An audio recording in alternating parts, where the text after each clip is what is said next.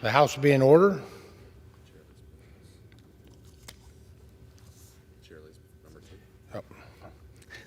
The chair lays before the House a communication from the Speaker. The Speaker's Rooms, Washington, D.C., September 28, 2023. I hereby appoint the Honorable Glenn Thompson to act as Speaker pro tempore on the day. Signed, Kevin McCarthy, Speaker of the House of Representatives. Prayer will be offered by Chaplain Kevin. Would you pray with me? Let all who believe in you, O God, offer their supplications, their prayers, their intercessions, and their thanksgivings on behalf of our leaders and all who serve in positions of authority. Let us each pause to take advantage of the privilege you have given us to pray for the men and women of this Congress. Lay on us, the American people, the awareness of our responsibility to raise our voices, not to condemn or cajole, but to pray to you, that you would intercede for our lawmakers, and to give thanks to you, showing our deeper gratitude for their service and sacrifice. O God, our Creator, Redeemer, and Sustainer, we lay before you our hopes and fears. In you and not in powers and principalities, parties, or people do we find the strength and hope we need to find our way in these challenging days. Let all who are in authority, engaging today's challenges and making decisions that impact the entire American citizenry, do so with a clear and certain awareness of your guidance and support, your counsel and your caution. In the strength of your name, then, we lift up the leadership of this body, every member who serves with commitment to the common good, every debate and demand that you would stand in the breach of our impasses, mediate our differences, and lead us in the way you would have us go. In the peace we find only in your name we pray. Amen. Amen. The chairs examined the journal of the last day's proceedings and announced to the House the approval thereof. Pursuant to Clause 1 of Rule 1, the journal stands approved. The Pledge of Allegiance will be led by the gentleman from Virginia, Mr. Good.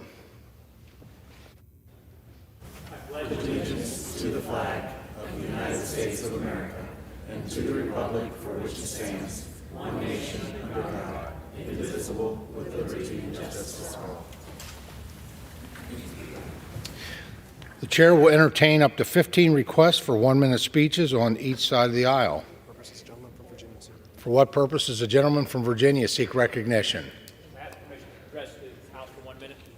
Without objection, the gentleman is recognized. Mr. Speaker, I rise today to recognize the Danville Police Department officers who recently received the 2023 Valor Award. Each year, the Virginia Association of Chiefs of Police recognizes law enforcement officers who perform an act of extraordinary heroism while engaged with an adversary at imminent personal risk in the line of duty, presenting them the Valor Award, the highest award offered by the association. Corporal Todd J. Hawkins, Officer Lance I. Neighbors, Detective Lieutenant John D. Dixon, Detective Sergeant Richard Wright, and Detective Jordan T. Land were recognized with this reward. These officers were responding to a robbery when the suspect began firing at them. One officer returned fire, and the detectives chased the suspect by car until he crashed and fled the scene on foot. After finding the criminal as he was attempting to break into an occupied residence, the detectives de-escalated the situation and convinced the individual to surrender. Displaying the utmost valor and courage, these members of the Danville Police Department were rightfully selected to receive this award. They deserve our deepest gratitude for keeping our community safe. I'm honored to represent such an outstanding group of officers, and I thank them for their continued service and sacrifice, and I yield back. For what purpose does the gentleman from Massachusetts seek recognition? Without objection, the gentleman is recognized for 1 minute. Madam Speaker, current U.S. policy towards Cuba is best described as continuing the sanctions and policies of Donald Trump.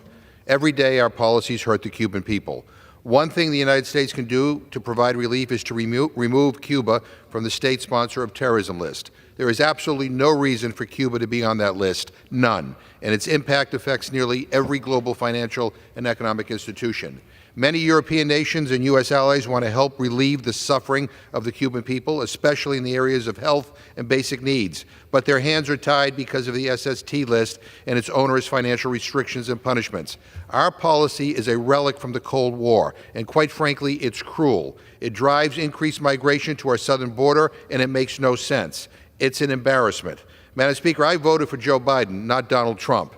The President needs to do better. He could begin by removing Cuba from the state sponsor of terrorism list today. I yield back. For what purpose does the gentleman from Pennsylvania seek recognition? Madam Speaker, request unanimous consent to address the House for 1 minute and revise and extend my remarks. Without objection, the gentleman is recognized for 1 minute. Thank you, Madam Speaker. Madam Speaker, I rise today to remember the life of Sergeant Richard Sherrill of Marionville, Pennsylvania. Army Sergeant Richard M. Sherrill was reported missing on July 25, 1950, at 22-year-old. Sergeant Sherrill was deemed missing after his unit sustained heavy casualties while defending against the North Korean Army's advance near Yongdong, South Korea. Last week, Sergeant Sherrill's remains were returned home, and on Monday, with full military honors, he was laid to rest in Marionville. Madam Speaker, we still feel the pain of those missing from conflicts fought generations ago, and we are forever indebted to their service.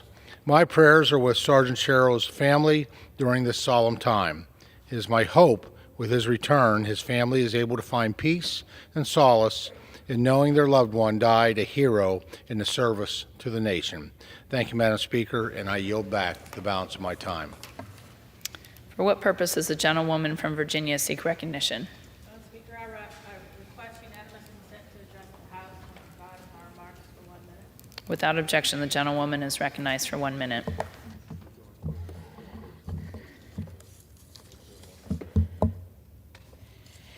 Thank you, Madam Speaker. I rise today to urge my Republican colleagues to stop the partisan brinksmanship and join House Democrats and Senate Democrats and Republicans in our efforts to fully fund the government. Back in April, Speaker McCarthy and House Republicans negotiated a deal with the White House to avoid a catastrophic default on our national debt, which stipulated fiscal year 2024 spending levels remain at 2023 levels. It passed with bipartisan support, 314 to 117. And yet now Speaker McCarthy is reneging on this agreement as the extreme MAGA Republican wing of his chaos caucus drives us towards a government shutdown. Realizing that their extreme agenda cannot pass on its own merits and does not align with the wishes of the American people, they are attempting to load down must-pass pieces of legislation with their harmful policy riders and severe cuts. The American people deserve better. In Virginia, we are the second highest number of federal employees. We have over 130,000 active duty military personnel who will be wondering if they can get paid. It is a very big deal. They deserve better, and I urge my Republican colleagues to stop their games and stop holding the appropriations process hostage. Madam Speaker, I yield back. For what purpose does the gentlewoman from Texas seek recognition? Madam Speaker, I ask unanimous consent to address the House for 1 minute. Without objection, the gentlewoman is recognized for 1 minute. Madam Speaker, I rise to commemorate a milestone of endurance in the heart of Texas. In 1854, a brave community of Polish families planted their roots in Karnes County, founding the settlement of Virgin Mary, or Panna Maria, in their beloved Sicilian dialect. Through droughts and hardships, they built churches, they built schools and businesses. With resilience, they flourished and enriched the Lone Star State. Residents in the surrounding areas had to travel miles across creeks and open prairies in order to attend church. In 1873, a group of these original immigrants and descendants decided to venture a few miles up the road to establish a new church and parish. The land was donated and funds were raised to begin the project. Initial construction was completed in 1878. The residents renamed their They renamed and christened their community Sestahova, honoring their roots. The church dedicated to the Nativity of the Blessed Virgin Mary stands as a testament of their faith and unity. As Karnes County proclaims October as Polish American Heritage Month, we honor these pioneers and may their story continue to inspire us. Thank you. For what purpose does the gentleman from Nevada seek recognition? Ask unanimous consent to address the House for 1 minute and to revise and extend my remarks. Without objection, the gentleman is recognized for 1 minute.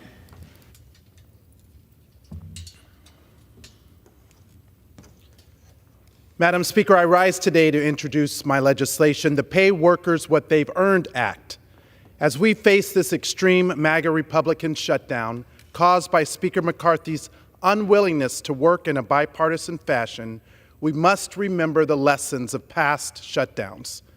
While you're hell-bent on shutting down the federal government, harming thousands of Nevadan workers and small business contractors, wreaking havoc on our economy and impacting essential services for women and children, our military, and delays to Medicare and Social Security payments to seniors, it's wrong, it's unacceptable, and it's why I'm committed to supporting a bipartisan solution to keep government working for my constituents in Nevada. Madam Speaker, my legislation would reimburse federal employees for fees and interest and fines charged through no fault of their own during a government shutdown. The bill would also reimburse state and tribal governments for costs incurred during government shutdowns. As thousands of federal employees and small business contractors learned in previous sessions, simply reopening the government doesn't help them pay their credit card fees or their overdue rent notices. This is something you may not understand, but the hardworking people of Nevada's 4th do. This is not their problem, it's our problem. Pass the budget to keep government open. For what I purpose yield does the back. gentleman from Guam seek recognition? Madam Speaker, I ask unanimous consent to address the House for 1 minute and to revise and extend my remarks. Without objection, the gentleman is recognized for 1 minute. Madam Speaker, I rise today to congratulate and celebrate a remarkable milestone, the 35th anniversary of Micronesian Mall. This celebration is a testament to the vision, dedication, and hard work that have shaped the mall, their businesses, and the island of Guam into what it is today. Since 1988, the mall, under the leadership of the Goodwin Development Corporation, has been a beacon of economic success in the region, providing goods and services to locals and tourists alike as the largest shopping center in Micronesia. As I speak here today, I look back at the incredible 35 years while also looking forward to seeing what the mall will accomplish in the future. With new opportunities, challenges, and accomplishments on the horizon, I'm confident the mall's continued dedication to the island, and I wish the mall a sincere congratulations, and may the legacy of the mall continue to shine in our hearts and in our community. Thank you, Madam Speaker. I yield back. For what purpose does the gentleman from North Carolina seek recognition? Madam Speaker, I ask for unanimous consent to address the House for 1 minute to extend to revise and extend. Okay. Without objection, the gentleman is recognized for 1 minute. Madam Speaker, today I rise to highlight East Carolina University Air Force ROTC Detachment 600's 75th anniversary. As a former Commandant of Cadets at this remarkable detachment, it was a privilege to participate in this celebration to see former cadets who are successful with their careers. During the celebration, a true American hero, our most decorated graduate, General Retired Gary North, shared a message that resonated deeply with everyone. He reminded us that our Air Force stands as the finest in the world today because of the unwavering service of those who came before us and the dedication of those who serve today. His charge to us was simple but profound. Always remember your oath.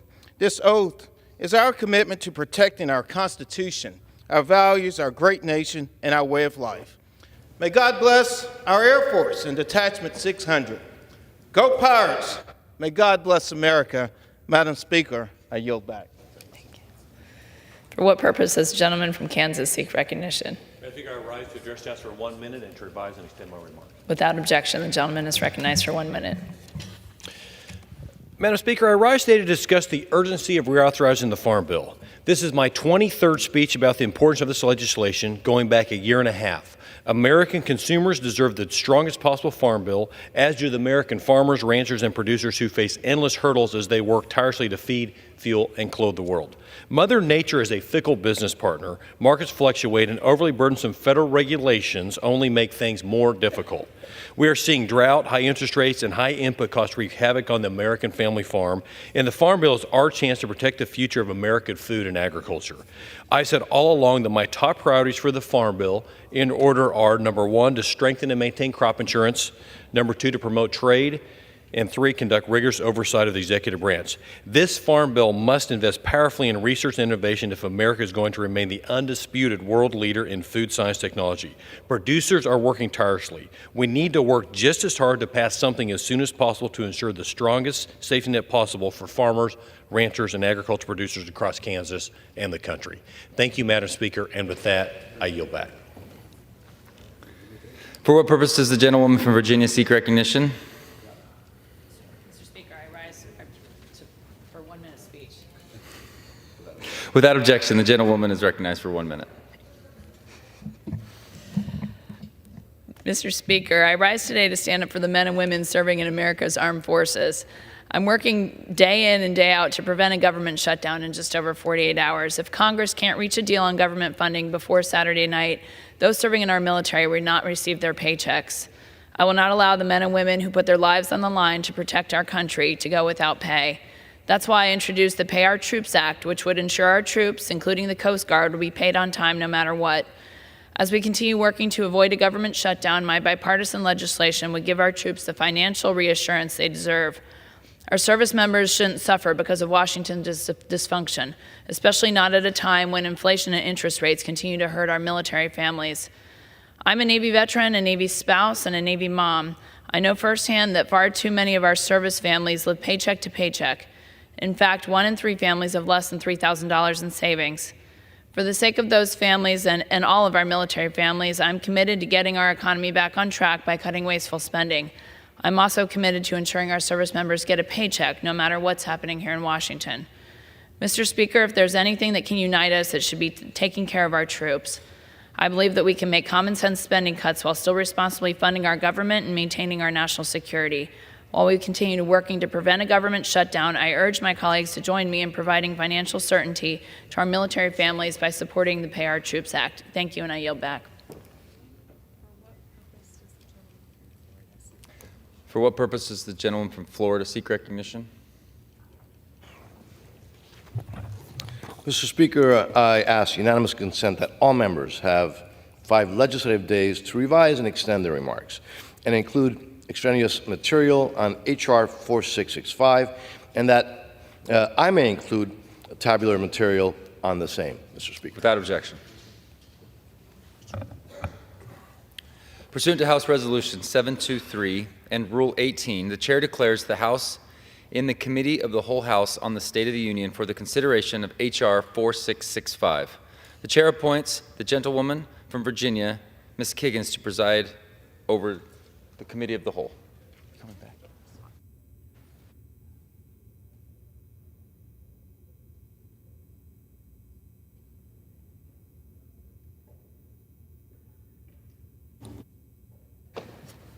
The House is in the Committee of the Whole House on the State of the Union for the consideration of H.R. 4665, which the clerk will report by title.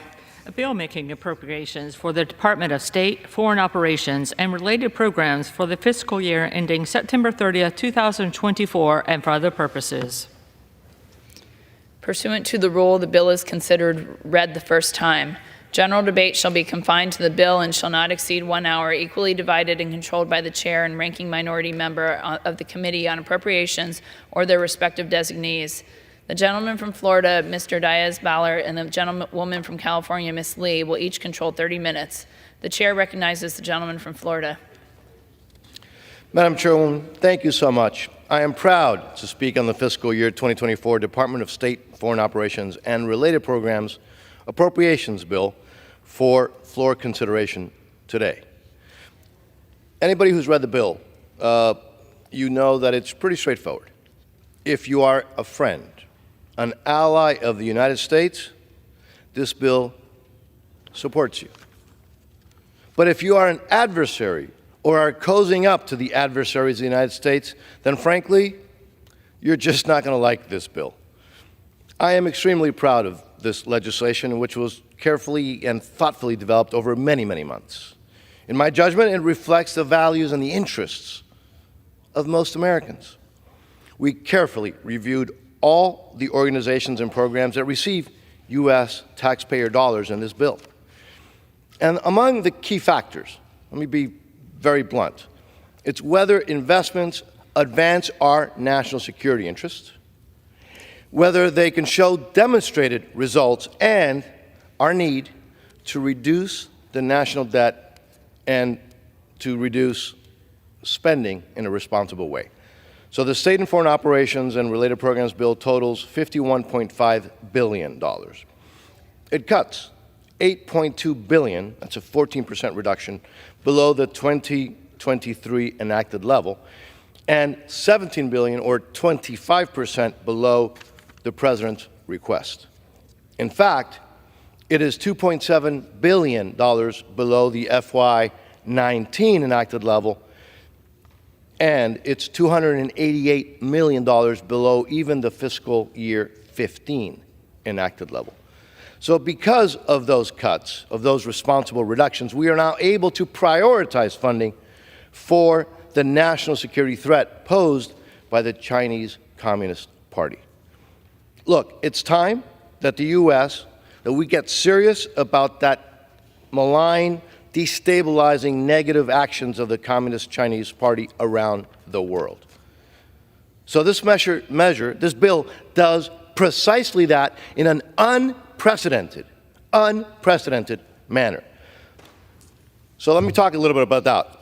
The bill includes $4.4 billion, which is $1 billion above the President's budget request, to fund programs to counter the threat of the Chinese Communist Party around the world.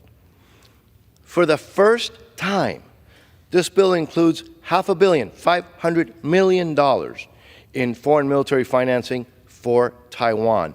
First time ever. These funds, as everybody knows, are critical to support our friend and our democratic ally, which is on the front lines of China's bullying and China's constant threats. This bill provides unwavering support for our democratic ally, Israel, and other key partners around the world. Another priority is to strengthen efforts to counter fentanyl production and trafficking. I don't have to tell you all that deadly opioids, particularly fentanyl, are affecting every area, every district, every neighborhood in our entire country. 300 Americans die every single day because of fentanyl poisoning. And we must, and we do, use every tool to combat this horrific, deadly epidemic. And obviously, the migration crisis at the southern border is really just symptomatic of the administration's lack of a clear strategy towards the Western Hemisphere, and that's as nice as I can say it. Mr. Chairman, for too long, countries cozying up to our adversaries have been rewarded, and this bill puts a stop to that practice.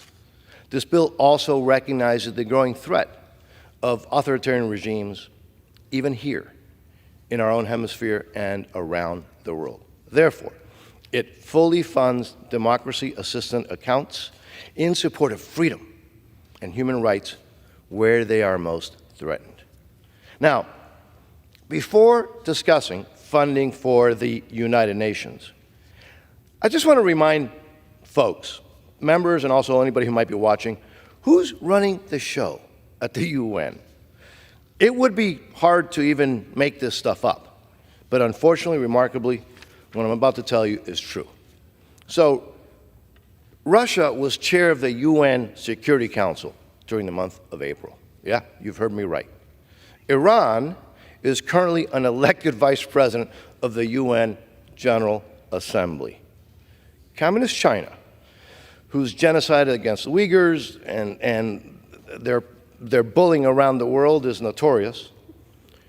And Cuba, one of the world's oldest and most brutal dictatorships, both of those countries sit on the UN Human Rights Council. Yeah, you heard me right. And North Korea, well, I can't even begin to talk about the atrocities of that dictatorship, is a member of the World Health Organization, while Taiwan, a responsible democracy, has been blocked from membership of that institution by Communist China. That's all in the category, you can't make this stuff up. Therefore, it should come as no surprise to anybody that no funds are included in this bill for the UN regular budget. Now, my dear friends on the other side of the aisle argue that by cutting some of the funding to the UN, the U.S. has given up its leadership. I could not disagree in stronger terms. You see, simply continuing to unconditionally channel funds to a deeply flawed organization, despite multiple failures and, frankly, an appalling even continuously anti-Semitic actions by that institution, that is actually abandoning our responsibility to the U.S. taxpayer, and it ensures that nothing changes in that institution that I just mentioned. Actions need to have consequences, and the UN finally will feel the consequences of their irresponsible actions because of how we deal with them in this bill. This bill also prohibits funds for the Green Climate Fund and the Green Technology Fund. We also address a frivolous expansion of State Department bureaucracy. This bill eliminates funding for special envoys and special representatives that are not authorized or have not been confirmed by the Senate. Look, if they're that important, then for God's sake, have them authorized by Congress, or at least confirmed by the Senate. Finally, this bill includes all long-standing pro-life protections, which includes a prohibition on taxpayer funds from being used to pay for abortions abroad. And it builds on those requirements by applying the Protecting Life and Global Health Assistance Policy to all global health funding. It is not surprising that after this bill was released, my colleagues on the other side immediately released a press release condemning it. Now, what might surprise you is what the minority party, in their written press release, actually chose to highlight that they are objecting to in this bill. Their press release criticized that this bill prohibits funding for the Wuhan Institute of Virology. Heck yeah, we prohibit funding to that institution. Or that we eliminate funding for the EcoHealth Alliance, or gain-of-function research. And, quoting from my colleagues on the Democratic side, their criticism of this bill, that we reduce funding for, quote, any lab controlled by China, Russia, Cuba, Iran, North Korea, and Venezuela. I'm quoting from their press release. Heck yeah, we're cutting funding for institutions from those countries. These countries are, in essence, the official list of the United States foreign adversaries. And 3, by the way, are on the state sponsor of terrorism list. Does any taxpayer think that taxpayer funds should be going to labs in those places? Really? My colleagues on the other side of the aisle, in writing, also expressed concerns of what they call, quote unquote, partisan writers. That specifically highlighted, they, however, specifically highlighted the provisions on funds in this bill to the government of the PRC and the Chinese Communist Party, and also that we prevent lending from international financial institutions to the PRC. Yeah, they put that in writing. Well, one thing is true. They got that right. They caught me. We are eliminating funding to adversaries of the United States of America. And I would argue it's about damn time we did that. So I look forward to hearing my colleagues on the other side of the aisle explain why U.S. taxpayer money should be funding those programs. And, by the way, why writing a blank check to any organization is a demonstration of leadership. It is not. Mr. Chairman, before I close, I want to thank the staff from the Appropriations Committee for their amazing work on this bill. Susan Adams, who's here with me, Craig Higgins, Jamie McCormick, Trey Hicks, Meg Gallagher, John Muscolini, Clelia Alvarado, and Joe Cutler. And equally, from the minority side, and I always butcher her last name, and I apologize because I'll probably do it again, Erin Kolodesky. I butchered that again. Lori Mignon and Lillian Waisbury. I also want to thank from my personal staff, Cesar Gonzalez, Giselle Reynolds, Autumn Morley, from my personal office. Mr. Chairman, I thank you for bringing this crucial legislation to the floor, which supports our allies, protects our national security in a smart, efficient, effective, and thoughtful way. I urge my colleagues to support the bill, and I reserve the balance of my time. Thank you, sir. The gentleman from Florida reserves. The gentlewoman from California is recognized. Thank you, Mr. Chairman. I rise to oppose H.R. 4665 and yield as much time as I may consume. This bill would impose devastating cuts on programs meant to keep both America and the world safe. And with all due respect to my friend and colleague, the chair of this committee, I am not an adversary of the United States. Democrats are patriotic, and we want our country to lead in global security and peace, and this bill does just the opposite. This Republican bill would slash the allocation for international programs by nearly 1/3 to a level not seen since 2009. Do my Republican colleagues really think that our international challenges have shrunk? I don't know what world that they're living in.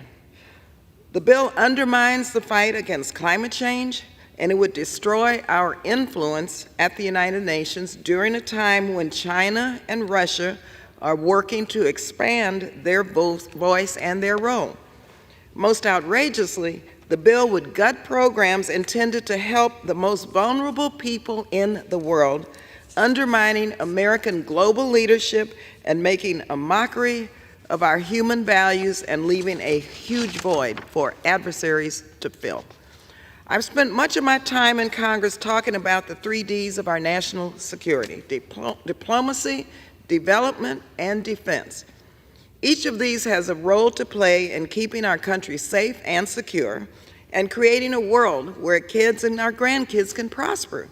The SFOPS bill is supposed to fund 2 of those Ds, diplomacy and development. Instead, this Republican bill throws the 3 Ds completely out of whack. If House Republicans get their way, the Pentagon would receive, mind you, 20 times more. Let me repeat that, 20 times more. What this bill invests in diplomacy and development combined. Even our military leaders have spoken out against cuts to diplomacy and development because they know gutting these programs makes their jobs harder. Former Defense Secretary Mattis has famously said, if you don't fully fund the State Department, then I have to buy more ammunitions. Colleagues, the PRC now has more embassies and diplomats around the world than any other nation, including more than the United States does.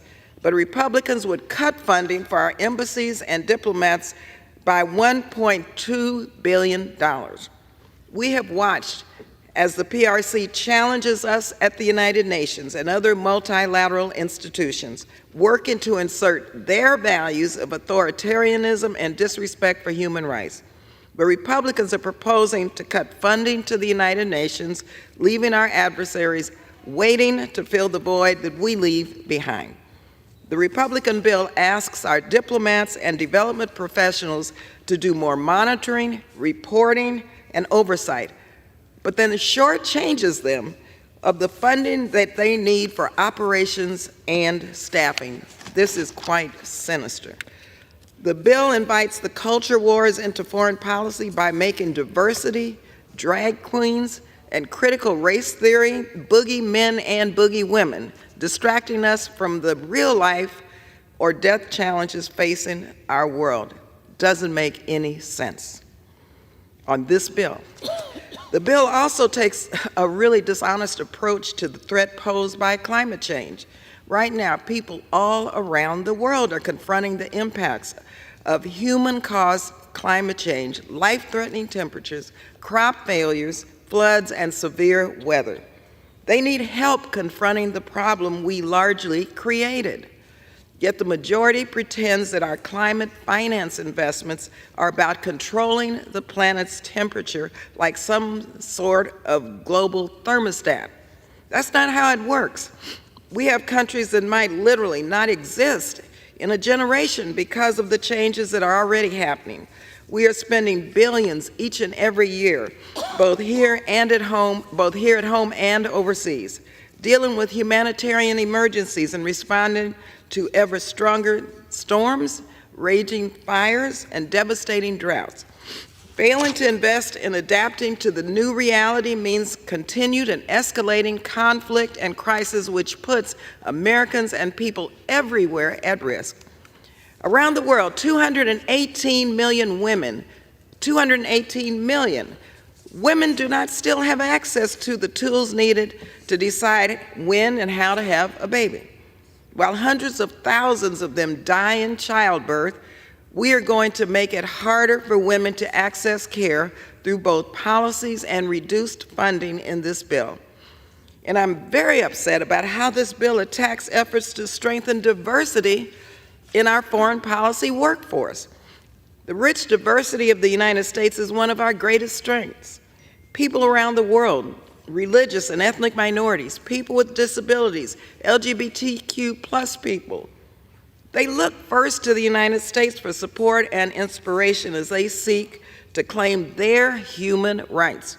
It's unimaginable to me that my Republican colleagues, well, no, it's not really, given what's taking place in our own country.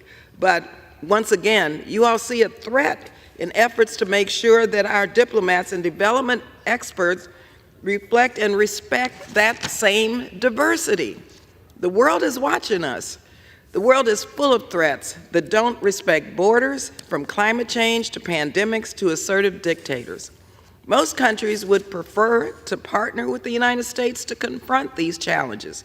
But by bringing this bill to the floor with these cuts to the House floor, mind you, the Republican majority broadcasts a clear message to the world: take a hike. Trust me, the PRC is ready to take advantage of our absence, and I think everyone has seen this around the world. Colleagues, it's September 28th. The government shuts down, unfortunately, even though we're fighting as Democrats to prevent this from happening. But today, we're considering a bill that has no chance of becoming law. We should be working today to make sure that we keep our government open. House Democrats will not support a bill if it means turning our backs to the world's most vulnerable women or the looming threat of climate change. In the end, final appropriations bills will need bicameral and bipartisan support. And today we will likely get further away from that goal, not closer. This really is wasting everyone's time. So I urge my colleagues to oppose this destructive bill. We are not adversaries. We're patriotic, and we want our country to succeed in its mission and its role as global leaders, leading peace and security efforts throughout the planet. I reserve the balance of my time. The gentlewoman from California reserves. The gentleman from Florida is recognized. Mr. Chairman, I am now really honored to yield 5 minutes to this champion of human rights from the great state of New Jersey, Mr. Smith. Gentleman is recognized. Thank my good friend for yielding. Mr. Speaker, the State Foreign Ops Bill under consideration today continues and strengthens the President's Emergency Plan for AIDS Relief, or PEPFAR, for another year, fiscal year 2024, ensuring that critically needed medicines, including antiretroviral or ARVs and other life-saving interventions, are available to those who need them in Africa and elsewhere. Special thanks to Chairman Mario Diaz-Balart and the Committee on Appropriations for insisting that the noble purpose of PEPFAR, not to be compromised or undercut by integrating and merging other agendas, including and especially the promotion of abortion by massively funding pro-abortion foreign non-governmental organizations and even instructing them to repeal pro-life laws. To that end, the new State Department bill reinstates the Protecting Life and Global Health Assistance Policy, also known as the Mexico City Policy. Sadly, upon assuming office, President Biden repealed Ronald Reagan's old Mexico City policy, when it ensured that PEPFAR's over $6 billion a year in taxpayer grant money wasn't subsidizing foreign NGOs that perform or promote abortion. Biden's PEPFAR core program, and this needs to be underscored because some people say, oh, they're not doing it. It says they will promote protecting and sexual and reproductive health and rights, including the ongoing rescission of the Mexico City policy. The executive director of UNAIDS, a prime PEPFAR partner, composed of WHO and the UNFPA and other UN agencies, welcomed Biden's repeal of the pro-life policy, saying that it showed his commitment to abortion rights. Mr. Speaker, a June 6th letter signed by 131 African lawmakers and religious leaders, including the Speaker of the Parliament of Ghana, implored Congress not, I say again, not to exploit PEPFAR to promote abortion, stating, and I quote in pertinent part, "We want to express our concerns and suspicions that this funding is supporting abortion that violates our core beliefs concerning life, family, and religion." Most of the African countries are solidly pro-life, and they are under siege by the NGOs that we are supporting. Mexico City helps to ensure that that doesn't happen. They even went on to say, we ask that PEPFAR remain true to its original mission and respect our norms, traditions, and our values. We ask that those partner organizations with whom the U.S. government partners to implement PEPFAR programs are cognizant and respectful of our beliefs and not cross over into promoting divisive ideas and practices that are not consistent with those of Africa. Last year, I remind my colleagues, showing no doubt of the pro-abortion goals of this administration, they announced a sweeping new radical policy known as Reimagining PEPFAR's Strategic Decision. And they use the word, it integrates sexual and reproductive health and rights, and of course that means abortion with HIV/AIDS work. Mr. Speaker, in a recent op-ed, former Speaker Newt Gingrich wrote, and I quote him in part, "It is incredibly disappointing but not surprising that the Biden administration has hijacked one of President George W. Bush's greatest accomplishments, the President's emergency plan for AIDS relief to provide abortion on demand in the developing world." He continued, "President Biden's insincere and demonstrably false claim that PEPFAR isn't pushing abortion on demand in Africa and elsewhere collapses under any serious scrutiny of its partners." They say they're not doing it. They are empowering the NGOs to do it. And just like in this chamber, House and Senate, all over the states of this country, we know it is the NGOs, Planned Parenthood and others, that tee up and promote very aggressively for abortion right up until to the moment of birth. Mr. Speaker, I strongly supported PEPFAR when it was created in 2003, and I was the sponsor of the reauthorization of PEPFAR in 2018. Regrettably, it has been reimagined, hijacked by the Biden administration to empower pro-abortion international NGOs, deviating from its life-affirming work. It's time we got back to the original noble idea for which there's a strong bipartisan bicameral consensus, and that noble goal is to prevent this devastating disease, robustly treat and assist those who have been infected, and ultimately end HIV/AIDS around the world, not supporting abortion, the killing of unborn children by dismemberment, chemical poisoning. And you know, what does the abortion pill do? It starves the baby to death. That is its operation. They are trying to disseminate that all over Africa. Yield back. I reserve. The gentleman from Florida reserves. The gentlewoman from California is recognized. Thank you, Mr. Chair. I would now yield 5 minutes to the gentlewoman from Connecticut, the ranking member of the Appropriations Committee, Ms. DeLauro. Thank you. The gentlewoman is recognized.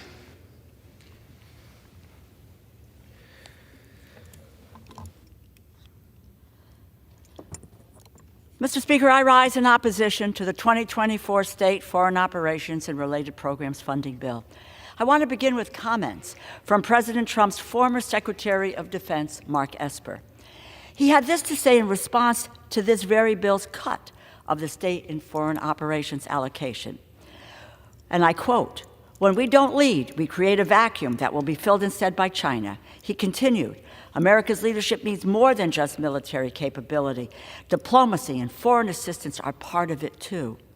This proposed budget would upend that relationship by gutting our civilian toolkit and depriving America of the diplomatic leadership whose benefits I have seen last a lifetime. End his quote. Also, the Global Health Council, together with 70 other organizations, Catholic Relief Services, United States Global Leadership Coalition, the American Jewish Committee, Interaction, the One Campaign, the Christian Connection for International Health, and CARE USA have expressed serious national security concerns with the House Republicans' funding plan. Mr.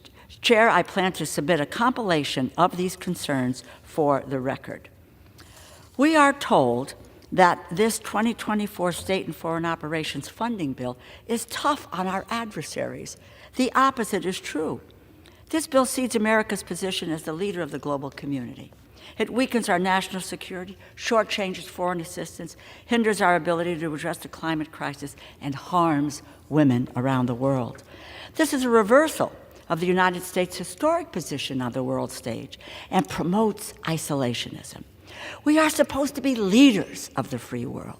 The majority is diminishing the United States, what we stand for, and what our values are, for our own people and for people around the world who look to us for inspiration and for hope. Damage has already been done as partners and allies wonder whether the United States will be with them or whether they will be forced to turn to China or Russia to get needed investment or support in international institutions. With China surpassing the United States as the largest trading partner in many countries in Latin America and in Africa. China has more embassies, consulates, and diplomats than any other country in the world. They are contesting our model of democracy and capitalism around the world, and they are going virtually unchallenged. This bill is an unfathomable reduction of our nation's ability to engage in diplomacy and to project soft power by over 1/3. But knowing such a cut would be irresponsible and lead to negative repercussions around this world. This bill claws back billions of dollars, $11 billion, which comes from the EPA's Greenhouse Gas Reduction Fund, part of the Inflation Reduction Act. Yesterday, this body debated how to address the challenges related to thousands of desperate people reaching our southern border. And however, with these cuts, the Department of State and USAID will be forced to reduce programs that engage countries like Colombia and Guatemala to address the very conditions causing people to flee to the United States. We cannot wait to address the issue when people are already at our border. We all know what we should be doing right now, and this is not it. This is an exercise in futility because this bill is going nowhere. The urgent issue is to keep our government open. Everyone in this body knows that keeping the U.S. government running, passing full-year bills, will require bipartisanship. We have a bipartisan agreement in the Senate, a compromise to keep our government open and to address the nation's concerns. Let us move in that direction. Democrats and Republicans already compromised when they passed the debt limit bill, but because House Republicans immediately reneged, they have moved us to the brink of a shutdown, a Republican shutdown that will have consequences on every senior, veteran, and child in America, and on our diplomats and our service members around the world. Let us move to keep our government open and support the Senate compromise, bipartisan compromise. Thank you, and I yield back. Gentlewoman yields. The gentlewoman from California reserves. The gentleman from Florida is recognized. I recognize myself for 30 seconds. I just want to be very clear that I've heard now that that somehow this bill damages the reputation of the United States. No, you know what damaged the reputation of the United States, Mr. Chairman? That irresponsible withdrawal from Afghanistan that kept that showed the entire world what bad leadership is all about. This bill confronts our adversaries. $1 billion more to confront China than the president could do while we spend a lot less money. It stands by our friends. It confronts our adversaries. Yes, the problem about credibility is not with this bill. It's with a president of the United States The gentleman's that time. at best is confused, and at worst, much worse, I reserve. The gentleman time has expired. The gentleman reserves. The gentlewoman from California is recognized. I yield now, Mr. Chairman, to the gentlewoman from New York. 3 minutes, Ms. Meng, a member of the State Foreign Operations Subcommittee. The gentlewoman from New York is recognized. Mr. Speaker, I rise today in strong opposition to the fiscal year 2024 State and Foreign Operations Appropriations Bill. As a member of the State and Foreign Operations Subcommittee, I am appalled by the dangerous cuts and policy riders the majority has attached to this bill. Yesterday, we heard from our friends across the aisle that the purpose of our military is to deter a war if diplomacy fails.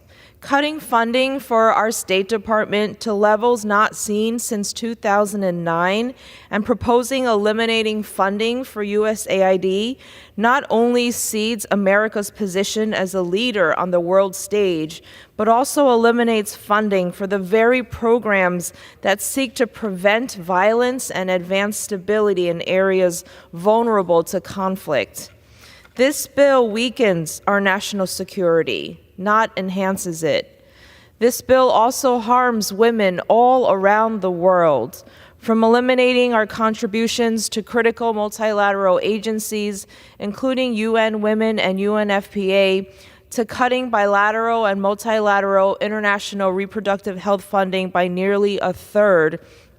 We are sending the message that the U.S. is willing to cede its role in helping the international community achieve global health targets, address unacceptably high global maternal mortality rates and gender-based violence, support healthy families, or promote gender equity.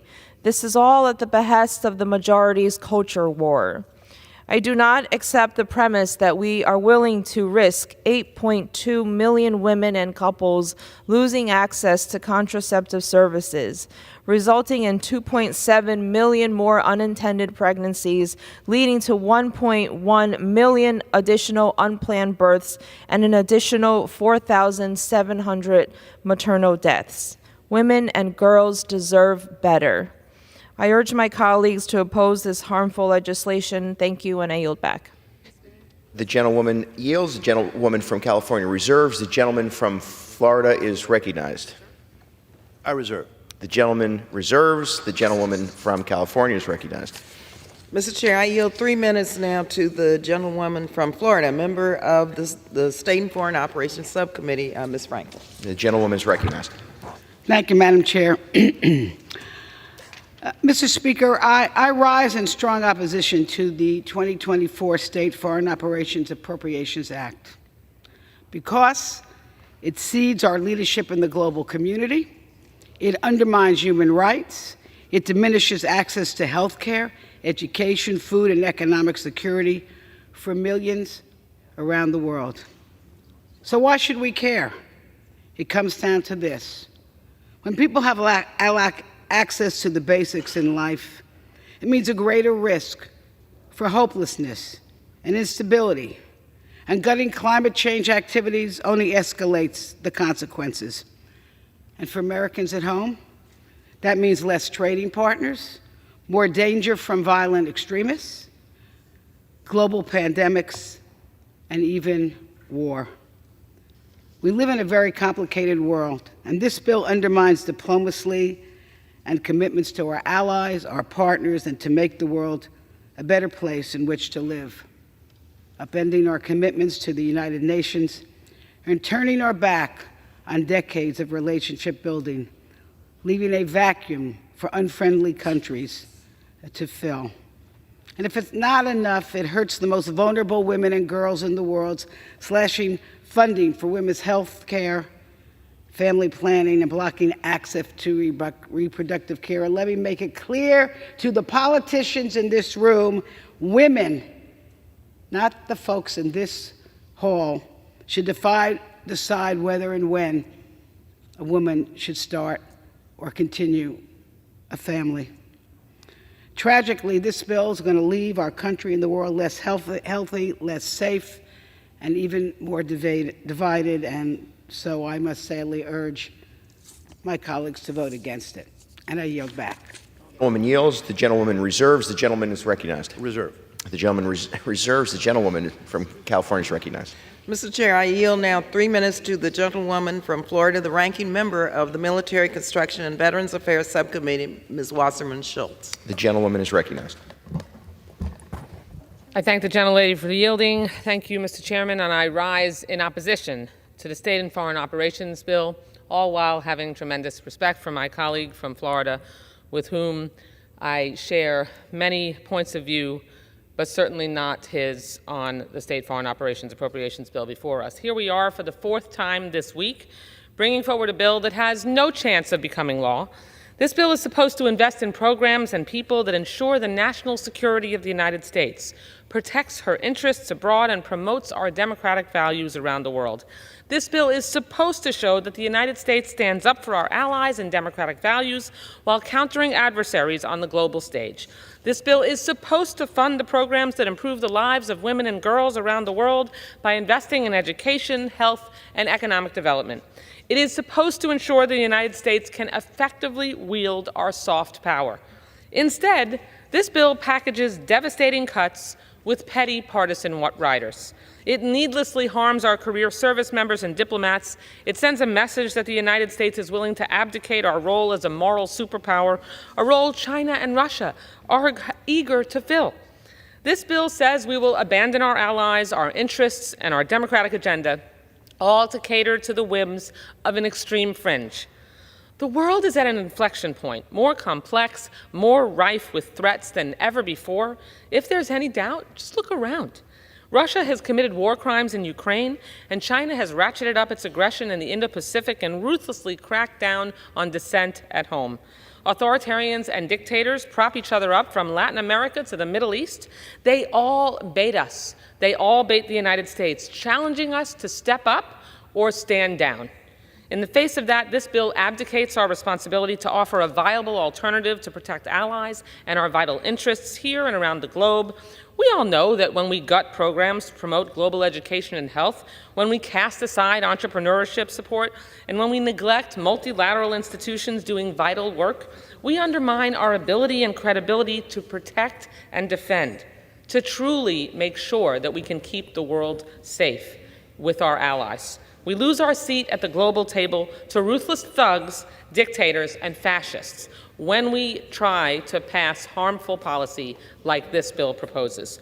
We do that at our own peril and imperil everything that Americans hold dear, which is why I urge my colleagues to oppose this cruel and dangerous bill, and I yield back the balance of my time. The gentlewoman yields. The gentlewoman reserves. The gentleman is recognized. Thank you, sir. I reserve. The gentleman reserves. The gentleman from California is recognized. Thank you, Mr. Chair. I yield myself such time as I may consume. First, thank you. Let me take a minute on the many partisan riders, included in the bill being considered today to raise a couple of points. The number of prohibitions seems to be really enormous. They proliferated, often with little concern to what the actual ramifications might be. It appears to be the approach of, if an organization has ever done something that you have not liked or a wild theory has circulated about, we will just prohibit it. We will pick up our ball and take it home. This is not just ineffective, it really is immature. The bill prohibits funds for the Chinese Communist Party. This sounds tough, but I was the previous chairwoman of this subcommittee, and this bill has not provided funding to the Chinese Communist Party. It's a red herring.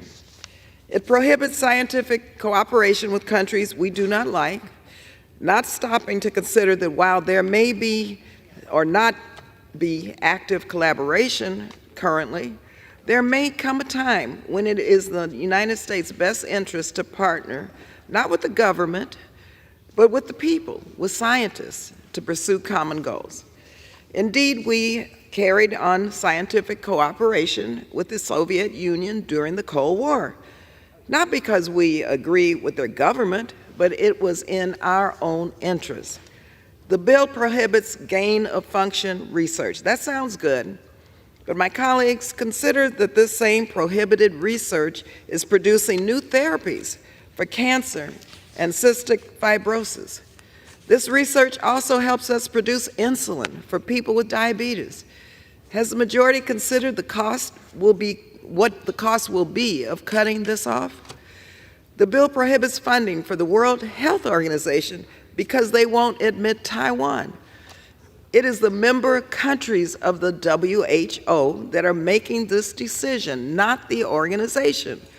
With this bill, the PRC will continue to work against Taiwan's inclusion, but the United States won't be there to help. We are told that this bill is strong against our adversaries. I would argue just the opposite. This bill takes the easy route and leaves the field open for those who would challenge us. It makes dialogue and engagement harder, and it leaves our potential partners and allies who are deciding who they can turn to for help high and dry, and of course that won't be the United States. A couple of points on the United Nations. The UN is a forum for every country in the world. The United States, to my knowledge, does not get to pick who gets to be a sovereign country. Leadership of the United Nations committees, the General Assembly, they all rotate among members, which the chairman knows. This makes it even more important that the United States fully participates. This bill endangers that. I reserve the balance of my time. The gentleman reserves. The gentleman is recognized. Mr. Chairman, I yield myself 2 minutes. The gentleman is recognized for 2 minutes. I have great respect for the ranking woman, the ranking member of this subcommittee, because I'll tell you what, she is consistent, and her and I have developed a very good relationship. But you've heard it right now. Yes, this bill prohibits funding for the Wuhan Institute of Virology, the EcoHealth Alliance, gain-of-function research, and it also prohibits funding for any lab controlled by China, Russia, Cuba, Iran, North Korea, and Venezuela. We have a difference of opinion. I believe that taxpayer money going to labs controlled by these countries is just not something we should be doing. There is an absolute difference of opinion on that. If anybody believes that U.S. taxpayer money should be going for those things, and then you're going to have a problem with that part of this bill. If you, however, believe that U.S. taxpayer money should not go to fund those labs controlled by those countries, I would then ask you to support this bill. I reserve. The gentleman reserves. The gentleman from California is recognized. I reserve balance of my time. The gentlewoman reserves. The gentleman from Florida is recognized. Reserve. I reserve, Mr. Chairman. And the gentleman from Florida has the right to close. And the gentlewoman from California is recognized. Thank you, Mr. Chairman. I am prepared to close. The gentlewoman is recognized. Mr. Chairman, yes, the chairman and myself respect each other. We have different points of views, and I consider ourselves friends also. And I know, and I think the chairman knows, that many of our Republican colleagues do support robust investments in the SFOPS bill, because I've seen the thousands of requests that members have submitted this year and in prior years. There's a long legacy of enlightened Republican support for foreign assistance. Congressional Republicans worked with Harry Truman to create the Marshall Plan, which rebuilt Europe after a devastating war. I myself worked with President Bush to create PEPFAR, which has saved 25 million lives from HIV and AIDS. Yet the majority has chosen to force this bill to the floor because they cynically believe that their members will be happy to sacrifice the world's poorest people to make a political point. To my Republican colleagues, I see you here on the floor today, and I'm asking you to stand up and, yes, oppose this terrible bill. Please vote no, and let's get back together and write a bill together that helps build the better and safer world that we want for our children and our grandchildren. I yield back the balance of my time. The gentlewoman yields. The gentleman from Florida is recognized. Thank you, Mr. Chairman. I think we've discussed some of the issues in this bill. I think it's a very positive bill. It supports our allies. It confronts our adversaries. It also controls wasteful spending. Wasteful spending is one of the reasons that we have inflation at the highest level we've had in decades. With that, Mr. Chairman, I also, since the ranking member has yielded her time, I also this time would yield the remaining part of my time. The gentleman yields. All time for general debate has expired. Pursuant to the rule, the bill shall be considered for amendment under the 5-minute rule.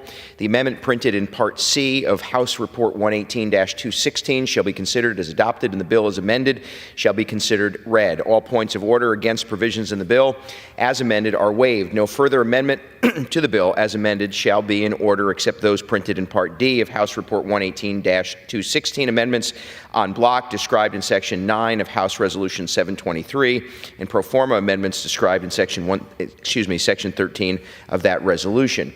Each further amendment printed in Part D of the report shall be considered only in the order printed in the report, may be offered only by a member designated in the report, shall be considered as read, shall be debated for the time specified in the report, equally divided and controlled by the proponent and an opponent, shall not be subject to amendment except as provided by Section 13 of House Resolution 723, and shall not be subject to a demand for division of the question. It shall be in order at any time for the chair of the Committee on Appropriations or her designee to offer amendments on block consisting of amendments printed in the report not earlier disposed of. Amendments on block shall be considered as read, shall be debatable for 20 minutes equally divided and controlled by the chair and ranking minority member of the Committee on Appropriations or their designees, shall not be subject to amendment except as provided by Section 13 of House Resolution 723, and shall not be subject to a demand for division of the question. During consideration of the bill, for the amendment, the chair and ranking minority member of the Committee on Appropriations or the respective designees may offer up to 10 pro forma amendments each at any point for the purpose of debate. For what purpose does the gentleman from Florida seek recognition? Thank you, Mr. Chairman. Pursuant to House Resolution 723, I offer amendments en bloc. The clerk will designate the amendments en bloc. En bloc consisting of amendments numbered 1, 2, 3, 4, 5, 6, 12, 19, 21, 24, 32, 33, 34, 35, 37, and 52, printed in Part D of House Report number 118-216, offered by Mr. Diaz-Balart of Florida. Pursuant to House Resolution 723, the gentleman from Florida, Mr. Diaz-Balart, and the gentlewoman from California, Ms. Lee, each will control 10 minutes. The chair now recognizes the gentleman from Florida. Mr. Chairman, I rise in support of this bipartisan en bloc amendment, which represents amendments with support from both sides of the aisle. The amendment includes 15 non-controversial amendments that advance the priorities of both sides, including support for Taiwan and addressing the passport processing backlog, which is everywhere in the country.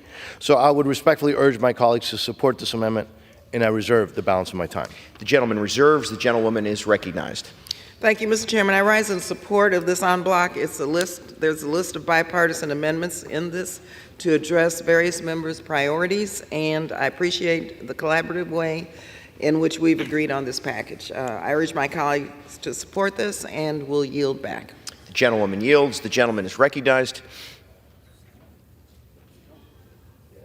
Mr. Chairman, thank you very much. We spoke on the amendment. I also yield the remaining part of my time on this amendment. The gentleman yields. The question is on the amendment en bloc offered by the gentleman from Florida. Those in favor say aye. Those opposed say no. In the opinion of the chair, the ayes have it. The en bloc amendments are agreed to.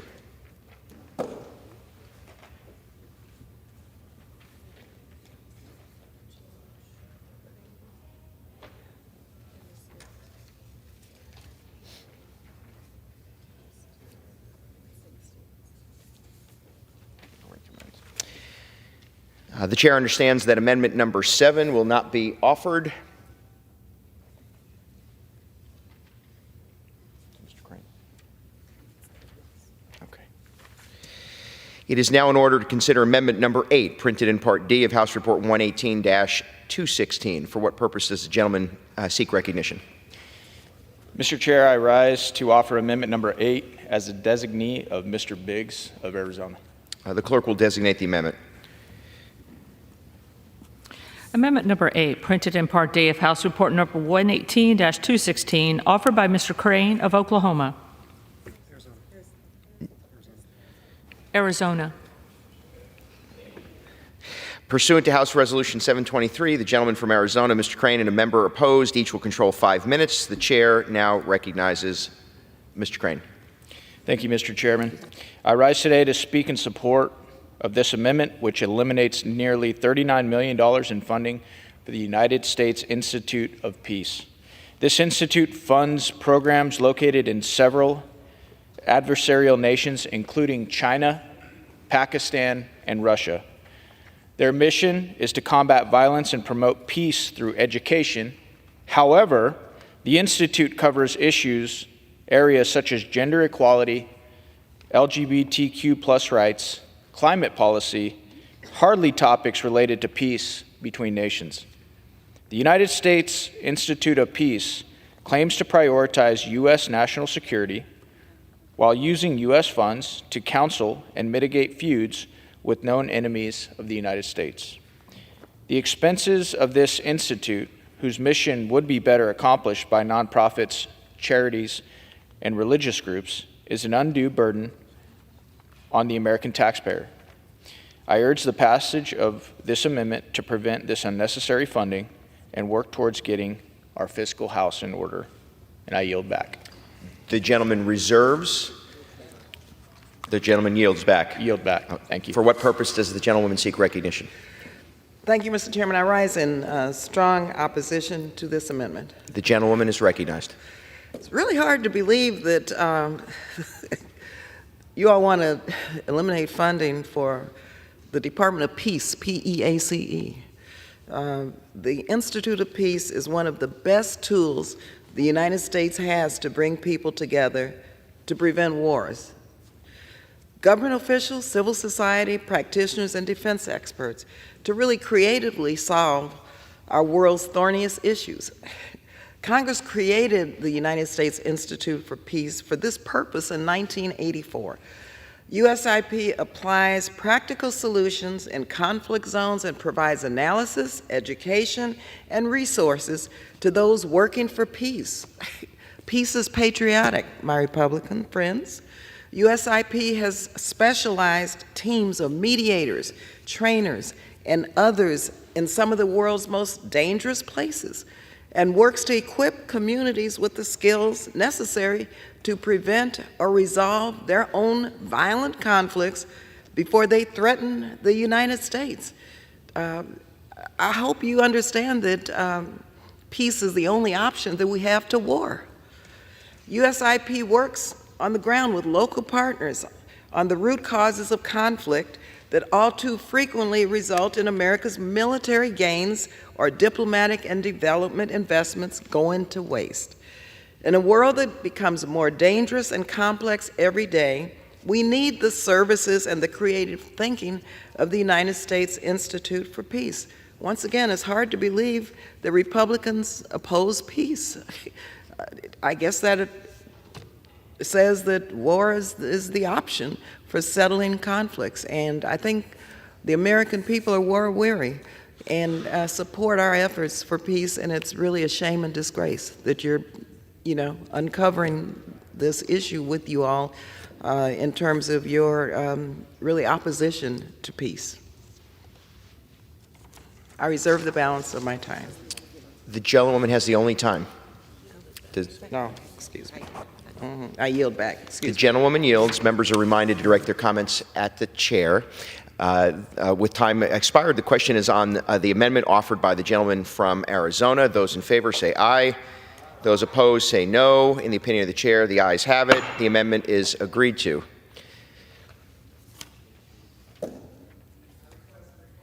Does the gentlewoman seek recognition? Yes, Mr. Chair, I request a recorded vote. The gentlewoman is recognized. and pursuant to Clause 6 of Rule 18, further proceedings on the amendment offered by the gentleman from Arizona will be postponed.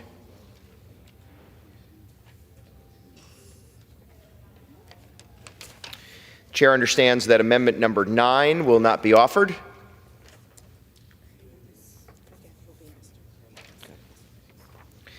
It is now in order to consider amendment number 10, printed in Part D of House Report 118-216, and for what purpose does the gentleman from Arizona seek recognition? Mr. Chair, I rise to offer amendment number 10 as a designee of Mr. Biggs of Arizona. The clerk will now designate the amendment. Amendment number 10, printed in Part D of House Report number 118-216, offered by Mr. Crane of Arizona. Pursuant to House Resolution 723, the gentleman from Arizona, Mr. Crane, and a member opposed, each will control 5 minutes. The chair now recognizes the gentleman from Arizona. Thank you, Mr. Chairman. I rise this morning in support of this amendment, which eliminates nearly $3 million in funding for the Commission on Security and Cooperation in Europe, salaries and expenses. This funding goes towards functions such as gender equality, and there has even been a gender action plan, a gender unit in the Secretariat appointed a special representative to the chairperson in office on gender issues. The work of this commission would probably be better done by an independent think tank than by a congressionally funded commission. With the current debt of the U.S. being $33 trillion, we must look for ways to cut unnecessary spending.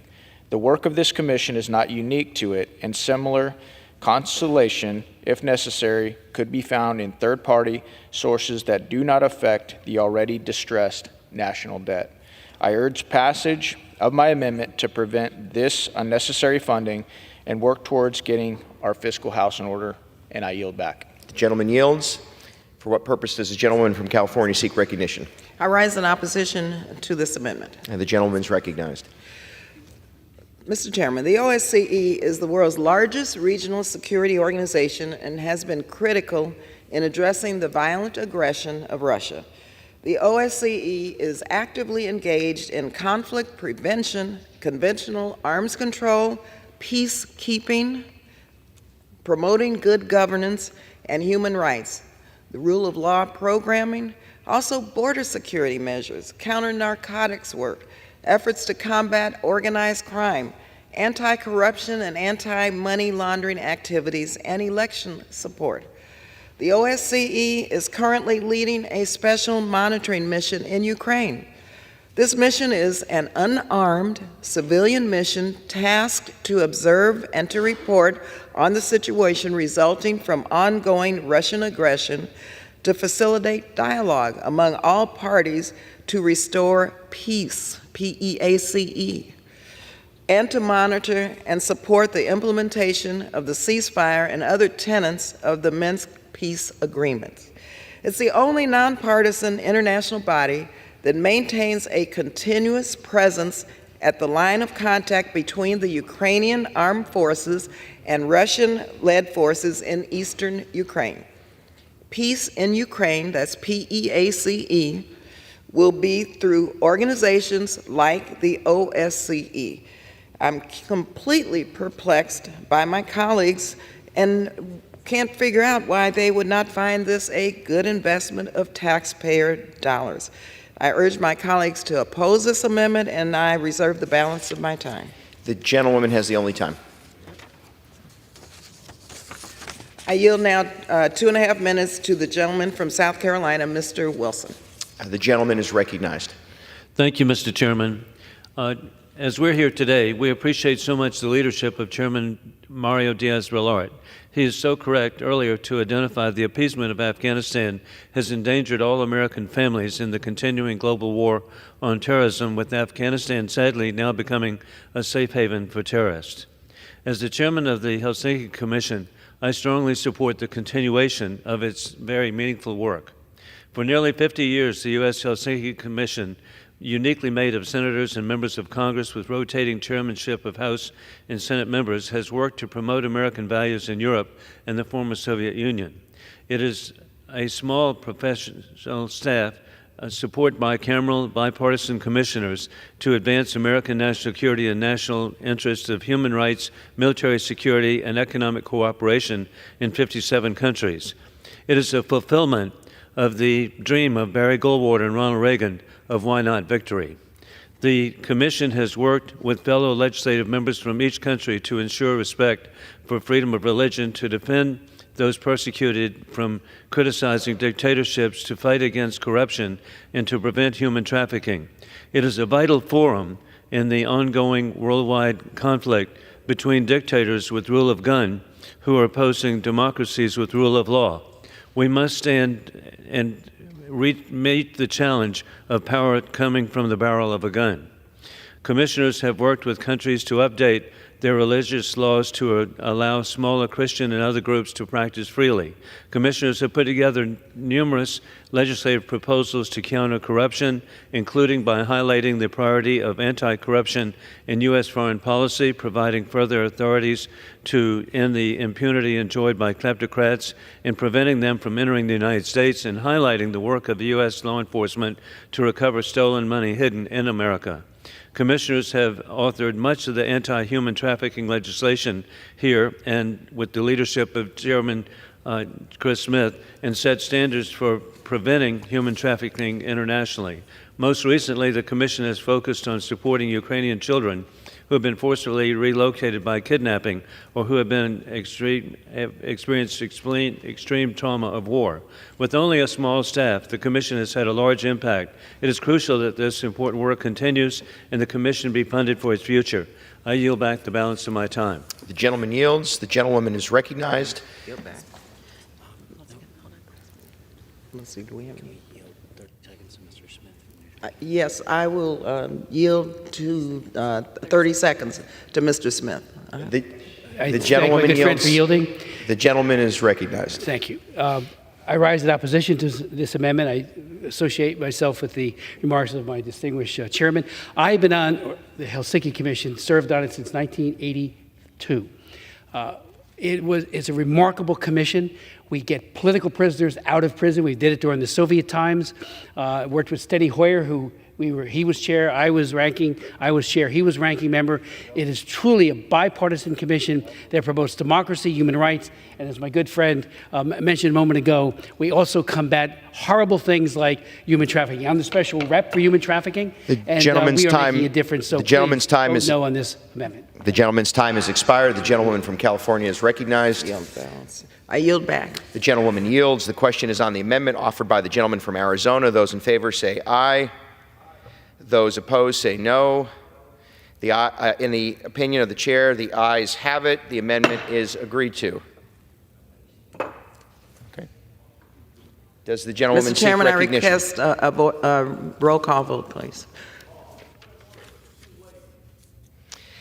The gentlewoman is recognized. The gentlewoman's call for roll has been acknowledged pursuant to Clause 6 of Rule 18. Further proceedings on the amendment offered by the gentleman from Arizona will be postponed.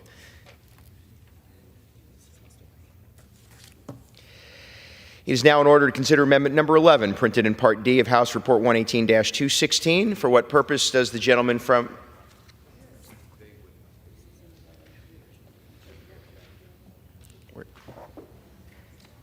11 is not going to be offered. Which one are we moving on to? The chair understands that Amendment 11 is not to be offered. That's okay.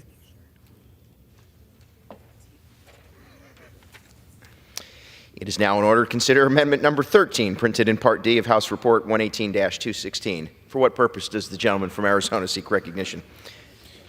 Thank you, Mr. Speaker. I have an amendment at the desk. The clerk will designate the amendment. Amendment number 13, printed in Part D of House Report number 118-216, offered by Mr. Crane of Arizona.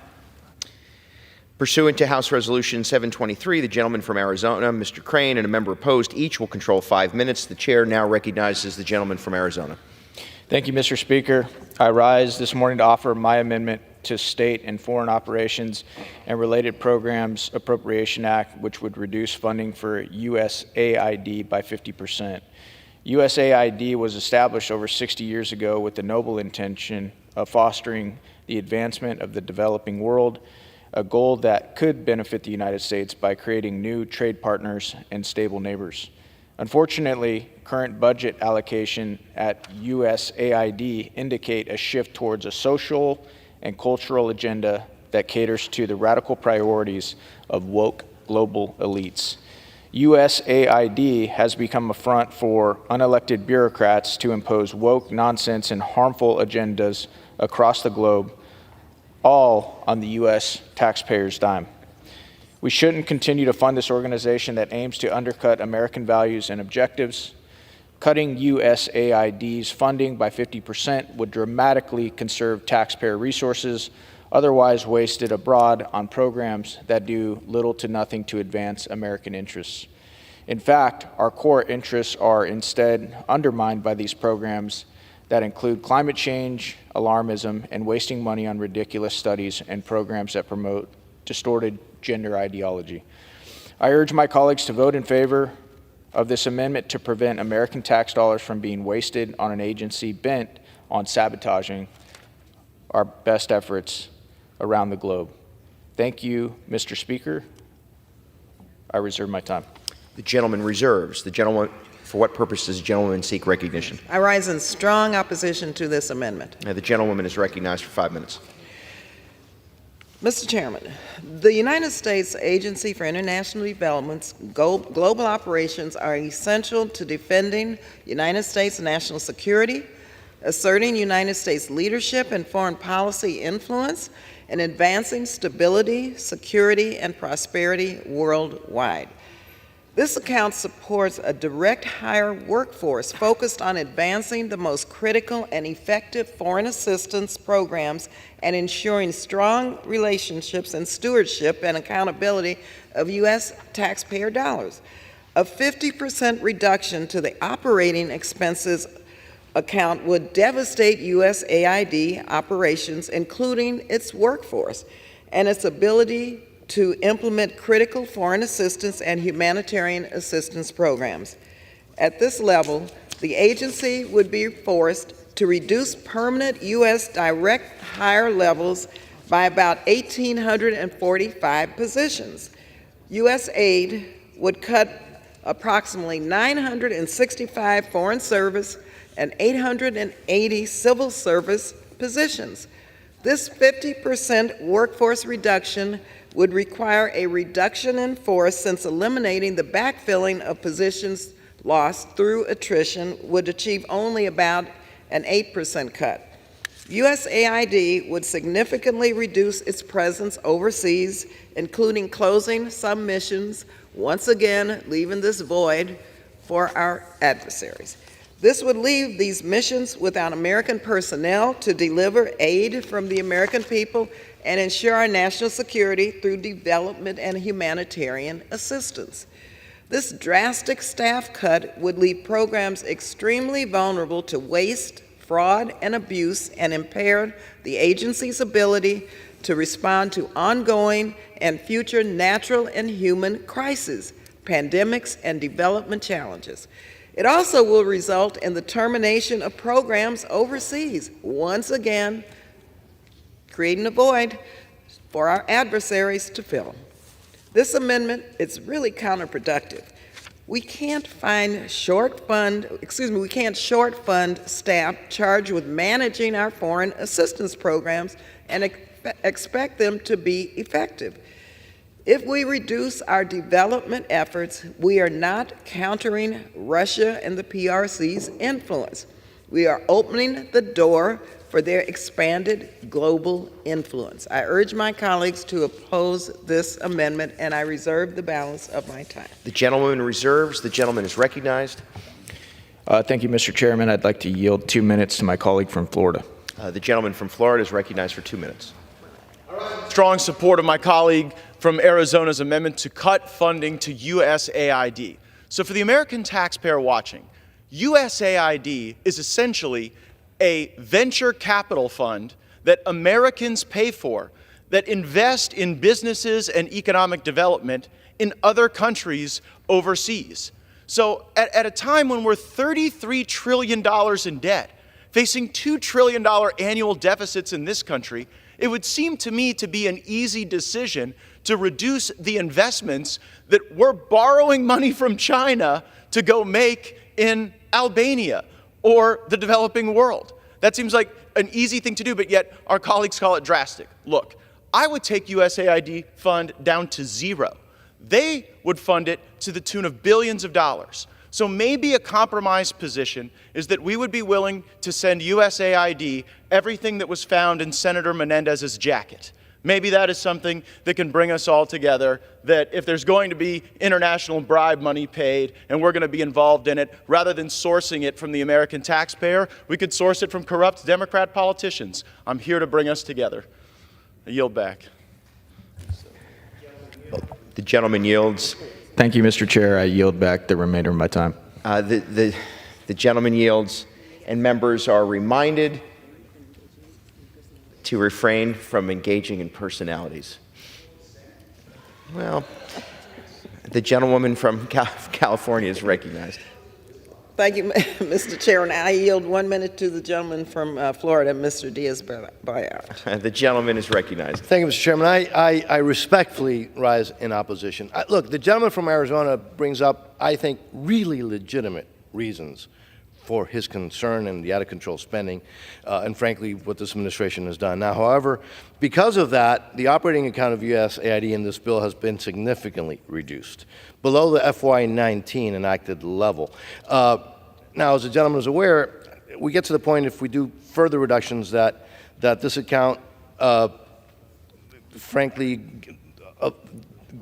stops our ability to actually do some serious oversight. So while I agree with his concerns, I just don't think this is the right way to do that. Further reductions to this account would mean less oversight, less efficiency, and frankly, I think fewer positive outcomes. And by the way, in the Managers Amendment, we reduced it even further. So I totally understand, and I look forward to working with the gentleman about his concern. I think we are addressing it in this bill. So again, it's one of those issues that I understand where he's going, but I just think this is not the right way to do it. So I respectfully oppose the amendment. The gentleman's time expired. The gentlewoman from California is recognized. I yield back. The gentlewoman yields. The question is on the amendment offered by the gentleman from Arizona. Those in favor say aye. Those opposed say no. In the opinion of the chair, the ayes have it. The amendment is agreed to. For what purpose does the gentleman seek recognition? Would request a roll call vote. Pursuant to Clause 6 of Rule 18, for the proceedings on the amendment offered by the gentleman from Arizona will be postponed. Chair understands that amendment number 14 will not be offered. It's now in order to consider amendment number 15, printed in Part D of House Report 118-216. For what purpose does the gentleman from Arizona Pennsylvania seek recognition? I know Pennsylvania and Arizona are pretty close culturally, geographically. Mr. Chairman, I rise to offer amendment number 15 as the designee of the gentleman from Arizona, Mr. Biggs. The chair apologizes, and the clerk will designate the amendment. Amendment number 15, printed in Part D of House Report number 118-216, offered by Mr. Perry of Pennsylvania. Pursuant to House Resolution 723, the gentleman from Pennsylvania, Mr. Perry, and a member opposed each will control 5 minutes. The chair recognizes the gentleman from Pennsylvania. Thank you, Mr. Chairman. I rise in support of this amendment, which eliminates $230,599,000. It's a lot of money, whether you're in Arizona, Pennsylvania, or in Washington, D.C., but that amount of money in funding to the U.S. Agency for International Development, funds appropriated to the President Capital Investment Fund. I once again bring up the amendment to address the mass spending that is appropriated to USAID. The Capital Investment Fund is for expenses for overseas construction and related costs, and for the procurement and enhancement of information technology and related capital investments. We all want a new office. We all want a new computer. We all want a new phone. We've got massive debt right now, massive debt. We're going to run $2.2 trillion behind this year alone. I don't know who at home, when they can't pay their bills, when they're literally borrowing money from their enemy, goes out and spends more. And we're not even talking about spending more on our own home or our own phone or our own computer. We're talking about spending more on somebody else's. And quite honestly, in many cases, in places that they don't even like America. Ladies and gentlemen, Mr. Chairman, our country is now $33 trillion in debt. How in good conscience can we continue with this spending? This is the time to invest in the United States of America and our constituents that are struggling to pay their groceries, pay for their groceries, pay for gasoline, to pay for their ever-rising electricity bill. And it's going to keep on rising. Your gas prices are going to keep going up. So are your food prices because of the policies of this administration. Mr. Chairman, we don't have any more money to spend on things that might be great to have, might be nice to have, might make us feel good. We don't have the money, and when you don't have the money, you don't spend it without a reserve. Gentleman reserves. For what purpose does the gentlewoman from California seek recognition? I rise in opposition to this amendment. The gentlewoman is recognized. Mr. Chairman, the United States Agency for International Development's Capital Investment Fund supports facility construction, information technology, and real property maintenance. These include efforts to accelerate the construction of new, secure, safe, and functional office facilities for USAID personnel overseas. Without this funding, these diplomats would be vulnerable and at greater risk for harm on less secured compounds. This fund also supports information technology security, including efforts critical to cybersecurity and real property maintenance and repairs. I don't hear the gentleman talking about the fact that the policy of countering Chinese influence costs a little bit of money also. I think this provides us a bigger bang for our buck.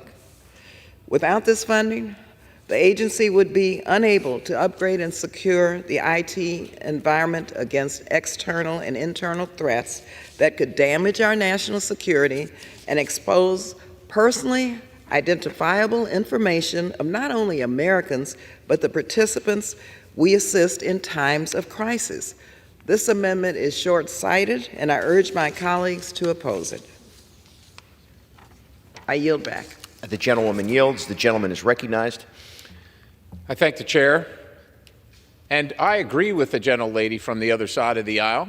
We should be countering China, and if we're going to use USAID to do that, well, that's all well and good too. But let's enumerate how we're actually going to use this money to counter China. What we're expected to believe is that, well, they need this money, and we're going to counter China somewhere in Eastern Europe. Well, maybe we are, but let's make the case. But what you're asking is the American people borrow money from China to then somehow counter China and just give all these folks that are smarter than all the rest of us all the money, and I'm sure they'll figure it out. I don't know if you're keeping up with current events, but China's eating our lunch right now while we're spending all this money that we're borrowing from China. I think the case makes itself. With that, Mr. Chairman, I yield the balance. The gentleman yields. The question is on the amendment offered by the gentleman from Pennsylvania. Those in favor say aye. Those opposed say no. In the opinion of the chair, the ayes have it. The amendment is agreed to. Does the gentleman seek recognition? Yes, I would ask for a roll call vote.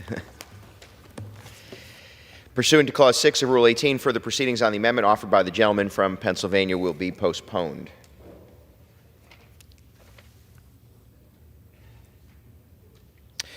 It is now in order to consider amendment number 16, printed in Part D of House Report 118-216. For what purpose does the gentlewoman from Texas seek recognition? Speaker, I have an amendment at the desk, number 16, number 43. The clerk will designate the amendment. Amendment number 16, printed in Part D of House Report number 118-216, offered by Ms. Jackson Lee of Texas. Pursuant to House Resolution 723, the gentlewoman from Texas, Ms. Jackson Lee, and a member opposed, each will control 5 minutes. The chair now recognizes the gentlewoman from Texas. I thank the Speaker. I thank the manager and the chairman and ranking member of this committee. State, foreign operations, and related programs are the face of America. the most powerful nation in the world, the nation that the world looks to for guidance and direction in the interactions of this world. I'm saddened to say that this faith has been altered and threatened desperately by some of the shortchanges in the funding. So the threat to national security by abdicating U.S. leadership and the underfunding of the UN Development Program and the UN, the underfunding of the State Department, and the threatening to women's health equality globally around the world. That's why my amendment is so very important, and I ask my colleagues to support it. I thank the Rules Committee, and I thank this subcommittee. For my amendment is an important and potentially life-saving amendment in an unfortunate and distracting approach to state and foreign relations. My amendment increases funds by $1 million and decreases funding by $1 million for the Global Health Programs account to highlight and support the fight against the practice of female genital mutilation. I've been a dedicated champion of this and introduced legislation in years past supporting the elimination of this very difficult and ludicrous practice of mutilating young women around the world. Female genital mutilation, cutting, FGMC, comprises all procedures that involve partial or total removal of the external female genitalia or other injury to the female genital organs for non-medical reasons. You may be shocked to know that some of this occurs in the United States of America. This practice is rooted in gender inequality, is often linked to other elements of gender-based violence and discrimination, such as child marriage, and recognized internationally as a violation of the human rights of women and girls. That's why it's so important that we fund women's global health. Unfortunately, this means an estimated 200 million girls and women alive today have been victims of FGMC, with girls 14 and younger representing 44 million of those who have been cut. For example, consider that around the world, at least 5 girls are mutilated, cut every hour. More than 3 million girls are estimated to be at risk right now with FGMC annually. The impacts of FGMC on the physical health of women and girls can include bleeding, infection, obstetric fistula, complications during childbirth, and death. I am going to reserve as I ask my colleagues to support the Jackson-Lee Amendment. I reserve. The gentleman reserves. The gentleman, for what purpose does the gentleman seek recognition? Oh, the gentlewoman seek recognition. Claim the time in opposition, though I am not opposed to the amendment. Without objection. While this amendment does not have a budgetary effect, I would like to thank my colleague for raising such an important issue for millions of women around the world. For more than 200 women, female genital mutilation can mean health problems that haunt them for the rest of their lives. The quest for gender equality will not be complete until women no longer are subjected to these practices. And I thank my colleague for raising this important issue, and I reserve the balance of my time. The gentlewoman reserves. Does the gentlewoman seek recognition? Gentlewoman is recognized. I do. Let me first of all thank the ranking member, Congresswoman Barbara Lee, for her consistent, steady, and unrelenting commitment to world affairs and as well to the peace and harmony of women around the world and humanitarian practices. That is why this amendment and this emphasis on FGMC is so important, because other significant barriers to combating the practice of FGMC include the high concentration in Pacific regions associated with several cultural traditions that is not tied to any one religion. So it spreads all over. I want to emphasize to this body, girls as young as 14 that can make no determination but are put upon by this process. According to UNICEF, FGMC is reported to occur in all parts of the world, but is most prevalent in parts of Africa, the Middle East, and Asia. Due to the commonality of this practice, many migrants to the U.S. bring the practices of FGMC with them, increasing the importance of combating FGMC abroad. As I said, it happens in the United States.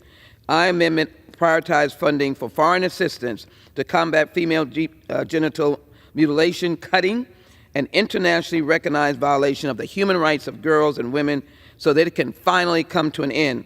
With the negatives of this defense appropriation, let's do something positive.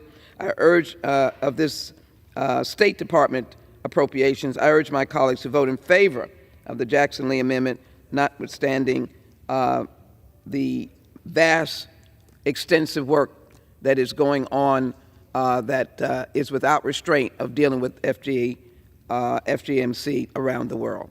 I ask my colleagues to support the Jackson Lee Amendment. I reserve. The gentlewoman reserves. The gentlewoman from California is recognized. Thank you, Mr. Chairman. I yield 2 minutes to the gentleman from Florida, Mr. Diaz-Bayart. The gentleman from Florida is recognized. Thank you, Mr. Chairman. I strongly support this amendment. Look, this is a horrifying practice of literally just mutilating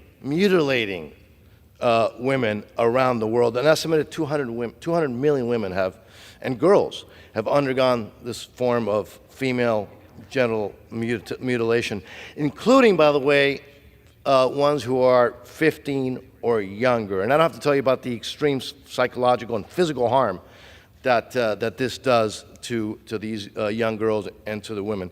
So I want to thank my colleague, Representative Jackson Lee, for condemning this practice wherever it is occurring. Anywhere in the world, we should object to minors, young girls, young women having genital mutilation performed for whatever reason. So I would urge my colleagues to strongly support this amendment. I yield back. This is recognized for 15 seconds. Let me indicate my appreciation to the chairman and to the ranking member for support of this amendment. I ask my colleagues to support the Jackson Lee Amendment. Let's end FGMC against women and girls around the world forever. I yield back. The gentlewoman yields. The gentlewoman from California is recognized. Thank you, Mr. Chairman. I yield 2 minutes to the gentlewoman from Oregon, Ms. Salinas.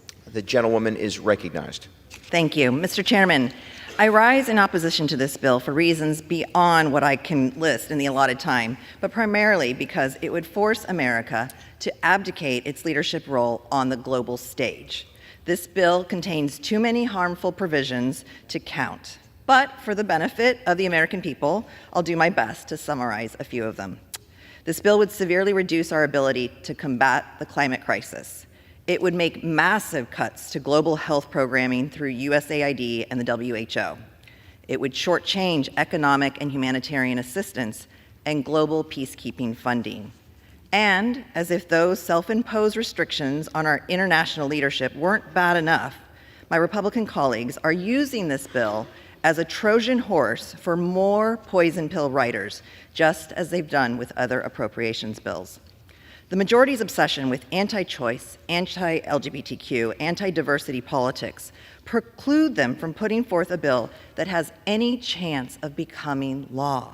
Specifically, their bill would reinstate the global gag rule and prohibit contributions to the UNPFA, restricting women and girls around the world from receiving the reproductive and maternal health care they need. They're not just content to undermine reproductive freedom at home. No, they need to take their draconian quest abroad, to the tremendous shame of the majority of Americans who value reproductive freedom. For this reason, at the appropriate time, I will offer a motion to recommit this bill back to committee. If the House rules permitted, I would have offered the motion with an important amendment to this bill. My amendment would strike the global gag rule and allow contributions to UNPFA. I strongly support reproductive rights and believe we should be a global leader guaranteeing it to all women and girls, regardless of where they may have been born. At the end of the debate, I will insert into the record the text of this amendment. I hope my colleagues will join me in voting for the motion to recommit. The gentlewoman's time has expired. The gentlewoman from California is recognized. Mr. Chairman, I yield back. The gentlewoman yields. The question is on the amendment offered by the gentlewoman from Texas. Those in favor say aye. Aye. Those opposed say no. In the opinion of the chair, the ayes have it. The amendment is agreed to.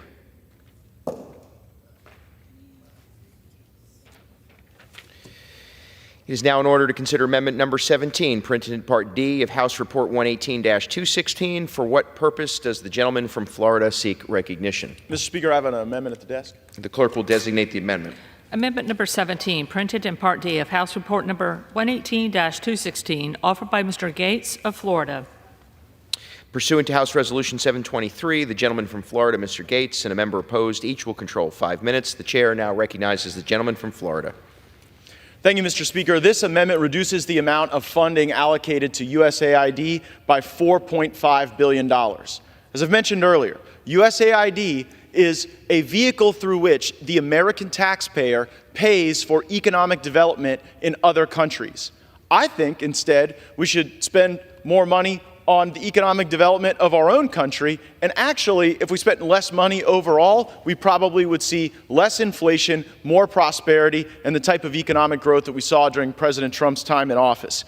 USAID may have started with laudable goals, but today they're promoting abortion globally with American tax dollars. They are pushing President Biden's national gender strategy. I never thought we needed a national gender strategy, but if we need a national gender strategy, can we at least not spend so much money promoting it abroad? Silly. The DEI programs that are embedded in the 1619 Project have been embraced by United Nations Ambassador Linda Thomas-Greenfield, and we see that continue to manifest through USAID. American taxpayers should focus their resources and their efforts on the American people and the American economy. This is a thoughtful reduction. It should be easily agreed to, and I reserve the balance of my time. The gentleman reserves. The gentlewoman from I'm sorry, for what purpose does the gentlewoman seek recognition? I rise in strong opposition to this amendment. The gentlewoman is recognized. Once again, I have no idea what my colleagues are trying to achieve. All this amendment would do is double down on the harm Russia's aggression has already wreaked on the poorest countries of the world through higher food, fertilizer, and fuel costs. This amendment would cut $750 million each from global health programs and the international disaster assistance accounts. These cuts would impose tremendous harm and suffering to the most vulnerable, including 4 million children with malaria will go untreated, 350,000 deaths attributable to tuberculosis, 13 million fewer children vaccinated, resulting in a possible 115,000 additional deaths, and a reduction of over 45% of humanitarian assistance to Sudan compared to FY 2023 levels. This doesn't sound much like pro-life to me, Mr. Chairman. It would also eliminate entire development assistance accounts, affecting agriculture and food security programs, education, and clean water for millions of the most vulnerable people in the world. Development assistance is also used for counter-PRC influence programs, which represents one of our more effective tools to counter and compete with the PRC globally. It's really ridiculous, it's cruel, and it is not pro-life. These are not funds that would target to Ukraine in any significant way. It has no impact on the Ukraine debate and would inflict harm on millions of people. So I'd be happy to discuss with colleagues about how we support Ukraine's pursuit of freedom, but this amendment would only alienate the rest of the world and forsake many of our allies' reliant assistance on the United States. I urge my colleagues to oppose this amendment, and I reserve the balance of my time. The gentlewoman reserves. The gentleman is recognized. My amendment makes a $4.5 billion cut. $3.5 billion of that stops us from retiring global debt for Ukraine. Now, I don't think it's an unrealistic position to say that the United States of America should not deficit spend to retire the debt of other countries. Think about that. We are borrowing money from China to go settle the debts of Ukraine that they accrued far before this war with Russia. My colleague says that this exists to counter the PRC. We are never going to outbribe the PRC on the global scene. We are going to need another strategy. And if you listen to the debate of those opposing my amendment, hear the substance. Oh my goodness, people around the world are having problems buying food in buying fuel. And if the U.S. taxpayer will just sacrifice a little more, it might be easier to buy food and fuel in other countries. I have a message for my Democratic colleagues. People are having a hard time buying food and fuel in this country as a consequence of the very inflationary spending that I am trying to reduce with this amendment. We should retire our debt before we retire Ukraine's debt. That is such an obvious statement. I am shocked I have to say it on the floor of the U.S. House of Representatives, where I'm just glad we're still hanging our flag. I reserve. The gentleman reserves. The gentlewoman is recognized. Thank you. Mr. Chairman, let me just suggest this. It really is an unrealistic position for the United States to allow 4 million children with malaria to go untreated, to allow 350,000 deaths attributable to tuberculosis, to allow 13 million fewer children vaccinated, resulting in a possible 115,000 additional deaths, and a reduction of over 45% of humanitarian assistance to Sudan compared to 2023 levels. Very unrealistic, cruel, and unusual. I yield back. The gentlewoman yields back. The gentleman is recognized. Mr. Speaker, it's hard to believe what I am hearing. The gentlelady is saying, but there's malaria and tuberculosis and sickness and ailment all around the world. The gentlelady need look no further than her home state of California, where the human condition continues to decline. She would need to look no further than the major cities throughout our country that are under Democrat control. So maybe before we go solve all the world's problems, maybe before we function as the world's policeman and the world's piggy bank and the world's debt payer, we ought to focus on the issues that we have here in this country, and they are real. And frankly, too often, they metastasize from the gentlelady's home state. I reserve. The gentleman has the only time. I'll yield back. The gentleman yields. The question is on the amendment offered by the gentleman from Florida. Those in favor say aye. Those opposed say no. In the opinion of the chair, the ayes have it. The amendment. I request a recorded vote. Does the gentlewoman seek recognition? Mr. Chairman, I request a recorded vote. Thank you. Pursuant to Clause 6 of Rule 18, for the proceedings on the amendment offered by the gentleman from Florida will be postponed.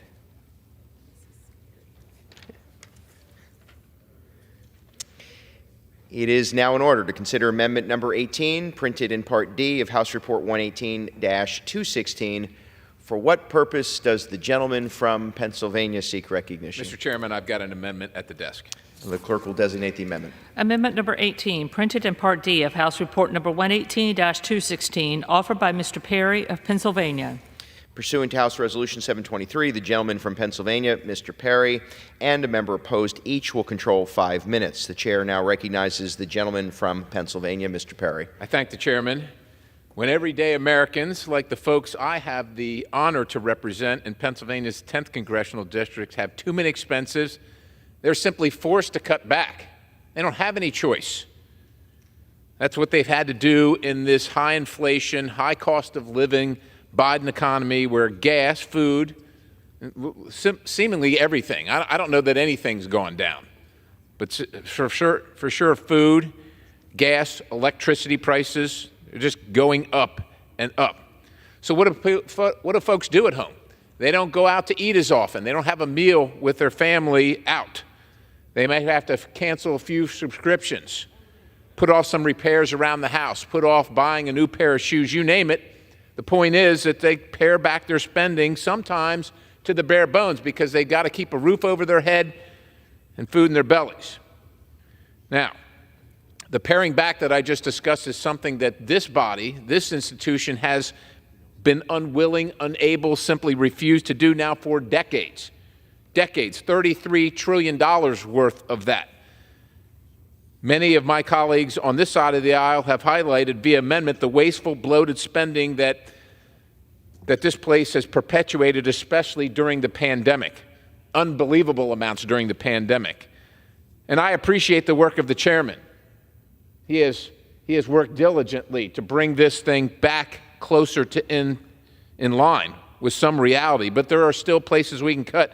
This amendment reduces the amount of international disaster assistance from $3.9 billion to zero. Now, everybody's going to take a gasp. Zero?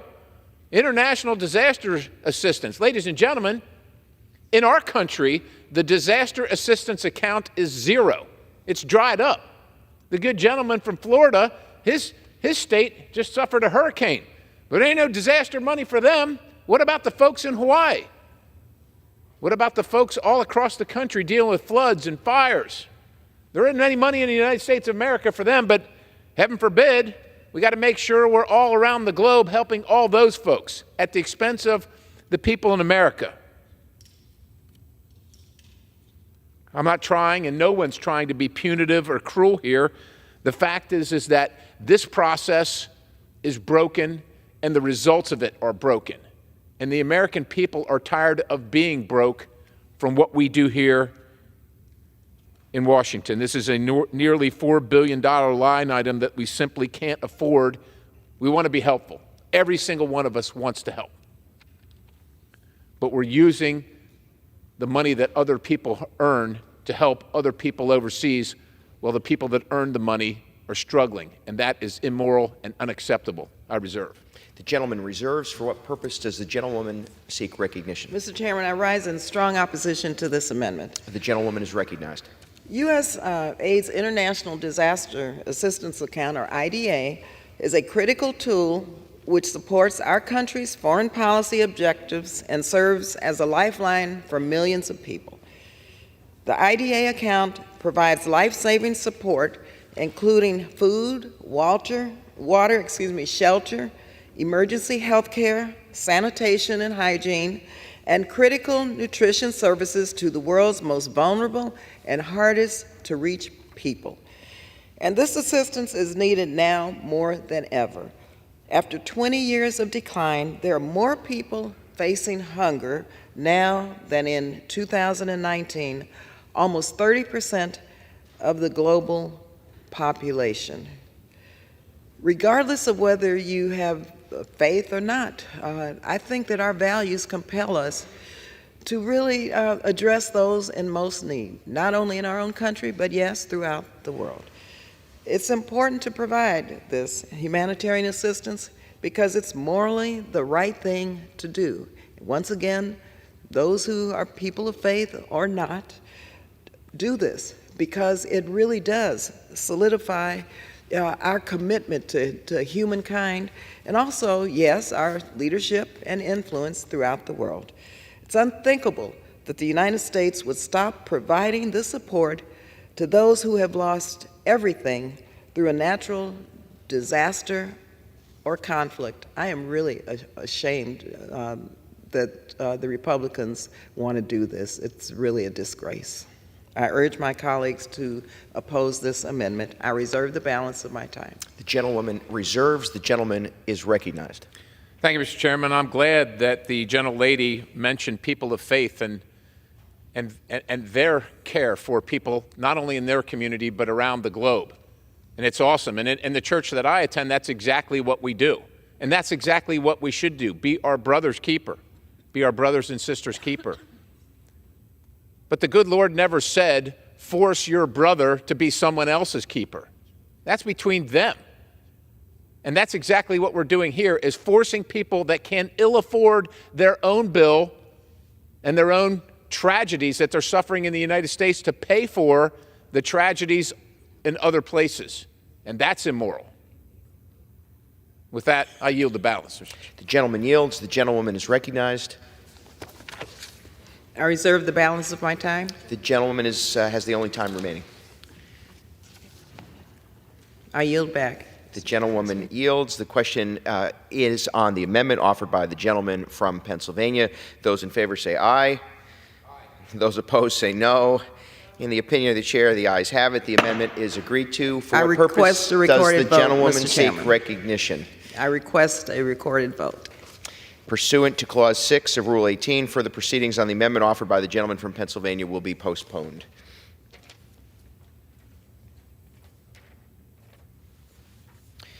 It is now in order to consider Amendment Number 20, printed in Part D of House Report 118-216. For what purpose does the gentleman from Pennsylvania seek recognition? Mr. Chairman, I've got an amendment at the desk. And the clerk will designate the amendment.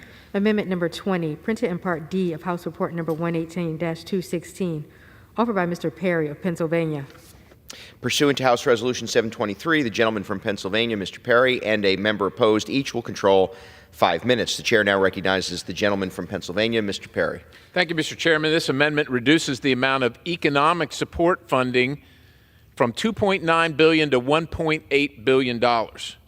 Like a few of my colleagues on this side of the aisle have said this week, this is a necessary haircut to a program that has ballooned massively just since 2 presidents ago. In the 5 years from FY18 to 23, this account went from $1.8 billion to $4.3 billion. People wonder, how do we get $33 trillion in debt? You get it $1 billion at a time, just adding up. Let's look at some of the use of these funds from the report of this bill. Cooperative projects, sustainability challenges relating to raw water resources, agriculture, and energy storage. That's interesting. You know, ever heard of Flint, Michigan? They're concerned about their water resources. Agriculture, our farmers aren't allowed to buy fertilizer or can't afford it in this country based on the policies of the administration. And energy storage, so we're paying for batteries overseas. It's not enough that we force our own constituents to use unreliable power. Now we're going to force the rest of the world to do it and pay for it. How about scientific research collaboration in the Middle East? That's awesome, because other than our one ally there's not much scientific collaboration that I'm interested in participating in, certainly not with Iran. The Middle East Partnership Initiative, which, according to the State Department, supports governments and their citizens to achieve shared political, economic, and stability objectives. How much money are we going to throw in this money pit year after year after year, decade after decade? In the administration's budget request, they'll say they use the funds to foster economic resilience in Greenland. Are they in peril in Greenland? Strengthen transparent governance and promote civil society and independent media in South Asia, and provide rapid, flexible support and assistance to government and civil society in Africa. These are all laudable things. The question is, can you afford them? And we cannot. I remind everybody, we're simply borrowing from China to pay for these things, all of these things. Reasonable people can disagree about whether the American taxpayer dollars need to promote civil society or scientific collaboration abroad. However, the fact remains we must find places to save, and this reverts a highly inflated item, highly inflated. Again, $1.8 billion to $4.3 billion in 5 years. And I would just ask, what is the metric we use to determine whether this is successful or does anything at all to support the American people? With that, I urge support and I reserve the balance. The gentleman reserves. For what purpose does the gentleman seek recognition? I rise in opposition to this amendment. The gentleman is recognized for 5 minutes. Mr. Chairman, this amendment is short-sighted. It would potentially cut programs to strengthen democracy and human rights, protect religious freedom, and support economic reforms, among others.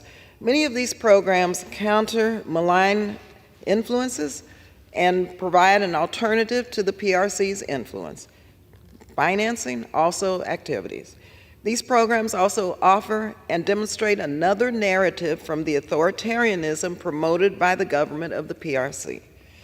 The Economic Support Fund also advances critical security programs, such as countering terrorist radicalization and recruitment and improving governance and accountability. These are bigger challenges than they were just 5 years ago. The fiscal year level that is sought by this amendment, totally unrealistic to accomplish our goals. I urge my colleagues to vote no on this amendment, and I reserve the balance of my time. The gentleman reserves. The gentleman is recognized. Thank you, Mr. Chairman. Again, we all want to do what we can, but we shouldn't be borrowing money from China, our number one adversary. We're borrowing it from them, allegedly to counter them. And oh, by the way, while we're borrowing it from them to counter them, we're allowing them to operate on our financial markets or in our financial markets without the same controls and restrictions that we place on American companies. That's ridiculous. It's so ridiculous that it probably costs us more to counter them. We could do much more by just not allowing that, but instead we're going to allow that and take people's money, taxpayers' money, and spend it to do this. It would cost so much less to do this if we would just do the right thing in the first place. With that, I yield the balance, Mr. Chair. The gentleman yields. The gentlewoman is recognized. Thank you, Mr. Chairman. This budget, first of all, is less than 1/2% of the United States GDP. Let me yield now to the gentlelady from California, Ms. Kim, one and a half minutes. The gentlewoman is recognized for 1.5 minutes. Thank you very much. This amendment would have catastrophic consequences for priorities of our conference, that our conference champions, including an elimination of religious freedom programming, gutting the Counter-China Influence Fund, and hamstringing international cybersecurity capacity building at a time when each of those foreign policy priorities is under great pressure. The funds from the Economic Support Fund are available to protect human rights and freedom of the press, combat human trafficking and corruption, and increase public accountability. This account goes to countries of strategic significance to the United States and often intended to promote the political and economic stability of our U.S. allies. Mr. Speaker, the fiscal year 2024, this bill already marks a $2.4 billion reduction from the President's request and a $1.3 billion reduction from the fiscal year 2023 level. A dramatic shift proposed in this amendment would be an absolute whiplash for our partners and allies overseas and detrimental to many of the GOP and bipartisan priorities funded through this account. Mr. Speaker, I would go on about the priorities that would be lost if this amendment were adopted, like training for Taiwan, Cuba democracy programs, but I will simply say this amendment is a disservice to responsible and effective diplomacy. I encourage my colleagues to oppose this amendment. The gentlewoman's time has expired. The gentlewoman from California is recognized. Mr. Chairman, I yield back. The gentlewoman has the only time left.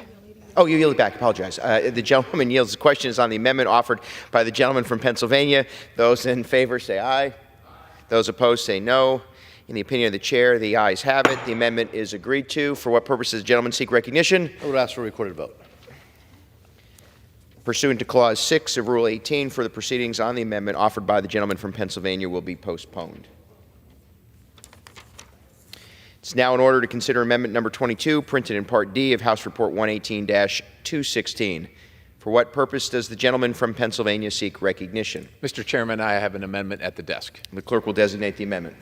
Amendment number 22, printed in Part D of House Report number 118-216, offered by Mr. Perry of Pennsylvania. Pursuant to House Resolution 723, the gentleman from Pennsylvania, Mr. Perry, and a member opposed, each will control 5 minutes. The chair now recognizes the gentleman from Pennsylvania. Thank you, Mr. Chairman. This amendment cuts migration and refugee assistance funding from $2.5 billion to $0. This money, the $2.5 billion, goes towards refugee programs around the world, including for shelter, health care, and sanitation. Again, we all want to do what we can. We all want to help. Nobody's trying to be cruel or punitive here. We don't have enough money to deal with the refugee crisis in our own country, which is self-imposed. Our constituents here at home can't afford their own shelter, can't afford their own health care, their own food because of the policies of the administration, yet we're forcing them to pay for it around the globe, oftentimes with companies that have encouraged and inspired people to migrate to their countries and become refugees in their countries, and yet we're paying for that. Furthermore, during the debate on Homeland Security funding bill this week, many of my colleagues on this side of the aisle rightfully pointed out the disaster occurring at our southern border, to the tune of thousands of people every single day coming in. And oh, by the way, what other countries around the world are helping with our refugee crisis, with our refugee and migration assistance? So our taxpayers are paying for the one that we're encouraging and allowing in our country, and they're being forced under penalty of law in their taxes to pay for the ones in other countries too. All of our districts have been affected by the influx of drugs, including fentanyl. In my district, just in the last week, 6 people died from fentanyl that came across the southern border into my town, thousands of miles away from the border. One of the refrains of the Biden administration and Border Czar Harris seem to think that the only way to solve this is to address the root causes instead of simply enforcing our own border. Mr. Speaker, we're not going to solve any of this under the current policies that we're seeing, and we're certainly not going to solve it around the globe by forcing our taxpayers to pay for it, encouraging more of it all around the globe. And I reserve. The gentleman reserves. For what purpose does the gentlewoman seek recognition? Mr. Chairman, I rise in strong opposition to this amendment. The gentlewoman is recognized for 5 minutes. Mr. Chairman, the Migration and Refugee Assistance Account supports protection and assistance to ease the suffering of those that had to leave everything behind and become a refugee. The funding also contributes to broader USG and international efforts to resolve conflicts that cause displacement. This humanitarian aid saves lives and upholds the dignity of tens of millions of forcibly displaced and crisis-affected people, including refugees, victims of conflict, stateless persons, and vulnerable migrants. There are more than 108 million forcibly displaced people globally at the end of 2022. This is the largest ever annual increase and represents the largest number of forcibly displaced in history. Without assistance, nations will not accept growing refugee populations in their countries, potentially destabilizing regions and threatening global peace and security and stability. We should be doing more, not less, to support these individuals. I urge my colleagues to oppose this amendment. I reserve the balance of my time. The gentlewoman reserves. The gentleman is recognized. I thank the chair. Like I said, every single one of us wants to help. Every single one of our hearts breaks for people that are forcibly displaced. But I would say this as well. I question the numbers, forcibly displaced. There are people in this country saying that all the people coming illegally to this country are being forcibly displaced when that's obviously not true. And oh, by the way, maybe we'd be more amenable to taking the taxpayers' hard-earned money and spending it overseas on these migrations if we would solve our problem here in the United States of America. But how can we force them to do, how can we force them, how can we ask them to spend their hard-earned tax dollars overseas when we refuse to solve the problem right here at home and force them to pay for that as well? It is insult upon injury. Mr. Chairman, I reserve. Gentleman reserves. The gentlewoman is recognized. Mr. Chairman, I yield back. The gentlewoman yields. The gentleman is recognized. Chairman, I yield. The gentleman yields. The question is on the amendment offered by the gentleman from Pennsylvania. Those in favor say aye. Those opposed say no. In the opinion of the chair, the ayes have it. The amendment is agreed to. For what purpose does the gentleman seek recognition? I ask for a recorded vote. Pursuant to Clause 6 of Rule 18, further proceedings on the amendment offered by the gentleman from Pennsylvania will be postponed.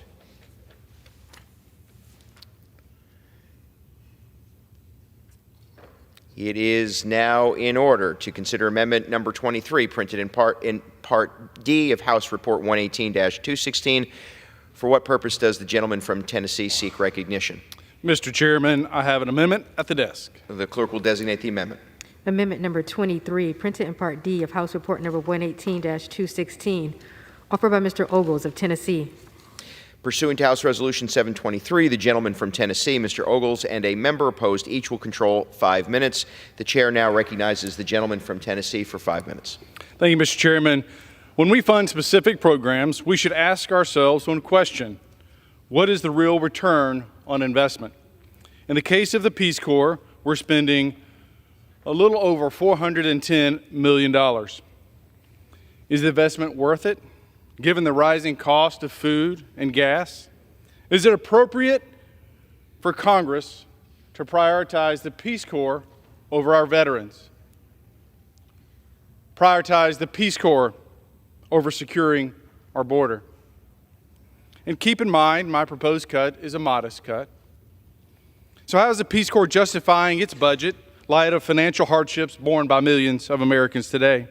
In separate testimonies before the House Committee on Foreign Affairs, Carol Svan, the Peace Corps director, pointed out the agency's work on the following: helping illegals at the southern border, promoting DEI amongst its volunteers, promoting COVID-19 vaccinations in low-income areas, climate change adaptation, just to name a few. In the latter case, the Peace Corps is working to promote climate-smart approaches in agriculture and to focus on gender equity issues. It's clear the Peace Corps has become more of an activist organization than an organization determined to help people. Mr. Chairman, I reserve. The gentleman reserves. For what purpose does the gentlewoman seek recognition? I rise in opposition to this amendment. The gentlewoman is recognized for 5 minutes.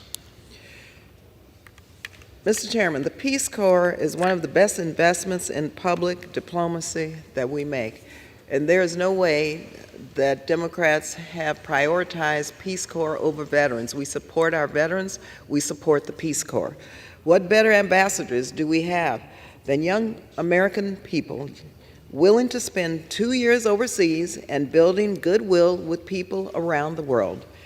Now, I know many of us have met these young people when traveling overseas or have discussed with our own constituents after they have participated in this life-changing experience. The Peace Corps count in this bill is already 20 million below its current level, endangering the return of volunteers in the field after COVID and the reopening of new sites, particularly in the Pacific Islands, where strong American diplomacy is sorely needed. Cuts are already threatening the ability to support the 5,000 volunteers across 51 countries that Peace Corps has responsibility for. Once again, Democrats support the Peace Corps. Democrats support and thank our veterans for their service. I reserve the balance of my time. The gentlewoman reserves. The gentleman is recognized. Mr. Chairman, best investments? This is the best we can do? How about we invest in our veterans? How about we invest in our border? How about we take care of America? And look, I want to help those around the world, but not at the expense of Americans. And it should be noted that the Peace Corps has a long and sordid history of covering up sexual abuse of its participants. Think about that.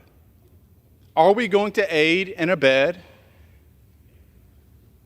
an agency, an organization that has this sordid past while our veterans suffer, while our border is open, while we have migrants being abused on the border? I should think not. This is a modest cut.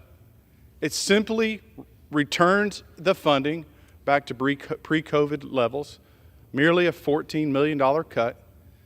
We can do this. And at a time when Americans are suffering, at a time when interest rates are high, gas has gone up, food is more expensive, surely we put Americans, hardworking Americans first. Mr. Chairman, I reserve. The gentleman reserves. The gentlewoman is recognized. Yes, Mr. Chairman, I'm not so sure that our veterans would appreciate being used as a pawn in this game to try to defund and cut funding for young people. I've talked to many veterans who appreciate the Peace Corps and appreciate the work that they're doing to help ensure that Americans have the best ambassadors in the world. Our veterans would not want to hear this pawn game being played against them in support and in opposition to the Peace Corps. I yield back. The gentlewoman yields. The gentleman is recognized.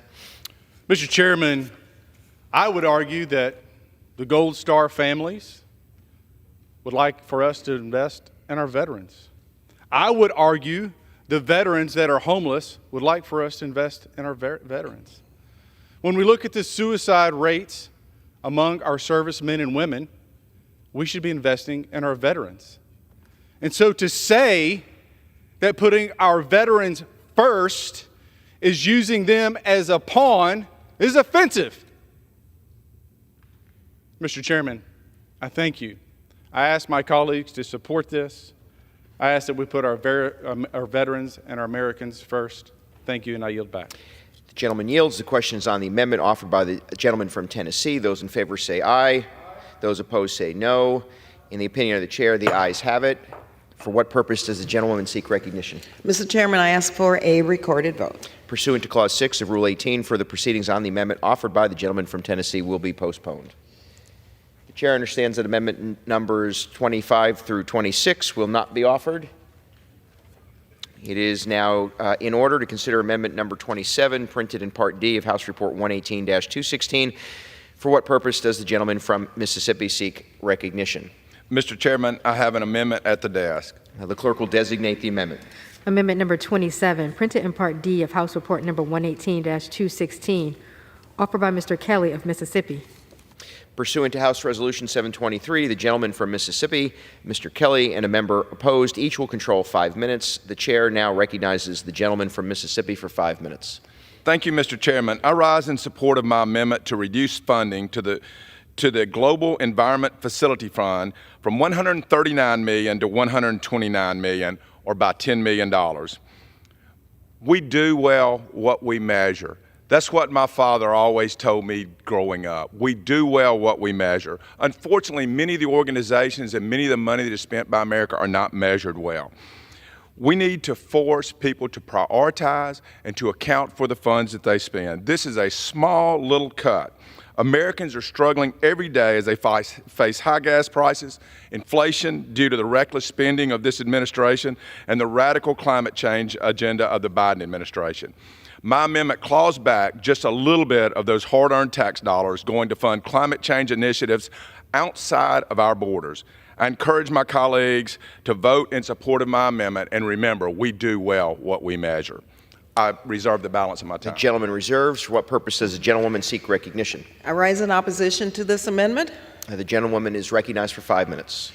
Mr. Chairman, this amendment would reduce the contribution of the United States to the Global Environmental Facility by $10 million. The Global Environmental Facility is a multilateral trust fund that provides grant-based funding to developing countries to address the real global environmental challenges. Last month was the hottest August according to the National Oceanic and Atmospheric Administration's 174-year record. In that 1 month, Hawaii had a devastating wildfire. The Southeast suffered from the Category 3 hurricane in Idalia, and Southern California had its first ever tropical storm watch, with many areas receiving more rain in 48 hours than they typically get all year. These disasters come with huge costs in the communities they directly affect and impact our entire planet. The Global Environmental Facility Fund benefits the United States economy and environment by addressing problems that affect our domestic health, safety, and prosperity, such as by protecting tropical forests, reducing global levels of transboundary pollutants, and combating illegal wildlife trafficking, which I know is of concern on both sides of the aisle. I urge my colleagues to oppose this amendment, and I reserve the balance of my time. The gentlewoman reserves. The gentleman is recognized. Mr. Chairman, I would just point out that we spend a lot of money overseas to preserve our environment, and none of it is measured. There are no metrics of success. We spend billions and billions of dollars outside of the United States for climate preservation, which countries like China just refuse to acknowledge, or other areas in South America that do not do those. And I just ask to support my amendment. With that, I reserve the balance of my time. The gentleman reserves. The gentlewoman is recognized. I yield back. The gentlewoman yields. The gentleman is recognized. I just ask people to remember, we're asking for a small cut. We do well what we measure and what we account for. And with that, I yield back and ask for a yes vote. The gentleman yields. The question is on the amendment offered by the gentleman from Mississippi. Those in favor say aye. Those opposed say no. In the opinion of the chair, the ayes have it. The amendment is agreed to. For what purpose does the gentleman seek recognition? Thank you, Mr. Chairman. I would respectfully ask for a recorded vote. Pursuant to Clause 6 of Rule 18, further proceedings on the amendment offered by the gentleman from Mississippi will be postponed. Chair understands that amendments numbers 28 through 31 will not be offered. It is now in order to consider amendment number 36 in Part D of House Report 118-216. For what purpose does the gentlewoman from the Virgin Islands seek recognition? Mr. Chair, I have an amendment at the desk. The clerk will designate the amendment. Amendment number 36, printed in Part D of House Report number 118-216, offered by Ms. Plaskett of the Virgin Islands. Pursuant to House Resolution 723, the gentlewoman from the Virgin Islands, Ms. Plaskett, and a member opposed each will control 5 minutes. The chair recognizes the gentlewoman from the Virgin Islands. Thank you, Mr. Chair. I rise in support of my amendment. This amendment would strike Section 7070D from the bill, removing language banning the State Department and other agencies from identifying, classifying, or facilitating the classification of any communication by a United States person as misinformation, disinformation, or malinformation, and banning the federal government from partnering with nonpartisan, nonprofit, outside experts to identify these threats. You know, on January 7th, 2021, a day after the January 6th insurrection, the National Intelligence Council, Central Intelligence Agency, Department of Homeland Security, FBI, NSA, and the State Department disseminated a then classified report entitled Foreign Threats to the 2020 U.S. Federal Elections. That report was declassified 2 months later. In it, the best minds of our intelligence community wrote, Russian President Putin authorized and a range of Russian government organizations conducted influence operations aimed at denigrating President Biden's candidacy and the Democratic Party, supporting former President Trump, and undermining public confidence in the electoral process and exacerbating socio-political divisions in the U.S. It went on to say that, unlike in 2016, a key element of Moscow's strategy this election cycle of 2020 was its use of proxies linked to Russian intelligence to push influence narratives, including misleading or unsubstantiating allegations. Listen, everyone, in the wake of the chaos and destruction caused by the former president and his followers on January 6th, I fear these facts are being forgotten. Why are we here today with multiple appropriation bills that prevent the federal government of the United States from even acknowledging misinformation, disinformation, malinformation, and getting that information to the American public, no matter who it is spouted by, whether it is domestic or foreign threats? It seems to be that my colleagues across the aisle want to use First Amendment rights as a blanket for those kinds of words and uses that are going to destroy the American people. We're not saying that people cannot say these things. What the federal government needs to be able to do is inform the American people where that information comes from, if it is in fact not facts, if it is conspiracy theories. I fear that this is being allowed because some are empowered corners of our Republican caucus know another presidential election is coming, and they've been given a cookbook on how to keep chaos in our society. We know that number one, page 1 of that cookbook, that first recipe is Russian propaganda and its penetration of the American people. So we're clear, it's not only the Kremlin that wants in on this dis, and malinformation game, this meal that they're trying to cook for the American people. Iran and China want to get into the kitchen too. We know foreign influence efforts are already active, and we know many more are coming. Let's make sure that our federal government has the expertise, the research to be able to stop it. I yield. At this time, I reserve my time. I urge my colleagues to approve my amendment, and I reserve the balance of my time. The gentlewoman reserves. The gentleman from Texas. Oh, for what purpose does the gentleman from Texas seek recognition? Mr. Chair, I claim time in opposition. The gentleman is recognized. You know, when George Orwell wrote the book 1984, most people took it as a cautionary tale. Some of our friends on the left took it as an instruction manual. And literally, we've seen this administration try to stand up a ministry of truth. We've seen accurate information about where a lab leak might have come from, labeled as disinformation. We've seen medical experts with life-saving information be labeled as spreaders of misinformation, having their careers ruined. and tragically costing the lives of thousands, if not millions of people. Let's talk about Russian information for a moment. The Hunter laptop was labeled as Russian information. We had a dossier that was paid for by the DNC labeled as Russian information. And so all this has been on the backs of the taxpayer. The U.S. taxpayer having to fund not only the demise of their own country, but having their First Amendment rights squelched by the government that's meant to serve them. And so that's not enough, apparently, for our friends on the left. They want to export that on the backs of the U.S. taxpayer to the people around the world. And so this is how this works. Right now, the State Department is funding a misinformation tracking group called the Global Disinformation Index.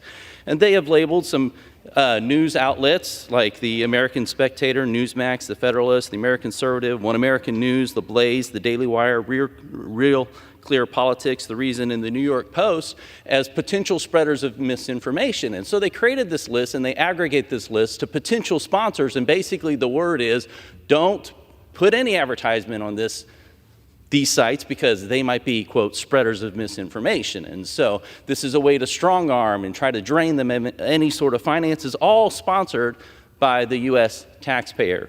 This is unconscionable. And of course, the understanding shtick is kind of like, if you're a business who maybe sponsors one of these things, we might lean heavily on you when it comes to government grants or, when it comes to enforcing regulatory burdens and all these kind of things. This is not how things are supposed to work in a free society, in a government of the people, by the people, for the people. We need to stop this nonsense, and we certainly shouldn't be exporting it across the world on the backs of the U.S. taxpayer.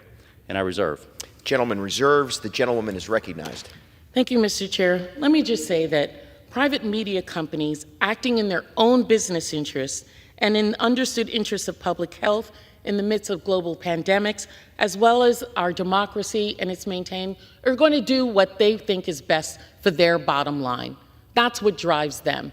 And as for Orwellian cries by my colleagues on the right, that's absolutely ludicrous that you would be concerned with that. You're only concerned with free speech now because it's impeding conspiracy theories that you want to put forward. The free speech is not an absolute protection. That's one of the first things you learn in law school, in constitutional law. It is not an absolute. It is not an absolute when it's going against the American people and our democracy, when it is malicious speech. Additionally, we are not saying that people cannot say these words. We're saying that where the information comes from and how it is used, our federal government should be allowed to be able to track that, be able to use experts for it. The gentleman is recognized. I'd remind my colleague to direct her comments to the chair, and also remind her that our Constitution understands that those rights are a gift from God, not a grant from government. And I yield 2 minutes to my friend, the colleague from Georgia, Mr. Clyde. The gentleman is recognized. The chair acknowledges that members should direct their remarks to the chair. Not my colleague. Thank you. To my friend from Texas, I rise in strong opposition to Amendment 36 offered by my colleague on the left. Protecting free speech is a vital duty and founding principle enshrined in our Constitution. Our founders embedded this protection in the First Amendment, the very bedrock of our republic. Yet today, forces inside our government seek to trample this freedom through censorship and intimidation. The so-called Disinformation Governance Board was a dystopian scheme allowing unelected bureaucrats to silence dissent. Though now dismantled, its specter remains. Recently, shocking evidence emerged of federal agencies, specifically CISA, pressuring social media platforms to suppress lawful speech. Make no mistake, any attempt by the government to dictate approved narratives, stifle open debate, or chill free speech is unconstitutional. The founders rebelled against such tyranny and wrote those protections into law. But once again, Americans face efforts to control thought and decree acceptable speech. Amendment 36 would remove vital protections against these abuses of power. It would open the door to continued coercion with big tech, the harvesting of private data without warrants, and other violations of the First and Fourth Amendments. I call on each member here to search your conscience. Will you defend the Bill of Rights or bow to illiberal forces attacking our liberties? The choice is clear. Stand alongside the framers of our Constitution in upholding freedom. Oppose this amendment and affirm that government has no place policing protected speech or compromising privacy rights without due process.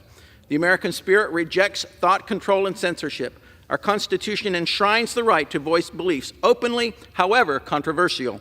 Uphold this heritage. Vote down Amendment 36 and any attempt to enable silencing of dissent. The integrity of our republic hangs in the balance. Will you defend it or will you attack it?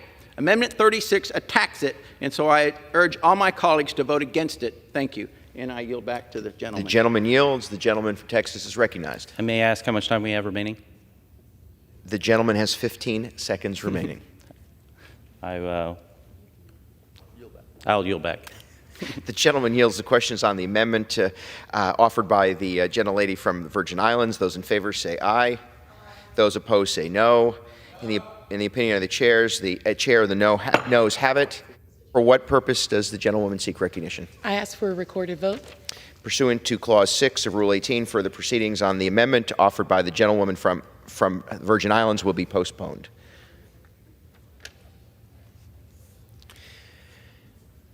It is now in order to consider amendment number 38, printed in Part D of House Report 118-216.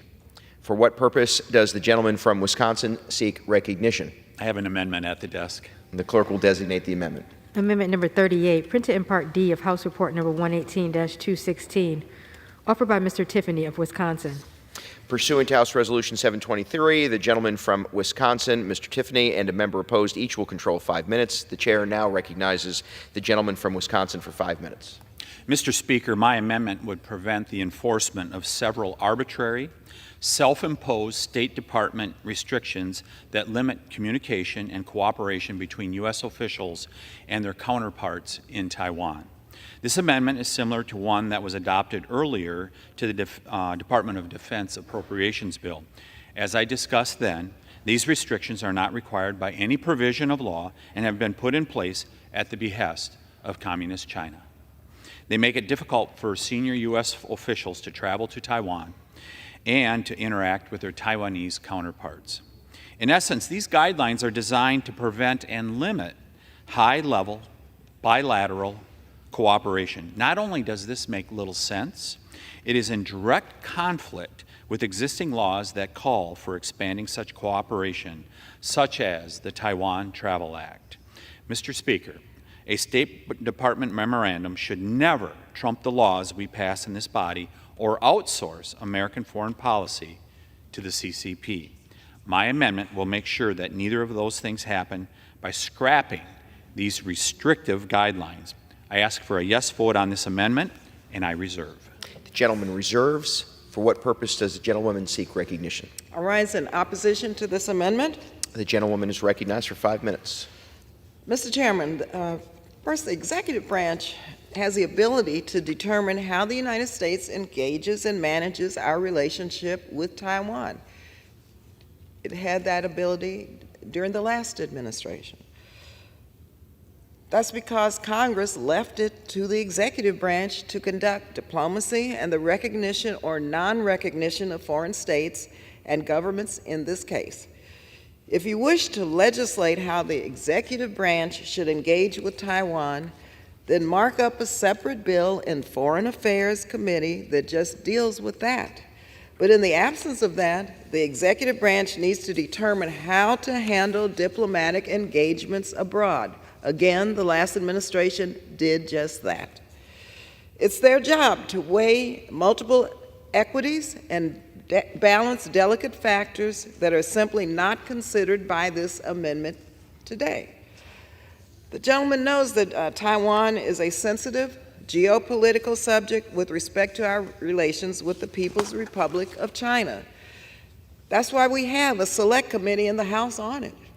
And I think this is something that they could examine. But there is too much at stake to have this amendment decide what the guidelines for engagement will be. I urge my colleagues to oppose this amendment. I reserve the balance of my time. Reserves. The gentleman is recognized. Mr. Speaker, why do we allow the State Department, through a bureaucratic memo, to impose these unnecessary and counterproductive limits on communication and cooperation with Taiwan? We don't have rules like this in place for the totalitarian rulers of Cuba or Russia, both of whom operate embassies just a few miles away from where we are standing right now. We don't have rules like this for our interaction with Iran. John Kerry has met on several occasions with high-ranking Iranian officials, and the White House just paid a $6 billion hostage ransom to the Ayatollah. We don't have rules like this for U.S. interaction with Communist China. Biden administration officials continue to sit down at the table with the same CCP officials who our own Secretary of State has accused of committing genocide. Yet we continue to enforce these degrading conditions on Taiwan, a longtime friend and fellow democracy. Mr. Chairman, as the old Sesame Street song goes, one of these things is not like the other. It is time to stop treating our friends like enemies and our enemies like friends. I reserve. The gentleman reserves. The gentlewoman is recognized. I yield back. The gentlewoman yields. The gentleman is recognized. Yeah, I'll just close out by, here's part of the memo that, and I read this last night from the State Department. You should not refer to Taiwan as a country or to the authorities of Taiwan as a government. Instead, refer to Taiwan authorities or Taiwan counterparts. That's the kind of thing that's happening in our State Department, and it projects weakness to countries across the world, in particular our adversaries. When we need a foreign policy that is strong, we are not receiving it now. That is why this amendment should be passed. I yield back, Mr. Speaker. The gentleman yields. The question is on the amendment offered by the gentleman from Wisconsin. Those in favor say aye. Those opposed say no. In the opinion of the chair, the ayes have it. The amendment is agreed to. It is now in order to consider amendment number 39, printed in Part D of House Report 118-216. For what purpose does the gentleman from Tennessee seek recognition? Mr. Chairman, I have an amendment at the desk. The clerk will designate the amendment.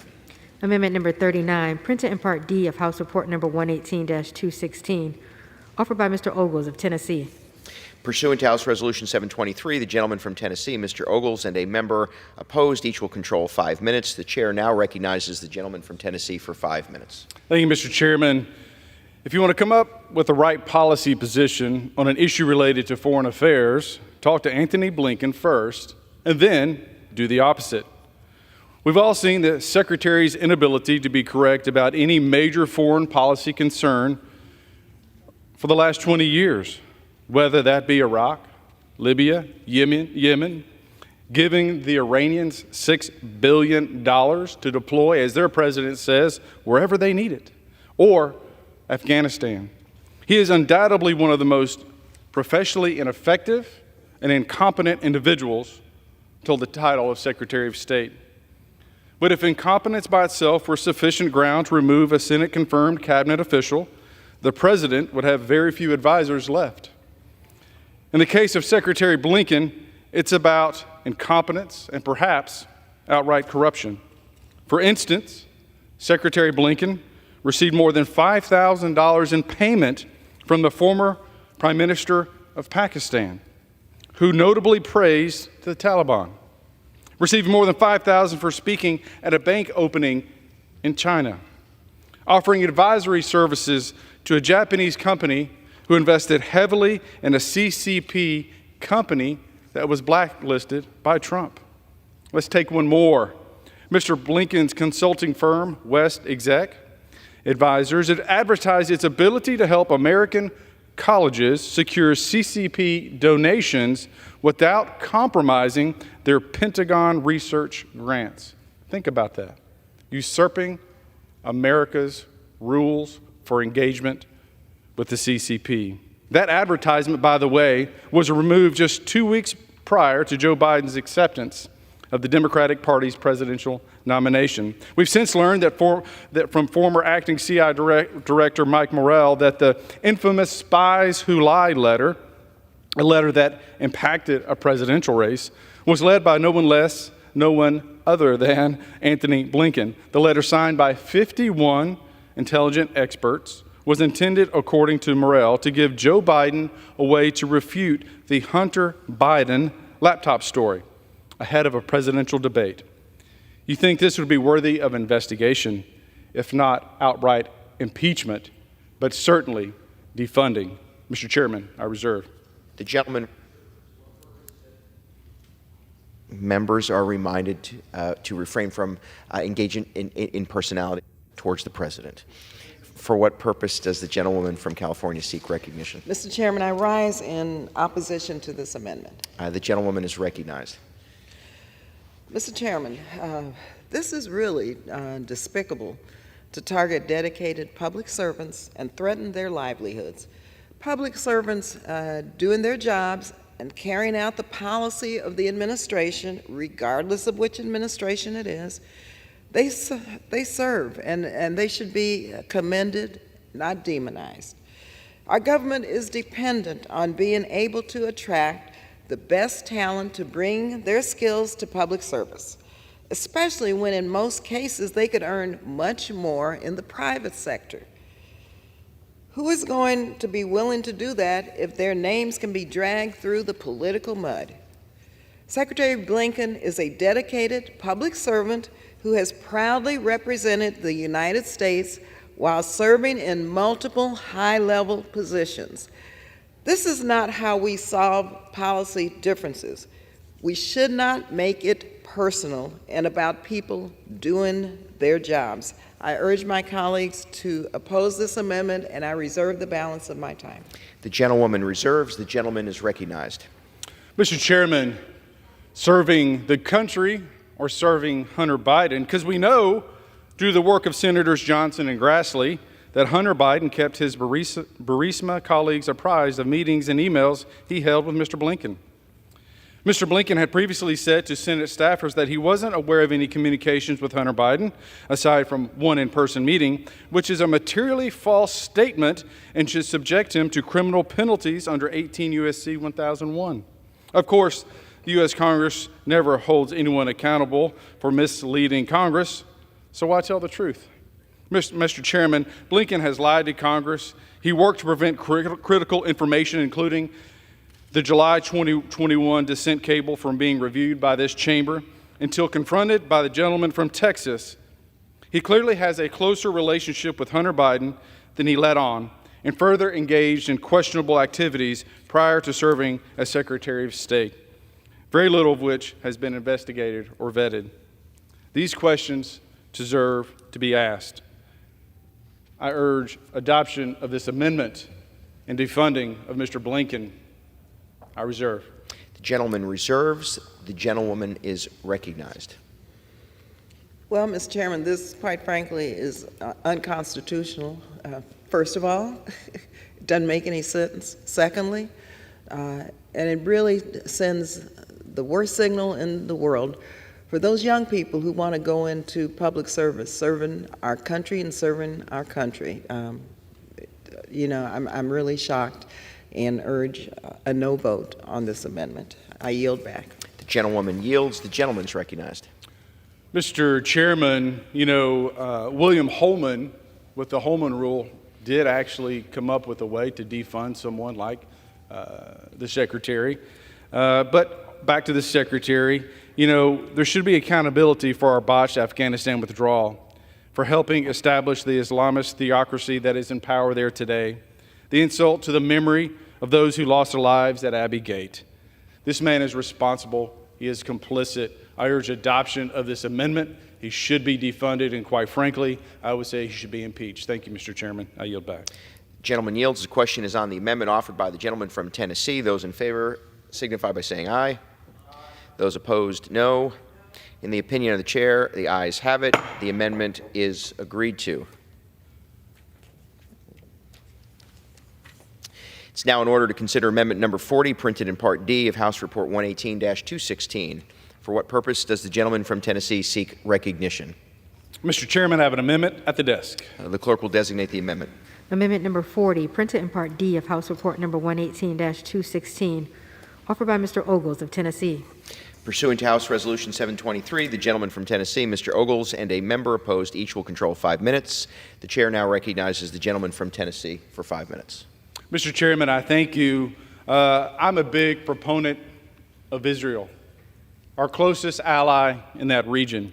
And yet this administration has stopped at nothing to marginalize that relationship with the state of Israel. When President Trump shuttered the U.S. consulate in Jerusalem, It was a shot heard around the world. President Trump's action clarified our diplomatic mission to Israel. The U.S. consulate was inappropriately treated as something close to a de facto embassy to a non-existent Palestinian state. By getting rid of the consulate, President Trump made it clear that our only diplomatic outreach to that area is and should be the state of Israel. In place of that consulate, the Trump administration established the PAU and housed its operations within the U.S. Embassy. The PAU reported directly to the U.S. ambassador to Israel and could not act independently of that ambassador. These actions created transparency in our foreign policy where there was previously confusion. You think that that would be appreciated by both sides here. Unfortunately, you'd be wrong. Since taking office, the Biden administration has worked to roll back progress initiated under President Trump by announcing the administration's intent to reopen the Consulate General. Joe Biden has since closed the PAU in favor of the so-called Office of Palestinian Affairs, and an intended halfway step towards reestablishing their consulate. If you need further proof of the administration's intent to take note that the Office of Palestinian Affairs, the OPA, doesn't report to our ambassador in Jerusalem. It instead receives its instruction from the Bureau of Near Eastern Affairs at the Department of State here in Washington. Our commitment should be to Israel and Israel alone, not to the PLO. Mr. Chairman, I reserve. Gentleman reserves. For what purpose does the gentlewoman from California seek recognition? Mr. Chairman, I rise in opposition to this amendment. Gentlewoman is recognized. Mr. Chairman, this amendment is a clear attempt to return to the punitive and short-sighted policies of the previous administration with regard to the Palestinians. Let's get one thing straight. American diplomacy and engagement are not rewards to our friends and things to hold over the heads of those we're trying to pressure to bring about change. Diplomacy and engagement serve our own interests.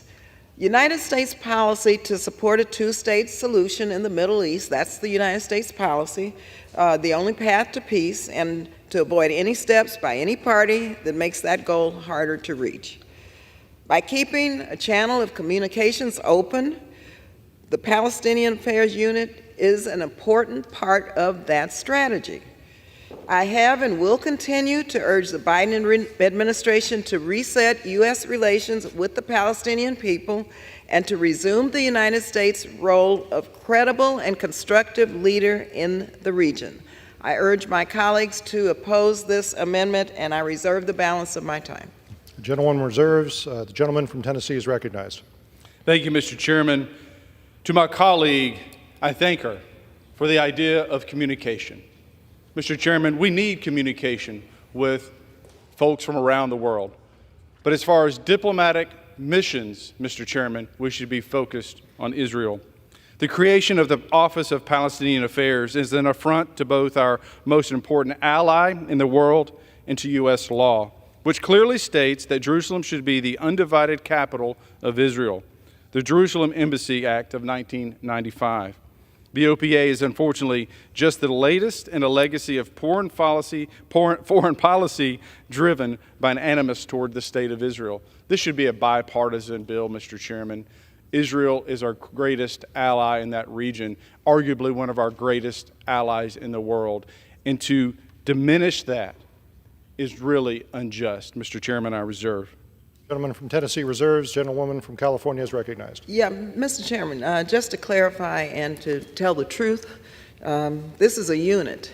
It's not a mission. It's a unit, mind you, within the embassy. I yield back. The gentlewoman yields back. Gentleman from Tennessee is recognized. Mr. Chairman, you know, it's often the case in foreign relations that symbolism is policy. And what the Office of Palestinian Affairs symbolizes is a destructive policy that will only serve to embolden the enemies of Washington and Jerusalem. Our friends in Israel are under attack daily, from bombs lofted in the air to attacks on the streets.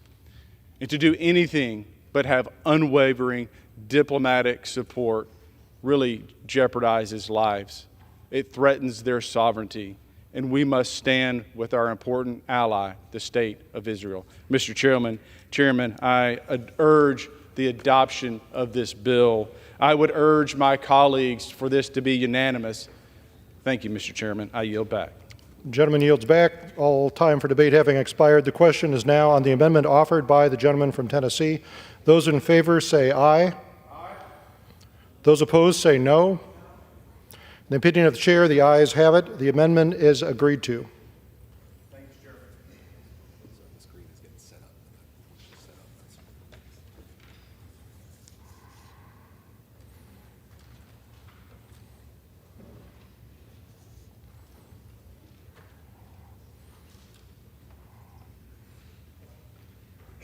It is now in order to consider amendment number 41, printed in Part D of House Report 118-216. For what purpose does the gentlewoman from Georgia seek recognition? Mr. Chair, I have an amendment at the desk. The clerk will designate the amendment. Amendment number 41, printed in Part D of House Report number 118-216, offered by Ms. Green of Georgia.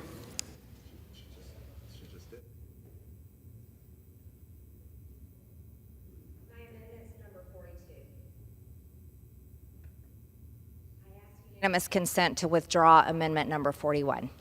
Without objection. March with 42. It is now in order to consider amendment number 42, printed in Part D of House Report 118-216. For what purpose does the gentlewoman from Georgia seek recognition? Mr. Chair, I have an amendment at the desk. The clerk will designate the amendment. Amendment number 42, printed in Part D of House Report number 118-216, offered by Ms. Green of Georgia. Pursuant to House Resolution 723, the gentlewoman from Georgia, Ms. Green, and a member opposed, each will control 5 minutes. The chair recognizes the gentlewoman from Georgia. Thank you, Mr. Chair. My amendment would prohibit funds from being provided to assist Ukraine. Over a year and a half ago, Russia invaded Ukraine, but now the United States has basically taken over Ukraine and is fighting a proxy war in Ukraine that we never voted for. We are funding their government. We are paying for their small businesses. We are paying their farmers. We are handing military equipment and weapons over to Ukraine and paying for their war. According to the Congressional Research Service, in 2022, the United States provided $113 billion in total assistance to Ukraine. Every single year, the United States spends billions of dollars on foreign aid, much more than any other country. Ukraine has now taken the top spot. The $50 billion state and foreign operations bill includes an unspecified funding amount for Ukraine. Section 7046B2 would make funds available for Ukraine to support the ability of the government of Ukraine to defend their sovereignty and withstand the impacts of Russia's invasion, combat corruption, and promote transparency and democracy. This is nothing more than a blank check for Ukraine that Joe Biden's State Department will get to write. And even more dangerously, they get to waive oversight, claiming national security.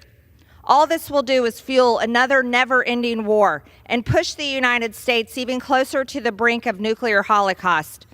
After Korea, Vietnam, Iraq, Afghanistan wars, haven't we had enough of taxpayer-funded state and foreign operations? They tell us we have to fight them over there so we don't have to fight them over here. But paying for wars in foreign countries will eventually have consequences on our country. And we will bring the war to America, and we will end up fighting them here when countries have had enough of the United States. After a year and a half of being engaged in this conflict, the American people no longer support the additional assistance to Ukraine. My amendment will help stop this brutal war and help push for peace in Ukraine, which should be our ultimate goal. Mr. Chair, I reserve. The gentlewoman from California reserves. For what purpose does the gentlewoman from California seek recognition? I'm sorry, the Georgia reserves. For what purpose, Ms. Lee, do you seek recognition? I rise in strong opposition to this amendment. The gentlewoman is recognized. Mr. Chairman, Russia's brutal and unprovoked attack on Ukraine is not just a threat to Ukraine and its neighbors, but to the world. If Russia succeeds in its aggression, other unprovoked attacks are inevitable. As my colleague Representative Hoyer said last week on the House floor, we are locked in a struggle between freedom and fascism, democracy and despotism, might and right. The war in Ukraine is that struggle manifest. Ukraine's democracy is being undermined every single day. Entire cities have been demolished. Women and girls are being sexually abused by Russian soldiers. Hospitals and schools, which should be safe havens, are being intentionally attacked. Thousands of innocent children and their families have been brutally murdered. Millions of Ukrainians have been forced to flee their country. Colleagues, we must continue to ensure that Ukraine has the funding and support it needs to defend itself, and that vulnerable people continue to receive life-saving assistance. And I urge my colleagues to oppose this amendment, and I reserve the balance of my time. The gentlewoman from California reserves. The gentlewoman from Georgia is recognized. Thank you, Mr. Chair. I'd like to yield 1 minute to my friend from Illinois, Congresswoman Miller. The gentlewoman is recognized.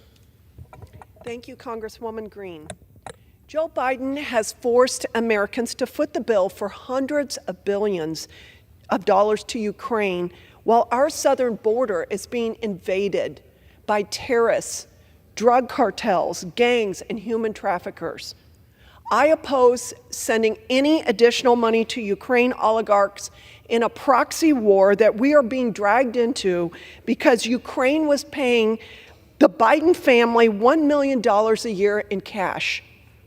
Americans deserve a spending bill that puts America first by securing our border and putting us back on the path to energy independence, which was achieved by the Trump administration. I want to thank Congresswoman Green for offering this amendment. Thank you, and I yield back. Gentlewoman yields back. I reserve. Gentlewoman reserves. Gentlewoman from California is recognized. Thank you, Mr. Chairman. I yield 1.5 minutes now to the gentleman from South Carolina, Mr. Wilson. Gentleman is recognized. Thank you, Mr. Chairman.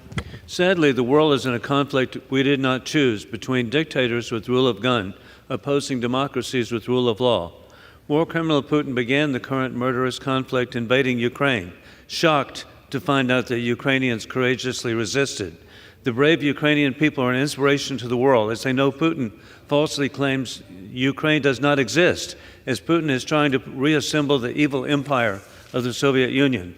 Fellow dictators clearly see the conflict as dictator of democracy as North Korean Kim Jong-un joins Putin. The Chinese Communist Party is conducting the largest peacetime military buildup in world history. The regime in Tehran builds drones for Putin to murder Ukrainian civilians as they plan death to America, death to Israel. We must stop the dictators today, or there will be a direct threat to American families tomorrow. We must always remember, of all things, Pearl Harbor. We must remember 9/11. For these reasons, I oppose the amendment. I reserve the balance of my time. The gentleman, I believe, yields back. I reserve the balance of my time. The gentlewoman from California reserves. Gentlewoman from Georgia is recognized. Thank you, Mr. Chair. It needs to be recognized that we represent the American people. And the polling shows very clearly the American people do not support continuing to fund a war in a foreign country when our own country has been having a war waged on us by the Mexican cartels. 55% of Americans say the U.S. Congress should not authorize additional funding to Ukraine. 51% say the U.S. has already done enough to help Ukraine. Americans demand their hard-earned tax dollars be used to secure our own southern border and stop the Mexican cartel's war on America that's killing 300 Americans every single day, that's human trafficking, sex trafficking. You want to talk about women and children? We should care about the women and children that are being trafficked at our own southern border, not pay to defend another foreign country and worry about another country who, by the way, is not the 51st state. We only have 50 states in the United States of America, and our tax dollars should pay to defend our states here. I urge the House to adopt my amendment, and that, Mr. Chair, I yield the rest of my time. The gentlewoman from Georgia yields. I yield, Mr. Chairman, I yield the remaining time to the my remaining time to the gentleman from Ohio, Mr. Turner. Gentleman from Ohio is recognized. Speaker, when Ronald Reagan stood in front of the Berlin Wall and said, "Mr. Gorbachev, take down this wall," he did so not because we were in opposition to just the Soviet Union and Russians. He did so because we were in opposition to authoritarianism. We were in opposition to communism. Now, that wall fell, but it didn't fall because the Soviet Union took it down. It fell because they merely didn't shoot the people who were doing so. But when it fell, as a result of Ronald Reagan's words and a call to the world, the line between authoritarianism and democracy marched all the way to the border of Russia. Right now, today, Putin has told us straight up he wants to move the line of authoritarianism back. He wants to reclaim that land, not just Ukraine, but Poland, Romania, Latvia, Lithuania, Eastern Europe, and the Baltics. We must support democracy or freedom, or yes, if we don't, ours is at risk. Ronald Reagan's words are meaningless if we allow Russia to reestablish authoritarianism and move that line of democracy back to where the Soviet Union had claimed Eastern Europe and had imposed authoritarianism on people's lives. Now, this is not just an American mission. The world is with us. Democracies are with us. This is a chart that shows the amount of contribution of the total aggregate of all aid. This is up on my website, by the way, my official website. If you go there and click on Ukraine, you'll see these, along with a report that verifies this information. The United States is not the major contributor of total aid. But what's more important, when you get to military aid, the United States is less than half of all military aid. The world's democracies are standing against Russia for democracy, against authoritarianism, and the United States, the light of the world for democracy, needs to be there and needs to support the Ukrainian people against these atrocities. If you go to my website, you'll see the documentation that supports this. We are $42 billion. The rest of our democracy allies are over $50 billion. We need to stay in the fight by supplying Ukrainians the weapons that they need for them to be in the fight for democracy. I yield back. Gentleman yields back. For what purpose does the gentleman from Florida seek recognition? Mr. Chairman, I rise as a designee of the gentlelady from Texas, Mrs. Granger, and I move to strike the last word. The gentleman is recognized for 5 minutes. Mr. Chairman, first, something that has to be recognized on this floor is my colleague from Georgia who's presenting this amendment has been transparent, open, and clear from day one.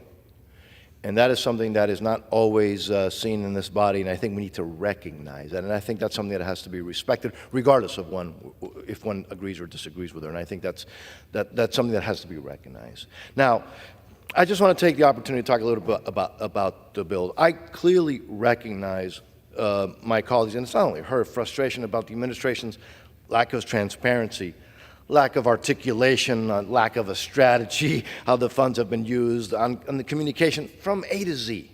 I get that.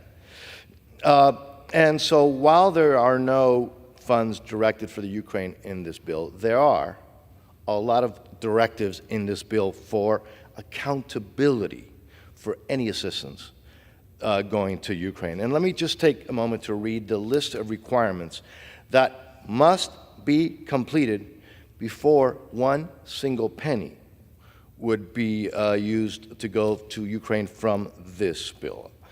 A strategy, and this is now or later or whenever, a strategy within 90 days. We've not gotten that from the administration. In-person monitoring of all programs. Cost matching requirements, making sure that other donors must do more than the United States before one penny can go out. A certification that comprehensive oversight mechanisms are in place, a notification to Congress so we can assess if any of how those funds may be used, an obligation report every 90 days accounting for all monies provided, an oversight report every 90 days detailing any allegations of waste, fraud, and corruption and how those will be addressed. And finally, and I think this is key, all reports must be clearly posted on the internet so that every American can look where their taxpayer money is going. So the reason that I am so optimistic and so gung-ho about this bill is that we need to pass this bill in order to have requirements. These requirements in order to not have a blank check. I am looking at not only the short term, but also long term. We need to have accountability. We need conditions. We need oversight. We need to take away as much flexibility from the administration. That's precisely what we're attempting to do in this bill. And with that, I yield back. Gentleman from Florida yields back.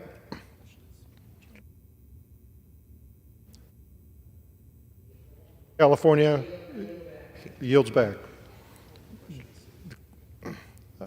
Question is on the amendment offered by the gentlewoman from Georgia. Those in favor say aye. Those opposed say no. In the opinion of the chair, the noes have it. The amendment is not agreed to. For what purpose does the gentlewoman from Georgia seek recognition?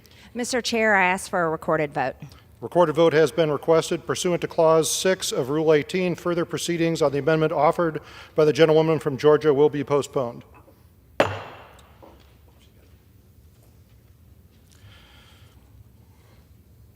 It is now in order to consider Amendment 43, printed in Part D of House Report 118-216. For what purpose does the gentlewoman from Georgia seek recognition? Mr. Chair, I have an amendment at the desk. The clerk will designate the amendment. Amendment number 43, printed in Part D of House Report number 118-216, offered by Ms. Green of Georgia. Pursuant to House Resolution 723, the gentlewoman from Georgia, Ms. Green, and a member opposed each will control 5 minutes. The chair now recognizes the gentlewoman from Georgia. Thank you, Mr. Chair. My amendment would prohibit the Secretary of State from using funds to initiate a drawdown and delivery of defense articles and services from the Department of Defense stocks to Ukraine. Those stockpiles of our equipment and weapons are for the United States of America and should not be sent to Ukraine. I will reiterate and remind everyone, Ukraine is not the 51st state.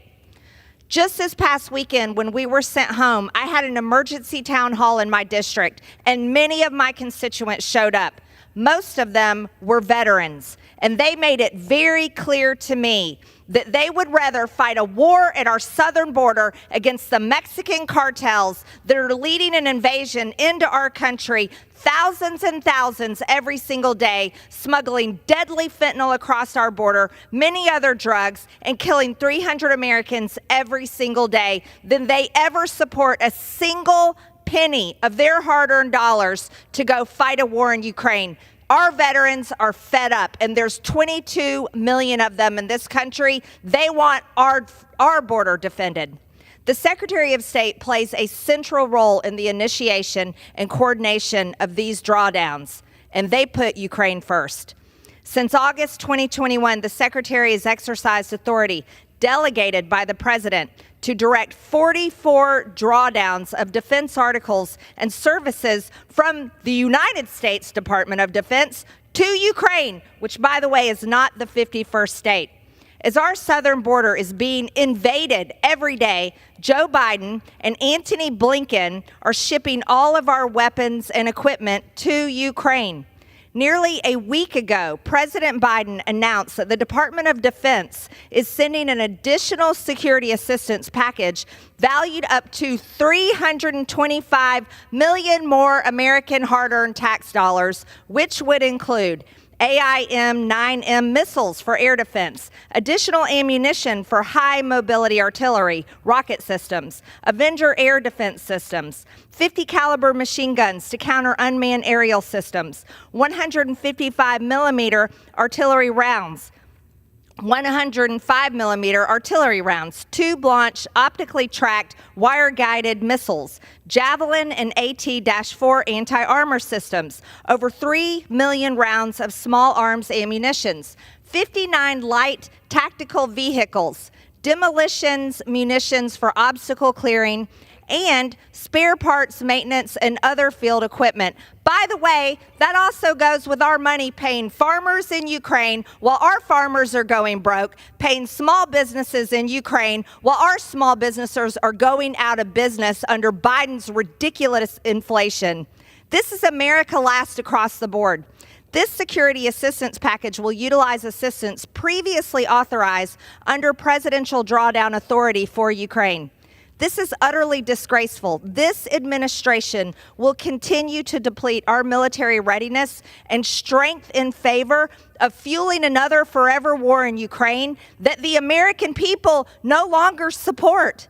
While our own country is weakened and destabilized by the invasion, the daily invasion of our border at the southern border and the northern border, and while we go even further in debt fighting Russia in Ukraine, not even defending our own border, China is getting stronger. They are beating us economically. They are growing their military, growing their equipment, and they're not wasting it in some other countries defending their border. They're saving it up to fight us. I am sick and tired of hearing we have to fight Ukraine in order to stop China from invading Taiwan. That is the biggest lie that is being told to the American people. Mr. Chair, I reserve. Gentlewoman from Georgia reserves. For what purpose does the gentlewoman from California seek recognition? I rise in strong opposition to this amendment.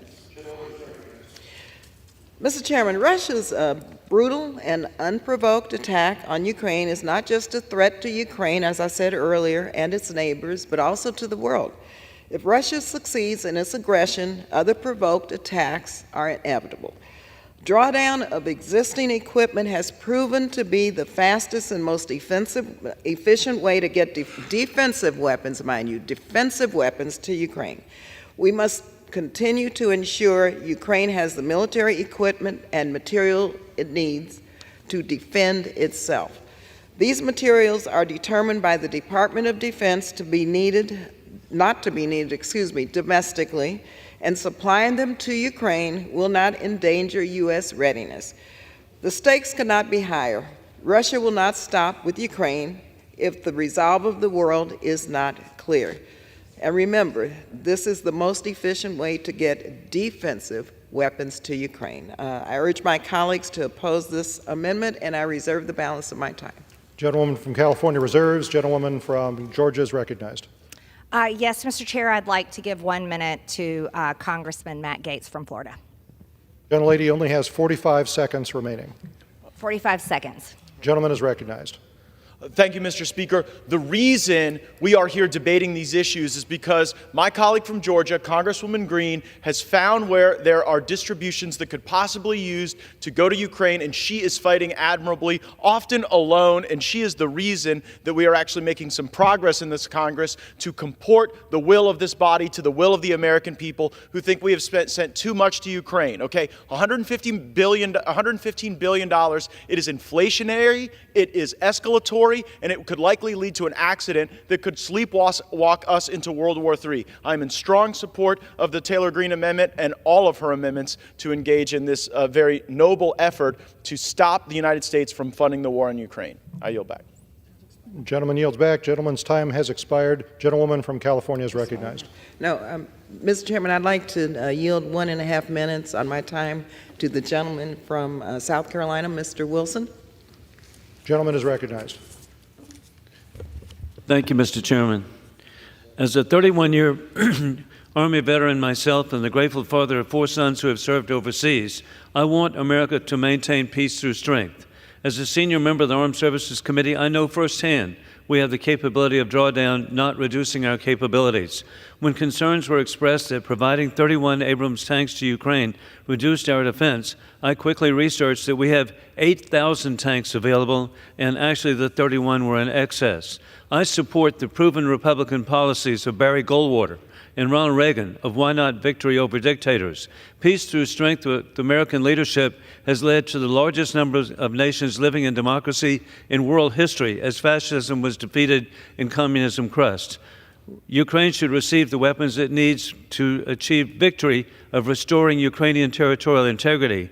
The alliance of war criminal Putin, the Chinese Communist Party, and the Tehran regime must be stopped before they achieve death to Israel, death to America.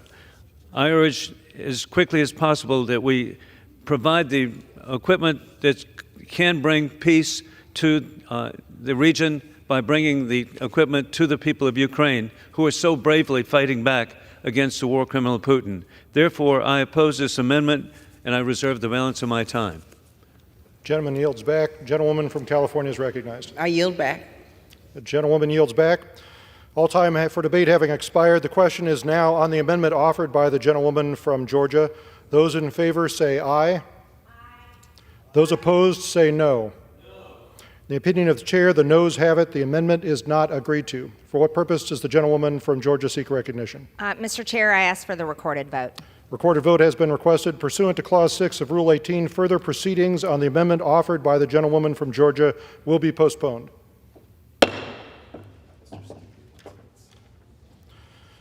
It is now in order to consider Amendment 44, printed in Part D of House Report 118-216.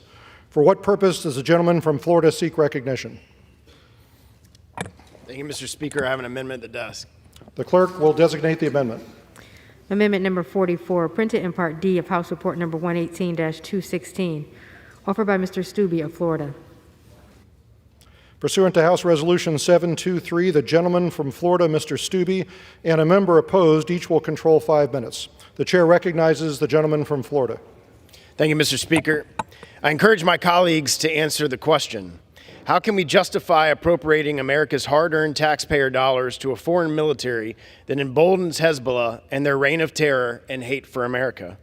Hezbollah's influence runs rampant throughout the Lebanese government.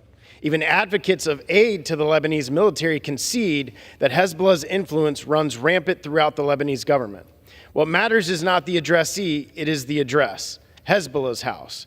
Money is fungible, and we are pumping cash in hard currency into a terror haven infested with terror finance and corruption. Even those advocating to aid the Lebanese military say that this is an entity unwilling and unable to counter Hezbollah. Then why are we wasting our money? My amendment ensures that none of America's taxpayer dollars may be made available for the Lebanese armed forces. Funding to the Lebanese armed forces is a policy that has been in place since 2006, essentially on autopilot. Since then, the U.S. has provided more than $3 billion to the Lebanese military, supposedly to build up state institutions as a counterweight to Hezbollah, but with little to show in return. In fact, Lebanon has come more under the sway of Hezbollah and Iran today than when the U.S. began funding Lebanon's military. Hezbollah's chief Christian ally, the Free Patriot Movement, is the political party literally in control of Lebanon's defense ministry. This is a policy on autopilot that gets renewed every year without Congress really having a chance to review this funding and ask whether this is a good place to spend taxpayer dollars and in our national interest. We are funding an army who just yesterday shot smoke bombs at Israeli troops, which it called enemy troops. This should not be a partisan issue. Anyone who takes a look at this issue objectively, I think, will have serious questions about why we continue to fund the Lebanese armed forces, one of the most corrupt and bloated armies in the world. Most of Lebanon's military expenditures go to personnel salaries and benefits, a whopping 93% compared to 29% in the United States. These benefits include health care, maternity leave, compensation in the event of death, as well as domestic workers and drivers for high-ranking officers. For example, the Lebanese military, which consists of 80,000 soldiers, has 400 generals, which are extremely highly paid, while the U.S. Army has a force of 500,000, but just 295 generals. This did not stop the Biden administration from notifying Congress last year that it was repurposing $67 million in aid to the Lebanese military in order to provide them with livelihood support, which just funds their salaries even more. Rather than funding armed Mercedes and other luxury goods for Lebanese generals, we should be funding our southern border. Lebanon's financial system is soaked in Hezbollah money laundering and financial crimes, and the terrorist group touches almost every facet of life in that country. It is impossible that any administration could vet all the recipients of this taxpayer dollars and their families because there are no controls. There is no way to know how these individuals use this money. Some of it could flow through Hezbollah exchange houses or possibly be spent in Hezbollah-run businesses. Mr. Speaker, by safeguarding the actions of Hezbollah and other terror groups, the Lebanese armed forces fuels Iran's mission to kill American troops and wipe Israel off the map. I can't justify funding such horrific activity. I encourage my colleagues to recognize the dangers of funding the Lebanese armed forces by voting for my amendment. I reserve the balance of my time. Gentleman from Florida reserves. For what purpose does gentlewoman from California seek recognition? I rise in opposition to this amendment. The gentlewoman claims the time in opposition. The gentlewoman is recognized. Mr. Chairman, there is no doubt that Lebanon is in full-blown crisis. It has lacked an elected leader for almost a year. Its economy is crippled, and the presence of Hezbollah has been and is an armed actor and a political party, remains a challenge to national unity. At the same time, it hosts 1.5 million refugees from Syria. However, the Lebanese armed forces are considered by many to be the only functioning institution in Lebanon, transcending sectarian divides. This is largely thanks to the successful United States program to train and equip it. The Lebanese armed forces are broadly respected and have traditionally played an important role in promoting national unity with neutrality and moderation. They have also been instrumental in maintaining domestic security and in counterterrorism by tackling threats posed by groups like ISIS or Al-Qaeda. The United States needs to pursue a democratic, pluralistic, and sovereign Lebanon, and the armed forces are a key part of that. I urge my colleagues to oppose this amendment, and I reserve the balance of my time. The gentleman from Florida is recognized. I reserve. Gentleman from Florida reserves. Gentlewoman from California is recognized. Mr. Chairman, I yield 1.5 minutes to the gentleman from California, Mr. Issa. The gentleman from California is recognized. Thank you. I can only say that the gentleman from Florida is mistaken. His amendment assumes the Lebanese armed forces is in some sort of disarray. It is not. It is the most respected institution in Lebanon. It assumes that it has not been a good steward of the monies it has received. It has. As a matter of fact, our multiple administrations have certified that not a single piece of capital equipment has ever been lost. It assumes that somehow it's in the pocket of Hezbollah. I was in Lebanon and Israel in 2006 as Israel tried to defeat Hezbollah and did not. Since that time, we have continued to bolster the Lebanese armed forces to fight ISIS and other forces and to maintain a situation in which American oversight is possible, both military and civilian, because of the Lebanese armed forces. Lebanon is in an economic freefall, and as a result of its economic situation, there is direct aid. But that aid is not highly paid generals. As a matter of fact, if not for our aid, it would be likely that most members of the Lebanese armed forces would not report to their barracks. They would not have enough money for gasoline. This essential support was necessitated based on their economic downfall, and we who visit Lebanon, who have seen it and worked with both our military and our State Department, stand behind the necessity and the accuracy of this support aid, and we oppose the amendment. Gentleman's time has expired. The gentleman from Florida is recognized. Reserve. Gentleman reserves. Gentlewoman from California is recognized. Thank you, Mr. Chair. I yield 1.5 minutes now to the gentleman from Illinois, Mr. LaHood. Thank you. I rise in opposition to this amendment. I'm proud to represent over 8,000 Lebanese American families in my district in Illinois who care deeply about U.S. national security. The long-standing U.S. military investment in the independent Lebanese armed forces, known as the LAF, has worked to support U.S. security interests in the greater Middle East for over 15 years. As the co-chair of the U.S.-Lebanon Friendship Caucus, we work closely with the brave men and women in the U.S. military to ensure robust and stringent oversight of the U.S. investment in the LAF and other foreign military funding abroad. The stability of the LAF is important not only to the security of Lebanon, but also to the neighboring countries and the United States. The LAF works to prevent the furtherance of terrorist and extremist groups like Hezbollah and ISIS in the region. It fights against weapons, drugs, and human smuggling and maintains stability in a country that is ripe for terrorists and malign actors. I agree with my colleagues that we must be stewards of taxpayer money and reduce wasteful government spending. However, we must also support successful policies that continue to return on the investment in protecting long-term U.S. security interests here at home. That investment in the LAF has helped to promote U.S. interests in the greater Middle East and in Lebanon. I oppose this amendment. The gentleman from Florida is recognized. Gentleman reserves. The gentlewoman from California. I yield back. The gentlewoman yields back. Gentleman from Florida.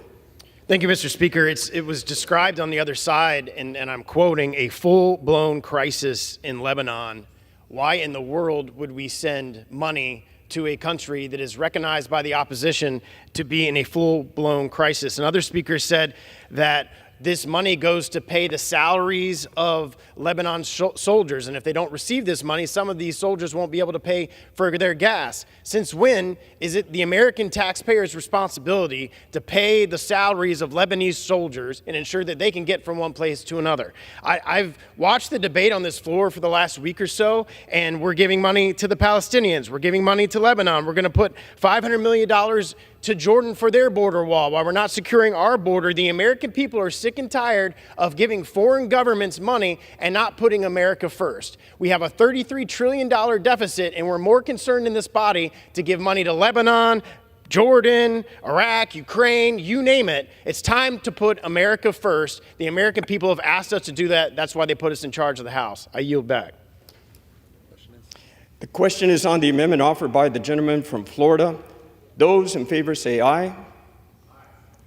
Those opposed say no. It is the opinion of the chair that the noes have it. The amendment is not agreed to. Gentleman from Florida. I ask for a recorded vote. Pursuant to the Clause 6 of Rule 18, further proceedings on the amendment offered by the gentleman from Florida will be postponed.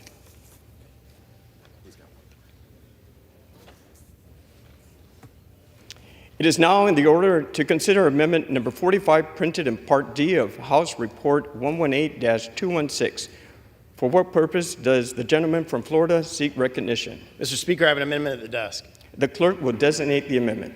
Amendment number 45, printed in Part D of House Report number 118-216, offered by Mr. Stubbe of Florida. Pursuant to House Resolution 723, the gentleman from Florida, Mr.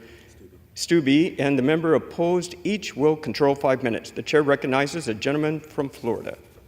Thank you, Mr. Speaker. As stewards of America's hard-earned taxpayer dollars, we must ensure that such funds only go towards measures that advance our American interest, not undermine them.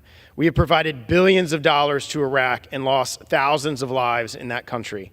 Yet in 2023, we continue to provide a blank check to Iraq, despite this country going more and more against American interests and essentially having transformed into a proxy of Iran. My amendment ensures that none of Americans' taxpayer dollars may be used to provide assistance to Iraq. I served in Iraq, and while protecting American interests in the region remains critical, Mr. Speaker, we cannot justify sending our taxpayer dollars to a nation while being unable to safeguard those dollars from exploitation by Iran, ISIS, and other terror groups. Iran's influence over Iraq is so emboldened that Iraq essentially serves as a proxy state and haven for Iranian terror activity. Iraq has a literal arrest warrant out for President Trump for killing terrorist Soleimani. The Pentagon has disclosed that large portions of Iraq's security forces are overrun by Iranian-backed militants and IRGC terrorists, the same ones who continue to target American troops in the Middle East and the same ones who attacked the U.S. Embassy in Baghdad in 2019, and we want to send them money.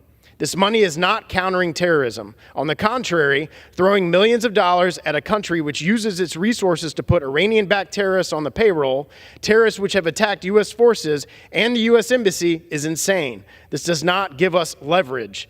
It's unacceptable to appropriate American dollars for these purposes with the likelihood that some of the money could fall into the hands of terrorists. This bill should support our diplomats and service members serving overseas, not threaten them. I encourage my colleagues to recognize these dangers by voting for my amendment, and I reserve the balance of my time. The gentleman reserves. For what purpose does the gentlewoman from California seek to be recognized? I rise in strong opposition to this amendment. The gentlewoman is recognized. Mr. Chairman, there's no mistake with regard to the error the United States made in going to the war with Iraq in 2003, a decision which I proudly opposed. It was based on lies that there were weapons of mass destruction in Iraq, and we knew there were none. While 2 decades have passed since then, there is little doubt about the trauma experienced by the country that is still felt to this day. Iraqis fell prey to conflict and instability, experienced an unaccountable number of deaths and displacements, and saw an erosion of their basic services, including health and education. An entire generation of children grew up in a chaos-filled environment with war and the subsequent emergence of terrorist groups and militias. That's as a result of the United States invasion of Iraq, which I believe, as I remember it, very few, if any, Republicans opposed. There were about 133 Democrats opposing this. We cannot walk away from our responsibility to help Iraq, now a key partner in the Middle East. As Secretary Blinken has said, America's greatest strategic asset lies with the alliances and partnerships that we have with other nations. In partnership with Iraq, we have worked to ensure a stable, prosperous, and democratic country, which, quite frankly, we, in many ways, destroyed. Our assistance to Iraq mitigates extremism through programming that promotes mutual respect, tolerance, and understanding, provides support to the recovery of religious and ethnic minorities liberated from ISIS, including Christians and Yazidis, and supports private sector development and increased work opportunities, especially for women and youth. Additionally, USG-supported stabilization programs have enabled the return of nearly 5 million internally displaced persons to return to their communities of origin. But nearly 1.2 million people remain displaced, including 200,000 Yazidis who survived genocide at the hands of ISIS. U.S. aid assistance is critical to restoring essential services and increasing stability among these vulnerable populations. Furthermore, our continued assistance in Iraq is vital to ensure the defeat of the ISIS by supporting the reintegration of Iraqis repatriated from northeast Syria, which meets the national security priority of the U.S. government's Al-Hol Action Plan. It's in the security interest of the United States to continue supporting Iraq, as well as our moral responsibility not to abandon our partnership, especially with the unnecessary invasion and war in Iraq, which many of us opposed. I urge my colleagues to oppose this amendment, and I reserve the balance of my time. The gentlewoman reserves. Gentleman from Florida. I reserve. Gentleman reserves. Gentlewoman from California. Mr. Chairman, I yield 1 minute to the gentleman from Alabama, Mr. Aderholt. The gentleman from Alabama is recognized. Thank you, Mr. Chairman. Thank you for the time to speak on this, and I do rise in opposition to the amendment. I'd like to thank my colleague, Mr. Diaz-Balart, for his leadership on this bill.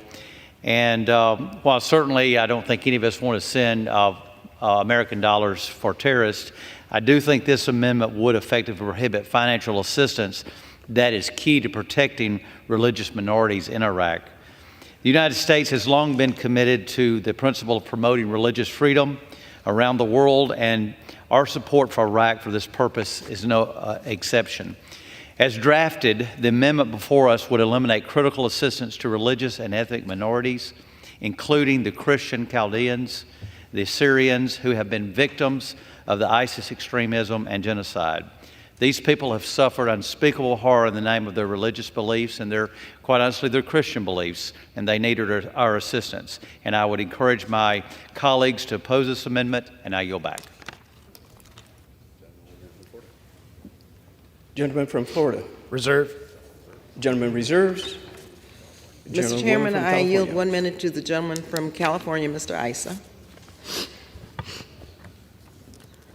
The woman has 30 seconds remaining. Then I guess I get 30 seconds. Gentleman I'll is yield the recognized. 30 seconds. Thank you, Mr. Chairman. In short, this is overly broad. I repeat, this is overly broad. As an American of Arab ancestry and a Christian, it would in fact be devastating to the Chaldean community left in Iraq. It would be devastating to the support we have. Representing one of the largest Chaldean districts in the country, I meet every week with these Iraqi Christians who know that their families depend on our continued engagement. I oppose the amendment. The lady's time has expired. Gentleman from Florida. May I ask how much time I have? Gentleman has 3 minutes remaining. Thank you, Mr. Speaker. I had the opportunity to serve our country in Iraq and had the opportunity to work with the Iraqi army, the Iraqi police, and it all sounds well and good if we're going to send money and it's going to go to these Christian organizations, it's going to go to these different individuals that we want to help. However, that's not the reality of what's happening. Based on the things that I originally said in my opening, you don't have control over that, and having had the experience of actually serving there and working with these individuals and the clans that are there and the groups that are there, the money isn't distributed the way that we want it to be distributed. And you're seeing that in Lebanon, you're seeing that in all these foreign entities.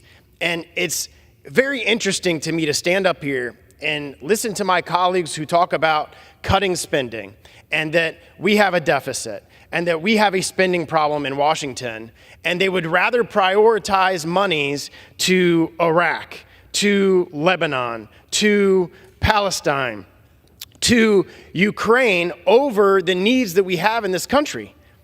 It's just, the people in my district don't understand it. When I talk to people in my district, they don't get it.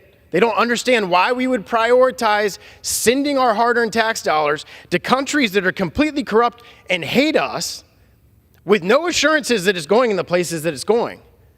Why would we do that? I just don't understand why we would stand here in the current economic situation that we have in this country and send money to foreign governments that hate us and try to kill us. I yield back. Gentleman yields. The question is on the amendment offered by the gentleman from Florida. Those in favor say aye. Aye. Those opposed say no. It is the opinion of the chair that the noes have it. The amendment is not agreed to. Gentleman from Florida. I ask for a recorded vote. Pursuant to Clause 6 of Rule 18, further proceedings on this amendment offered by the gentleman from Florida will be postponed.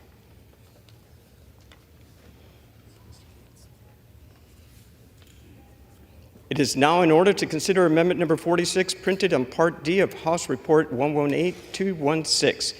For what purpose does the gentleman from Florida seek recognition? Mr. Speaker, I have an amendment at the desk. The clerk will designate the amendment. Amendment number 46, printed in Part D of House Report number 118-216, offered by Mr. Gates of Florida. Pursuant to House Resolution 723, the gentleman from Florida, Mr. Gates, and a member opposed, each will control 5 minutes. The chair recognizes the gentleman from Florida. Thank you, Mr. Speaker. This amendment ensures that none of the funds appropriated in this act will be used to administer the Paris Climate Accord. The Paris Climate Accord is the unilateral surrender of the American economy, not for the sake of any sort of environmental improvement. It merely uses the veneer of climate change to execute a permission structure for some of the dirtiest countries in the world, for some of the greatest polluters, to be able to benefit at the expense of the United States. The Paris Climate Accord represents a circumstance where we were dead money at the table, putting up cash in exchange for economic development in faraway lands that would not benefit our people. This was a globalist enterprise. It was America last, and U.S. taxpayers should not be funding the Paris Climate Accord. That's the amendment, and I reserve. The gentleman reserves. For what purpose does the gentlewoman from California seek recognition? I rise in strong opposition to this amendment. The gentlewoman is recognized. Mr. Chairman, it is very clear from the science that the most existential crisis the world faces is from the growing climate crisis. Without intervention, our warming planet will have irreversible negative impacts on the United States and throughout the world. Climate change has resulted in lives upended in Texas and Florida, has led to extreme flooding in California and Vermont and throughout the country. And climate is not an issue that can be addressed by countries on their own. Air, water, pollution, they do not respect boundaries or sovereignty. The Paris Agreement, in recognition of this, brought all countries together around joint goals achieved by individual country plans. As proposed, this amendment would significantly damage the efforts of the United States to support developing countries as they pursue efforts to implement their commitments under the Paris Agreement. In addition, a wide range of U.S. climate and development programs would be impacted by this amendment, and it would seriously impede our ability to implement our obligations under the Paris Agreement. It would also prohibit the Department of State from participating in critical international climate negotiations. The climate crisis poses threats to the stability of countries, heightens social and political tensions, and adversely affects food prices and availability.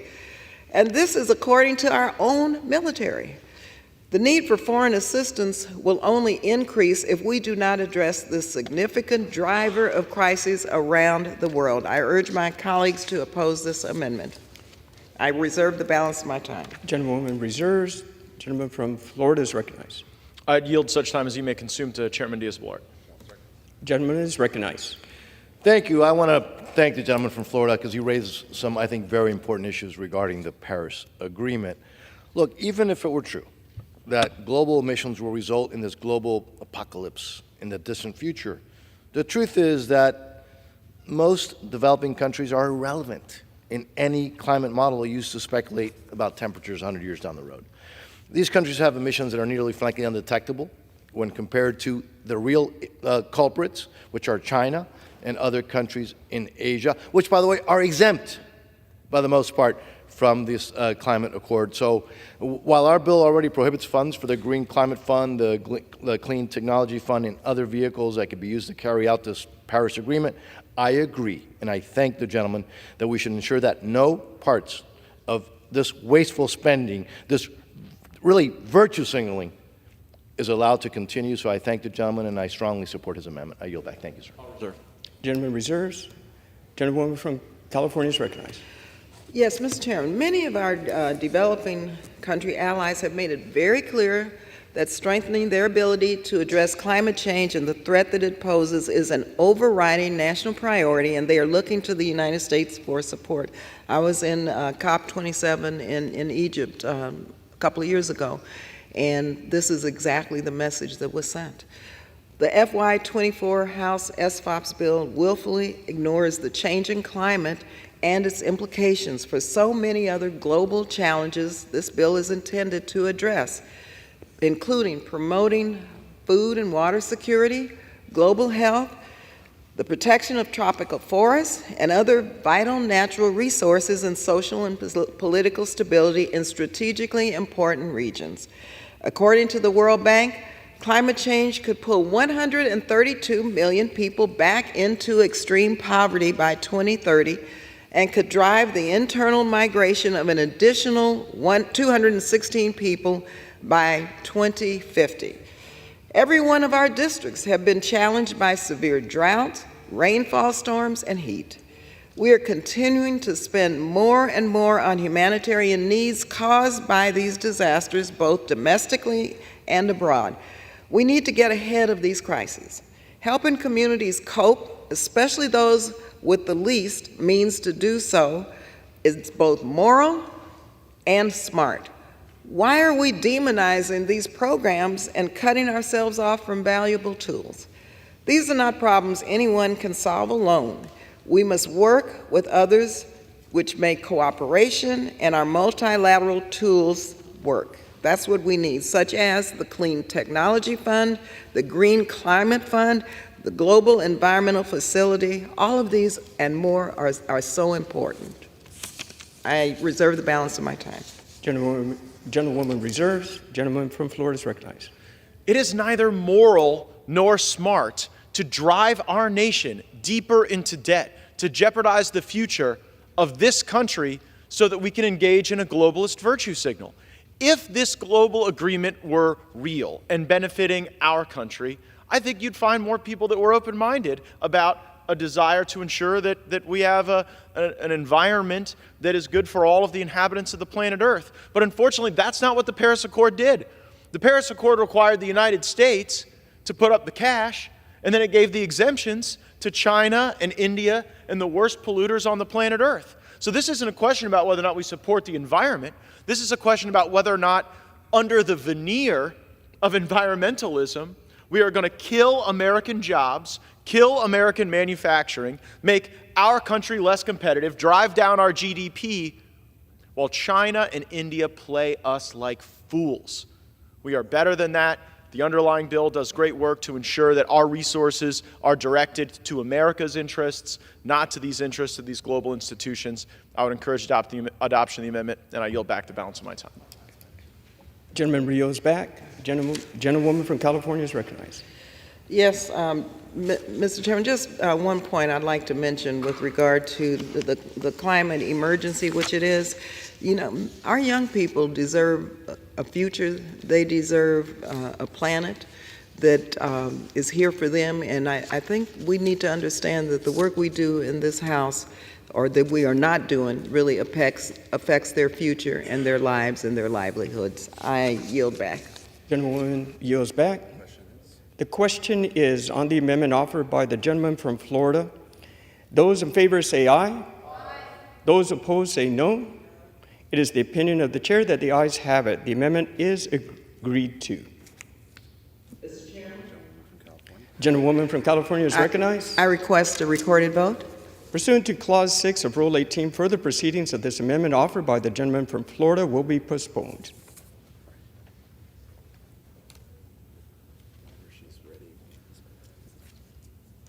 It is now in order to consider amendment number 47, printed in Part D of House Report 118216. For what purpose does the gentlewoman from Colorado seek recognition? Mr. Chair, I have an amendment at the desk. The clerk will designate the amendment. Amendment number 47, printed in Part D of House Report number 118-216, offered by Mrs. Boebert of Colorado. Pursuant to House Resolution 723, the gentlewoman from Colorado, Ms. Boebert, and a member opposed each will control 5 minutes. The chair recognizes the gentlewoman from Colorado. Thank you, Mr. Chair. I rise today to offer my amendment that utilizes the Holman Rule to reduce the salary of UN Ambassador Linda Thomas Greenfield to $1. Ms. Thomas Greenfield has been entrusted with representing the United States on the world stage and has done a terrible job. She made the decision to allow the U.S. to rejoin the anti-Semitic United Nations Human Rights Council, which routinely ignores some of the world's most worst atrocities and grants membership to countries with egregious human rights violations, giving countries like China, Russia, Cuba, Venezuela, Pakistan, and Somalia an international platform to speak on human rights. Rather than focusing on China's systematic oppression of millions of Uyghur Muslims or the inhumane treatment of women and ethnic religious minorities across the Middle East, this council disproportionately targets the state of Israel. She was also involved in the decision to resume funding the UN Population Fund account, which supports coercive abortion and involuntary sterilization. During her Senate confirmation, Ms. Thomas Greenfield expressed support for taxpayer-funded abortions in foreign countries. In 2021, Ms. Thomas Greenfield was quoted saying, quote, "White supremacy is woven into America's founding documents and principles," end quote. In the same speech, she went on to say, quote, "We have to acknowledge that we are an imperfect union and have been since the beginning," end quote. Let's give this very important job to someone who loves America and doesn't hate the values that our founders ingrained into the strongest country in the world. I urge my colleagues to support my amendment and hold Ms. Thomas Greenfield accountable for her poor representation of America on the world stage. Mr. Chair, I reserve. Gentlewoman reserves. Gentlewoman from California. I rise in strong opposition to this amendment. The gentlewoman is recognized. Mr. Chairman, really, it's quite, as I said earlier, it's quite despicable to target dedicated public servants and threaten their livelihoods. Public servants doing their jobs and carrying out the policies of this administration or any administration, they deserve to be commended, not demonized. Our government is dependent on being able to attract the best talent to bring their skills to public service, especially when, in most cases, they could earn much more in the private sector. Who is going to be willing to do that if their names can be dragged through the political mud? Ambassador Thomas Greenfield retired as one of our most distinguished Foreign Service officers after 35 years of service to this country. She returned from retirement in order to take on her current role as United Nations ambassador, and she represents the United States admirably each and every single day. This is how we solve our policy differences. We should not make it personal and about people doing their job. I have worked with and have known Ambassador Thomas Greenfield, and all of the unbelievable bashing of who she is and her credentials and what she has provided for this country is unacceptable, and it's disgusting. I urge my colleagues to oppose this amendment. Does the I gentlewoman reserve the balance of my time. I reserve. Gentlewoman reserves. Gentlewoman from Colorado is recognized. Mr. Chair, I reserve. Gentlewoman reserves. Gentlewoman from California is recognized. Once again, I hope that the gentlelady and others really understand that public service is public service. This is not a private corporation. This is our federal government. This is who we are as a country, and bringing forth our efforts to achieve global peace and security in the world, and to continue to try to demonize our public servants is something that hopefully our young people are totally ignoring, because we want them to come on board as Foreign Service ambassadors on behalf of this country. I yield back. Gentlelady yields back. Gentlewoman from Colorado is recognized. Thank you, Mr. Chair. I once again urge my colleagues to support this amendment to hold Ms. Thomas Greenfield accountable. This is an unelected rogue bureaucrat, not a public servant. This is someone who has not taken her role seriously. Being involved in the decisions to resume funding the UN Population Fund account, which supports these coercive abortion and involuntary sterilization. This is absolutely grotesque to me. There's many other reasons that I've listed here that we should be utilizing this Holman Rule to hold this unelected rogue bureaucrat accountable, and I urge adoption of my amendment. Mr. Chair, I yield. Gentlelady yields. The question is on the amendment offered by the gentlelady from Colorado. Those in favor say aye. Those opposed say no. In the opinion of the chair, the ayes have it, and the amendment is agreed to. For what purpose does the gentlelady from California seek Mr. recognition? Chairman, yes, I request a recorded vote. Pursuant to Clause 8, Rule 18, further proceedings on the amendment offered by the gentlelady from Colorado will be postponed. It is now in order to consider amendment number 48, printed in Part D of House Report 118-216. For what purpose does the gentlewoman from Colorado seek recognition? Mr. Chair, I have an amendment at the desk. The clerk will designate the amendment. Amendment number 48, printed in Part D of House Report number 118-216, offered by Mrs. Boebert of Colorado. Pursuant to House Resolution 723, the gentlewoman from Colorado, Ms. Boebert, and a member of the opposed. Each will control 5 minutes. The chair recognizes the gentlewoman from Colorado. Thank you, Mr. Chair. I rise today to offer my amendment that utilizes the Holman Rule to reduce the salary of the Director of Secretary of State's Policy Planning Staff, Salman Ahmed, to $1. This extreme leftist was a partisan hack for the Obama administration for 8 years, and prior to that spent 15 years pushing globalist and anti-America first policies for the United Nations. In his role with the State Department, Ahmed has pushed for squandering tens of millions of dollars on misguided policy pursuits like the Green New Deal and climate change, which he wrongfully believes is an existential threat. Ahmed is a pro-China sympathizer who consistently criticized President Trump for taking a tough stance on Chinese adversaries.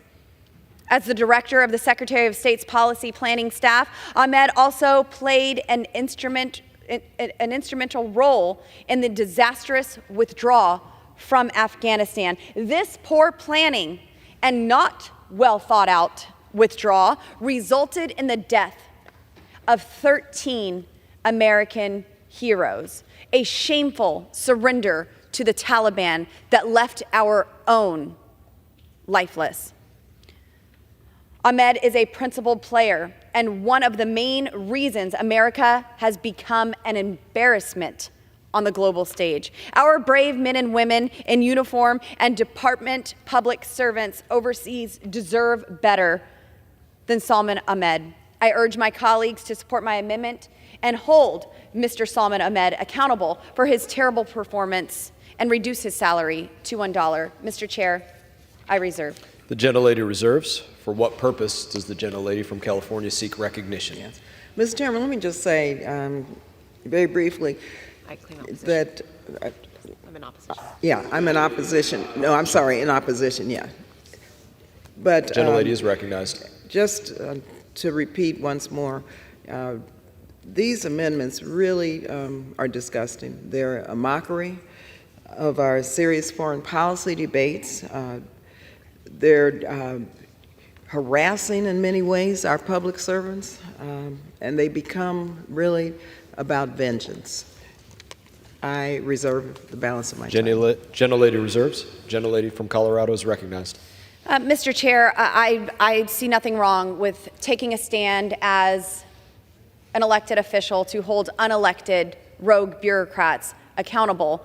And the one way that we could effectively do that is through our House rules, utilizing the Holman Rule to affect the salary of these bureaucrats who are abusing their position, not taking it seriously, or should not have been appointed there in the first place. Mr. Chair, I reserve. Gentlelady reserves. Gentlelady from California is recognized. Yeah. Mr. Chairman, these are not rogue bureaucrats. These are public servants who are implementing the foreign policies of the United States of America. If, in fact, one does not agree with our foreign policies, then it's up to members of Congress to change those foreign policies, not denigrate and demean our public servants. I reserve the balance of my time. Gentlelady reserves. For what purpose? Or the gentlelady from Colorado is recognized. Mr. Chair, I yield. Gentlelady yields. Gentlelady from California is recognized. I yield back. Gentlelady yields. The question is on the amendment offered by the gentlelady from Colorado. Those in favor say aye. Aye. Those opposed say no. In the opinion of the chair, the ayes have it, and the amendment is agreed to. For what purpose does the gentlelady? Mr. Chairman, I request a recorded vote. Pursuant to Clause 6, Rule 18, further proceedings on the amendment offered by the gentlelady from Colorado will be postponed. It is now in order to consider Amendment Number 49, printed in Part D of House Report 118-216. For what purpose does the gentlewoman from Colorado seek recognition? Mr. Chair, I have an amendment at the desk. The clerk will designate the amendment. Amendment number 49, printed in Part D of House Report number 118-216, offered by Mrs. Boebert of Colorado. Pursuant to House Resolution 723, the gentlewoman from Colorado, Ms. Boebert, and a member opposed each will control 5 minutes. The chair now recognizes the gentlewoman from Colorado. Thank you, Mr. Chair. I rise today to offer my amendment that utilizes the Holman Rule to reduce the salary of the department's acting chief diversity and inclusion officer, Constance Mayer, to $1. Simply put, Ms. Mayer is working in an office that should not exist, doing a job that should not exist. In addition to hundreds of ambassadors, the department already boasts a whopping 55 special envoys, representatives, and coordinators with overlapping responsibilities. Special positions, like Ms. Mayer's, often create both resentment within the department's existing bureaucracy and confusion among foreign governments as to who is actually setting policy. At the direction of Joe Biden's DEI executive order, the State Department produced and published a 19-page equity action plan, the first sentence of which proclaims, quote, addressing systematic racism is a core tenet of Biden's foreign policy, end quote. The core problem with this plan is that it does not identify a clear set of problems, and it does not prescribe specific measurable solutions. It simply cuts the American social justice template and pastes it into a plan that is supposed to inform U.S. foreign policy across the world. This office is also functionally redundant. To the extent that it has a mission, the responsibilities of the Chief Diversity and Inclusion Officer overlap with the Office of Civil Rights, which is charged with propagating, quote, fairness, equity, and inclusion at the Department of State, end quote. This job is yet another unaccountable, ideologically motivated, politically charged senior office with vague goals and no yardsticks for measuring success. The federal government's obsession with diversity, equity, and inclusion needs to come to an end. I urge my colleagues to support my amendment to remove this unnecessary position that has proven to undercut our core American values and waste more taxpayer dollars. Mr. Chair, I yield. Gentlelady yields. For what purpose does the gentlelady from California seek recognition? I rise in strong opposition to this amendment. Gentlelady is recognized. Mr. Chairman, this amendment would decrease the salary of a career public servant to $1. Why? Because this individual is the acting chief of the Office of Diversity and Inclusion. The mission of the office is to build and support a workforce at the State Department that reflects the people of our nation. The State Department is an essential component of our national security. The gentlelady talked about no clear set of problems that exist. Well, you know what? The clear set of problems is systemic racism. It's discrimination. It's the lack of equal opportunity within our foreign service, that's all. Conducting diplomacy that serves the interests and honors the values of the American people requires a Department of State that reflects the rich diversity of our nation. Otherwise, if it doesn't, then that's a very unfortunate and very backward perspective, given the fact that discrimination is still alive in America. It's alive and well. Our diversity, once again, is our national strength. It's a comparative advantage that we have for our engagement and leadership in a diverse world. This individual has over 30 years of State Department experience.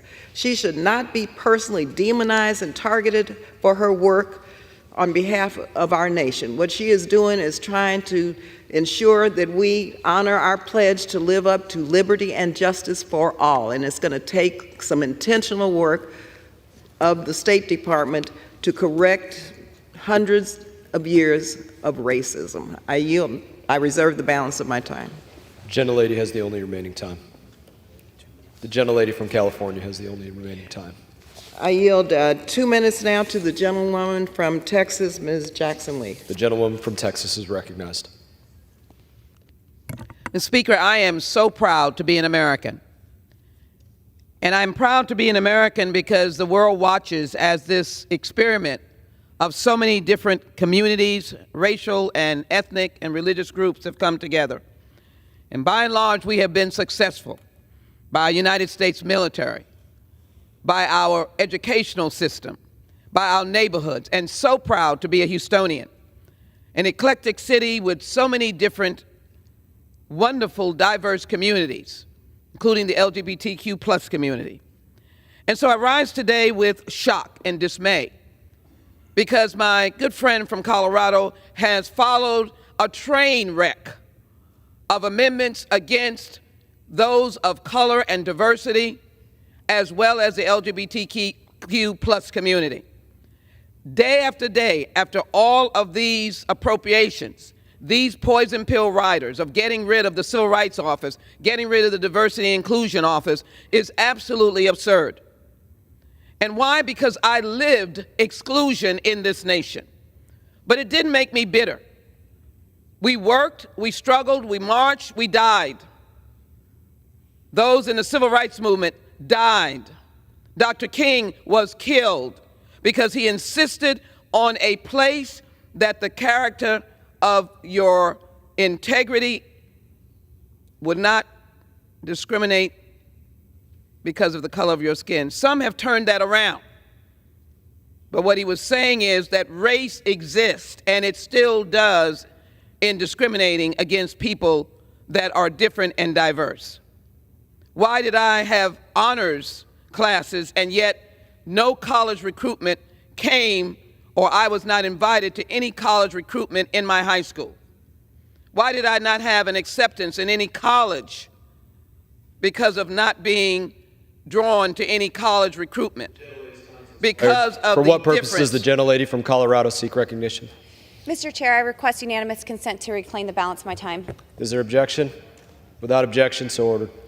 Thank you, Mr. Chair. I just want to clarify once again, this office of the diversity inclusion officer should not exist. This office is functionally redundant to the extent that it has a mission. The responsibilities of the Chief Diversity and Inclusion Officer overlap with the Office of Civil Rights, which is charged with propagating fairness, equity, and inclusion at the Department of State. This is yet another unacceptable, ideologically motivated, politically charged senior office with vague goals and no yardstick for measuring success. That is why I'm offering this amendment to reduce the salary of the department's acting Chief Diversity and Inclusion Officer, Constance Mayer, to $1.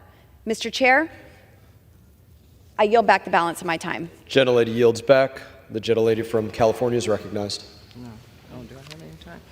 Mr. Chairman, how much time do I have left? 1 minute. 1 minute? Oh, I'll yield 1 minute to the gentlelady from Texas to close. I thank you so very much. Gentlelady from Texas is recognized. Thank you so very much. It is not an ideological office. The gentlelady didn't hear. There's been racism, there's been discrimination, and we have not accepted the fullness of the wonderment of America. We now insult a full-time, dedicated employee. Before the Charlie Rango Fellows, we could find little individuals who are diverse in foreign service. We now have many because we reached out and made a difference. This train wreck of attacking inclusion, diversity, and equity is disgraceful, and my friends should stop it. Because our cities are better, our states are better, the nation is better because of it. And this fine public servant, I want to lift her up and say thank you. And you should cease and desist eliminating civil rights, diversity, and inclusion, because it hurts people and harms people whose very heritage is tied up to a history of racism and people who died fighting for justice and equality for all of America, so that Houston and New York and California and all the states can be a level of justice. The gentlelady's time has expired. All time for debate has expired. The question is on the amendment offered by the gentlelady from Colorado. Those in favor say aye. Those opposed say no. In the opinion of the chair, the ayes have it. The amendment is agreed to. Mr. Chairman? Gentlelady from California. I request a recorded vote. Pursuant to Clause 6, Rule 18, further proceedings on the amendment offered by the gentlelady from Colorado will be postponed. It is now in order to consider amendment number 50, printed in Part D of House Report 118-216. For what purpose does the gentlewoman from Colorado seek recognition? An amendment at the desk. The clerk will designate the amendment. Amendment number 50, printed in Part D of House Report number 118-216, offered by Mrs. Boebert of Colorado. Pursuant to House Resolution 723, the gentlewoman from Colorado, Ms. Boebert, and a member opposed, each will control 5 minutes. The chair now recognizes the gentlewoman from Colorado. Thank you, Mr. Chair. I rise today to offer my amendment that utilizes the Holman Rule to reduce the salary of Palestinian Affairs Officer George Knoll to $1. On March 13, the Office of Palestinian Affairs in the U.S. Embassy in Jerusalem posted on Twitter photos of its director, George Knoll, visiting the tomb of Lazarus north of Jerusalem. The post referred to the tomb as, quote, an important religious site maintained by the Palestinian Authority's Ministry of Tourism, end quote. Mr. Knoll praised the Palestinian Authority's, quote, work preserving beautiful historical and religious sites like this throughout the West Bank, end quote. We all know the truth.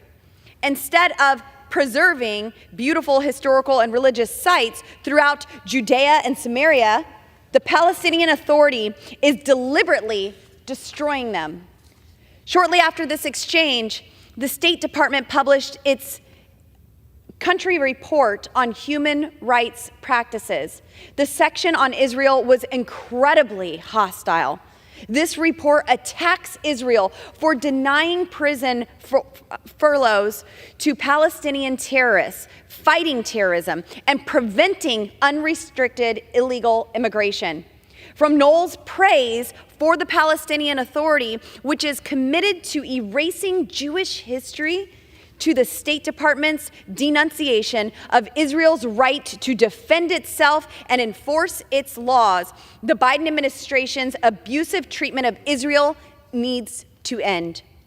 As we all know, the Palestinian Authority is also known to pay the families of terrorists lavish monthly pensions for attacks against Americans and Israelis as a part of their so-called martyrs fund.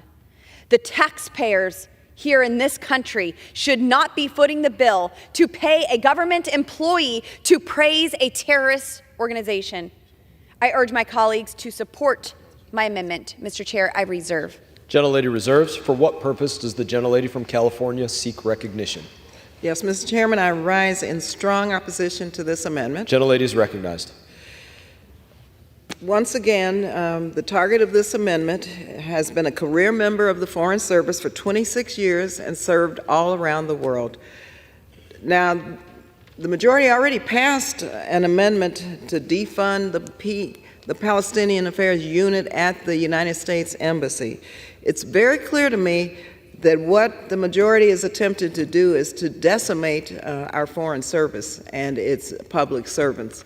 And I hope the country understands what this means in terms of the lack of a presence throughout the world in our efforts to achieve global peace and security. Once again, it's a shame and disgrace, but the pattern is here. We understand the motives, and the motives are to decimate the State Department. Thank you, and I reserve the balance. Gentlelady reserves. Gentlelady from Colorado is recognized. Mr. Chair, I reserve. Gentlelady from Colorado reserves. Gentlelady from California is recognized. I reserve. Gentlelady from California has the right to close. Gentlelady from Colorado is recognized. Mr. Chair, I yield. Gentlelady yields. I urge my Gentlelady from colleagues California. to oppose this amendment. I yield back. Gentlelady yields back. The question is on the amendment offered by the gentlelady from Colorado. Those in favor say aye. Those opposed say no. In the opinion of the chair, the ayes have it, and the amendment is agreed to. Gentlelady from California is recognized. Chairman, I request a recorded vote. Pursuant to Clause 6, Rule 18, further proceedings on the amendment offered by the gentlelady from Colorado will be postponed.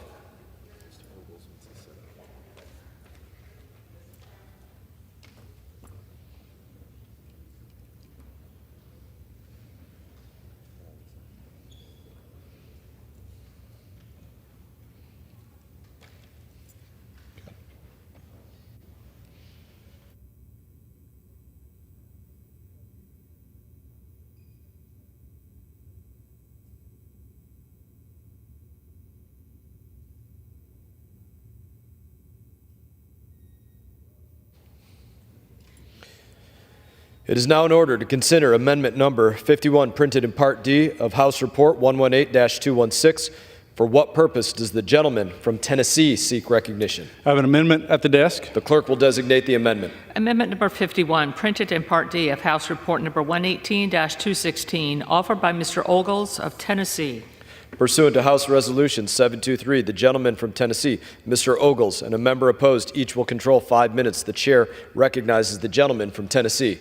Thank you, Mr. Chairman. And just a point of personal privilege, my colleagues and my colleagues across the aisle and here with me in the room, we just want to thank staff for you being here.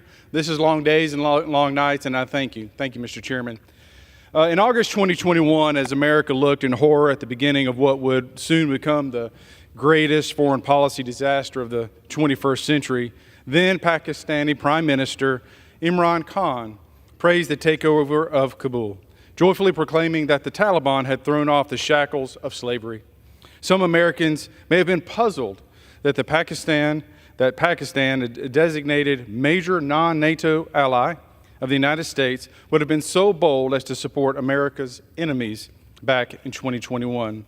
However, a cursory look at Pakistan's history would clarify that this country, a country whose many Islamist groups support attacks against innocent civilians, has always supported terrorism and terrorist groups.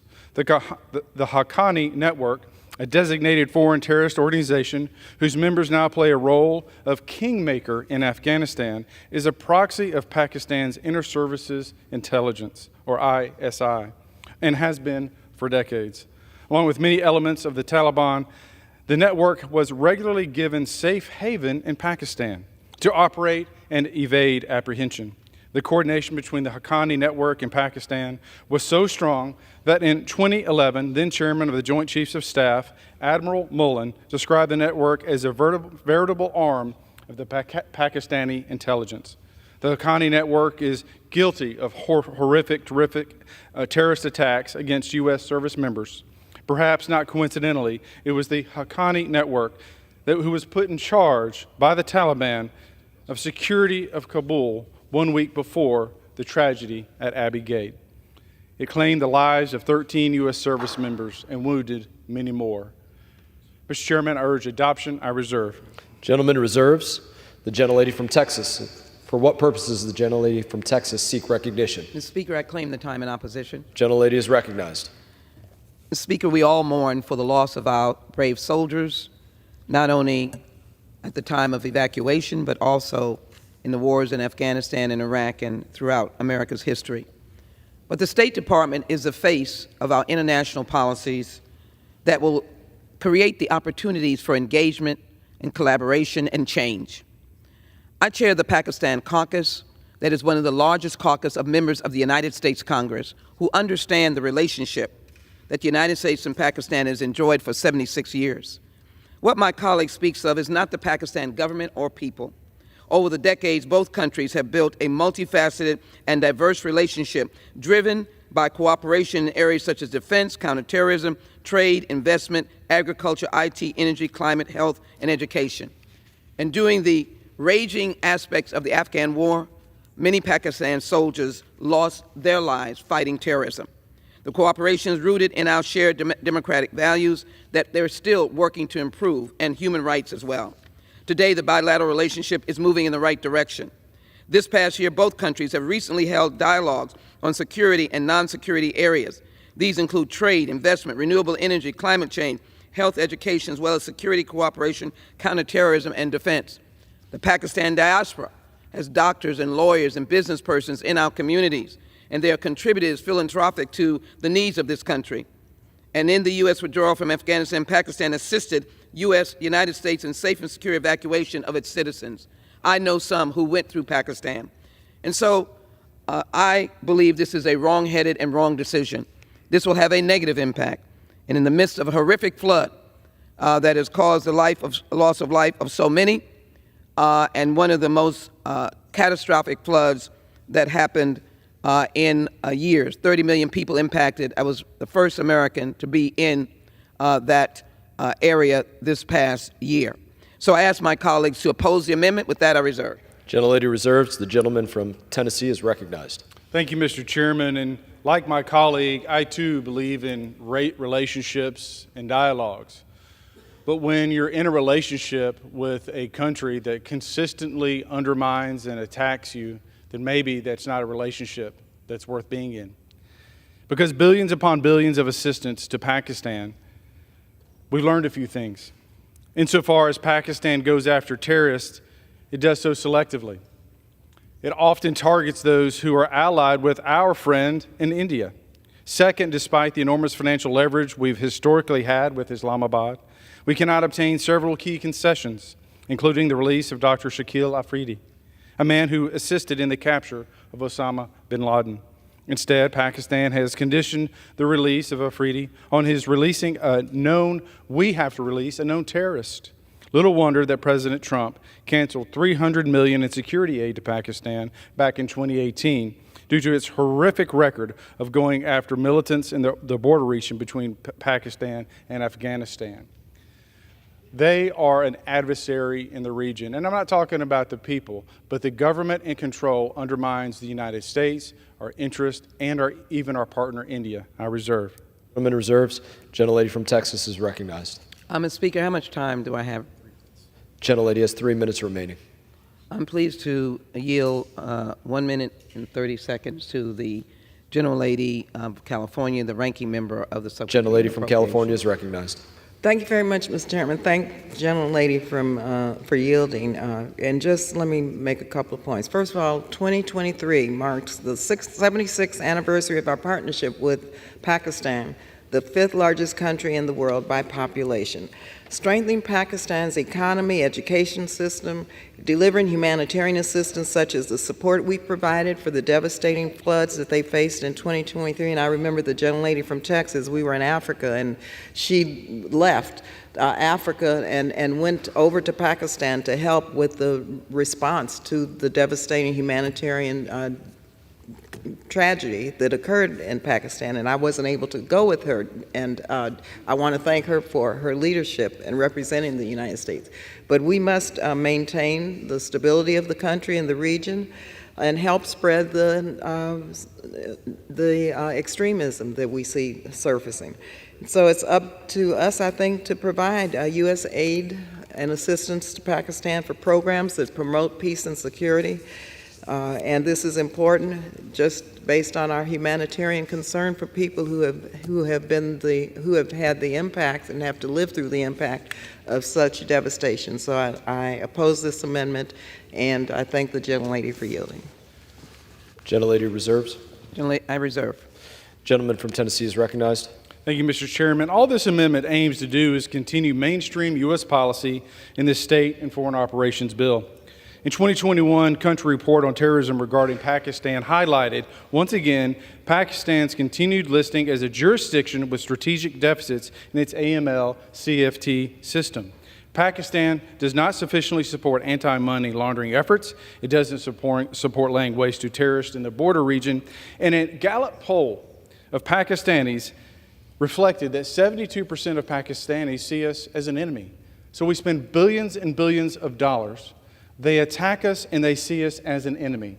There are many needs that this country has, that our veterans have, that our border have. It's money that can be spent better elsewhere. There's no reason for us to continue to subsidize Pakistan or any function of its government until it changes its posture. I reserve.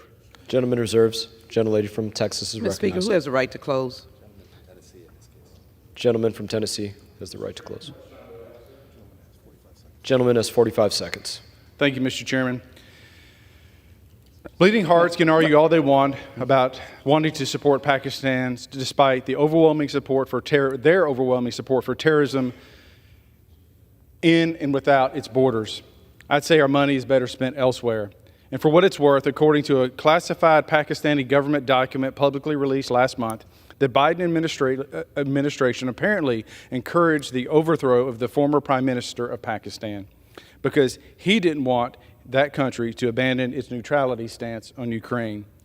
Ladies and gentlemen, it's important that we take a stand against terrorists and terrorist states. And if they're going to be our ally, if they're going to receive hard-earned American dollars, then they should act like our ally. That's all I'm requesting here. Mr. Chairman, I thank you, and I yield back. Gentlelady from Texas is recognized. How much time? Gentlelady has 1.5 minutes. Many of our allies and friends live in tough neighborhoods. And I'm very glad that Pakistan lives in a neighborhood with friends that is Indian Bangladesh, that at least they are engaged. But they also live in the neighborhood of Afghanistan, where the Taliban has risen again. And Pakistan soldiers have fought against the Taliban. You don't turn your back on a nation where 650,000 Pakistani Americans are living here in the United States. They're contributing, they're patriots, they serve in the United States military. Now, we have been able to facilitate safe immigration and relocation of Afghans with Pakistan. Pakistan has provided humanitarian assistance to Ukraine. Following our lead, our bilateral ties are further strengthened by the presence, as I said, of nearly 650,000 Pakistani Americans. Pakistan is a democratic state working against challenges. Yes, it is. Its parliament has just completed its third consecutive 5-year cycle without disruption, and they're planning democratic elections. What we need to do is to ensure that Pakistan has access to migration and refugee assistance, economic support, international disaster assistance, global health, humanitarian assistance, economic development, and these are important taxpayer dollars that helps Pakistan become even stronger as a democratic nation and an ally. And for the issues my good friend has spoken about, diplomacy works these issues out. And I can assure you that the Pakistani government continues to work these issues out. Question is on the amendment offered by the gentleman from Tennessee. Those in favor say aye. Those opposed say no. In the opinion of the chair, the ayes have it. The amendment is agreed to. Gentlelady is recognized. I'd like the yeas and nays. Gentlelady asks for a recorded vote. Pursuant to Clause 6, Rule 18, further proceedings on the amendment offered by the gentleman from Tennessee will be postponed. It is now in order to consider Amendment Number 53, printed in Part D of House Report 118-216. For what purpose does the gentleman from Texas seek recognition? I have an amendment at the desk. The clerk will designate the amendment. Amendment number 53, printed in Part D of House Report number 118-216, offered by Mr. Gooden of Texas. Pursuant to House Resolution 723, the gentleman from Texas, Mr. Gooden, and a member opposed each will control 5 minutes. The chair recognizes the gentleman from Texas.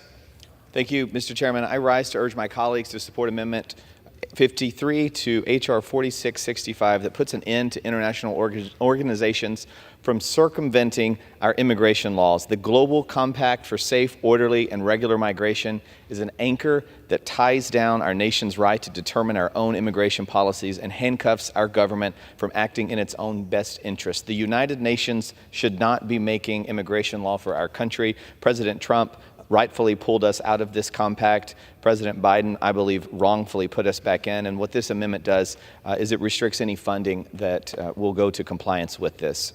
And I reserve. Gentleman reserves. For what purpose does the gentlelady from California seek recognition? Yes, Mr. Chairman, I rise in strong opposition to this amendment. Gentlelady is recognized.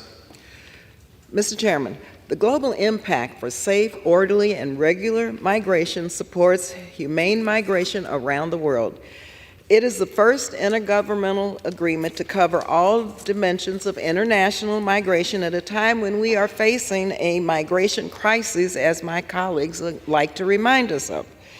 The Global Compact's guiding principles and objectives encompass a range of humanitarian, development, and other migration management activities, most of which the United States government supported long before the Global Compact on migration existed. These activities include the provision of life-saving humanitarian assistance, countering trafficking in persons, border management, access to consular services, and also dignified return and integration. 2022 saw a 21% increase in displaced people around the world, the largest ever single-year increase and the largest number of people forcibly placed in written history.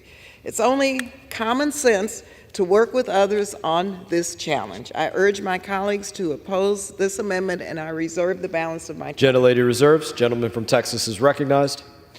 Thank you. I'll also quote Ambassador Nikki Haley, who said, "While we will continue to engage on a number of fronts at the United Nations, in this case, we simply cannot in good faith support a process that could undermine the sovereign right of the United States to enforce our immigration laws. We don't need to outsource our lawmaking to the United Nations." One of the compact issues that I have is that it strongly encourages migrants who do not have permission to stay in the country of destination. They are able to return to their country, preferably on a voluntary basis. The United Nations should not be making immigration law for the United States. If we are admitting, which I'm happy to hear my colleague admit, that we do have a crisis, the last thing we are going to admit, I think, on either side is that it is in fact orderly, which is what this compact seeks to achieve in an international body. I support this amendment. I reserve, and The gentleman reserves. The gentlelady from California. I yield back. Gentlelady yields back. Gentleman from Texas is recognized. I urge adoption. The question is on the amendment offered by the gentleman from Texas. Those in favor say aye. Those opposed say no. In the opinion of the chair, the ayes have it, and the amendment is agreed to. Gentlelady from California is... No. It's now in order to consider amendment number 54, printed in Part D of House Report 118-216. For what purpose does the gentleman from Texas seek recognition? I have an amendment at the desk. The clerk will designate the amendment. Amendment number 54, printed in Part D of House Report number 118-216, offered by Mr. Gooden of Texas. Pursuant to House Resolution 723, the gentleman from Texas, Mr. Gooden, and a member opposed, each will control 5 minutes. The chair recognizes the gentleman from Texas. Thank you, Mr. Chairman. This amendment ends the United Nations International Organization for Migration taxpayer-funded slush funds, commonly referred to as the Refugee Travel Loan Program. And while this may be a noble idea, a lot of Americans don't realize that what this money does is it first flows through the non-governmental organizations, who then cheerfully take a cut of that. 12%, I believe, is the number. 25%, excuse me. 25% of all of these monies go through NGOs, and they keep 25%, and it's turned into a loan that's obviously never paid back. And these numbers of refugees are continuing to be encouraged, and the caps continue to be encouraged to be raised by these non-governmental organizations that are making money off of this program. And so I would say to anyone who is for this, I hope they will join me in reforming this program. And until then, I don't think it's wise to spend American taxpayer dollars on something that is just enriching these NGOs on the backs of the American taxpayer, and I reserve. Gentleman reserves. For what purpose does the gentlelady from California seek recognition? I rise in strong opposition to this amendment. Gentlelady is recognized. Mr. Chairman, the Department of State, through the Bureau of Population, Refugees, and Migration, funds the transportation of refugees admitted into the United States Refugee Admissions Program for resettlement to the United States through IOM. Refugees admitted into the program and ready for travel to the United States receive interest-free loans from IOM to pay for their transportation from their overseas location to their domestic resettlement sites. Upon accepting the travel loan, refugees sign a promissory note to repay the loan over time.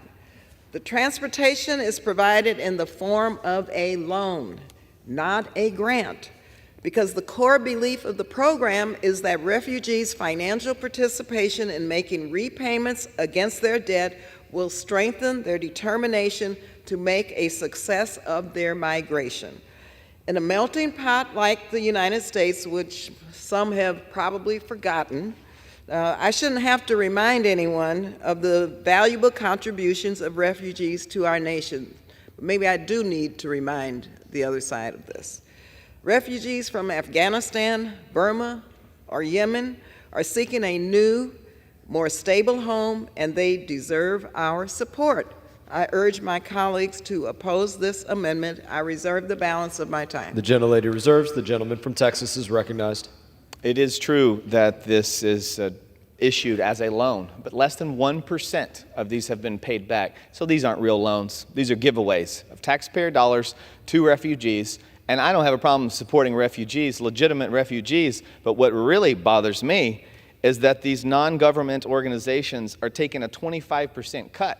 And so the refugee's not even getting all the amount of this loan, but the enriched non-government organizations are. And that's why you hear from groups like Lutheran Family Services, Jewish Family Services, Catholic Charities, who say, we are happy to help with this refugee problem. We are happy to go down to the border.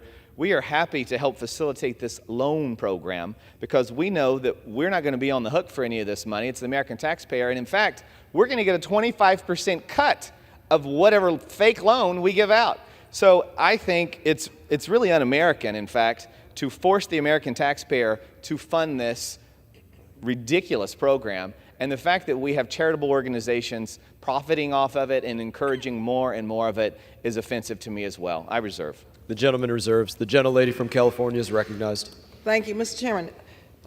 Once again, I guess I need to either clarify or tell the truth about the loan repayment percentage. Approximately, my colleague indicated that less than 1% of these loans are paid back.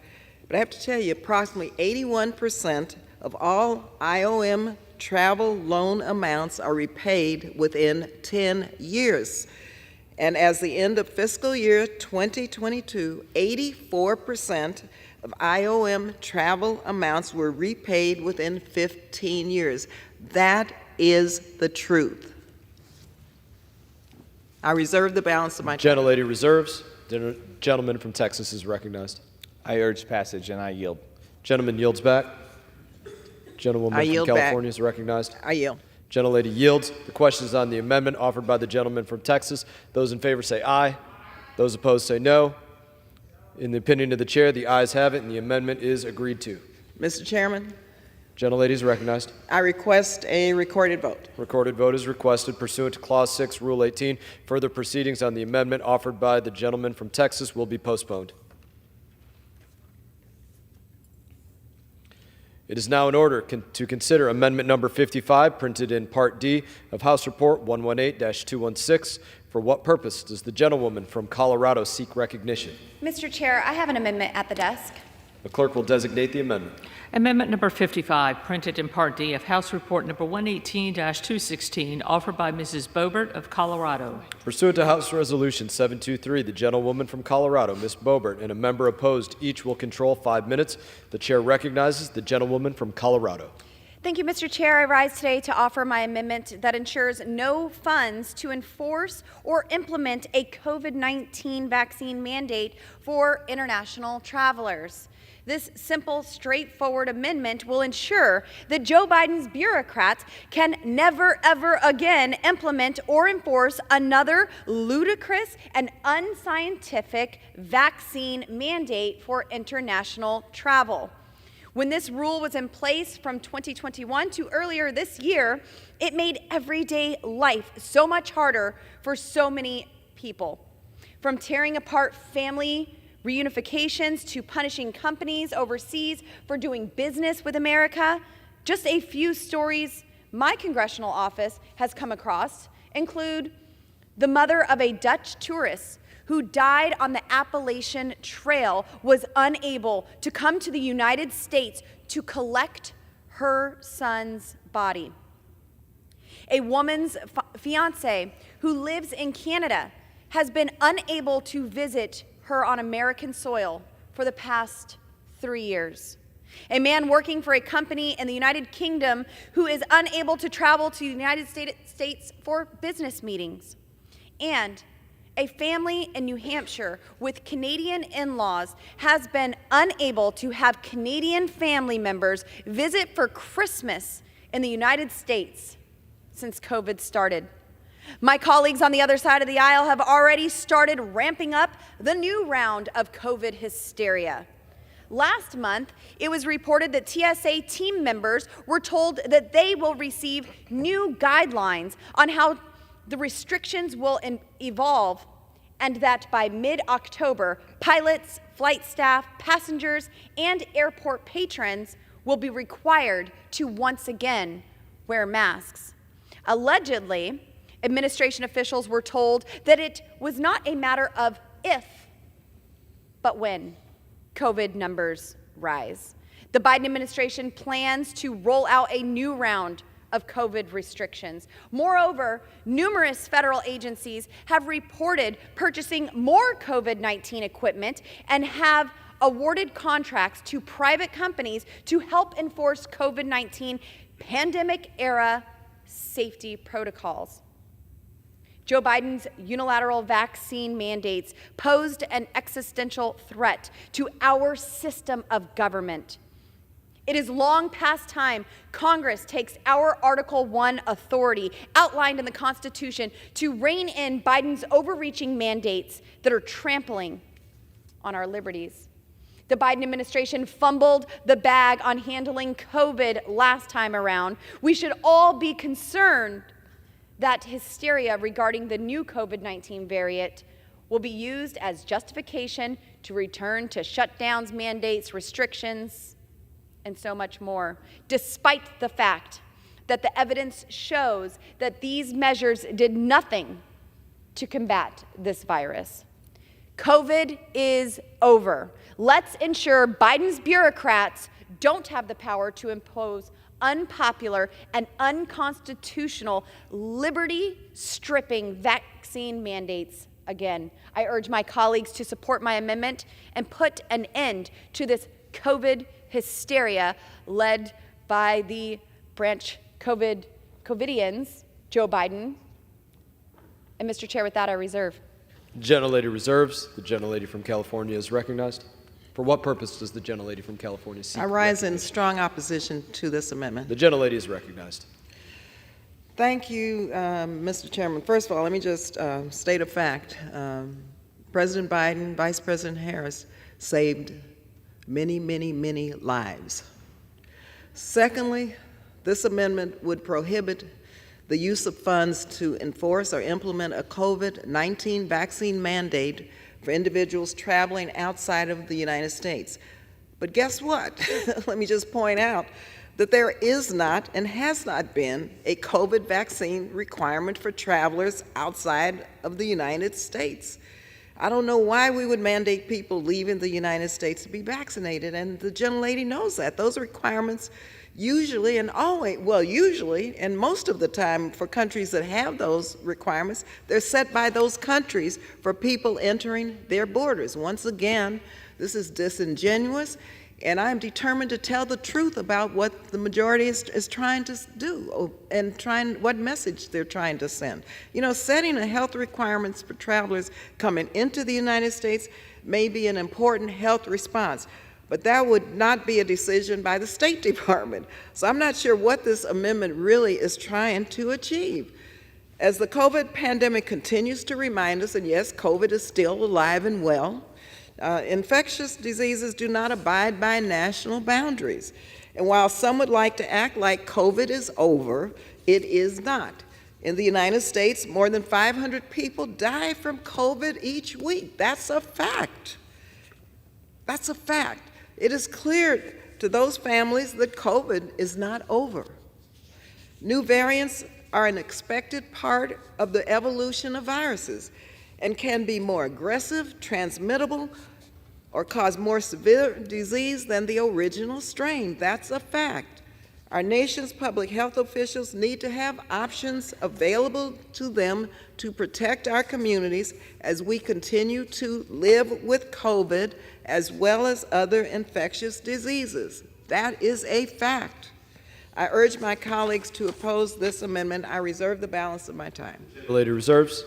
Gentlewoman from Colorado is recognized. I don't know what you're saying. Mr. Chair, I appreciate the gentlewoman's concern for lives lost in America, and I would hope that the gentlewoman would join our efforts in securing our southern border. This administration has stripped Title 42 away that prevented illegal aliens from coming into our country who may pose some sort of threat with an illness or a virus. If they were serious about COVID-19, this should never be something that they would want to eliminate. Instead, it is American citizens and those who are trying to travel to our country and from our country who are restricted by these unconstitutional vaccine mandates. If the gentlewoman is concerned about the numbers of lives that are being lost, maybe she should join us in supporting our efforts to secure the southern border, where there is a flow of fentanyl coming into our country, killing 300 Americans a day, making every state a border state. It's hard to take any of the paper masks seriously when we know that they don't work, that we've been proven time and time again, while they're on their 7th booster shot and still supposedly getting COVID. Mr. Chair, I yield. The gentlelady from California is recognized. Mr. Chairman, this amendment has nothing to do with securing our southern border or fentanyl or anything else. What this amendment actually does is misrepresent the actual reality of our policy. There is not and has not been a COVID vaccine requirement for travelers outside of the United States. This amendment would prohibit the use of funds to enforce or implement a COVID vaccine mandate for individuals traveling outside of the United States, which does not exist. This amendment has nothing to do with the southern border or fentanyl. I reserve the balance of my time. Gentlelady has the only remaining time.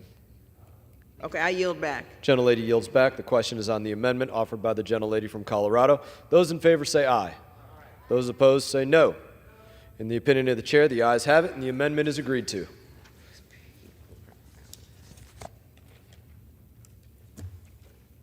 It is now in order to consider Amendment Number 56, printed in Part D of House Report 118-216.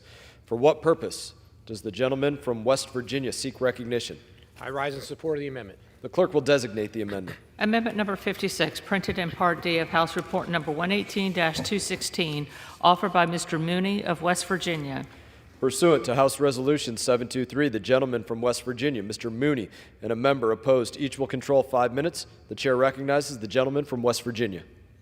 Thank you, Mr. Chairman. I rise in support of my amendment to prevent tax dollars from hardworking Americans from being sent to Mexico, allegedly in support of economic development, until the President of the United States of America informs Congress that Mexico has decided to stop the free flow of fentanyl across our southern border. My plan is a simple and strong response to the Mexican government's refusing to take action to address the crisis of fentanyl pouring across our border. The Mexican president continues to falsely state that fentanyl is not manufactured or consumed in his country. In March 17th of this year, 2023, Mexico President Obrador said at a news conference in Mexico City, quote, "Here, we do not produce fentanyl, and we do not have consumption of fentanyl. Why doesn't the United States take care of its own issues?" Close quotes. But the numbers do not lie. The Drug Enforcement Agency said in December that, quote, "most of the fentanyl trafficked by the cartels is being mass-produced at secret factories in Mexico with chemicals sourced largely from China," close quotes. There were 14,000 pounds of fentanyl seized last year at the southern border and more than 11,000 pounds this year so far. Fentanyl is pouring across our border because of the disastrous open border policies of President Biden and his Democrat allies in Congress. Meanwhile, Mexico refuses to act against the cartels. Todd Robinson, who's President Biden's Assistant Secretary of State for International Narcotics, testified before the Senate Foreign Relations Committee in February 2023, quote, "To be honest, the challenge that we have with Mexico is their unwillingness to put sufficient resources into the fight against fentanyl, and we're pushing them to do that," close quote. Multiple administrations have pushed Mexico to do more, yet they refuse to act. Now is the time for Congress to step up and use the power of the purse to hold Mexico accountable until they change their behavior. I want to be very clear, this amendment is focused solely on economic aid. This amendment does not impact narcotics interdiction and border security assistance that we also provide to Mexico. Mexico should not be rewarded with economic support funding when they refuse to stop the production of fentanyl that has killed hundreds of thousands of Americans.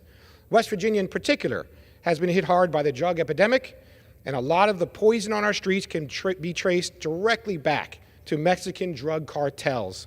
We need to secure our border, but we also need Mexico to partner with us. Our practice of giving them more United States taxpayer dollars as an inducement to fight against drug trafficking has failed. It is time to cut off economic funding until the President of the United States can report to Congress that Mexico is working with us to address the flow of fentanyl across the border. I call on all my colleagues to join me in supporting this amendment. And, Mr. Chairman, I yield back the balance of my time. Does the gentleman reserve?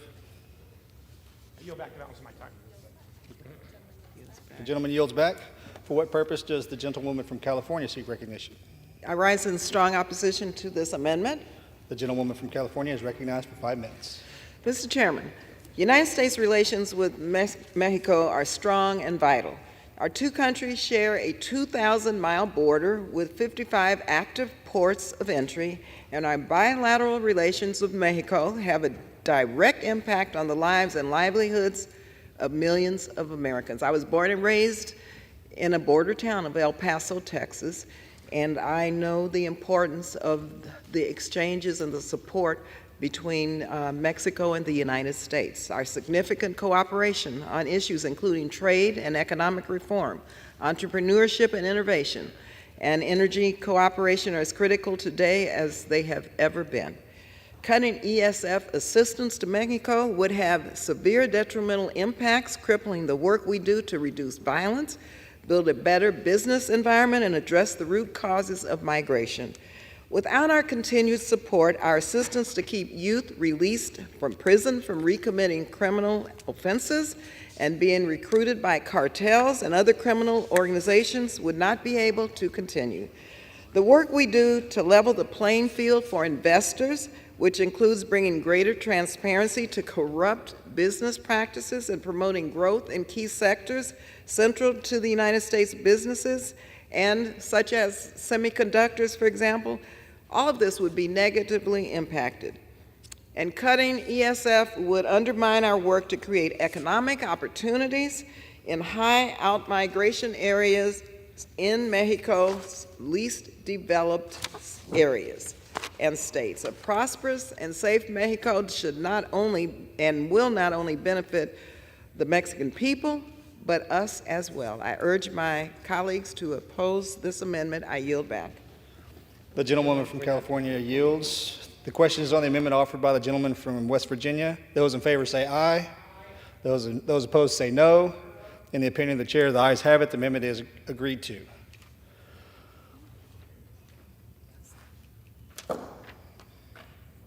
It is now in order to consider amendment number 57, printed in Part D of House Report 118 through 216. For what purpose does the gentlewoman from Indiana seek recognition? Thank you, Mr. Chairman. I have amendment on the desk. The clerk will designate the amendment. Amendment number 57, printed in Part D of House Report number 118-216, offered by Mrs. Spartz of Indiana. The chair recognizes the gentlewoman, pursuant to the House Resolution 723, the gentlewoman from Indiana, Ms. Spartz, and a member opposed, each will have control of 5 minutes. The chair recognizes the gentlewoman from Indiana. Thank you, Mr. Chairman. I yield myself as much time as I might consume. I have a very simple but very important amendment. All this amendment says that the Secretary of State cannot use any funds in this appropriation that are not explicitly authorized by Congress to be given to the United Nations.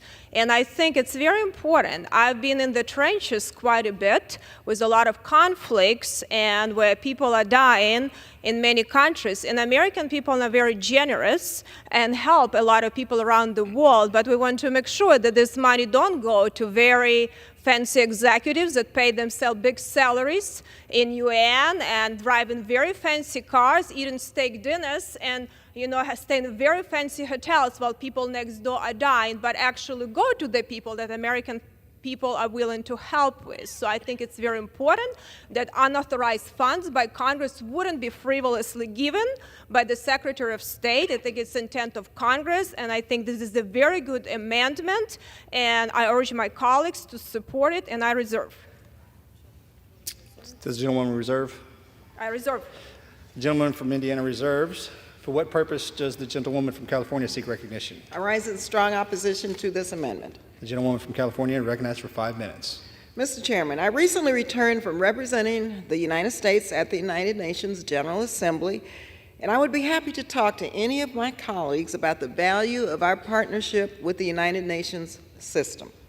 It is not perfect, no large bureaucracy is, but our ability to improve its operations, make sure its stances reflect our values, and have the United Nations serve its mission for peace hinges on the United States being an active, participating member of the organization.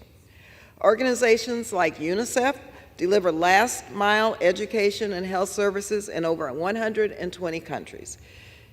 If you have ever seen kids in South Sudan, and I have many times, walking with their blue UNICEF backpacks to school, or visited with one of the 365 million kids under the age of 5 who received malnutrition services last year, you would know that their presence is real and felt by millions of kids and their families around the world.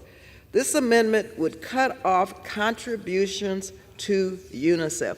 What will these young people think about the United States, quite frankly, when they grow up?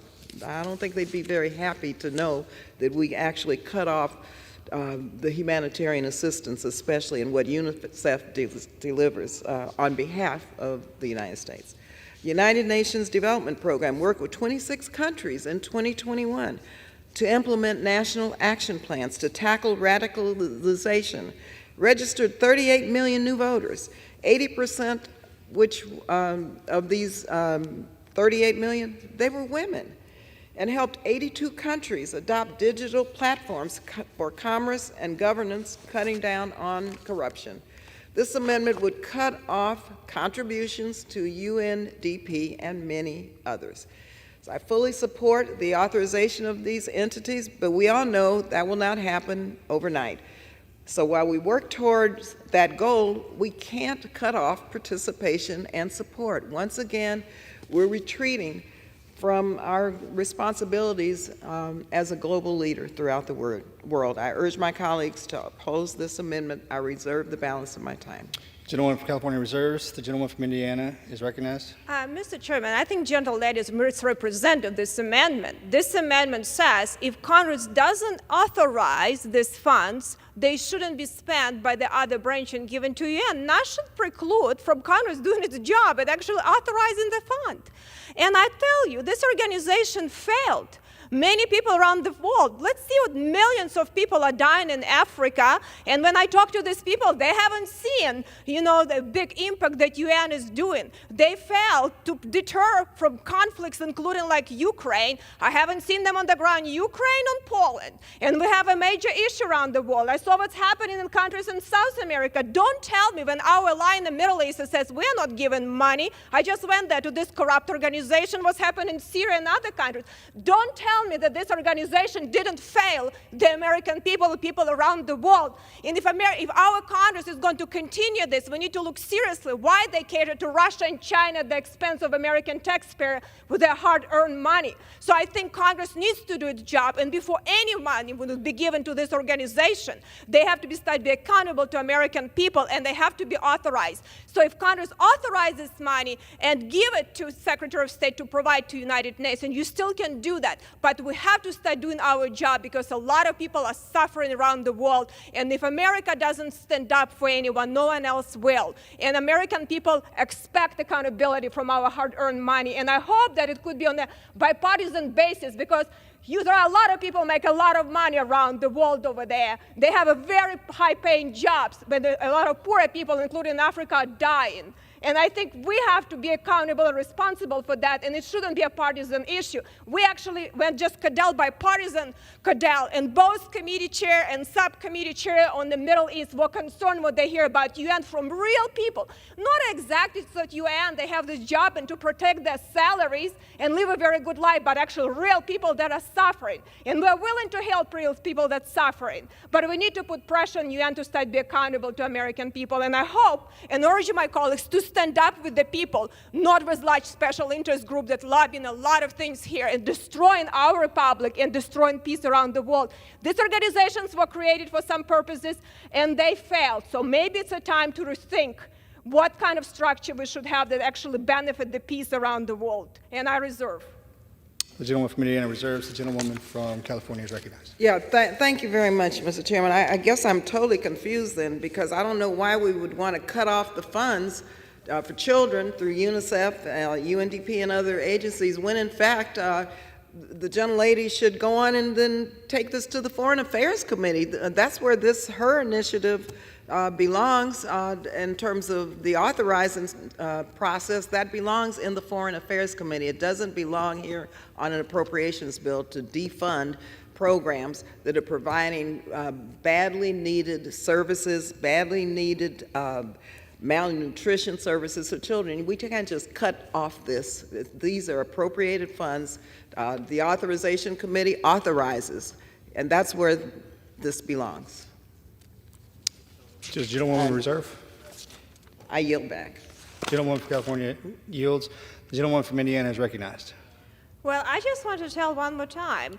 Congress is supposed to authorize, this funding, and if we're not doing the job, we shouldn't waive the rules. Congress either doing the job or not, and if Congress believe, based on the consideration, that this fund should be provided, the other side need to make the case, and we can authorize these funds, but they have to be accountable that the funds are used wisely. So all it says, unauthorized spending is not going to be waived by Congress. We need to stop waiving and neglecting our job. So maybe if we get a little bit more pressure, we'll start doing our job that should be actually authorizing funds and appropriating funds. And if not, then we have to be accountable. But I truly believe this is very important for Congress to start looking at spending and start providing proper oversight. And I truly believe that this is an issue that I hope will be supported on bipartisan basis. And I yield back.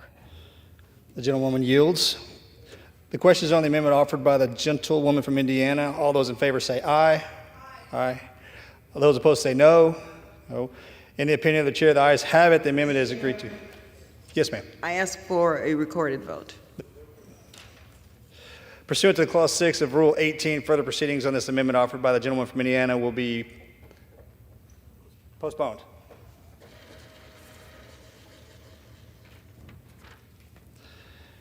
It is now in order to consider amendment number 58, printed in Part D of House Report 118 through 216. For what purpose does the gentleman from Wyoming seek recognition? Mr. Chairman, I have an amendment at the desk. The clerk will designate the amendment. Amendment number 58, printed in Part D of House Report number 118-216, offered by Ms. Hageman of Wyoming. Pursuant to the House Resolution 723, the gentlewoman from Wyoming, Ms. Hageman, and a member opposed each will have control 5 minutes. The chair recognizes the gentlewoman from Wyoming. Thank you, Mr. Chairman. I rise in favor of my amendment number 58 to H.R. 4665. This amendment would prohibit funding for the State Department's, quote, Office of Global Change. Mr. Chairman, the underlying bill rightfully targets the U.S. taxpayer dollars from being sent to globalists who foment climate change hysteria and that provides no benefits to the American citizens. And while the underlying bill provides temporary relief from these bad policies, we must target the actual source of this nonsense. That is why my amendment is needed. The Office of Global Change is responsible for implementing and managing the U.S. international policy on climate change. It is, in other words, the executive office that was created with the mission statement of funding our enemies and destroying our own prosperity. This is the office that oversees all of Mr. Biden's misguided policies, and we must therefore cut off the source of that funding by targeting the money, not just play whack-a-mole whenever a new issue arises. Any American that is concerned about the globalist agenda infiltrating our sovereign decision-making process should be concerned about what any office whose mission statement is, quote, global change, especially when this global change is all about disrupting and destroying our reliable, clean, and affordable domestic energy resources so that they can force a green dystopia that will cause energy poverty on a massive scale. The Office of Global Change seeks to force CCP-inspired policies on the U.S. so that we become more and more energy insecure, while the CCP, the Chinese Communist Party, becomes more and more energy independent and secure. If this majority is to deliver on the promises that we made to the American people, which means substituting radical climate politics for actual real governance, we must identify and eradicate the source of the problems. That means defunding the Office for Global Change. My amendment would do just that. I urge all of my colleagues to support this amendment, and I reserve the balance of my time. The gentlewoman from Wyoming reserves. For what purpose does the gentlewoman from California seek recognition? I rise in strong opposition to this amendment. The gentlewoman from California is recognized for 5 minutes. Yeah, Mr. Chairman, it is clear from the science that the most existential crisis the world faces is from the growing climate crisis. It is an emergency. Without intervention, our warming planet will have negative impacts on the United States and throughout the world. This bill already ignores the changing climate and its implications for so many other global challenges, including promoting food and water security, global health, the protection of tropical forests, and other vital natural resources, and social and political stability in strategically important regions. According to the World Bank, changes in the environment could put 132 million people back into extreme poverty. That's by 2030, only a few more years. And it also could drive the internal migration of an additional 216 million people by 2050. The State Department, through the office that this amendment is defunding, must be able to work with other countries and use every tool available to us to prevent the worst of increasingly ferocious natural disasters, failing crops, loss of biodiversity, and the rise of new diseases. The climate crisis poses threats to the stability of countries, heightens social and political tensions, and adversely affects food prices and availability. And this, again, as I said earlier, is according to our own military. The need for foreign assistance will only increase if we do not address this significant driver of crisis around the world.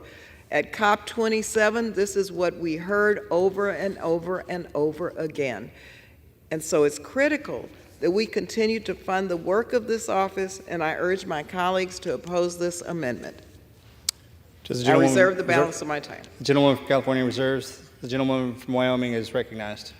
Again, I think that all people that the folks need to understand is that the Office of Global Change is responsible for implementing and managing the U.S. international policy on climate change, the very purpose of which is to destroy the prosperity of the United States of America.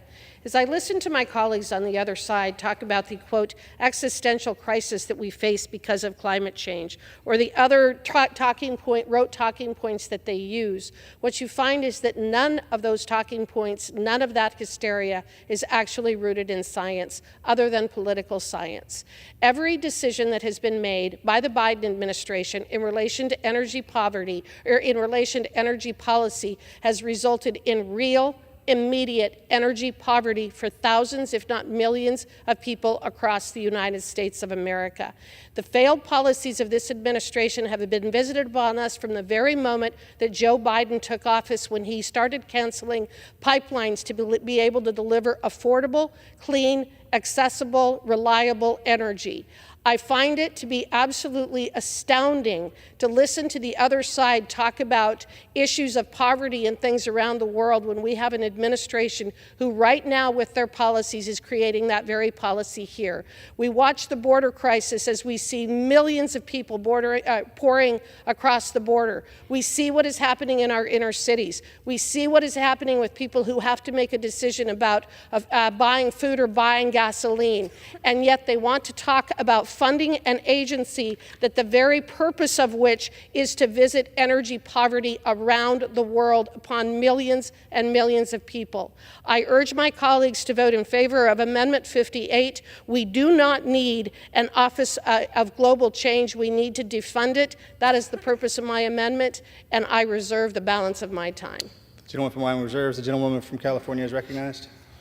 Well, the gentlelady says that this office is going to destroy the prosperity of America, but I would suggest that this amendment will continue to destroy our planet.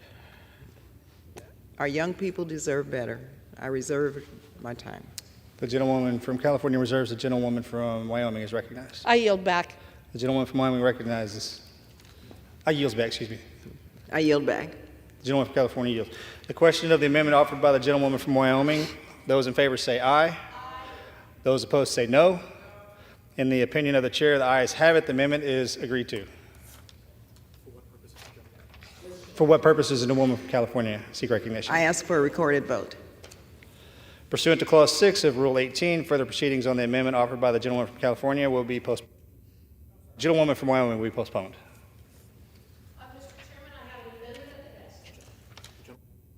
The gentlewoman will suspend. It is now in order to consider amendment number 59, printed in Part D of House Report 118 through 216. For what purposes does the gentlewoman from Wyoming seek recognition? Mr. Chairman, I have an amendment at the desk. The clerk will designate the amendment. Amendment number 59, printed in Part D of House Report number 118-216, offered by Ms. Hageman of Wyoming. Pursuant to the House Resolution 723, the gentlewoman from Wyoming, Ms. Hageman, and a member opposed each will have control of 5 minutes. The chair recognizes the gentlewoman from Wyoming. Mr. Chairman, I rise in favor of my amendment number 59 to H.R. 4665. This amendment would prohibit the State Department remote work agreements, which allow a domestically assigned employee alternative work site to be located outside of the locality pay area of the regular work site. Now, that's a lot of word that may seem a little bit confusing, but let me explain what I mean.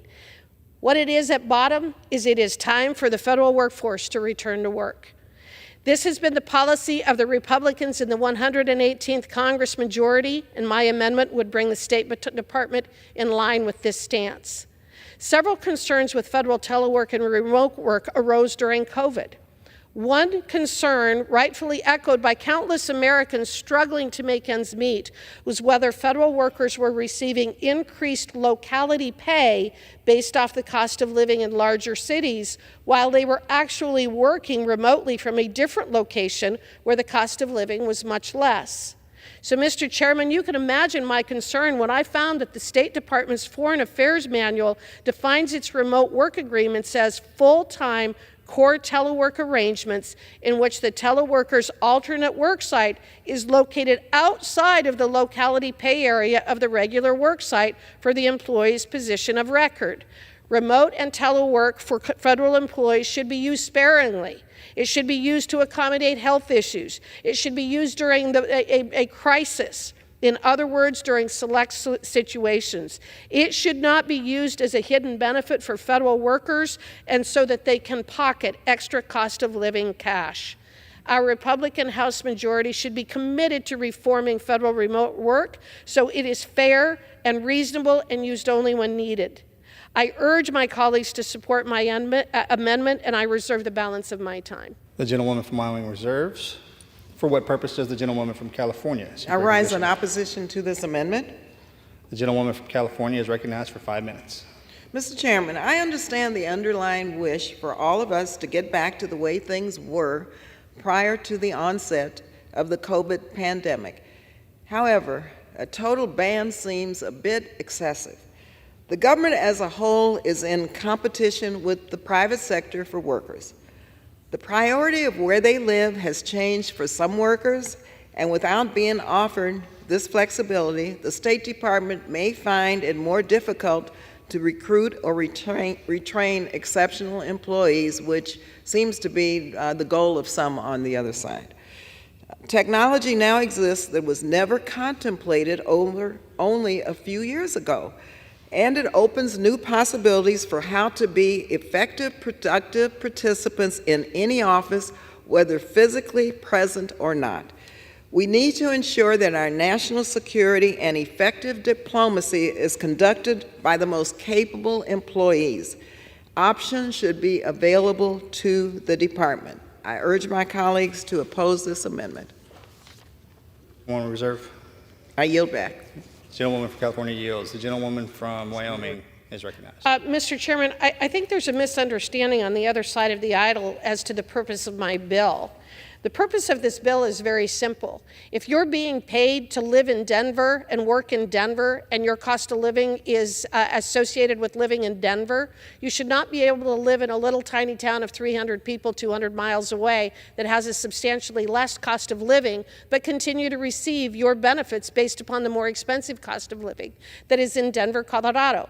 That's just the purpose of this. If you're going to live in a lower cost of living area and telework, you shouldn't be paid as though you're living in a large city. That's the point of this. It's very simple. It's nothing more than about fairness. I think that the American people expect our federal employees to be honest about where they're working and the cost of living that they have, and I do not believe that it's fair, and they don't believe that it's fair that we're actually paying people to live in more expensive areas while they're living in less expensive areas. That is a benefit that we didn't agree to as Congress. I don't believe that it is appropriate, and I urge my fellow members to support amendment number 59. And with that, I yield back.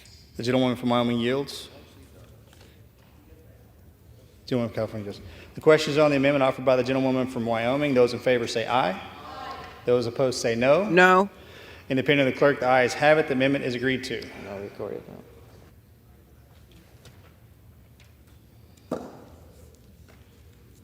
The chair understands that the amendment number 60 will not be offered. It is now in order to consider amendment number 61, printed in Part D of House Report 118 through 216. For what purpose does the gentlewoman from North Carolina seek recognition? Mr. Chairman, I have an amendment at the desk. The clerk will designate the amendment. Amendment number 61, printed in Part D of House Report number 118-216, offered by Ms. Fox of North Carolina. Pursuant to House Resolution 723, the gentlewoman from North Carolina, Ms. Fox, and a member opposed each will control 5 minutes. The chair recognizes the gentlewoman from North Carolina. Thank you, Mr. Chairman. I rise in support of my amendment. My amendment is simple. It would prevent taxpayer funds from paying for State Department employees to travel to or attend events hosted by the Clinton Global Initiative. The rationale is quite simple.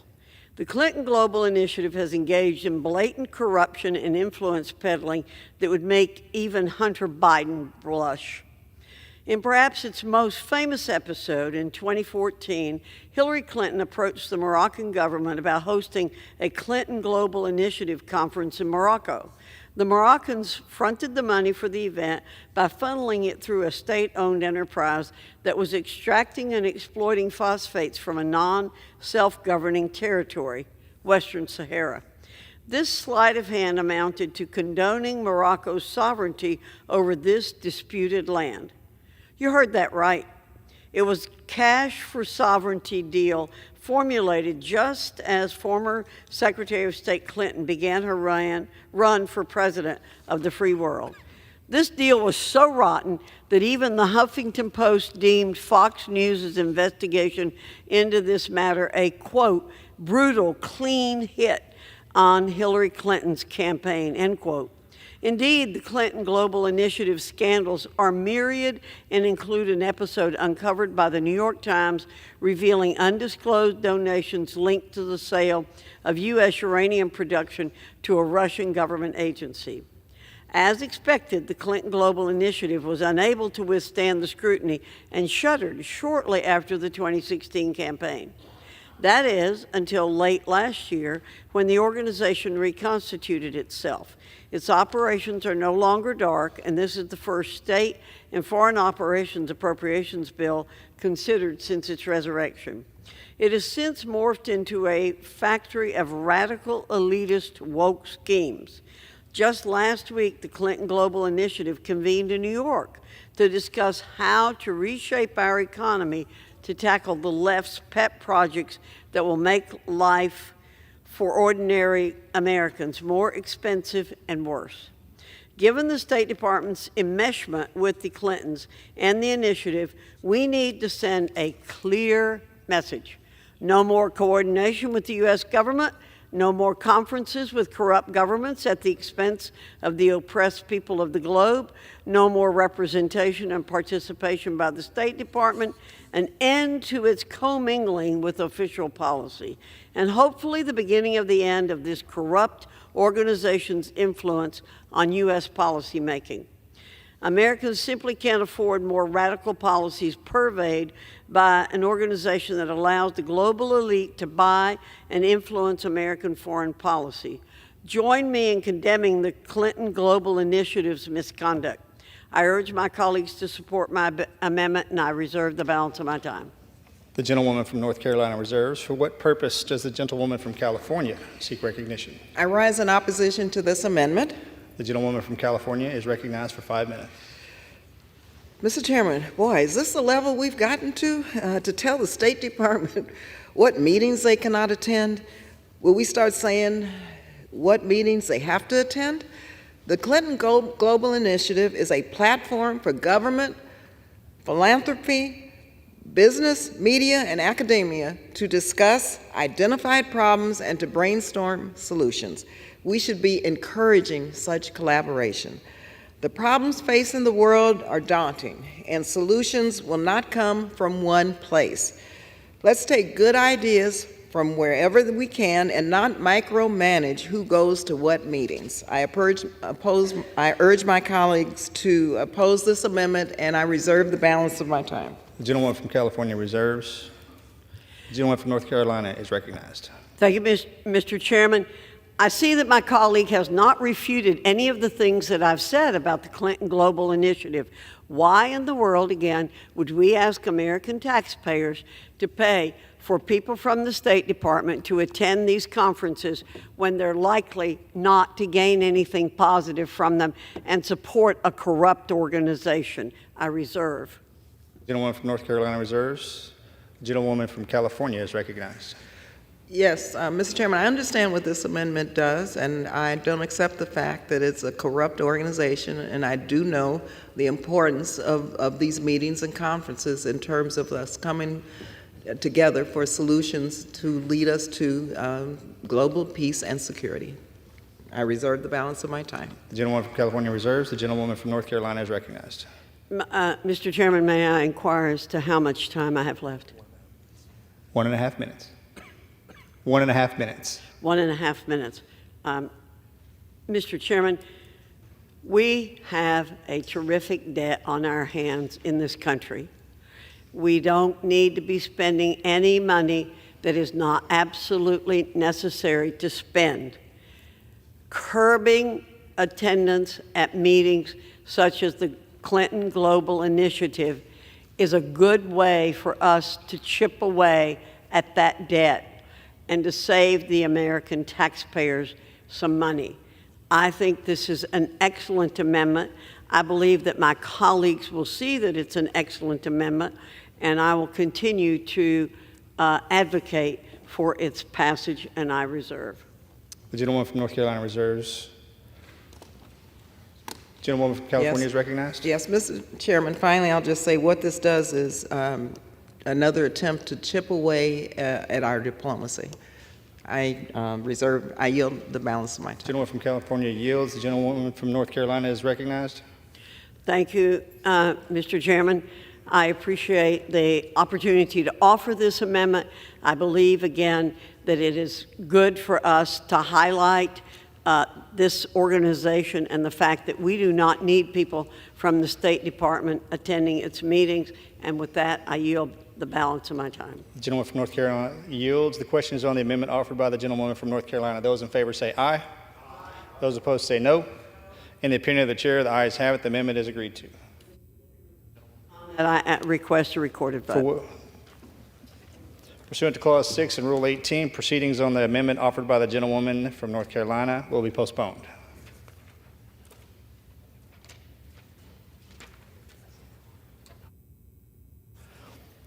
It is now in order to consider amendment number 62, printed in Part D of House Report 118 through 216. For what purpose does the gentleman from California seek recognition? Mr. Chairman, I have an amendment at the desk. The clerk will designate the amendment. Amendment number 62, printed in Part D of House Report number 118-216, offered by Mr. Issa of California. Pursuant to the House Resolution 723, the gentleman from California, Mr. Issa, is a member, and a member opposed each will control 5 minutes. The chair recognizes the gentleman from California. I yield myself such time as I may consume. The gentleman is recognized. Thank you, Mr. Chairman. We're in a competition right now, it's undeniable, with a Chinese Communist Party-led country. We have been in that race for more than 40 years. Decades ago, we made a decision that engagement would change the trajectory of China. It was a fair and reasonable attempt. But throughout those years, as China has gained power, they have only gained a ruthless disregard for the norms of our planet, including those that they bid into. They claim to be a fair trader, they are not. They claimed that they would not steal technology, they did. As a matter of fact, they have ruthlessly become the largest spy organization, not just on our military and defense structures, but in fact on our industries. It is legendary, the level that they have one-sided done to. So for that reason, it's time for us to shift. Under the last administration, we began shifting. Under this administration, we continue to recognize China as a threat. In those years since we opened up our relationship, we did a number of things as a planet, as a world, as countries. Hong Kong and Macau were voluntarily given back, each based on a promise to their host nations that they would continue to operate in a way that was consistent with the democracies that had led them. In both cases, through a slow but steady change that has been completely eroded. A number of years ago, probably the greatest choice of the Communist Party, Vladimir Putin, or sorry, the other Vladimir, oh shoot.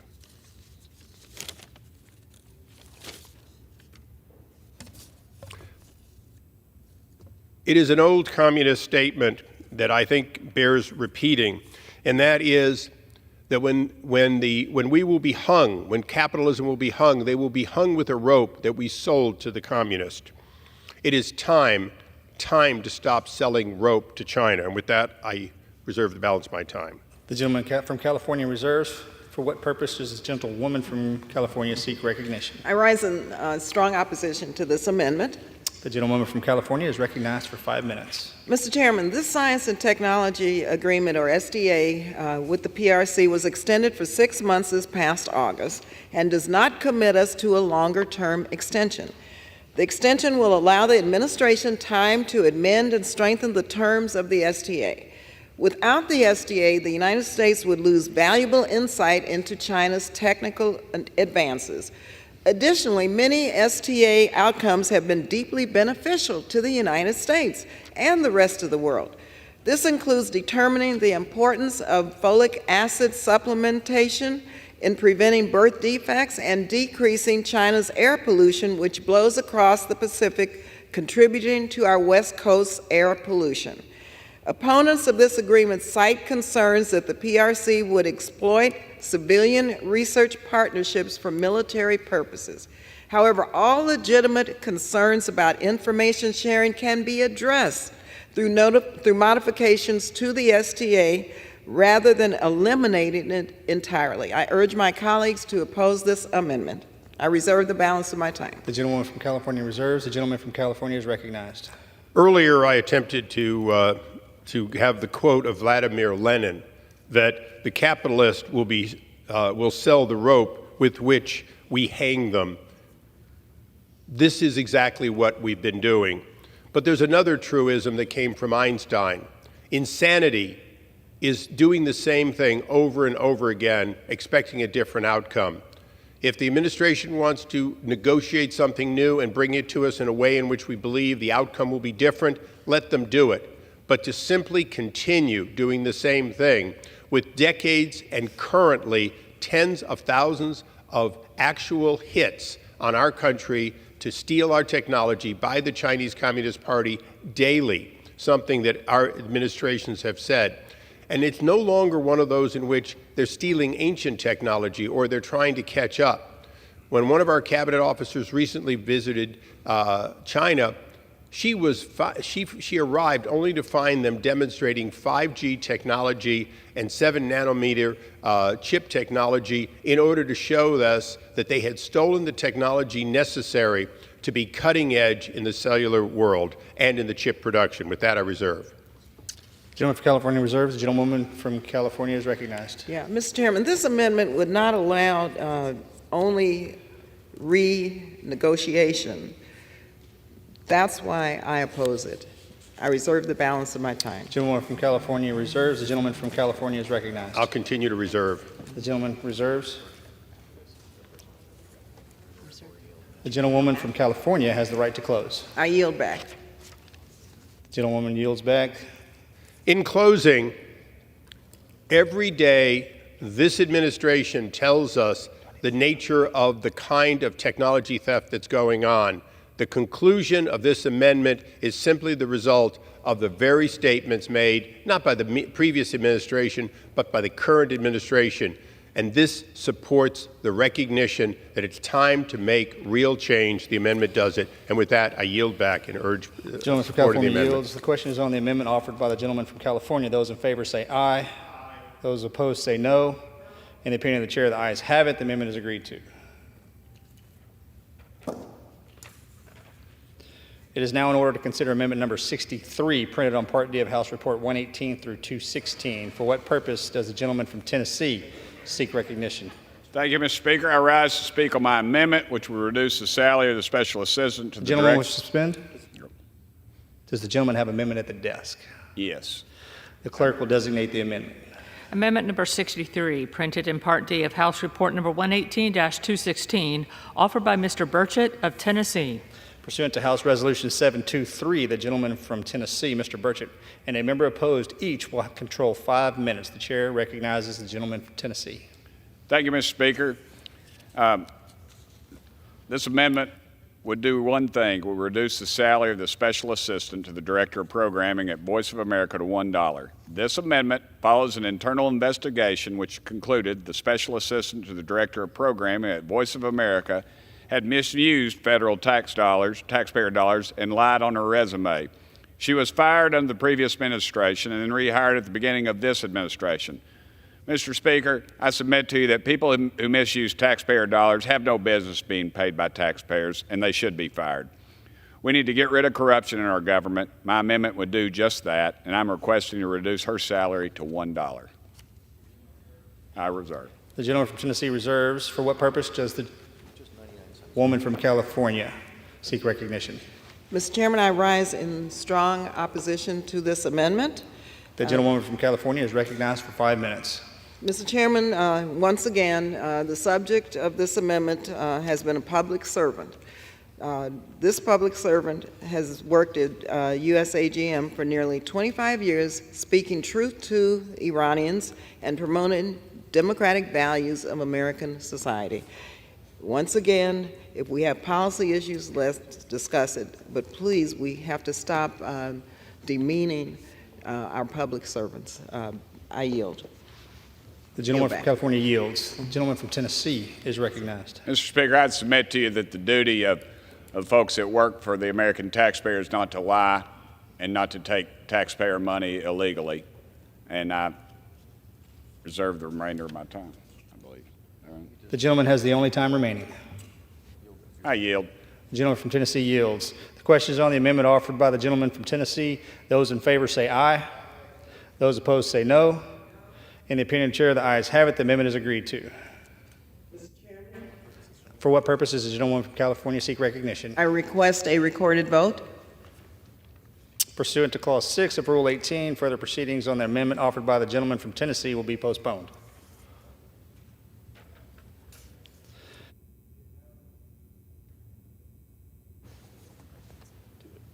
It is now in order to consider amendment number 64, printed on Part D of House Report 118 through 216. For what purpose does the gentleman from Tennessee seek recognition? I rise to speak on the amendment. Is the amendment on the desk, Mr. Speaker? The clerk will designate the amendment. Amendment number 64, printed in Part D of House Report number 118-216, offered by Mr. Burchett of Tennessee. Pursuant to House Resolution 723, the gentleman from Tennessee, Mr. Burchett, and a member opposed each will control 5 minutes. The chair recognizes the gentleman from Tennessee. Thank you, Mr. Speaker. I rise to speak on this amendment, which will reduce the salary of the Chief Management Officer for the U.S. Agency for Global Media to $1. The Chief Management Officer of the U.S. Agency for Global Media is responsible for rehiring Satara Siege, who knowingly misused federal taxpayer dollars and lied on her resume. Whistleblowers have come forth to shed light on the rampant misuse of taxpayer dollars, and the Chief Management Officer at the U.S. Agency for Global Media is responsible for rehiring the individual that did so. There should be no place for this conduct in public service, Mr. Speaker. I'm requesting the salary of the Chief Management Officer at the U.S. Agency for Global Media be reduced to $1. I reserve. The gentleman from Tennessee reserves. For what purpose does the gentlewoman from California seek recognition? I rise in strong opposition to this amendment. The subject of this amendment, again, has served in the government for 15 years. The gentlewoman is recognized for 5 minutes. Time in 2 Inspector General offices. Once again, the other side continues to try to really destroy our dedicated public servants. I don't quite understand it. I reserve the balance of my time. The gentlewoman from California reserves. The gentleman from Tennessee is recognized. Thank you, Mr. Speaker. We cannot continue to keep rewarding bad behavior. This isn't some soccer game where nobody keeps score and everybody gets a trophy. This is the American government. We are responsible to the taxpayers for this money. I submit to you, Mr. Speaker, that this type of activity, if we turn the other cheek, it will be continue to be rampant in our society and in our government. And we've got to start somewhere, Mr. Speaker. We're $33 trillion in debt, and paying people that are doing things that are illegal should not be the makeup of this government. I yield. Gentleman from Tennessee yields. Gentlewoman from California is recognized. Bad behavior, Mr. Chairman, is not being rewarded. Public servants, they're doing their job and they're carrying out the policies of the United States of America. This is a personnel decision. All of these would be personnel decisions. But unfortunately, they're being politicized. And it's really a shame and disgrace that our public servants who represent us so well are the subject of these despicable attacks. I yield back. The gentleman from California yields. The question is on the amendment offered by the gentleman from Tennessee. Those in favor say aye. Those opposed say no. In the opinion of the chair, the ayes have it. The amendment is agreed to. Mr. Chairman. For what purpose does the gentlewoman from California seek recognition? Recorded vote. Pursuant to Clause 6 of Rule 18, further proceedings on the amendment offered by the gentleman from Tennessee will be postponed. Purpose does the gentleman from Florida seek recognition? Mr. Chairman, while I commend the great job that the chairman has done, I now move that the committee do rise. The question is on the motion that the committee rise. All those in favor say aye. All those opposed say no. The ayes have it. The motion is adopted. Accordingly, the committees rise.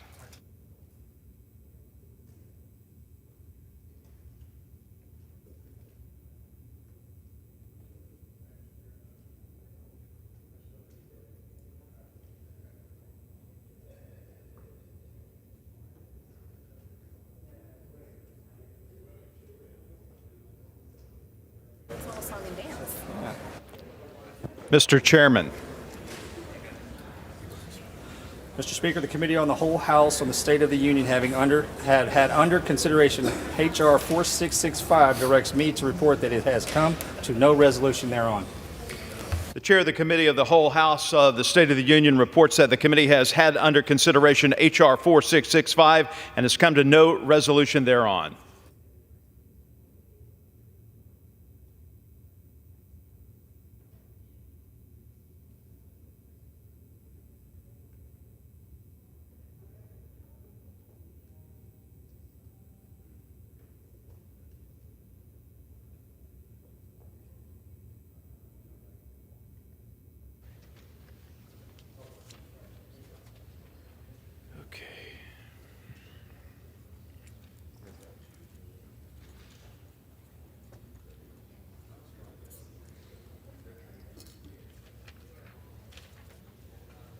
are you doing? Good. How are you? Good to see you.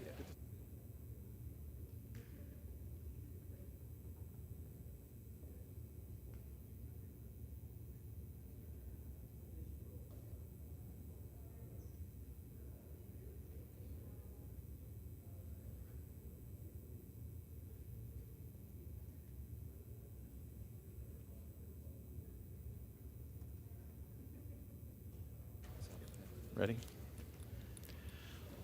For what purpose does the gentleman from Oklahoma seek recognition? Mr. Speaker, by direction of the Committee on Rules, I call up House Resolution 730 and ask for its immediate consideration. The clerk will report the resolution. House Calendar Number 39, House Resolution 730. Resolved that upon adoption of this resolution, it shall be in order to consider in the House the bill H.R. 5692, making supplemental appropriations for the fiscal year ending September 30th, 2024, and for other purposes. All points of order against consideration of the bill are waived. The bill shall be considered as read. All points of order against provisions in the bill are waived. The previous question shall be considered as ordered on the bill and on any amendment thereto to final passage without intervening motion except one. 30 minutes of debate equally divided and controlled by the chair and ranking minority member of the Committee on Appropriations or their respective designees. And 2, one motion to recommit. Section 2, during further consideration of the bill H.R. 4365, making appropriations for the Department of Defense for fiscal year ending September 30th, 2024, and for other purposes, pursuant to House Resolution 723. The further amendment specified in Section 3 shall be considered as adopted. Section 3, the amendments referred to in Section 2 is as follows. 1.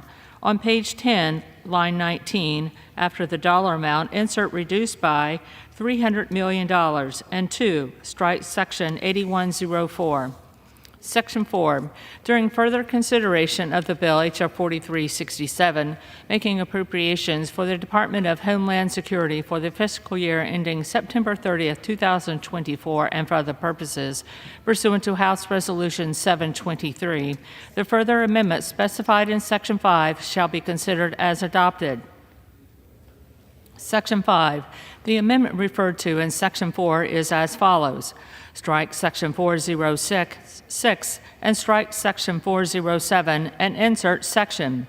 Notwithstanding the numerical limitations set forth in Section 214G1B of the Immigration and Nationality Act, 8 U.S.C. 1184G1B, the Secretary of Homeland Security, after consultation with the Secretary of Labor, and upon determining that the needs of American businesses cannot be satisfied during fiscal year 2024 with United States workers who are willing, qualified, and able to perform temporary non-agricultural labor, may increase the total number of aliens who may receive a visa under Section 101 A 15H IIB of such Act 8 U.S.C.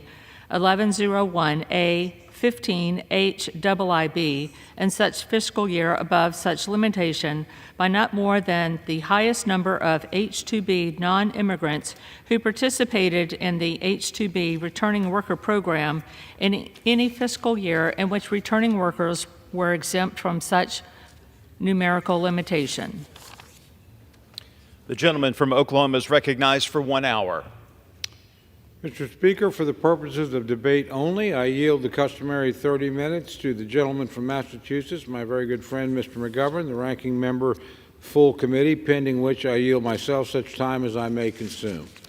During consideration of this resolution, all time yielded for the purposes of debate only.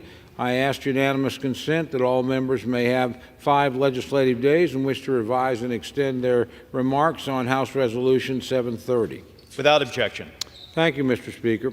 Mr. Speaker, last night the Rules Committee met and reported out a rule, House Resolution 730, providing for the consideration of H.R. 5692, the Ukraine Security Assistance and Oversight Supplemental Appropriations Act of 2024, under a closed rule. It provides 30 minutes of general debate, equally divided and controlled by the chair and ranking member of the Committee on Appropriations or their respective designees, and provides for 1 motion to recommit. I rise today, Mr. Speaker, in order to support that rule and the underlying legislation. Mr. Speaker, although I know my friends in the minority will express some consternation about today's rule, it sets up a discussion that I think is important to have. The rule takes $300 million in funds intended to support Ukraine out of the current defense appropriations process. It then makes an order a separate vote on those funds through H.R. 5692. The bill also creates a special inspector general for Ukraine assistance, ensuring that American dollars going to Ukraine receive appropriate oversight and supervision. Now, as my friends across the aisle are well aware, there is no mystery about how I will vote on this question. Ukraine has been and remains the victim of Vladimir Putin's unprovoked, unjust, and illegal invasion of his neighbor to the west. I firmly support continuing to provide funding to Ukraine so that they can continue to resist that invasion. It's not only in America's national interest to do so, but it's also the right thing to do. But for other members of the House and for their constituents, a vote on funding for Ukraine is a matter of conscience. Shifting these funds out of the defense appropriations process and into a separate bill allows those members for whom there is a question of conscience to vote to support our troops through an otherwise robust defense appropriations bill, while also allowing all members to vote separately on providing funding to Ukraine. Mr. Speaker, it was never a bad thing, it is never a bad thing, to have all members of the House take a vote on a question. It is especially helpful in this instance to give all members the chance to be heard. Some of my Republican colleagues are supportive of the overall defense appropriations bill, but want to vote separately on Ukraine. Conversely, the vast majority of my friends across the aisle support funding Ukraine, but are opposed to the defense appropriations bill. Voting on this issue separately through H.R. 5692 gives everyone a chance to be recorded on this important topic. But this resolution does something else that I think is very important. It sets up a debate about American policy toward Ukraine. This is a very valuable discussion to have, Mr. Speaker, and one that the American people would assuredly benefit from. A debate on American policy toward Ukraine is important. It would help answer certain key questions that Americans are asking, such as, what is America's overall strategy? How are funds being used in Ukraine? What oversight policies are in place? President Biden has never given a formal address to the American people outlining America's overall strategy with respect to Ukraine. But that does not mean the House cannot have such a discussion. In fact, the opposite is true. The Biden administration's failure to adequately explain to the American people what our overall strategy is means that it's imperative for the House to discuss the topic on the House floor. Today's rule will give the House, and more importantly the American people, just that opportunity. We can have an open and honest discussion about American policy toward Ukraine and about American dollars supporting Ukraine in its fight against Russian aggression. And when the debate's over, all members of the House will have the opportunity to vote on this important question. I'm confident that at the end of the day, the House will pass this measure to appropriate these funds to support Ukraine. The only difference will be that we had a full, open, and honest debate about it on the House floor.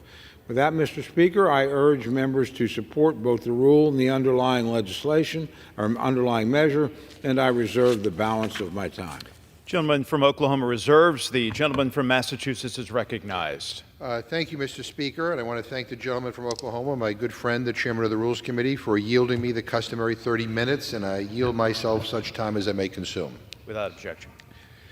Mr. Speaker, in 57 hours,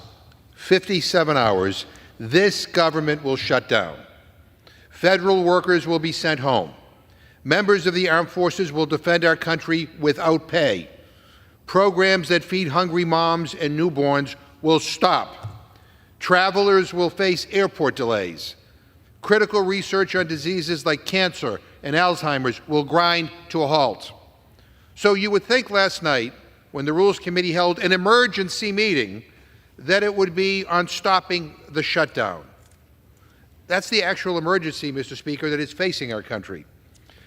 But you'd be wrong, because instead of a bipartisan CR that can pass, we're back at the 11th hour to amend a rule, the first rule this majority passed in weeks, because once again, Speaker McCarthy is letting extreme MAGA Republicans blackmail him. What are we doing here? What we are doing here is absurd. This assistance for Ukraine has been in the defense bill for years, well before the latest invasion by Russia. This isn't even the Ukraine funding that President Zelensky asked for, or the funding the administration requested. This shouldn't be controversial. First it was in the bill, then it wasn't, then it was. Then yesterday we had a standalone vote on Ukraine funding, and the House voted overwhelmingly 339 to 93. A majority of the majority, an overwhelming vote against stripping the Ukraine assistance in this bill. And instead of accepting that loss, extreme MAGA Republicans are blackmailing Kevin McCarthy. And here we are rigging the rules to undo that vote. They want to overturn the will of this House. They refuse to accept the fact that they lost. What is it with Republicans refusing to accept when they lose? Why can't you accept the loss? Why can't you respect the vote? I guess there's a pattern here. We see that when they didn't want to accept the presidential election. And here we see on the House floor, when the extreme MAGA right-wing Republicans don't get their way, when they lose overwhelmingly, they can't accept the loss. They go to the Rules Committee and they say, rig the process. Did Trump call them and tell them to do this? I mean, this is so unbelievably wrong. The gentleman from Oklahoma has said some members have very strong moral objections to assisting Ukraine. Okay. I have strong moral objections to the billions and billions of dollars in blank checks that were given to the Pentagon. I have strong moral objections to the fact that we refuse to ban the transfer of cluster munitions to other countries around the world. But guess what? It's our job as members of Congress to weigh the pros and cons and vote yes or no. If people do not want to make those tough decisions, don't run for Congress. And I appreciate that the gentleman from Oklahoma voted for and supports giving Ukraine the tools they need to defend themselves. But what the gentleman is doing here is making it exponentially more likely that this Ukraine funding will not become law. Because if this doesn't make a difference, if these bills are moving together, and this is all just about giving people yet another chance to vote on something they already voted on, what's the point? I mean, the rule provides 30 minutes of debate on this sidecar Ukraine funding bill. 30 minutes, 15 minutes on each side.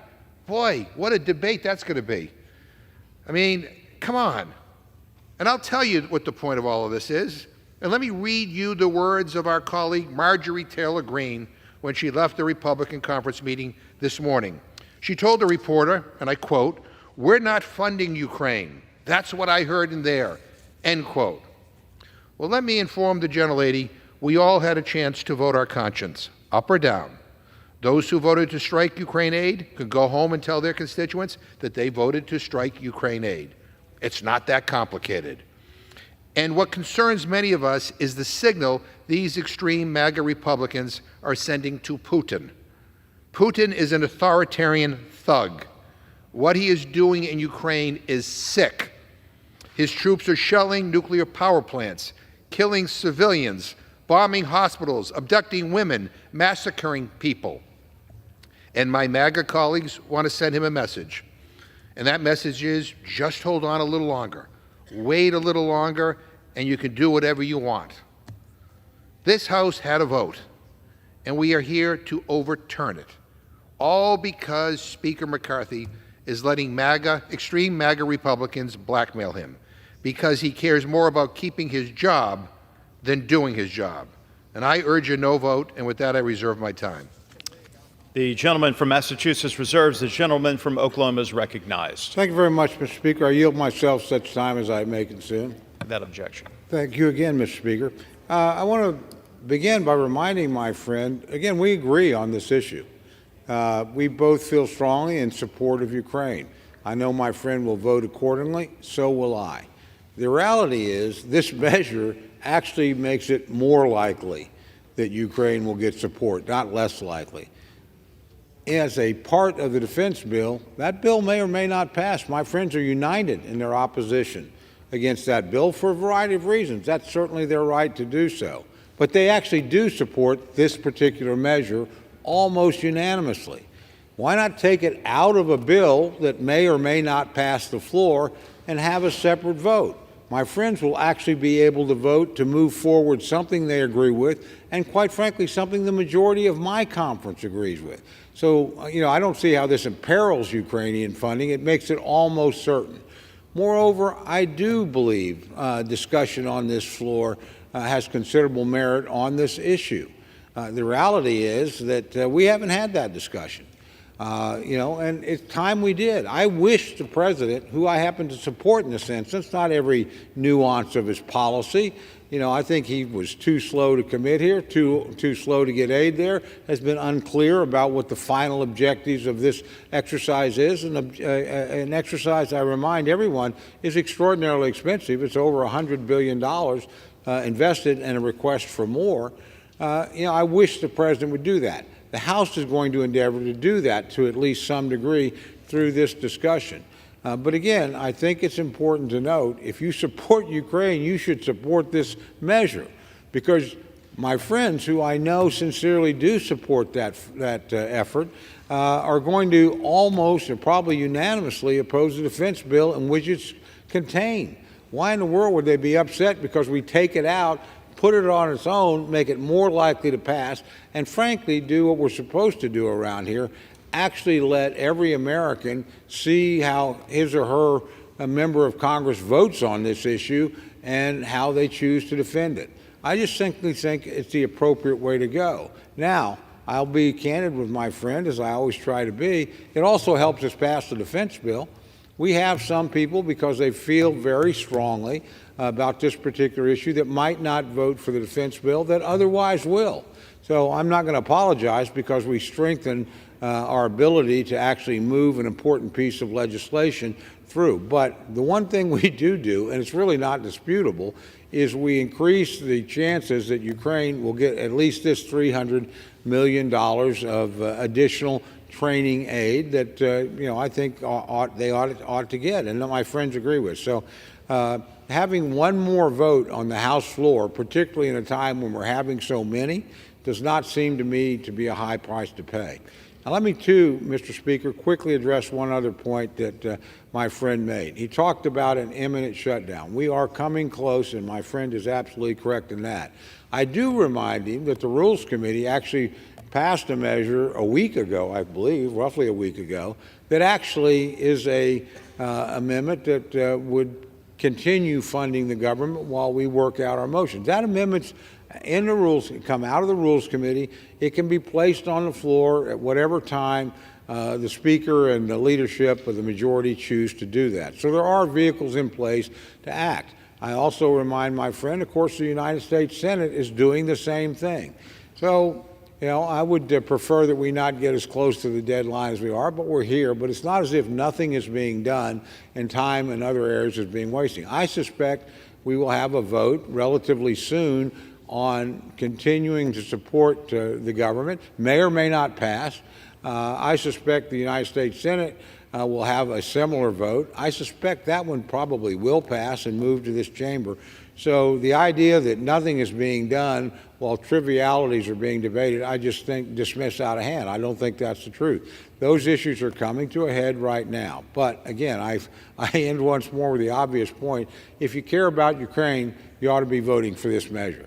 I will. I know my friends almost unanimously will, and that will ensure that that important funding moves forward.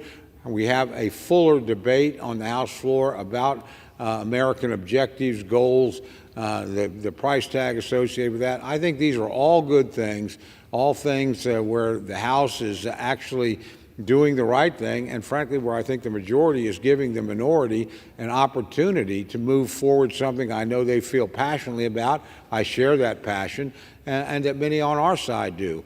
But so again, with that, Mr. Speaker, I would urge support for the rule, which makes this possible, and the underlying resolution. And with that, I would reserve the balance of my time. The gentleman from Oklahoma reserves. The gentleman from Massachusetts is recognized. Well, Mr. Speaker, I appreciate the comments from my good friend from Oklahoma, who he knows I have great affection for him, but I'm dizzy from all the spin, quite frankly.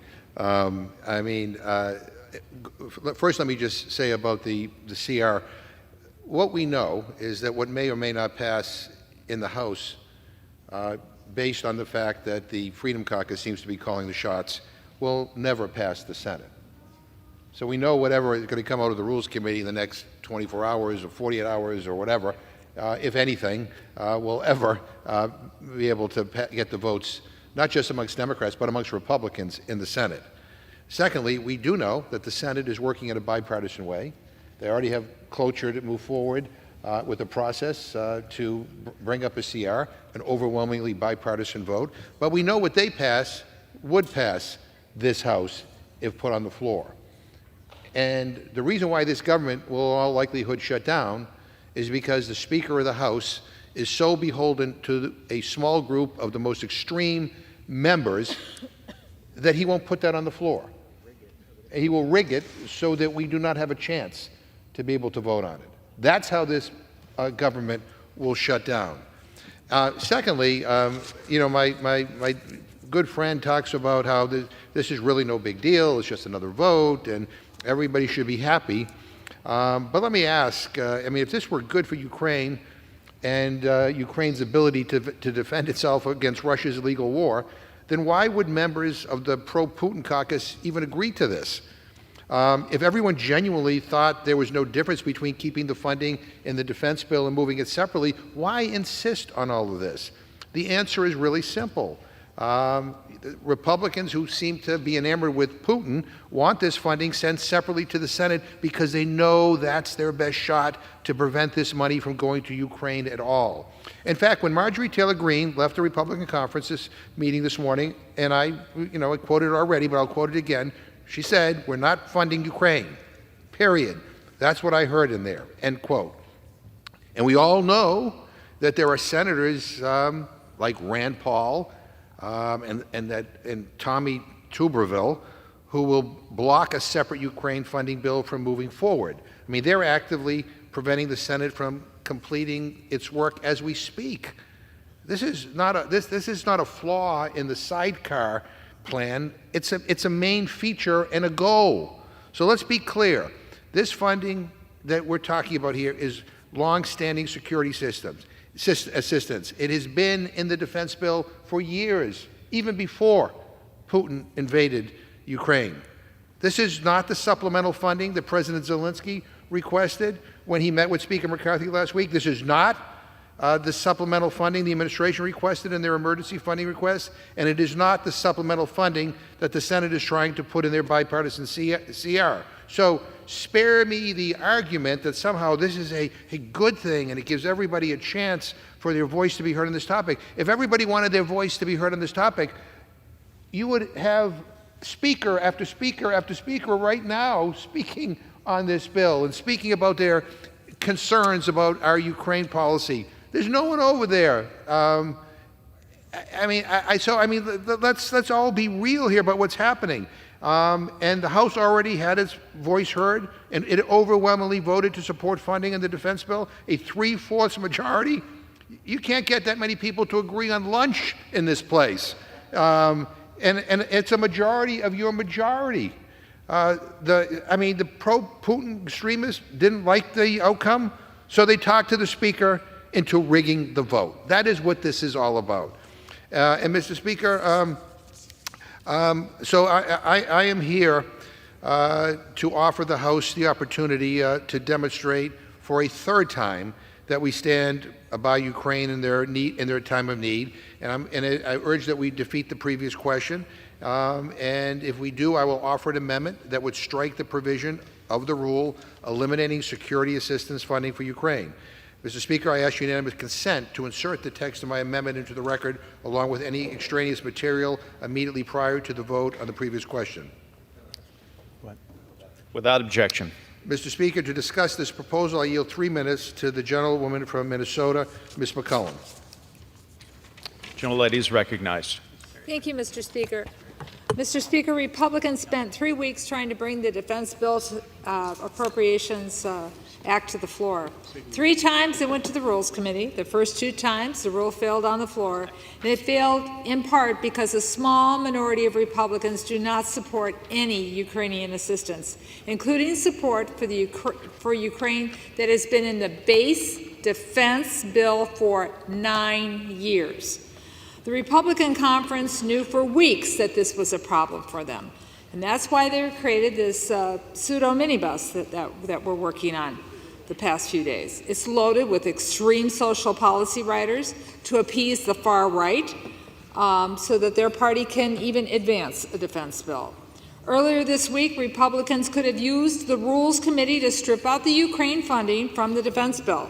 They chose not to do so then.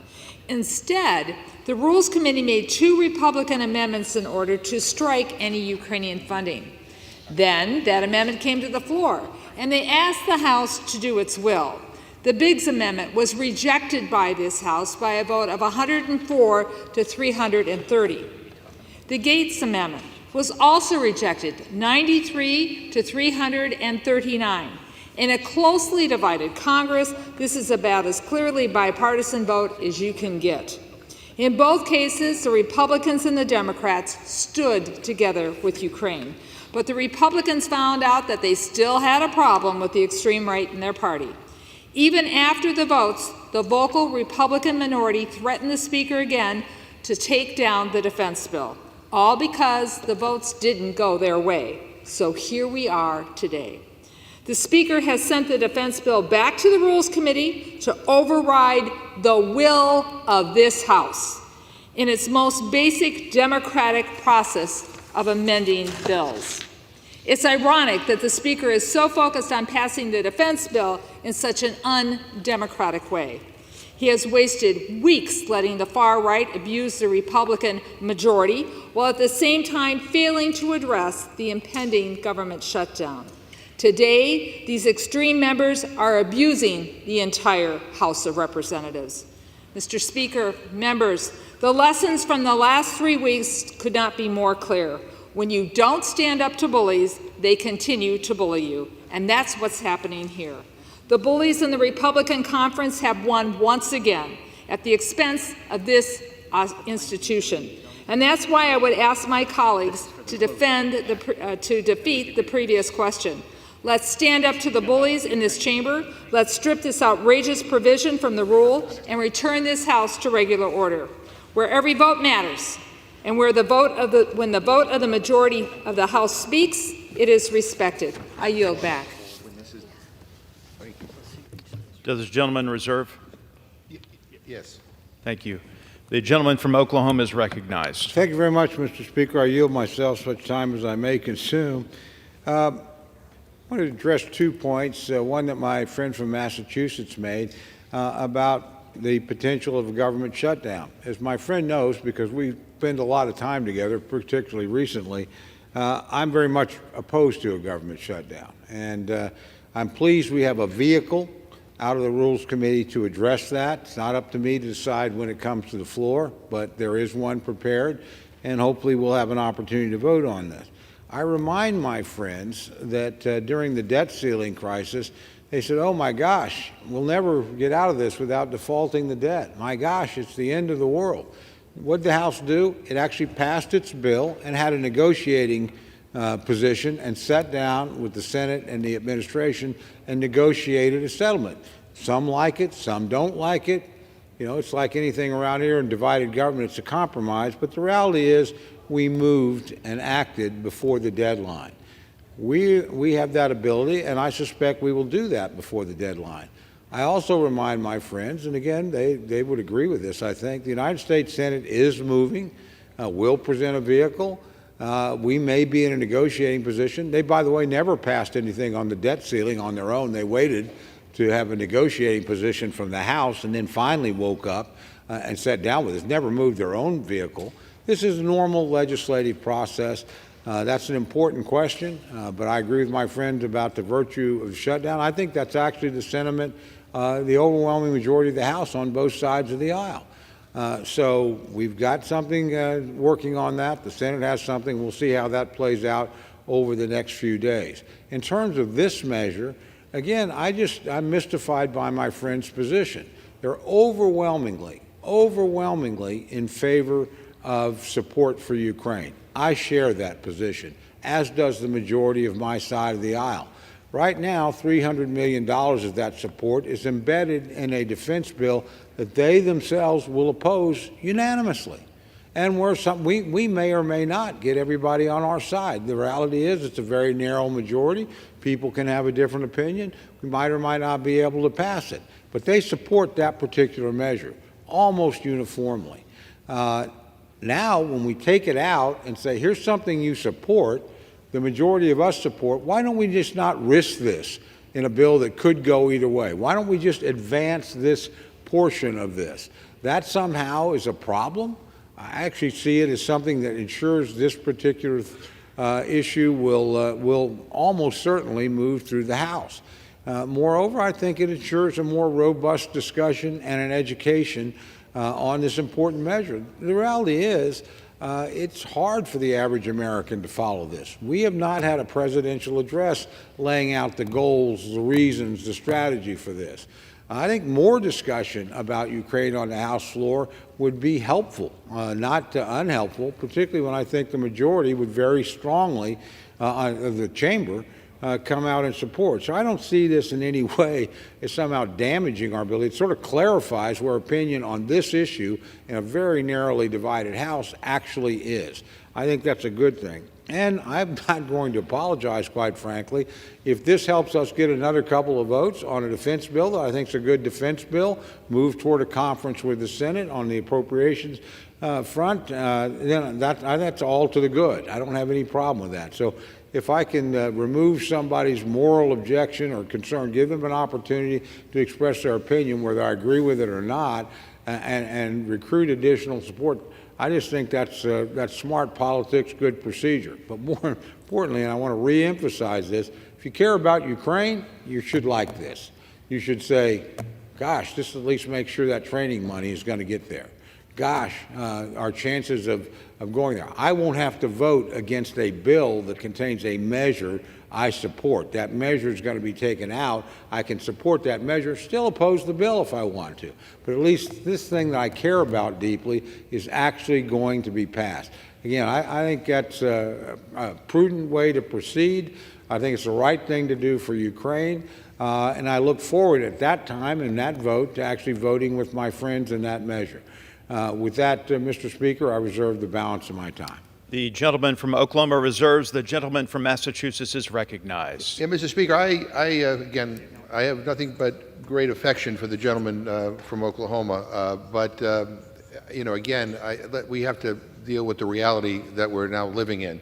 This is a quote from Minority Leader McConnell. He said, this was just tweeted out today. McConnell with a message to the House Republicans on how a shutdown would impact the border. And Mr. McConnell says, shutting down the government is a choice, and it's a choice that would make the crisis at our southern border even worse.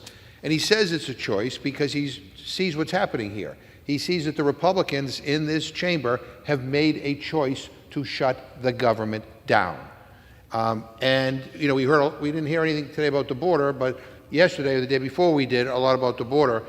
And Senator McConnell says that it would make the crisis at our southern border even worse. So he is concerned. He's the Republican leader in the Senate. He's concerned by the action of the Republicans in this House. He sees that a small group of Republicans are calling the shots. I mean, they don't even represent the majority of the majority here. It is really quite extraordinary that we're at this moment.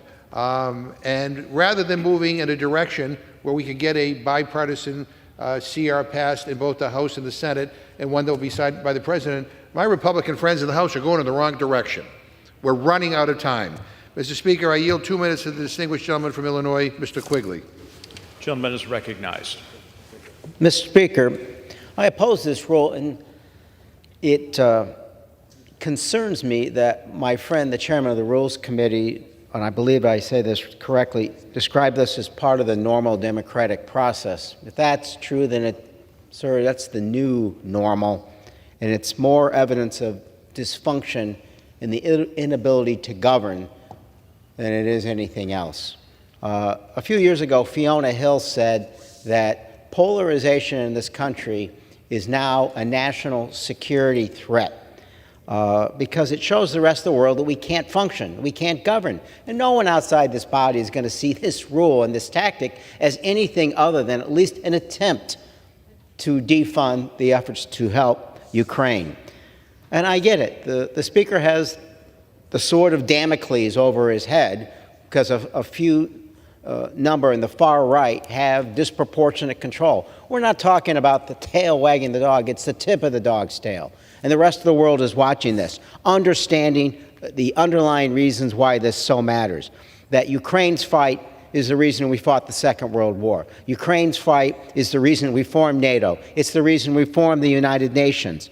And that we simply can't let a sovereign democratic country get wiped off the face of the earth. And that we grew up hearing and believing never again. Yet, as I stood in Bucha in Ukraine and saw the mass grave and heard of the horrors there, it will happen on a more massive scale if we don't act.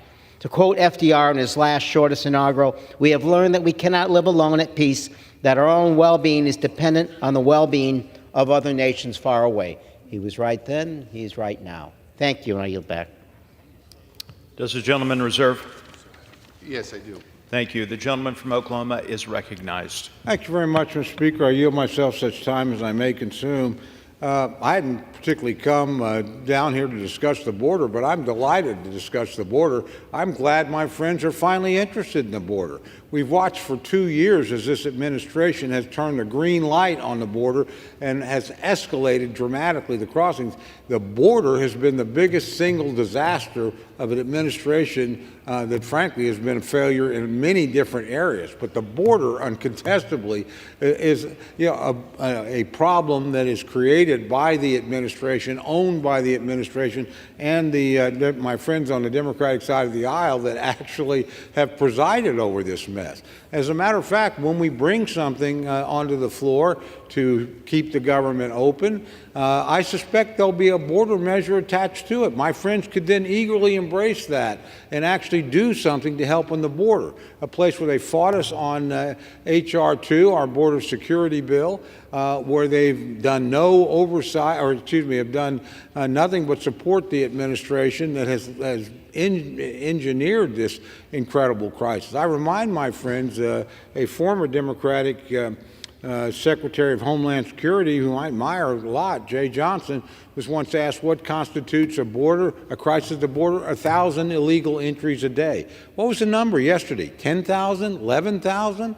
Have my friends done anything about it? No. So we'll probably put something on this floor pretty quickly. We already have with H.R. 2. You didn't vote for that. We'll now give you an opportunity to both keep the government open and vote for border security. So you should be happy about that. So we're going to talk about the border. We'll do it all day long on our side of the aisle.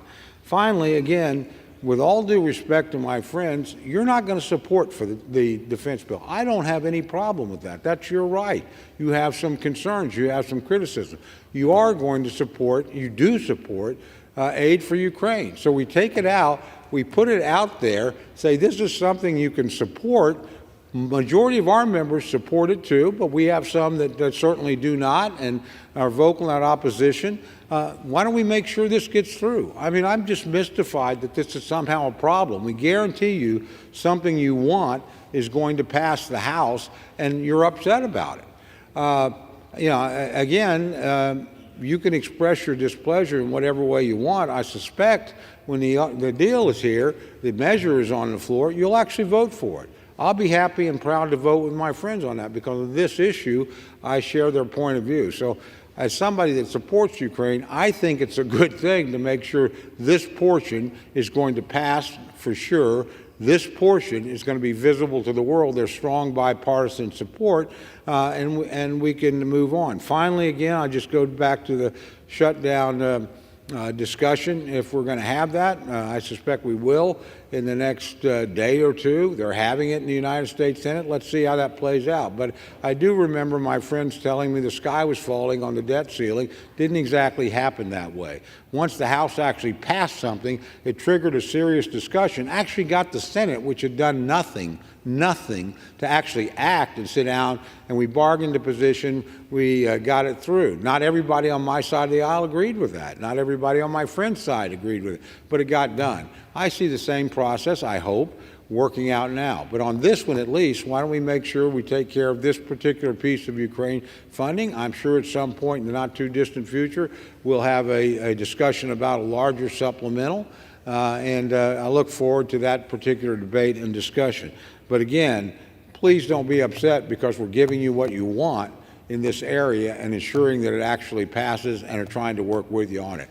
With that, Mr. Speaker, I reserve the balance of my time. The gentleman from Oklahoma reserves. The gentleman from Massachusetts is recognized. Yeah, Mr. Speaker, a lot of Democrats were sounding the alarm bells over the debt ceiling issue because our credit was actually downgraded. And that's not a good thing. And then after we got a deal, which thank God we got a deal, the extreme MAGA Republicans blackmailed the Speaker of the House into not respecting that deal. And so we have a problem right now. I should also point out that we had a long discussion on the border, and again, I'm still puzzled why you're bringing a Homeland Security appropriations bill to the floor that actually cuts funding for border security. I don't quite get that. And you added a provision that says that even if you pass a appropriations bill on Homeland Security, it is kept at the desk. It can't go to the Senate for a vote unless this crazy bill, H.R. 2, is passed by the Senate and signed into law by the President without even changing a comma. I mean, it is absurd that is, I don't know what brilliant legislative mind thought that up, but the bottom line is this is not serious. And let me again read a quote from Senator McConnell. He said, "A vote against a standard short-term funding measure is a vote against paying over $1 billion in salary for CBP and ICE agents." So I don't know how my Republican friends are going to defend the border, maybe with volunteers. But come on. I mean, at some point we have to get serious. Let me also just say, and again, you can't make this stuff up, Republicans are holding their first impeachment hearing today with just hours to go until a shutdown. What is wrong with them? I mean, in breaking news, it was a failure. The hearing was a total failure. Republican staffers are telling reporters that it was, and I quote, an unmitigated disaster. Another GOP staffer says, quote, Comer has lost control, end quote. Then there was another GOP who said Comer botched this bad, end of quote. This was supposed to be their big bombshell, and it was a total dud. Not a single one of their witnesses could come up with a shred of evidence against the president.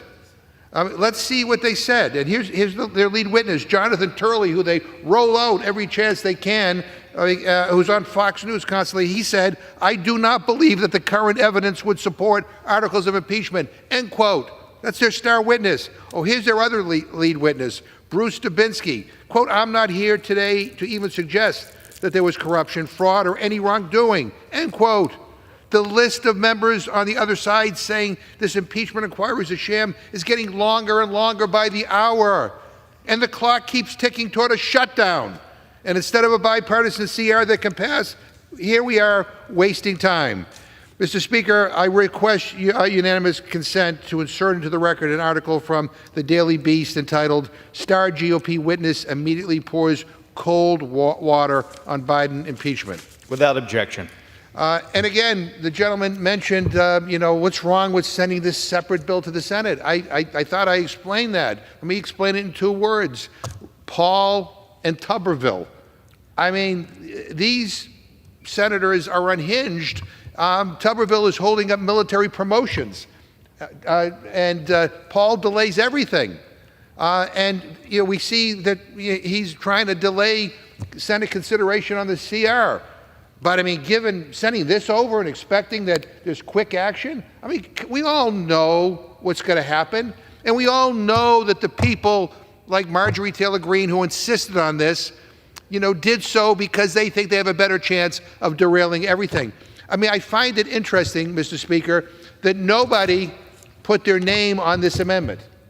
I don't know whose idea this was. I don't know who's the author of this particular provision to strip out Ukraine money. But anyway, that's a mystery that we'll have to try to solve. At this point, I'd like to yield 3 minutes to the gentleman from Washington, the distinguished ranking member of the Armed Services Committee, Mr. Smith. Members are reminded to refrain from personal attacks on members of this body or the U.S. Senate. The gentleman is recognized. Thank you very much, Mr. Speaker. If you support Ukraine, you cannot support this rule. And my overarching concern here is for Ukraine. I mean, let's start with the fact that there is a Ukrainian supplemental that is needed to continue our support that the House Republicans are refusing to bring to the floor in any form and have given no indication whatsoever that they're going to bring that bill to the floor, which is frustrating because we've had a number of votes on support for Ukraine. And it is very apparent that over 300 members of this body support that, overwhelming majority of Republicans. And yet, as of October 1st, our ability to continue to support Ukraine also dies. So for all of those members on the other side of the aisle who support Ukraine, why are you letting that support die? Why aren't you insisting on moving forward with some kind of vote on the supplemental to help them? And then let's focus on this particular rule. What this rule does is it takes out the funding for Ukraine. If you support Ukraine, you can't vote for this rule because it undoes the vote that we did yesterday. It very publicly, for Putin and all the world to see, shows the U.S. House voting to cut the funding for Ukraine. That's what it does. And the only reason it's here is because the people who don't support Ukraine want it to be here. Now, tip of the hat to Marjorie Taylor Greene and Matt Gaetz and all those other folks who don't support Ukraine, who seem sympathetic to Putin for reasons that I really don't want to think about. They are forcing this vote to advance their interests, and that's fine, okay? But for all the people who claim to support Ukraine on the other side of the aisle, how can you vote to take out the money that you voted in favor of yesterday? I will share the chairman's mystification at what's going on here. Now, I know there's a separate bill that will then fund Ukraine, except that separate bill is dead on arrival in the Senate. It's not going anywhere. And also, the vote on the rule strips out the money from Ukraine. That's what it does. It undoes the vote from yesterday. And believe me, the Russians are good at propaganda. I have seen this propaganda, and I guarantee you that what they will use and what a lot of our allies will wonder about, why did the United States House vote to strip the money away from Ukraine that it had voted for the day before? It will be played as America backing off of its commitment from Ukraine. So if you support Ukraine, you have to vote no. The people who don't support Ukraine are the ones who brought this motion. And again, it's a free world. You want to not support Ukraine, that's fine. Good for you for advancing this. But the people who support Ukraine standing up here and voting for this, it's just unbelievable to me that we would undermine the support for Ukraine given how important that fight is. We should support Ukraine. Please vote against this. Gentleman's time has expired. The gentleman from Oklahoma is recognized. Thank you very much, Mr. Speaker. Again, we'll talk a little bit about the border, which we're always delighted to talk about. We're happy to see our friends interested in it because they've been so uninterested. And I appreciate what Leader McConnell in the Senate had to say about it. Frankly, it would help anything that he sends over here in terms of keeping the government open to actually put some border security measures in that particular piece of legislation. I understand there's some consideration about that in the Senate. I would encourage the Senate to do that. I think that would be a good thing. But again, the reality is my friends haven't cared about the border. We're going to probably give them a couple opportunities here in the coming days to show us that they do, because the policies they've pursued and supported and this administration have advanced have been a disaster. You know it, I know it, we know it. There's 70,000 dead Americans thanks to the fentanyl flow. There's tens of thousands of children that have been illegally trafficked across the border. Many border agents will tell you we don't have operational control on the border. You guys don't want to do anything about that. But if we want to put it in a measure to keep the government open, then maybe you'll vote for that. We're going to hopefully give you that opportunity. And again, we would encourage our friends in the Senate, a democratically controlled Senate, to be fair, that have not done anything about the border, that have not taken up any legislation. Maybe they'll finally do something. That's part of the frustration over here. With my friend from Washington, for whom I have, frankly, great admiration and respect. I think he's one of the best legislators in this chamber. I just disagree. The reality is, none of you guys are going to vote for the defense bill that this money is in. What kind of message will that send overseas? If you bring down the bill with Ukrainian support and you're going to vote against it unanimously, that's a great message. We're for Ukraine, but we're not for the vehicle that has Ukrainian support and the defense of the United States. That's your choice. You disagree with the bill. I get it. That's fair. But so you're concerned because we actually put it in a format that you can vote for it and that it will pass with an overwhelming majority? That mystifies me. That just is bizarre to me. If you're worried about Russian propaganda, the reality is when and if, and I hope you do not, but if you manage to bring down the defense bill with Ukrainian money in it, you think Russian propaganda will say, oh, well, gosh, that's okay. We won't say anything about that. Of course they will. And your members will have voted to do it. We're offering you an opportunity here to actually make sure the money moves through the legislative process. So I think it's an incredibly fair thing to do. But again, Mr. Speaker, I'm happy to have had a robust debate on the border, on keeping the government open. The reality is here, we ought to do this for Ukraine. We ought to make sure the money is going to be set aside, move forward with the bipartisan majority. I look forward to voting for that. I suspect my friends will certainly oppose the rule, but when that legislation comes down here, I bet you they all vote for it. And I hope they do, and I encourage them to do that. With that, Mr. Speaker, I reserve the balance of my time. The question is on ordering. The gentleman reserves. The gentleman from Oklahoma is recognized. Massachusetts. Is the gentleman prepared to close? I'm prepared to close whenever my friend is. Okay, all right. I will. How much time do I have remaining, Mr. Speaker? 5.5 minutes, sir. Thank you. I yield myself the remaining time, Mr. Speaker. First of all, let me thank the gentleman from Oklahoma. I think he did the best job he could defending this. He is very skillful in utilizing the English language, and always appreciate listening to him on these matters. But we all know what this is really about. We all had a chance to vote our conscience up or down. Those who voted to strike Ukraine aid can go home and tell their constituents they voted to strike Ukraine's aid. It's not that complicated. But the fact of the matter is Republicans have not done a single productive thing this week. They passed only one appropriations bill all year. And they are sitting here wasting time while the clock runs out. And it's not just me saying that. Listen to our Republican colleagues. Listen to Mike Lawler. And he said, quote, "This is not conservative Republicanism, this is stupidity. The idea we're going to shut the government down when we don't control the Senate, we don't control the White House. If the clown show of colleagues that refuse to actually govern does not want to pass a CR, I will do everything we need to do to make sure a CR passes," end quote. Congressman Mark Molinaro, he says, the goal here is to avert a shutdown. Guess what? This procedural vote is his chance to stand up and show the extremists. Instead of wasting our time, end the clown show, vote against this rule. Congressman Anthony D'Esposito says he's ready to explore each and every option possible to make sure that we don't shut the government down. If Mr. D'Esposito is watching, vote against this rule. Congressman Dusty Johnson says the government should not shut down. That would be an exceptionally stupid thing to do. Well, I agree. So he should vote down this rule so we get to work on preventing a shutdown. I'm going to say directly to all of my colleagues, this vote is their chance to end the clown show. The only thing that matters around here is your votes. Everything else is BS. Maybe they should focus less on getting quotes and more on how they vote. Vote against this clown show. Vote against this rule. And by the way, it works. It works for the Freedom Caucus and for the most extreme elements of this chamber. They vote down rules and they get these crazy things put into rules. They get everything they want. You know, it's enough of the talk.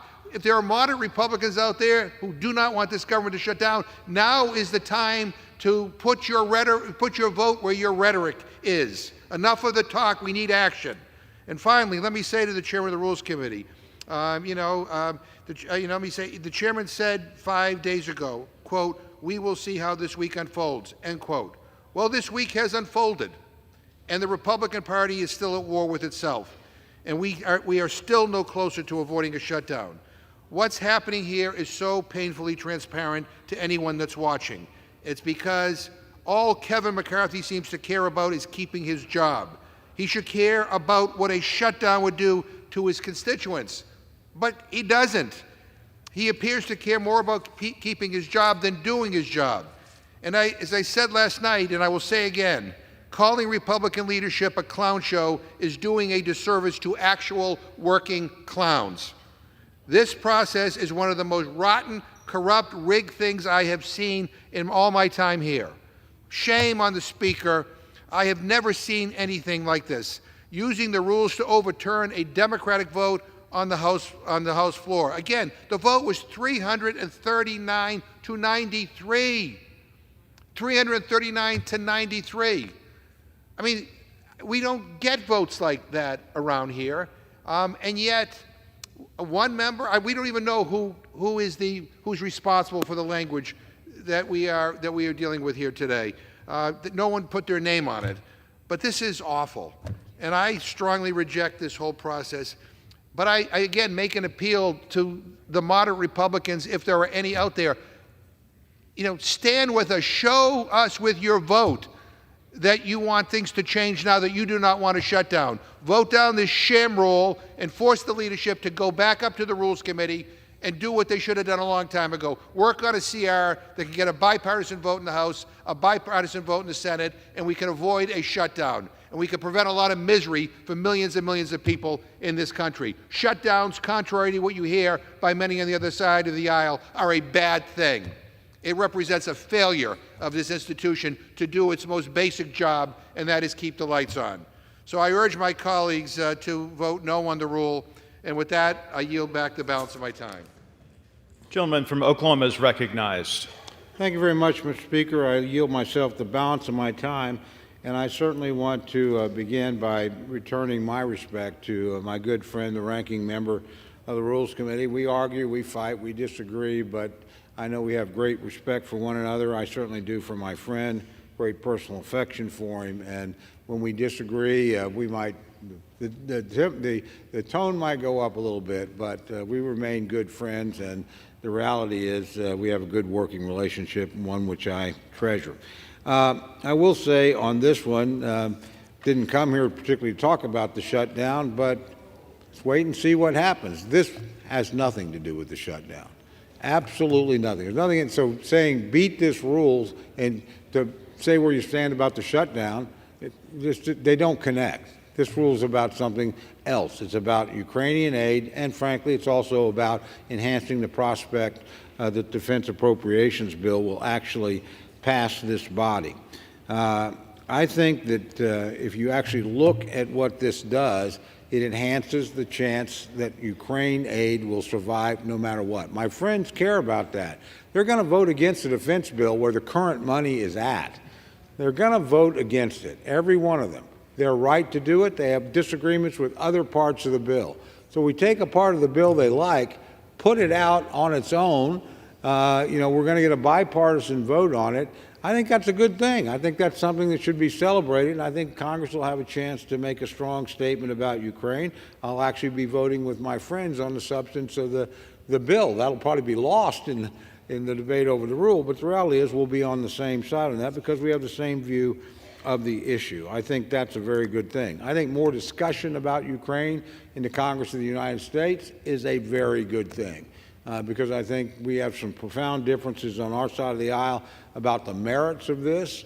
I actually agree more with my friends, but I want to have the American people more involved in the debate. Sadly, the administration hasn't really done that very effectively. I've been afraid for the president to address the issue for whatever reason. He ought to lay out our goals, lay out our timelines, lay out the resources he thinks we need to be committed. I would give him the benefit of the doubt. I think war is pretty hard to plan and lay out. It's not like you're building a bridge. You know where you start, you know where you end, you know what you need. War is a contest of wills.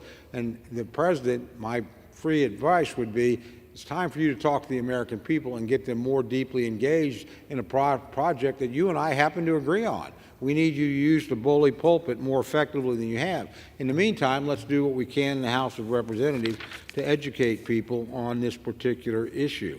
Again, I remind my friends on the government shutdown issue, we're probably going to put something on the floor and give you a chance to help on the border because you seem so anxious to do it.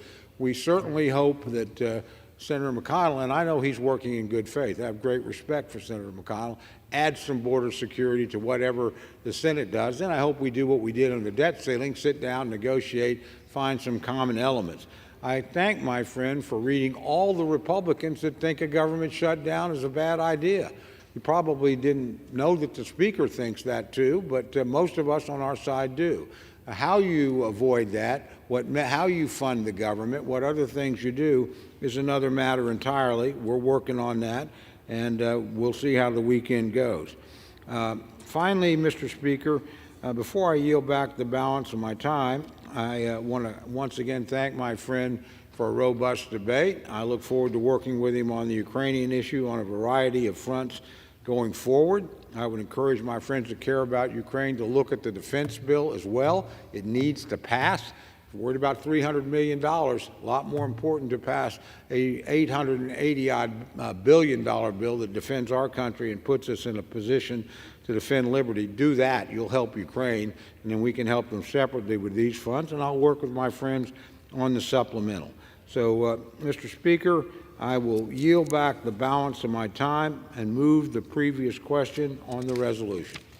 Thank you. The question is on ordering the previous question on the resolution. Those in favor say aye. Those opposed, no. In the opinion of the chair, the ayes have it. Mr. Speaker? Mr. For Speaker? what purposes, the gentleman rise. I ask for the yeas and nays. The yeas and nays are requested. Those favoring a vote by the yeas and nays will rise. A sufficient number having risen, the yeas and nays are ordered. Members will record their votes by electronic device. Pursuant to Clause 9 of Rule 20, the chair will reduce to 5 minutes the minimum time for any electronic vote on the question of adoption of the resolution. This is a 15-minute vote.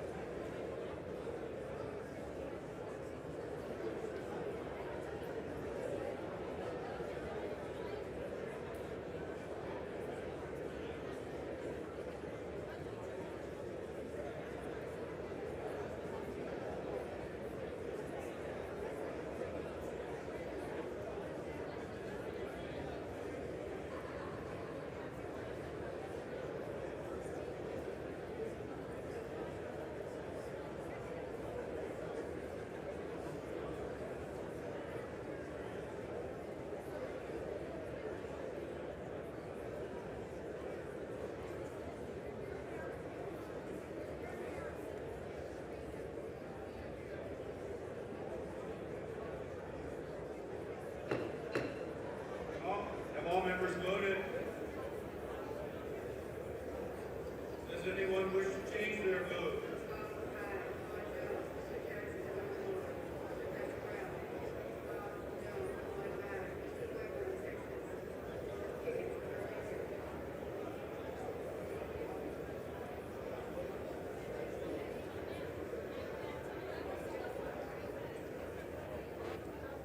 On this vote, the yeas are 214, the nays are 210.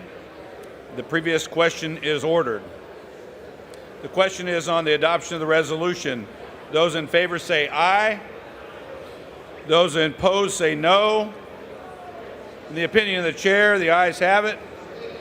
What person the gentleman seek recognition? I ask for a recorded vote. Recorded vote. The yeas and nays have been requested. Those favoring a recorded vote will rise. A sufficient number have arisen. A recorded vote is ordered. Members will record their vote by electronic device. This is a 5-minute vote.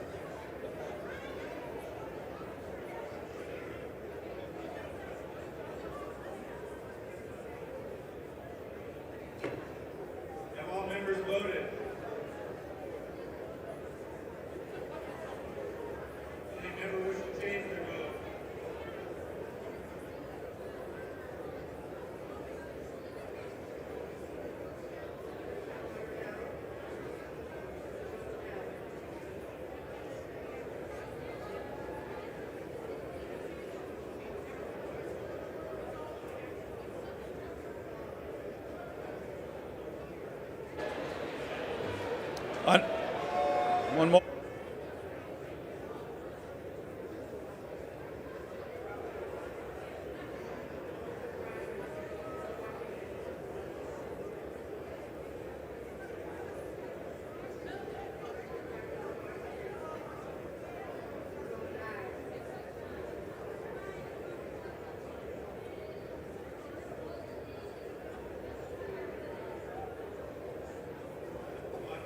Vote the yeas are 217, the nays are 211.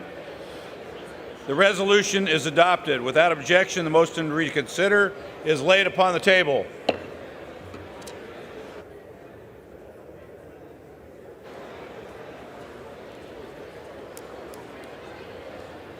Pursuant to House Resolution 723 and Rule 18, the chair declares the House in the Committee of the Whole House on the State of the Union for further consideration of H.R. 4367.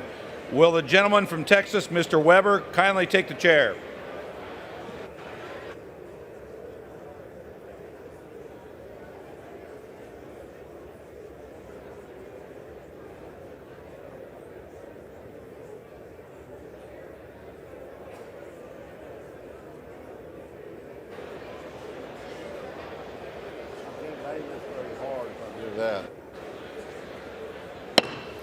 The House is in the Committee of the Whole House on the State of the Union for further consideration of H.R. 4367, which the clerk will report the title. A bill making appropriations for the Department of Homeland Security for the fiscal year ending September 30 of 2024 and for other purposes. She done? When the Committee of the Whole House rose on the legislative day of Wednesday, September 27, 2023, Amendment number 80, printed in Part B of the House Report 118-216, offered by the gentlewoman from New York, Ms. Malotacos, had been disposed of. Pursuant to Clause 6 of Rule 18, proceedings will now resume on those amendments printed in Part B of House Report 118-216, on which further proceedings were postponed in the following order. Amendment number 66 by Mr. Norman of South Carolina. Amendment number 67 by Mr. Norman of South Carolina. Amendment number 69 by Mr. Norman of South Carolina. Amendment number 74 by Mr. Rosendale of Montana. The chair will reduce to 2 minutes the minimum time for any electronic vote in this series. The unfinished business is the request for a recorded vote on Amendment number 66, printed in Part B of House Report 118-216 by the gentleman from South Carolina, Mr. Norman, which further proceedings were postponed, and on which the ayes prevailed by voice vote. The clerk will redesignate the amendment. Amendment number 66, printed in Part B of House Report number 118-216, offered by Mr. Norman of South Carolina. A recorded vote. Say it again. Preston. A recorded vote has been requested. Those in support of the request for a recorded vote will rise and be counted. A sufficient number having risen, a recorded vote is ordered. Members will record their votes by electronic device. Members, this will be a 2-minute vote.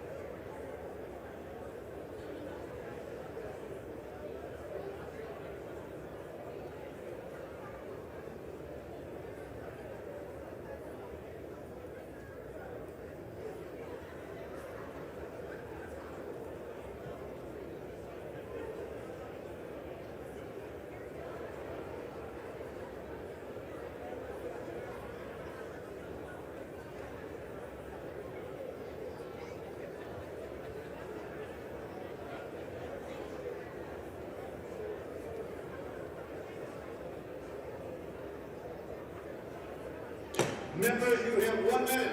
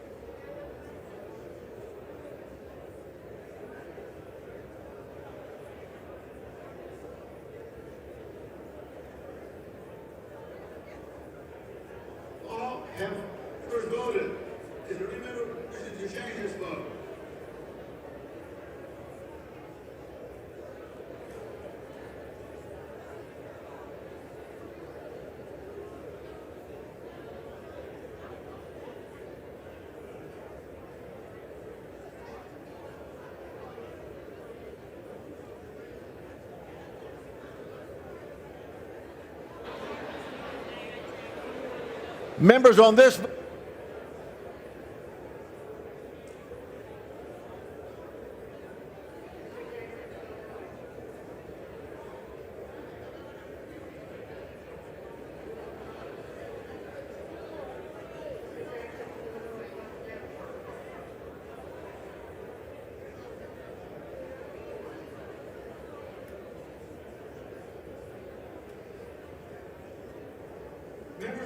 The yeas are 169, the nays are 261. The amendment is not adopted.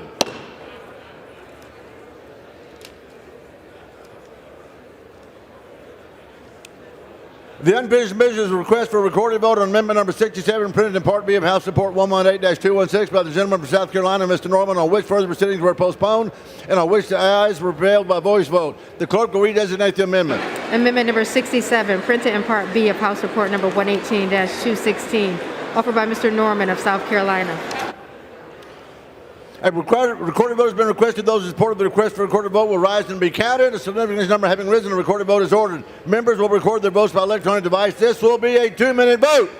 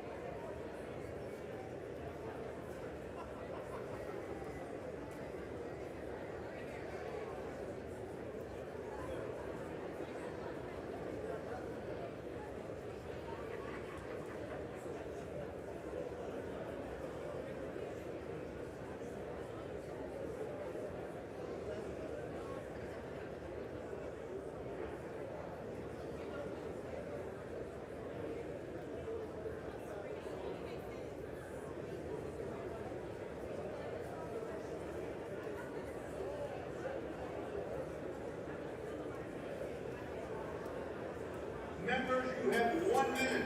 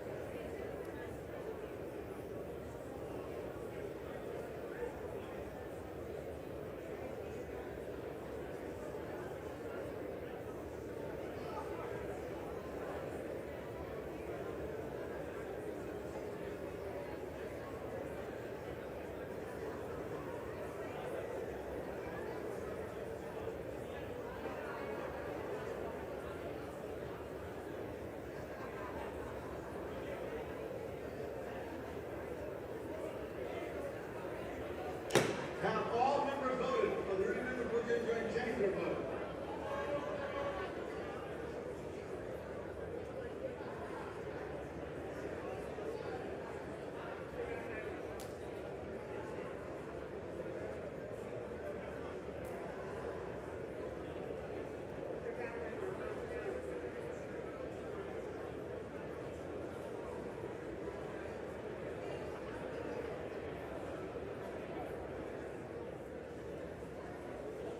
On this vote, the yeas are 165, the nays are 263. The amendment is not adopted.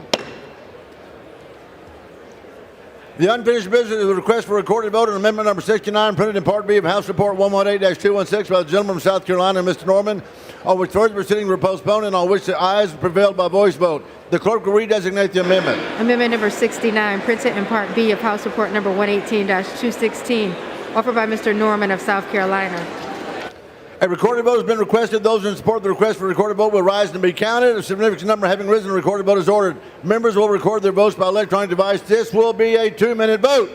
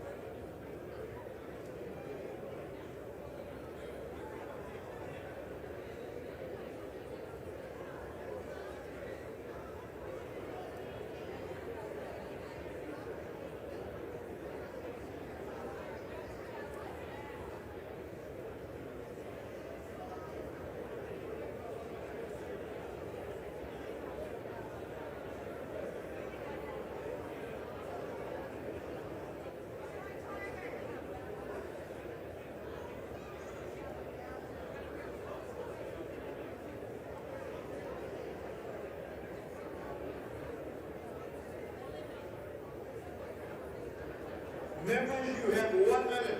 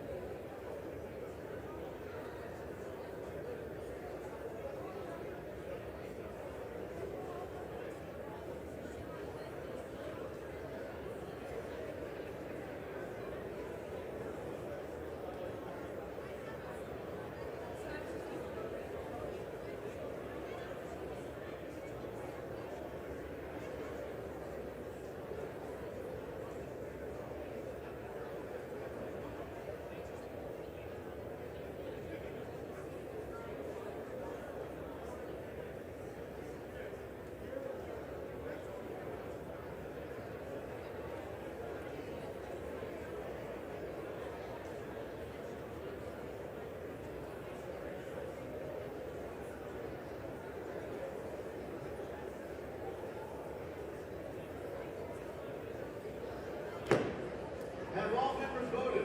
Does any member wish to change their vote?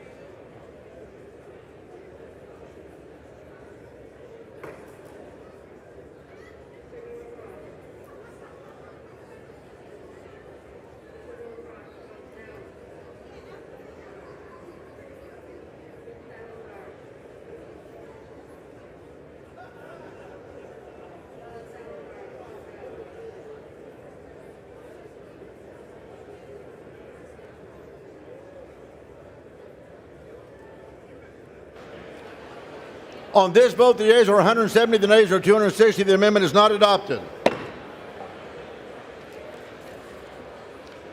The unfinished business is a request for recorded vote on amendment number 74, printed in Part B of House Report 118-216 by the gentleman from Montana, Mr. Rosendale, on which further proceedings were postponed and on which the ayes prevailed by voice vote. The clerk will redesignate the amendment. Amendment number 74, printed in Part B of House Report number 118-216, offered by Mr. Rosendale of Montana.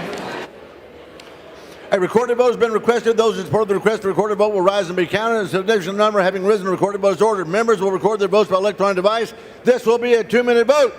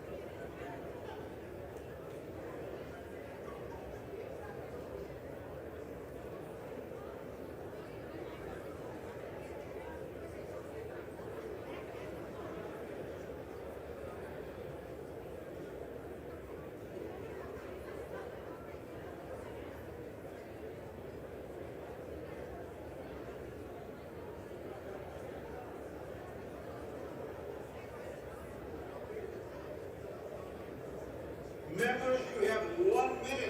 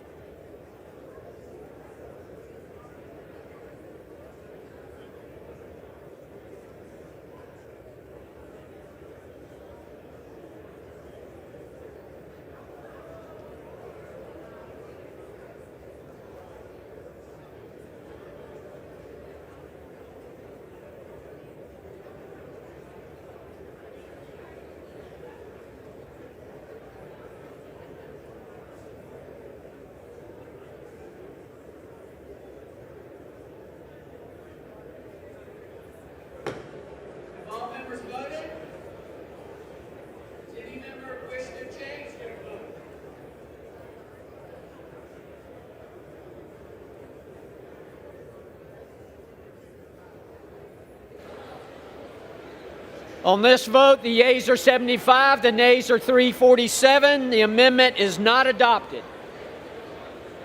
There being no further amendments, under the rule, the committee rises.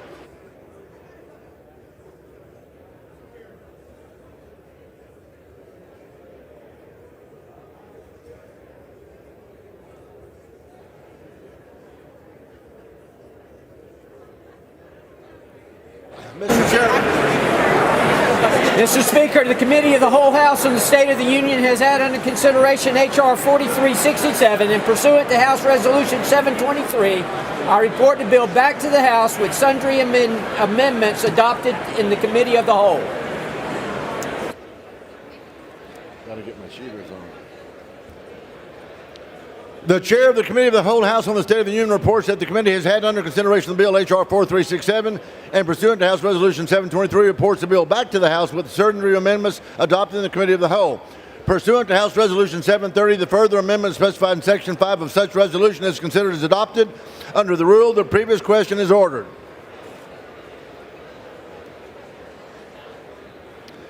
Pursuant to Clause 1C of Rule 19, further consideration of H.R. 4367 is postponed.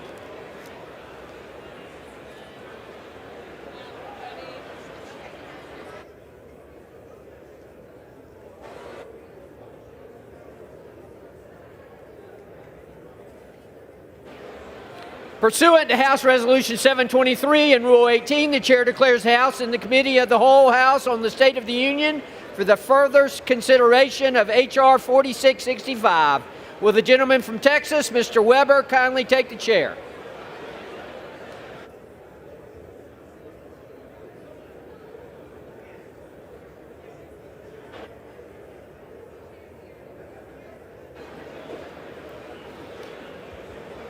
The House is in the Committee of the Whole House on the State of the Union for further consideration of H.R. 4665, which the clerk will report by title. A bill making appropriations for the Department of State, foreign operations related programs for the fiscal year ending September 30th, 2024, and for other purposes. When the Committee of the Whole House rolls early today, a request for recorded vote on Amendment Number 64, printed in Part D of the House Report 118-216, offered by the gentleman from Tennessee, Mr. Burchett, had been postponed.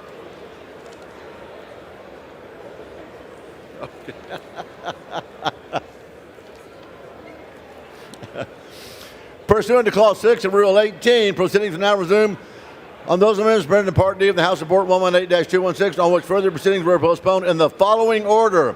Amendment Number 8 by Mr. Crane of Arizona. Amendment Number 10, Mr. Crane of Arizona. Amendment Number 13 by Mr. Crane of Arizona. Amendment Number 15, Mr. Perry of Pennsylvania.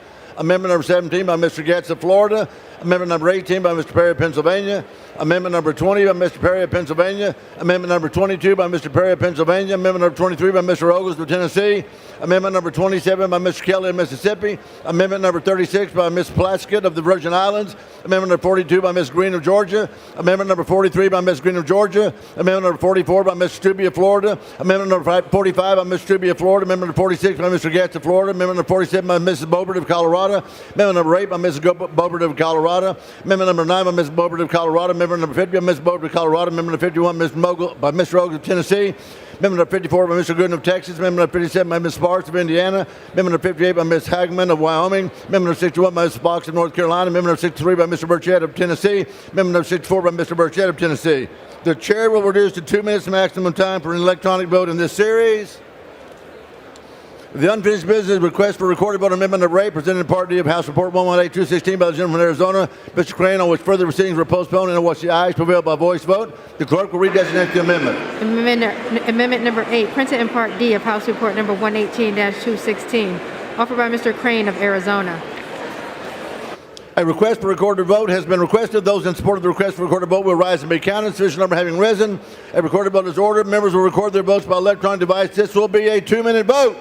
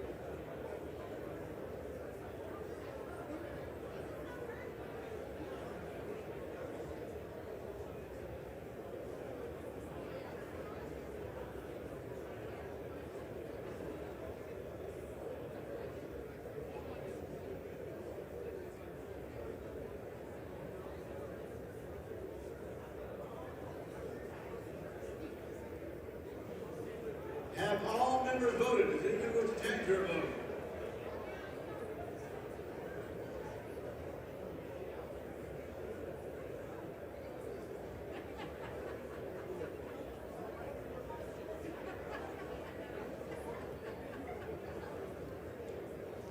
On this vote, the yeas are 134, the nays are 298. The amendment is not adopted. The unfinished business request for recorded vote on amendment number 10, printed in Part D of House Report 118-216 by the gentleman from Arizona, Mr. Crane, on which further proceeding were postponed and which the ayes prevailed by voice vote. The clerk will redesignate the amendment. Amendment number 10, printed in Part D of House Report number 118-216, offered by Mr. Crane of Arizona. A recorded vote has been requested. Those in support of the request for recorded vote will rise and be counted. Sufficient number having risen, a recorded vote is ordered. Members will record their vote by electronic device. This will be a 2-minute vote.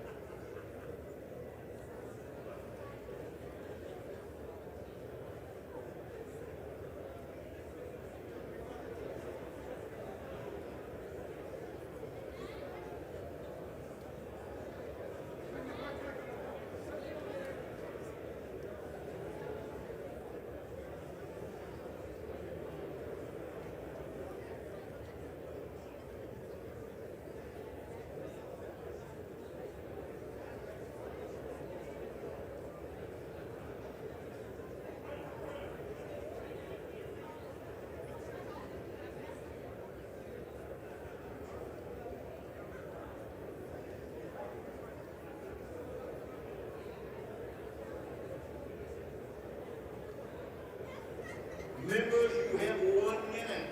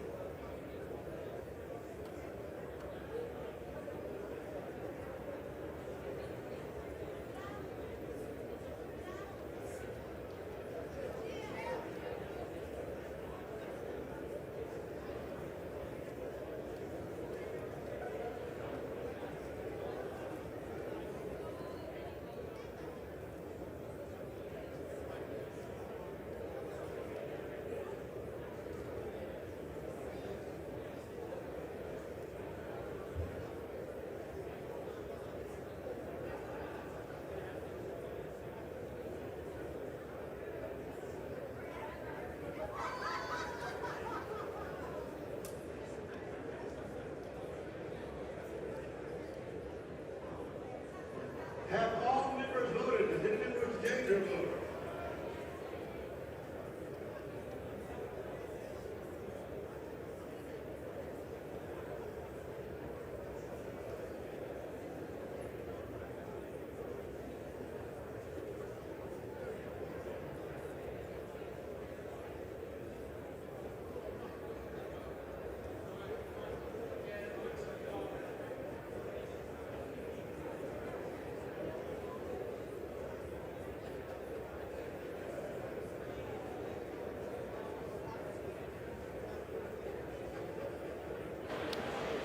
On this vote, the yeas are 78, the nays are 353, 1 voting present. The amendment is not adopted.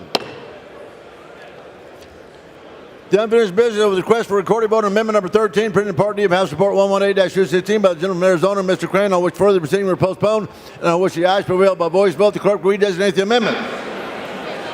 Amendment number 13, printed in Part D of House Report number 118-216, offered by Mr. Crane of Arizona. A recorded vote has been requested. Those in support of the request for recorded vote will rise and be counted. Sufficient number having risen, recorded vote is ordered. Members will record their votes by electronic device. This will be a 2-minute vote.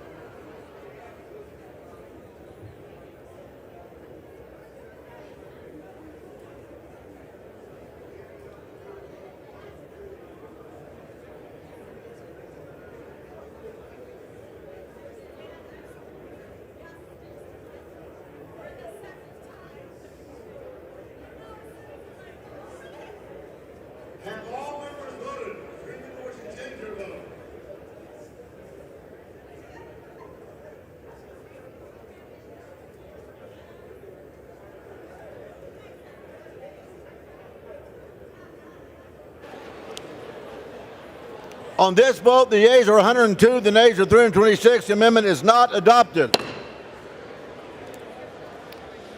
The unfinished business request for recorded vote on amendment number 15, printed in Part D of House Report 118-216 by the gentleman from Pennsylvania, Mr. Perry, on which the further proceedings were postponed, on which the ayes prevailed by voice vote. The clerk will redesignate the amendment.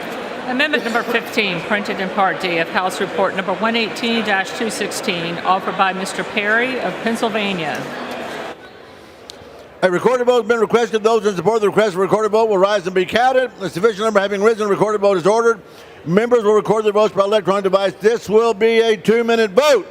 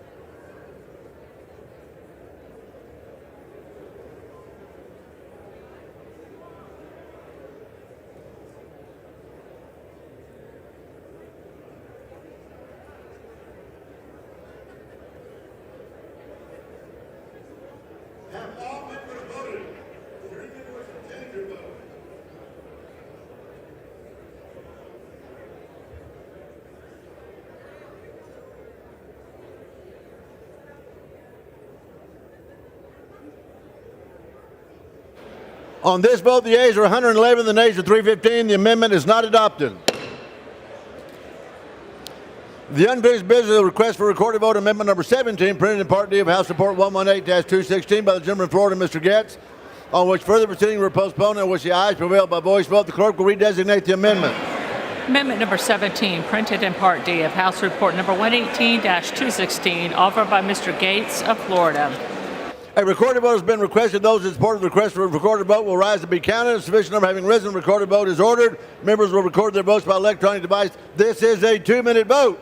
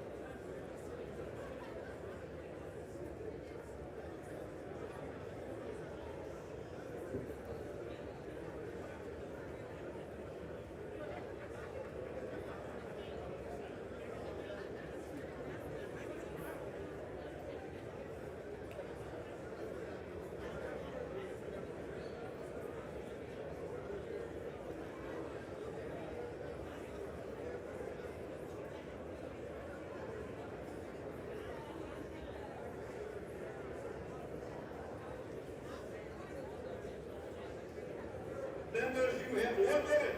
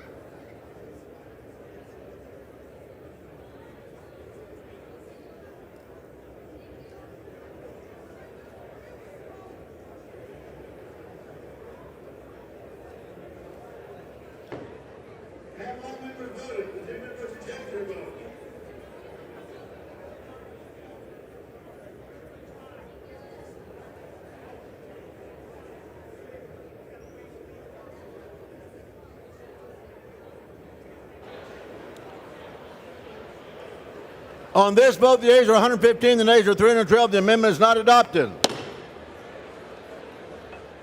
The unfinished business request for recorded vote on amendment number 18, printed in Part D of House Report 118-216 by the gentleman from Pennsylvania, Mr. Perry, on which further proceedings were postponed and on which the ayes prevailed by voice vote. The clerk will redesignate the amendment. 18, printed in Part D of House Report number 118-216, offered by Mr. Perry of Pennsylvania. A recorded vote has been requested. Those in support of the request for a recorded vote will rise and be counted. Sufficient number having risen, a recorded vote is ordered. Members will record their votes by electronic device. This will be a 2-minute vote.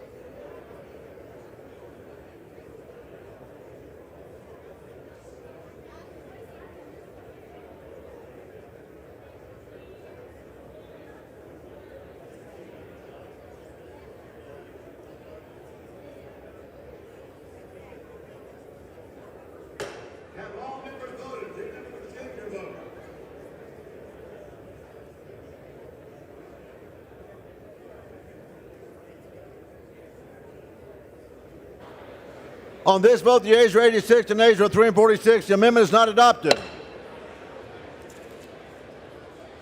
The unfinished business request for recorded vote on amendment number 20, printed in Part D of House Report 118-216 by the gentleman from Pennsylvania, Mr. Perry, on which further proceedings were postponed and on which the ayes prevailed by voice vote. The clerk will redesignate the amendment. Amendment number 20, printed in Part D of House Report number 118-216, offered by Mr. Perry of Pennsylvania. A recorded vote has been requested. Those in support of the request for a recorded vote will rise and be counted. Sufficient number having risen, a recorded vote is ordered. Members will record their votes by electronic device. This will be a 2-minute vote.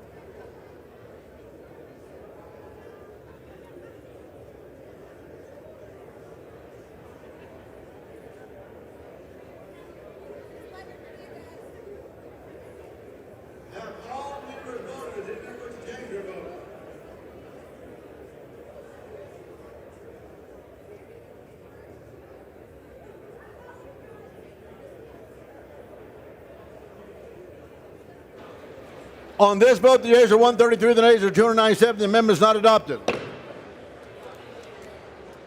The unfinished business is a request for recorded vote amendment number 22, printed Part D of House Report 118-216 by the gentleman from Pennsylvania, Mr. Perry, on which further proceeding were postponed and on which the ayes prevailed by voice vote. The clerk will redesignate the amendment. Amendment number 22, printed in Part D of House Report number 118-216, offered by Mr. Perry of Pennsylvania.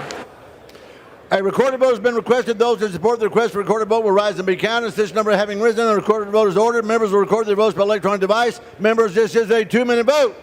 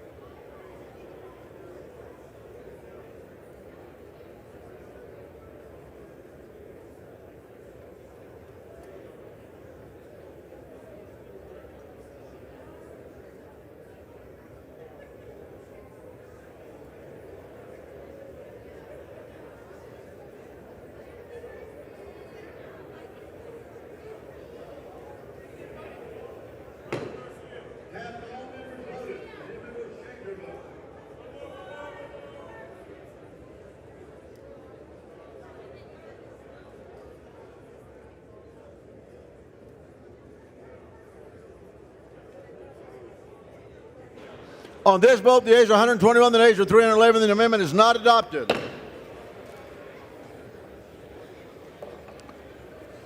The unfinished business of the request for recorded vote on amendment number 23, printed in Part D of House Report 1118-216 by the gentleman from Tennessee, Mr. Eargles, on which further proceedings were postponed and on which the ayes prevailed by voice vote. The clerk will redesignate the amendment. Amendment number 23, printed in Part D of House Report number 118-216, offered by Mr. Eargles of Tennessee. A recorded vote has been requested. Those who support the request for recorded vote will rise and be counted. As this number having risen, a recorded vote is ordered. Members will record their votes by electronic device. This is a 2-minute vote.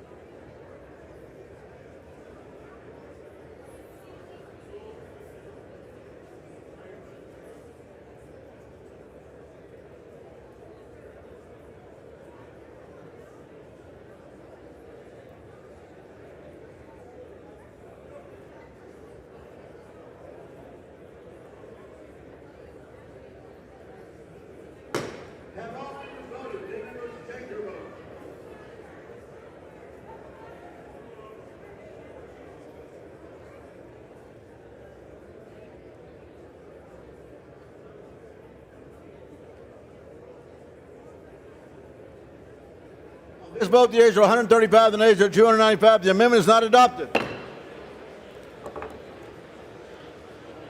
The unfinished business is a request for recorded vote on amendment number 27, printed in Part D of House Report number 118-216 by the gentleman from Mississippi, Mr. Kelly, on which further proceedings were postponed and on which the ayes prevailed by voice vote. The clerk will redesignate the amendment. Amendment number 27, printed in Part D of House Report number 118-216, offered by Mr. Kelly of Mississippi. A recorded vote has been requested. Those in support of the request for recorded vote will rise and be counted. A sufficient number having risen, the recorded vote is ordered. Members will record their votes by electronic device. This is a 2-minute vote.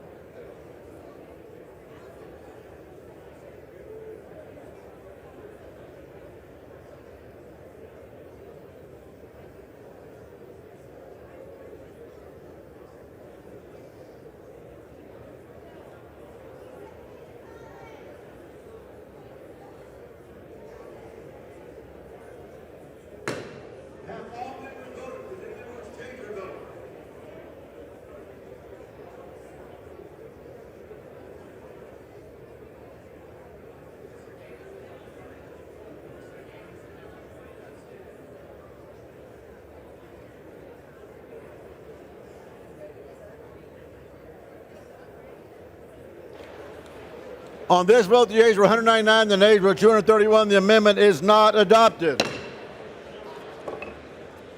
The unfinished business of the request for recorded vote on amendment number 36, printed in Part D of House Report 118-216 by the gentlewoman from the Virgin Islands, Ms. Plaskett, on which further proceedings were postponed and on which the nays prevailed by voice vote. The clerk will redesignate the amendment.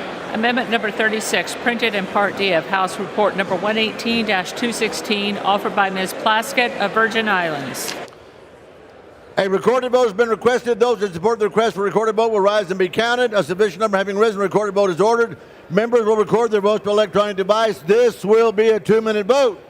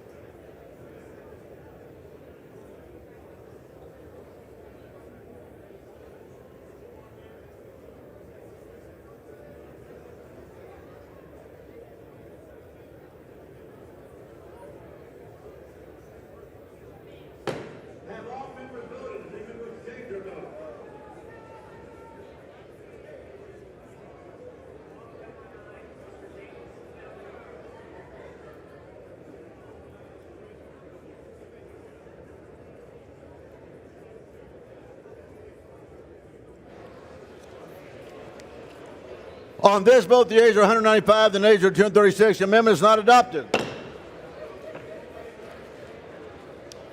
The unfinished business of the request for recorded vote on amendment number 42, printed in Part D of House Report 118-216 by the gentlewoman from Georgia, Ms. Green, on which further proceedings were postponed, on which the nays prevailed by voice vote. The clerk will redesignate the amendment. Amendment number 42, printed in Part D of House Report number 118-216, offered by Ms. Green of Georgia. A recorded vote has been requested. Those who support the request for recorded vote will rise and be counted. Sufficient number having risen, the recorded vote is ordered. Members will record their votes by the electronic device, and this will be a 2-minute vote.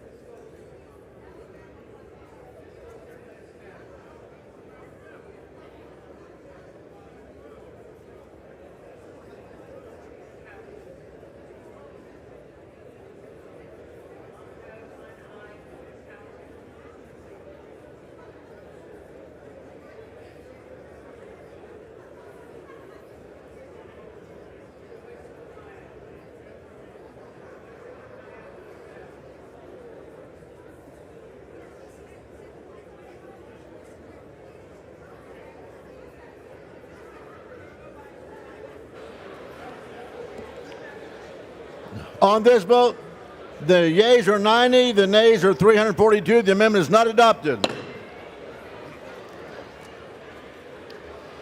The unfinished business of the request for recorded vote on amendment number 43, printed in Part D of House Report 118-216 by the gentleman from Georgia, Ms. Green, on which further proceedings were postponed, on which the noes prevailed by voice vote. The clerk will redesignate the amendment. Amendment number 43, printed in Part D of House Report number 118-216, offered by Ms. Green of Georgia. A recorded vote has been requested. Those who support the request for recorded vote will rise and be counted. A sufficient number having risen, recorded vote is ordered. Members will record their votes by electronic device, and this will be a 2-minute vote.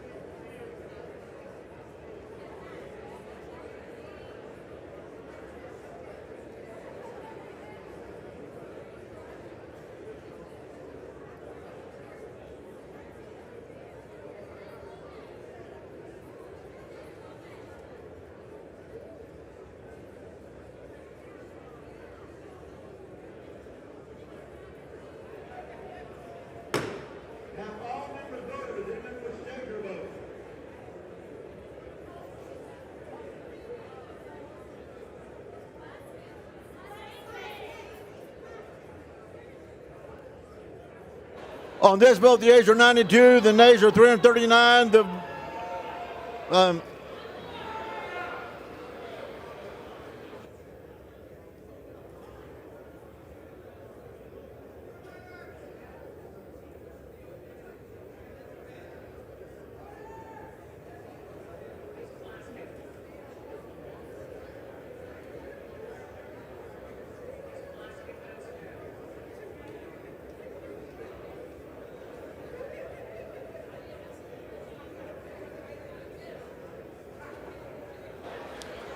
On this vote, the ayes are 92, the nays are 340. The amendment is not adopted. The unfinished business of the request for recorded vote on amendment number 44, printed in Part D of House Report 118-216 by the gentleman from Florida, Mrs. Stubbe, on which further proceedings were postponed, on which the noes prevailed by voice vote. The clerk will redesignate the amendment. Amendment number 44, printed in Part D of House Report number 118-216, offered by Mr. Stubbe of Florida. A recorded vote has been requested. Those in support of the request for a recorded vote will rise and be counted. A sufficient number having risen, a recorded vote is ordered. Members will record their votes by electronic device. This is a 2-minute vote.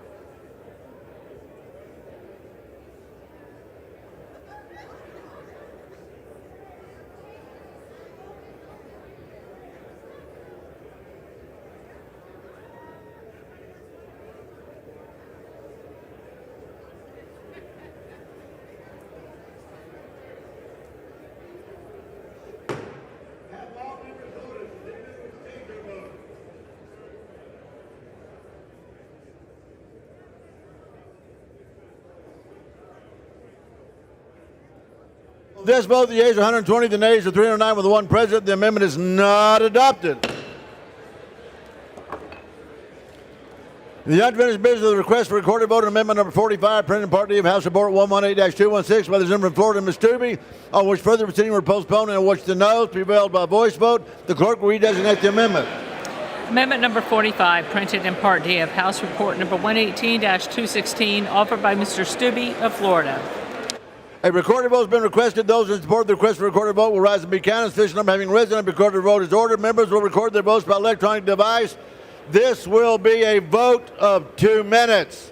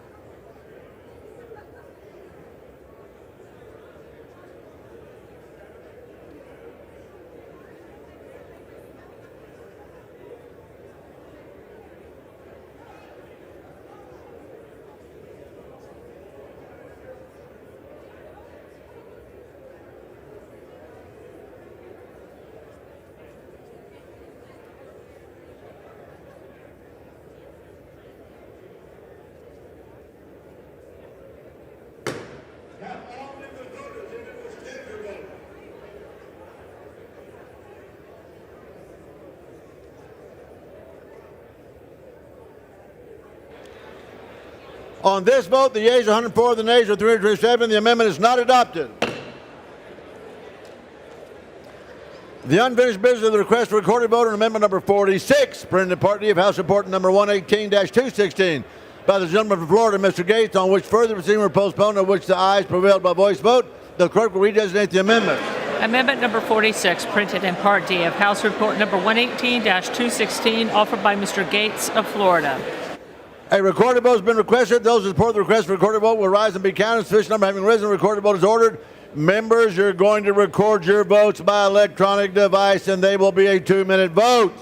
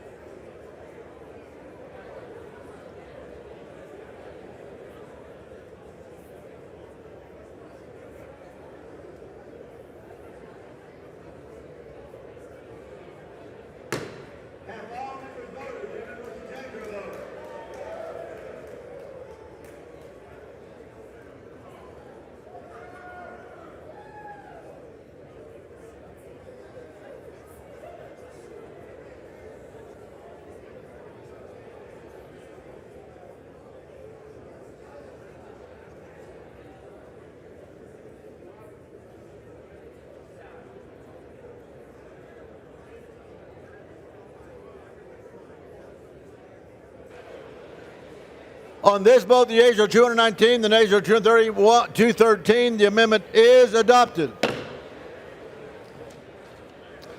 The unfinished business of the request for recorded vote on amendment number 47, printed in Part D of the House Report 118-216 by the gentleman from Colorado, Ms. Bobert, on which further proceedings were postponed, on which the ayes prevailed by voice vote. The clerk will redesignate the amendment.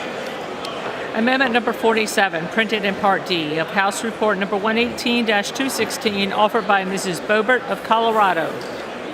A recorded vote has been requested. Those in support of the request for recorded vote will rise and be counted. Sufficient number having risen, the recorded vote is ordered. Members will record their votes by electronic device. It will be a 2-minute vote.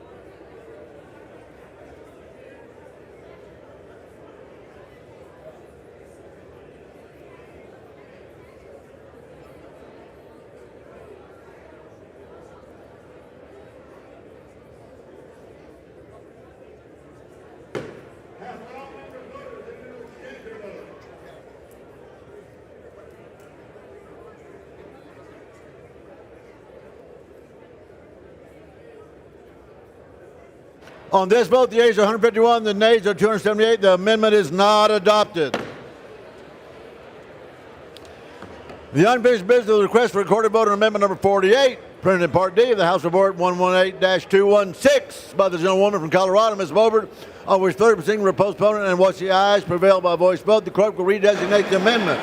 Amendment number 48, printed in Part D of House Report number 118-216, offered by Mrs. Bobert of Colorado.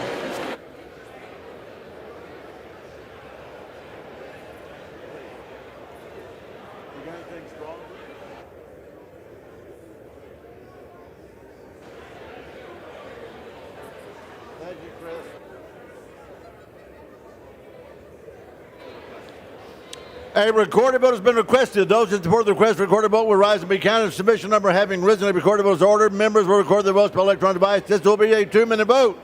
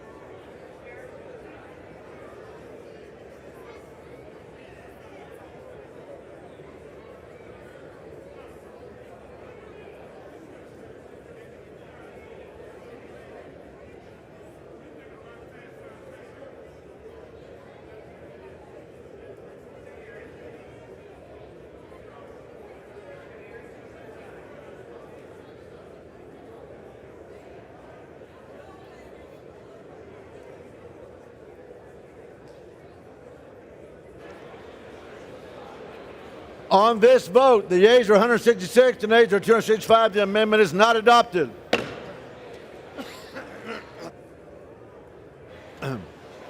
The unfinished business of the request for recorded vote on amendment number 49, printed in Part D of House Report 118-216 by the gentleman from Colorado, Ms. Bobert, on which further proceeding were postponed, on which the ayes prevailed by voice vote. The clerk will redesignate the amendment. Amendment number 49, printed in Part D of House Report number 118-216, offered by Mrs. Boebert of Colorado. A recorded vote has been requested. Those in support of the request for recorded vote will rise and be counted. Sufficient number having risen, recorded vote is ordered. Members will record their votes by electronic device, and this will be a 2-minute vote.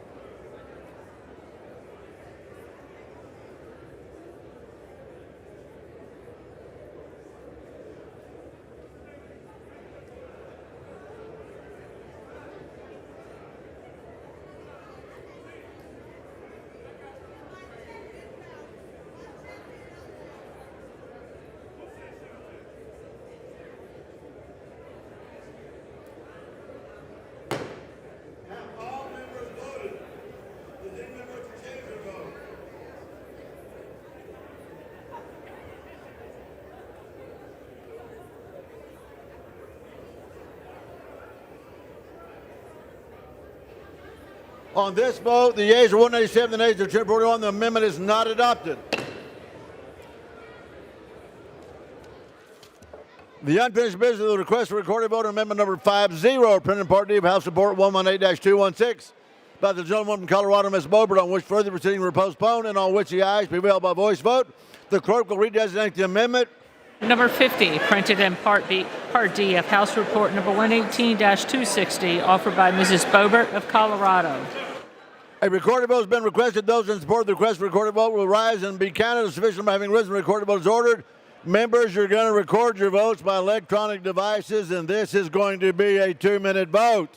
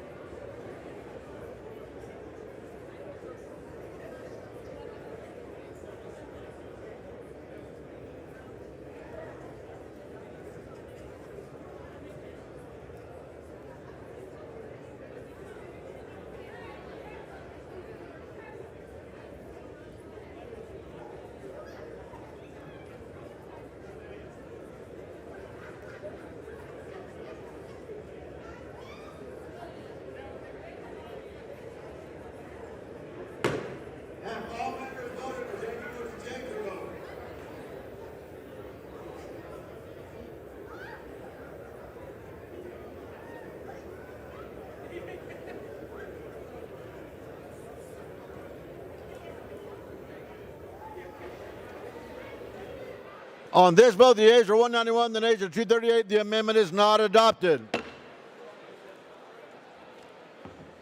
The unfinished business of the request for recorded vote, amendment number 51, printed in Part D of House Report 118-216 by the gentleman from Tennessee, Mr. Ogles, on which further proceedings were postponed, on which the ayes prevailed by voice vote. The clerk will redesignate the amendment. Amendment number 51, printed in Part D of House Report number 118-216, offered by Mr. Ogles of Tennessee. A recorded vote has been requested. Those in support of the request for recorded vote will rise and be counted. Sufficient number having risen, recorded vote is ordered. Members will record their votes by electronic device. This will be a 2-minute vote.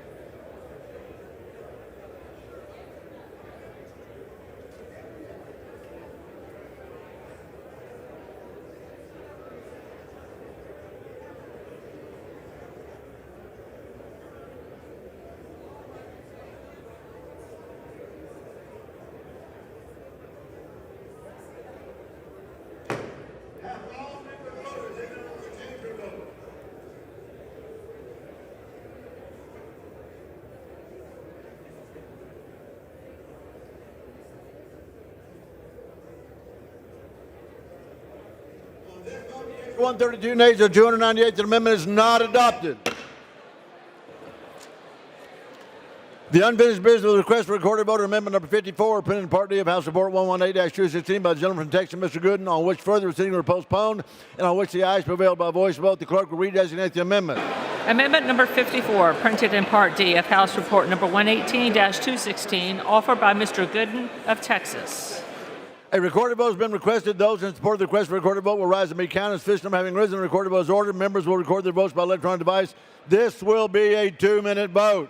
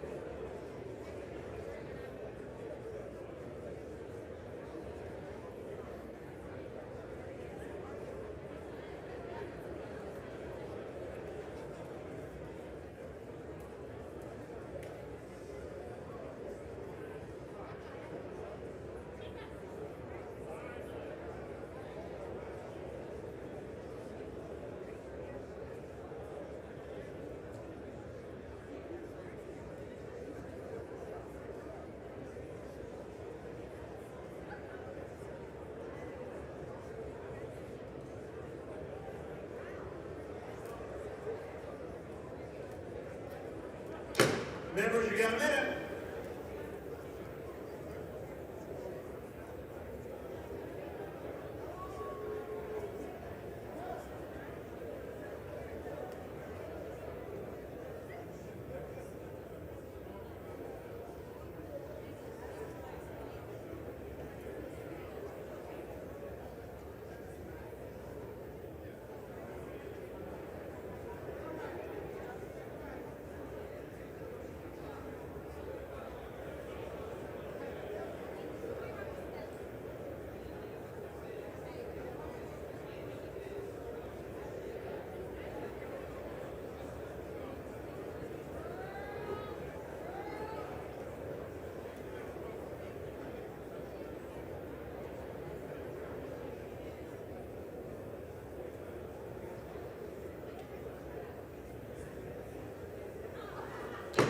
Have all members voted? Does anyone wish to change their vote?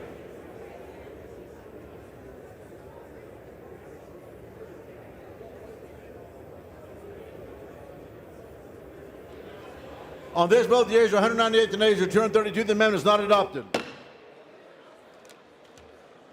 The unfinished business of the request for recorded vote on amendment number 57, printed in Part D of House Report 118-216 by the gentlewoman and Ms. Sparks, on which further proceedings were postponed, on which the ayes prevailed by voice vote. The clerk will redesignate the amendment. Amendment number 57, printed in Part D of House Report number 118-216, offered by Mrs. Sparks of Indiana. A recorded vote has been requested. Those in support of the request for recorded vote will rise and be counted. Sufficient number having risen, a recorded vote is ordered. Members will record their votes by electronic device, and this is a 2-minute vote.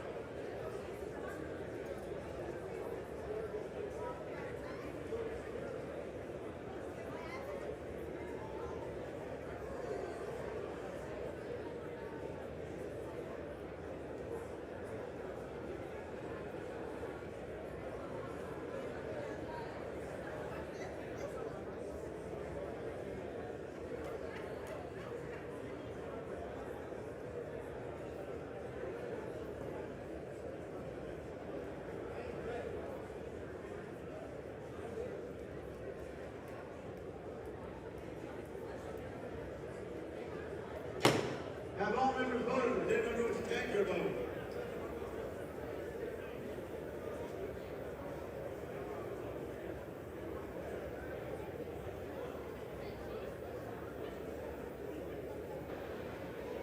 On this vote, the yeas are 188, the nays are 242. The amendment is not adopted.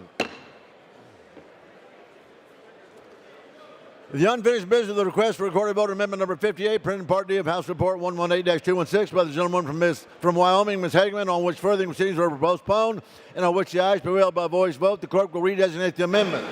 Amendment number 58, printed in Part D of House Report number 118-216, offered by Ms. Hageman of Wyoming. A recorded vote has been requested. Those in support of the request for a recorded vote will rise and be counted. Sufficient number having risen, a recorded vote is ordered. Members will record their votes by electronic device, and it's a 2-minute vote.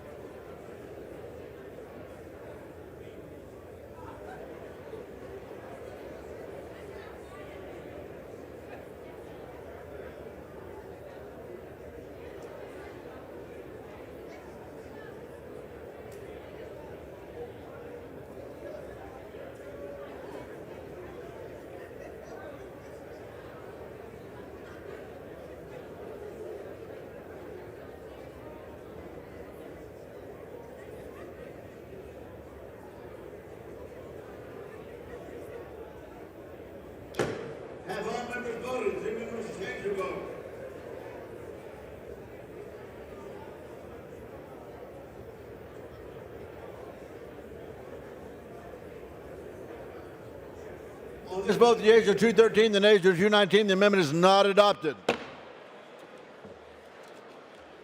The unfinished business of the request for recorded vote amendment number 6-1, printed in Part D of House Report 118-216 by the gentlewoman from North Carolina, Ms. Fox, on which further proceedings were postponed and on which the ayes prevailed by voice vote. The clerk will redesignate the amendment. Amendment number 61, printed in Part D of House Report number 118-216, offered by Ms. Fox of North Carolina. A recorded vote has been requested. Those in support of the request for recorded vote will rise and be counted. As fish number having risen, the recorded vote is ordered. Members will record their votes by electronic device, and this is going to be a 2-minute vote.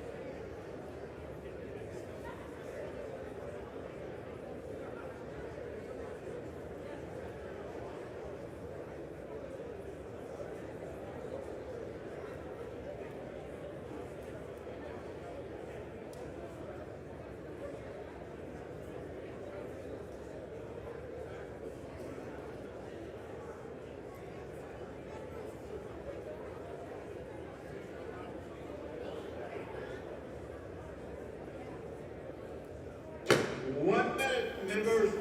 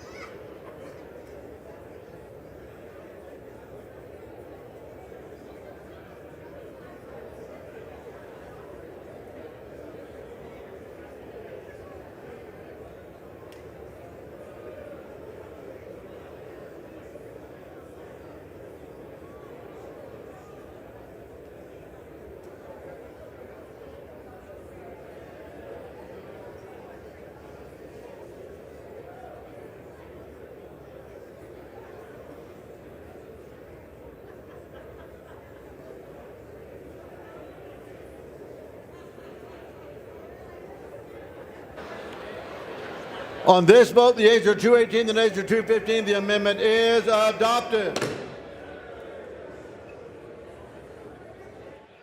The unfinished business of the request for recorded vote, amendment number 6-3, printed in Part D of House Report 118-216 by the gentleman from Tennessee, Mr. Burchett, on which further proceedings were postponed and on which the ayes prevailed by voice vote. The clerk will redesignate the amendment. Amendment number 63, printed in Part D of House Report number 118-216, offered by Mr. Burchett of Tennessee.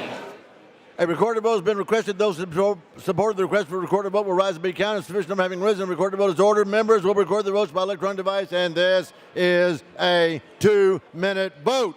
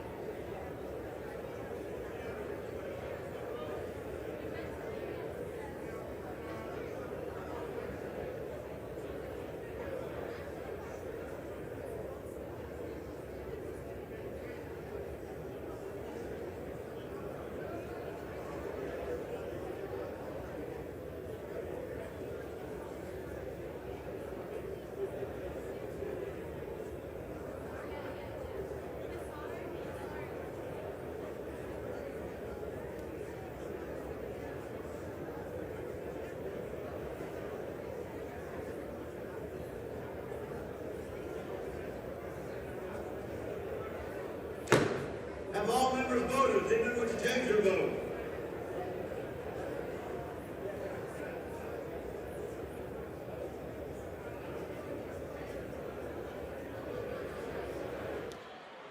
On this vote, the ayes are 170, the nays are 260. The amendment is not adopted. We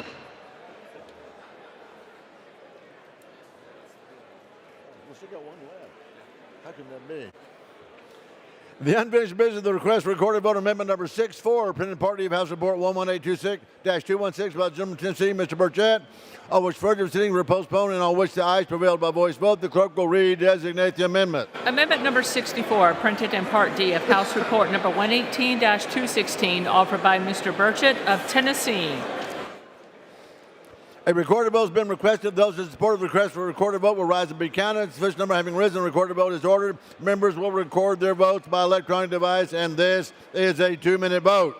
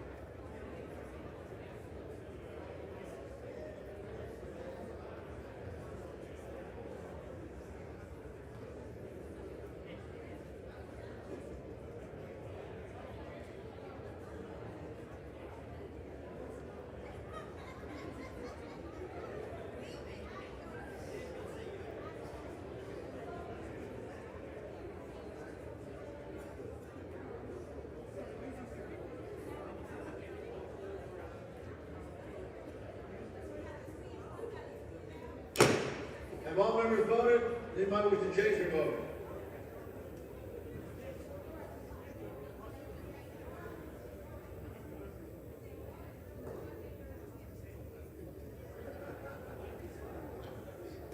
On this vote, the yeas are 171, the nays are 258. The amendment is not adopted. For what purpose does the gentleman from California seek recognition? I move the committee do now rise. The question is on the motion that the committee rise. All those in favor say aye. Aye. All those opposed say no. The ayes have it. The motion is adopted. Accordingly, the committee rises.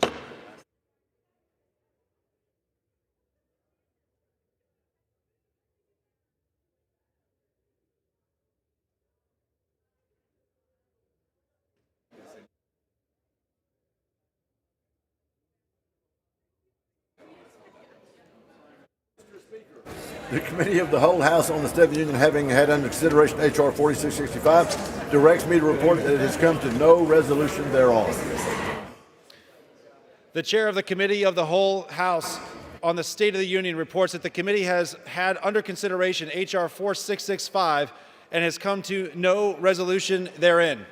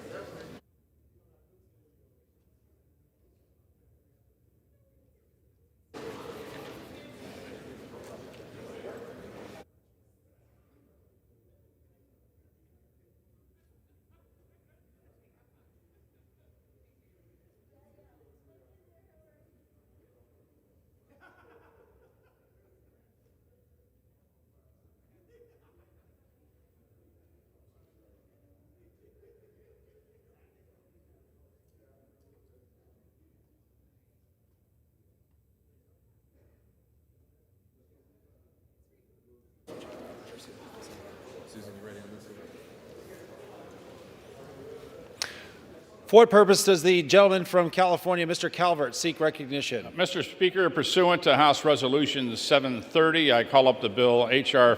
5692, ask for its immediate consideration in the House. The clerk will report the title of the bill. H.R. 5692, a bill making supplemental appropriations for the fiscal year ending September 30th, 2024, and for other purposes. Pursuant to House Resolution 730, the bill is considered read. The bill shall be debatable for 30 minutes, equally divided and controlled by the chair and ranking minority member of the Committee on Appropriations and their respective designees.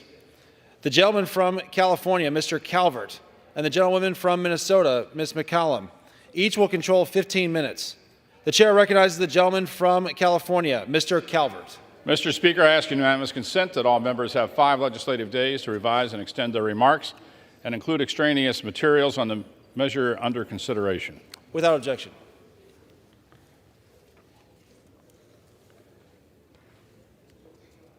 The gentleman from California is recognized. Mr. Speaker, I rise today in strong support of H.R. 5692, which provides security assistance to Ukraine and funds a special inspector general to oversee these and other funds provided by the American taxpayers. In 2016, the Ukraine Security Assistance Initiative, referred to as USAI, was created in response to increased Russian aggression. These funds, along with the National Guard's state partnership program with California and other efforts, has transformed the Ukrainian military from a remnant of the Soviet Empire to a capable and increasingly Western fighting force.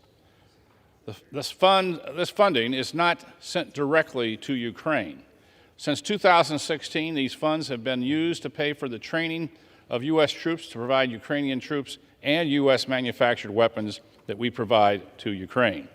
Yesterday, I supported an amendment preventing the deployment of U.S. troops to Ukraine.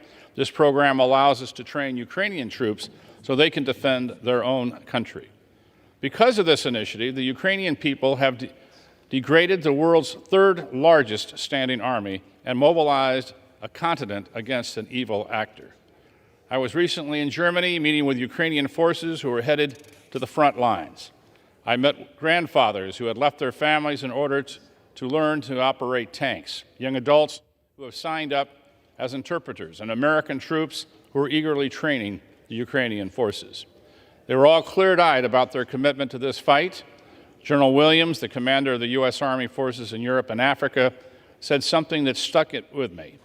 While Americans is giving precious equipment and support, Ukrainians are giving their blood. This whole-of-nation effort to repel our common adversary deserves our support.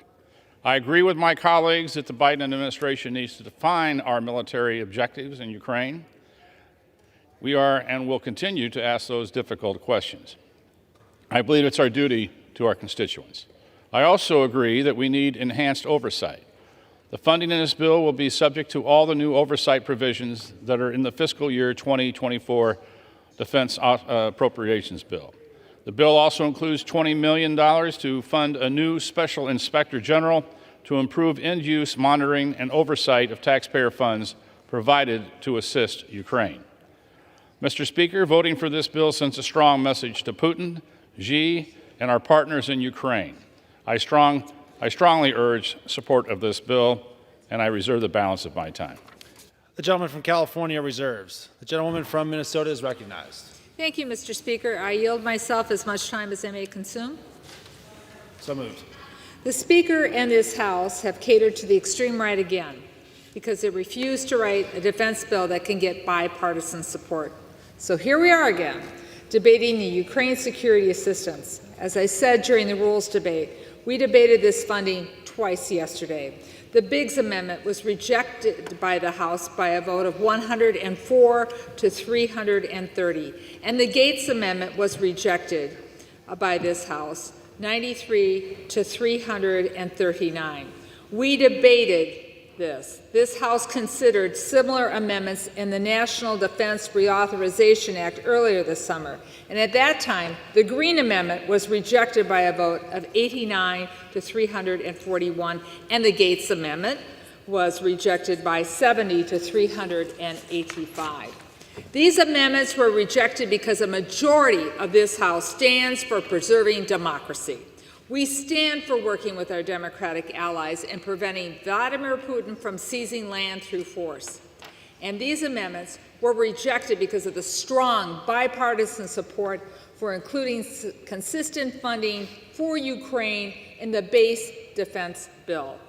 The Ukraine Security Assistance Initiative has been part of the base bill since fiscal year 2015. This support has included training for Ukrainian troops, munitions, spare parts for vehicles, weapon systems, and medical supplies. And the Department of Defense has mechanisms in place to monitor our assistance. That's the work of the DoD Security Assistance Group, Ukraine. I also have traveled, and I traveled with subcommittee Republicans and Democrats to review how the training and equipping the Ukrainians were moving forward, because I agree congressional oversight is important. The funding has been critical to ensure that Ukrainians could withstand Vladimir Putin's invasion last year. Congress began this support after Russia's unprovoked, illegal seizure of Crimea Peninsula in 2014. 5 different chairs of the Defense Appropriations Subcommittee across both parties have consistently included this funding in the base defense appropriation bill. And that includes Chairman Calvert, myself last Congress, Chairwoman Granger when she chaired the subcommittee. We included this funding because Vladimir Putin is a bully. He threatens just not Ukraine, but global stability. Putin uses paramilitary groups like the brutal Wagner organization to destabilize African nations, using murder, rape, and torture to achieve his foreign policy goals. On February of 2022, Putin wanted to take all of Ukraine and overthrow this democratically elected government. Russia deliberately fired cruise missiles into apartment buildings, shopping malls, schools, daycare centers, and even hospitals. So it's clear, Putin is a war criminal, and he must be confronted. And that's why this Congress has consistently included funding as a priority in this base bill. To help Ukraine fight back against this illegal, unjust invasion of their territory. And it's important that we, along with our allies, continue to support their fight for freedom. The rest of the world is watching, including other authoritarian nations, as to how the United States, NATO, and other allies continue to support Ukraine. So I urge my colleagues to join me and others bipartisanly to support this bill one more time again, a vote for supporting Ukraine, and I reserve the balance of my time. The gentlewoman from Minnesota reserves. The gentleman from California is recognized. I yield to the gentleman from New Jersey, Mr. Kane, for 3 minutes. The gentleman from New Jersey is recognized for 3 minutes. I thank the gentleman from California, and I rise in support of my bill, H.R. 5692, the Ukraine Security Assistance and Oversight Supplemental Appropriations Act. Everyone in this chamber wants peace in Ukraine as quickly as humanly possible. But there can only be a truly durable peace after Ukraine's victory and after the defeat of Russia's invading forces. Victory in Ukraine will also allow America's enemies to know that the price they will pay for future unprovoked aggression is way too high. It will deter Putin from setting his sights on a NATO ally next, and it will signal to Xi that the free world is willing and able to show resolve in the case of Taiwan. With what amounts to just 5% of last year's defense budget, U.S. security assistance to Ukraine since the full-scale invasion began has helped Ukraine seriously degrade Russia's military without putting one U.S. troop in harm's way. This is why continued support to Ukraine is in the U.S. best interest. Unfortunately, President Biden has slow-rolled the provision of critical weapon systems to Ukraine, from HIMARS to F-16s to tanks to longer-range ATACMS. It's not wise statesmanship, and it is weakness. This failed policy is prolonging the war. Colleagues, we must demand President Biden send weapons to Ukraine at the speed of relevance, and we must fully utilize the available security assistance authorities to support Ukraine's victory, not defund them. The Ukraine Security Assistance Initiative has been funded by Congress for years to support Ukraine against Putin's illegal annexation of Crimea in 2014 and subsequent war in the Donbass. In fact, President Trump used this same critical funding stream that we're debating today to transfer Javelin anti-tank missiles to Ukraine, reversing President Obama's failure to do so. And also, while supporting Ukraine, Congress must ensure that all U.S. assistance is accounted for by giving every single taxpayer dollar is spent with precision. And that's why my bill also includes $20 million for additional oversight of U.S. assistance to Ukraine. I had the opportunity to speak with President Zelensky during his recent trip, and I emphasized the importance of this oversight. It is also in the U.S. security interest for Ukraine to win as soon as possible. And that's why I am asking my colleagues to join me in supporting my bill to ensure that the $300 million for DOD's Ukraine Security Assistance Initiative becomes law. Thank you, and I yield back. The gentleman from California is reserves. Reserve. The gentleman from Minnesota is recognized. Thank you, Mr. Speaker. I yield to the ranking member of the Full Appropriations Committee, the gentlewoman from Connecticut, 3 minutes. The gentlewoman from Connecticut is recognized for 3 minutes.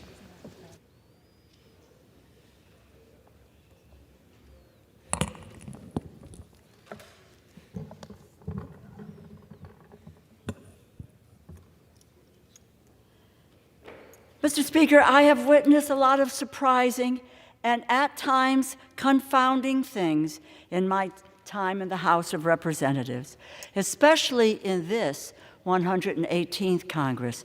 But I do not recall a time that this body, with an overwhelming bipartisan majority, voted to appropriate funds that were then stripped from a bill in the darkness of night. 339 members of the House of Representatives, including a majority of the majority, voted yesterday to include support for Ukraine in the defense appropriations bill. 93 voted against it. Then the Republicans stripped the Ukraine funding from the defense bill to placate an extreme minority over the will of the majority, and prioritizes maintaining the gavel over responsible governing. Russian tyranny and aggression threaten more than just Ukraine's borders. We learned in Georgia, we learned in Crimea. If you stand by while Russia takes an inch, they will take a mile. Vladimir Putin must be held to account for upending Europe's security and peacetime, for a pointless and bloody war which has disrupted energy markets, triggered food insecurity around the world. We must be clear about what this means. Plain and simple, this is appeasement, like the world experienced in 1938, and which led to a cascading murderous result. Ukraine's fight for democracy and sovereignty requires decisive action and absolute support from the free world. We must act like the leaders of the free world. We must not abandon our position as the world's beacon of democratic values. We must not surrender our global influence to Russia, China, or any group that threatens democracies. Members of this body have come together again and again to reaffirm our commitment to helping Ukraine defend itself against this vicious invasion. We did so again yesterday. Regardless of which votes the majority is afraid of taking, Democrats will not be afraid of supporting our allies. Funds for the Ukraine Security Assistance Initiative should remain in the base bill. That's where they have been since 2015. Republicans now have an $826 billion defense bill. That does not include any assistance for Ukraine, the most urgent security crisis that we face in the world. Even if House Republicans insist on upending our process, we cannot abandon Ukraine. I urge the Speaker of the House to lead those who actually wish to govern, not those who seek to appease Putin. We need to support Ukraine. I yield back. The gentlewoman from Connecticut yields back. The gentleman from Minnesota reserves. The gentleman from California is recognized. I recognize my good friend, the gentleman from South Carolina, Mr. Wilson. The gentleman from South Carolina is recognized. Mr. Speaker, I rise today in support of the Supplemental Appropriations Act.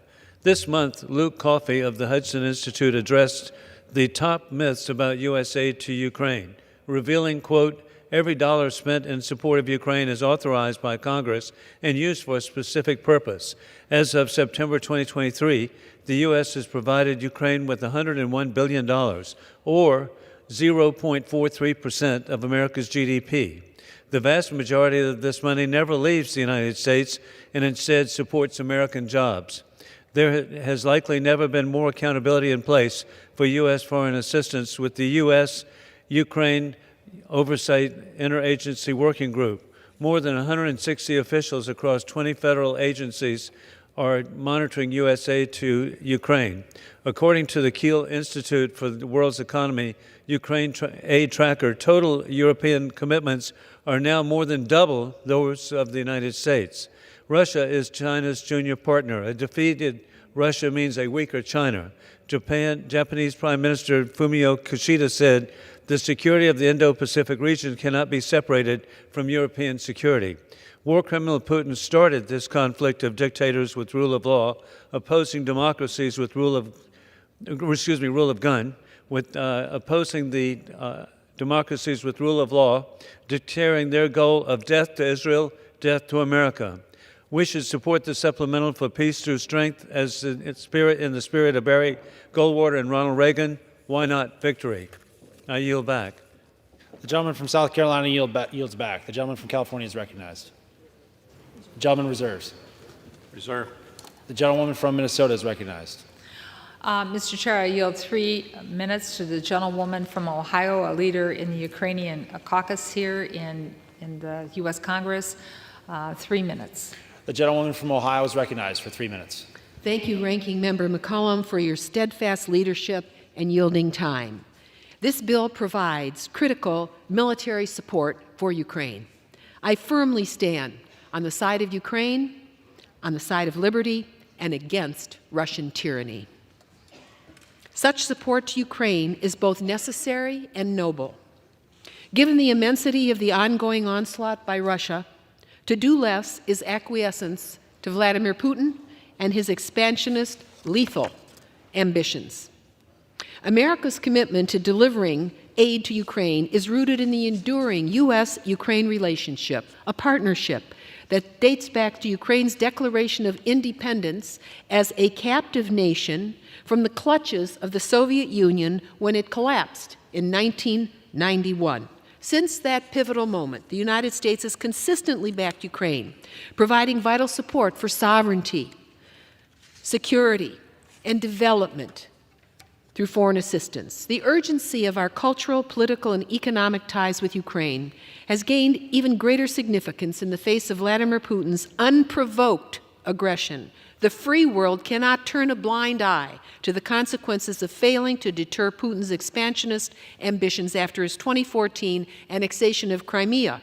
The world's inaction then led to the horrifying events of February 24th last year when Russian tanks rolled into Kyiv, Ukraine, to impose foreign tyranny over 40 million people.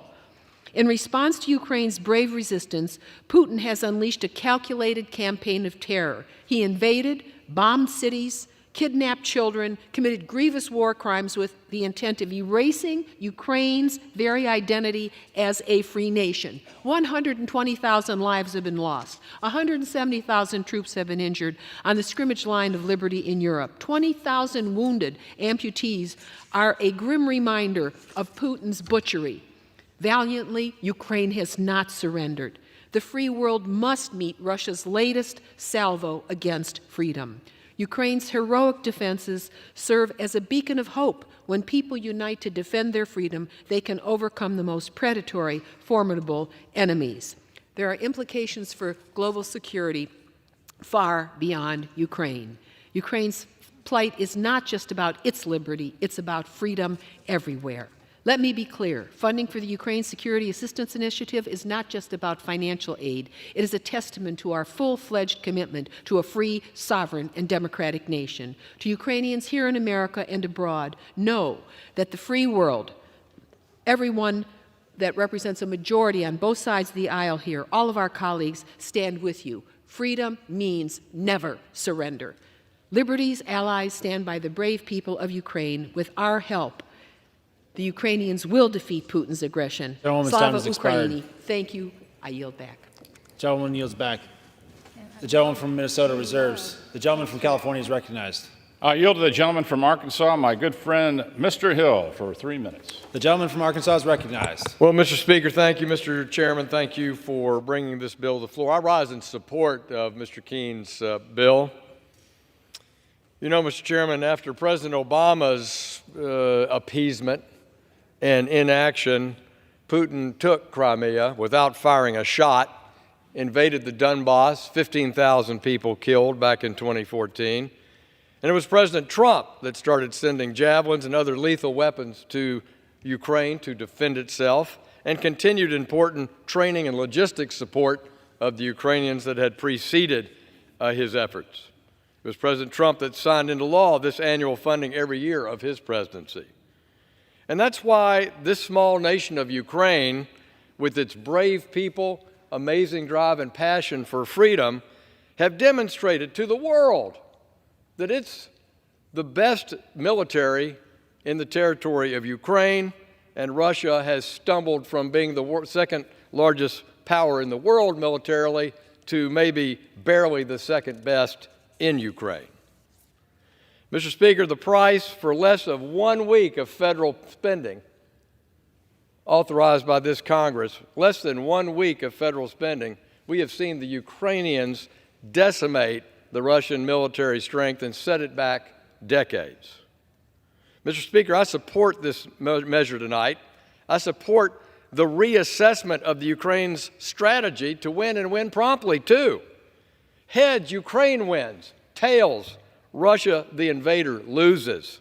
We need to make sure they have the right strategy and that it's got the right way to win and win promptly.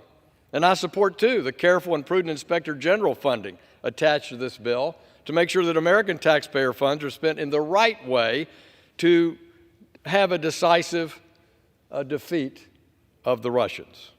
So, Mr. Chairman, thank you for the time to speak on this bill. I urge that we adopt this bill with a strong bipartisan vote, and I yield back the balance of my time.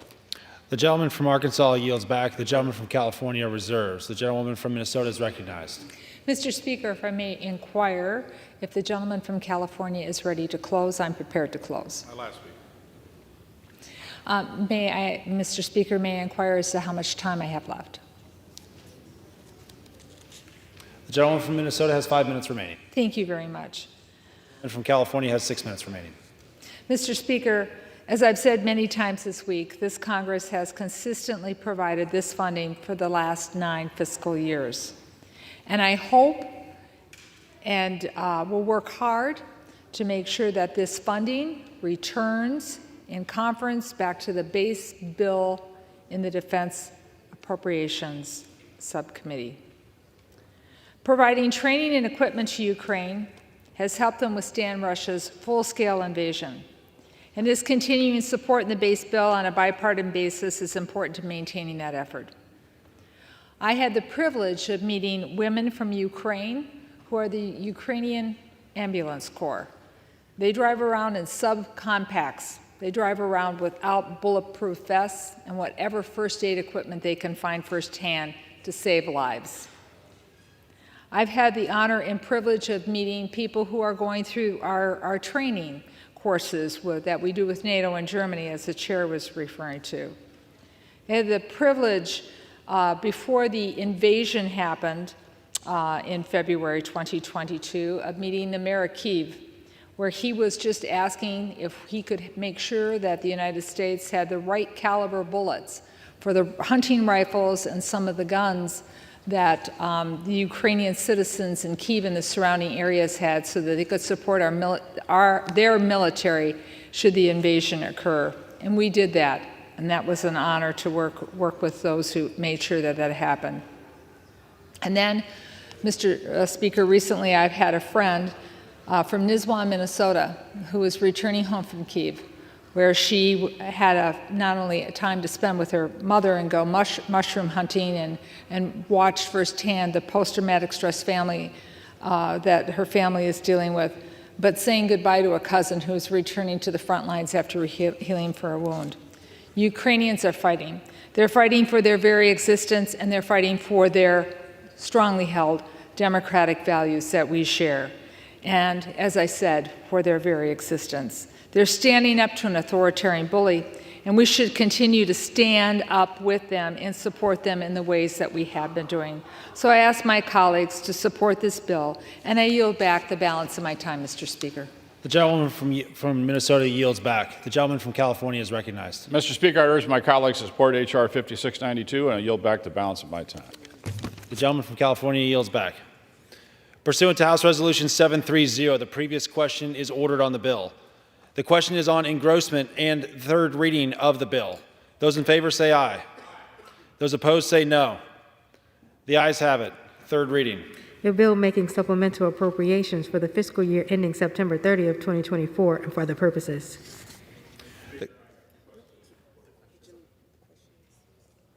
The question is on passage of the bill. Those in favor say aye. Those opposed say no. In the opinion of the chair, the ayes have it. For what purpose is the purpose of... Mr. Speaker, I request a recorded vote. Does the gentleman request the yeas and nays? The yeas and nays are requested. Those favoring a vote by the yeas and nays will rise. A sufficient number having risen, the yeas and nays are ordered. Pursuant to Clause 8 of Rule 20, further proceedings on this question are postponed.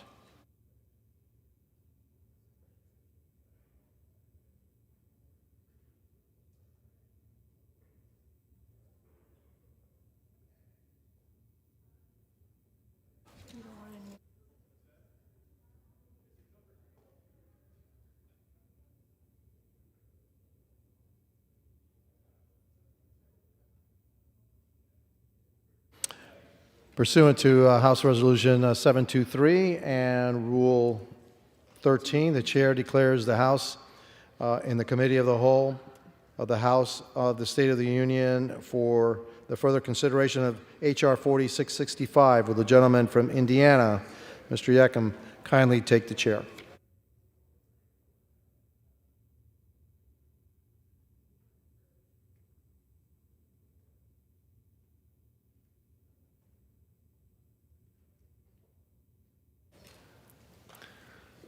The House is in the Committee of the Whole on the State of the Union and for further consideration of H.R. 4665, which the clerk will report by title.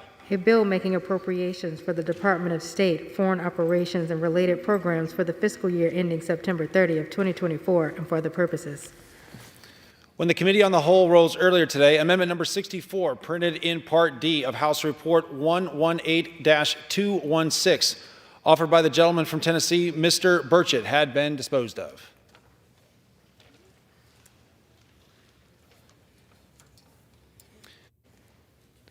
It is now in order to consider Amendment number 65, printed in Part D of House Report 118216. For what purpose does the gentleman from Tennessee seek recognition?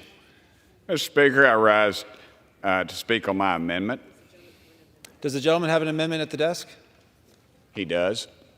G. The clerk will report the amendment or designate the amendment. Amendment number 65, printed in Part D of House Report number 118-216, offered by Mr. Burchett of Tennessee.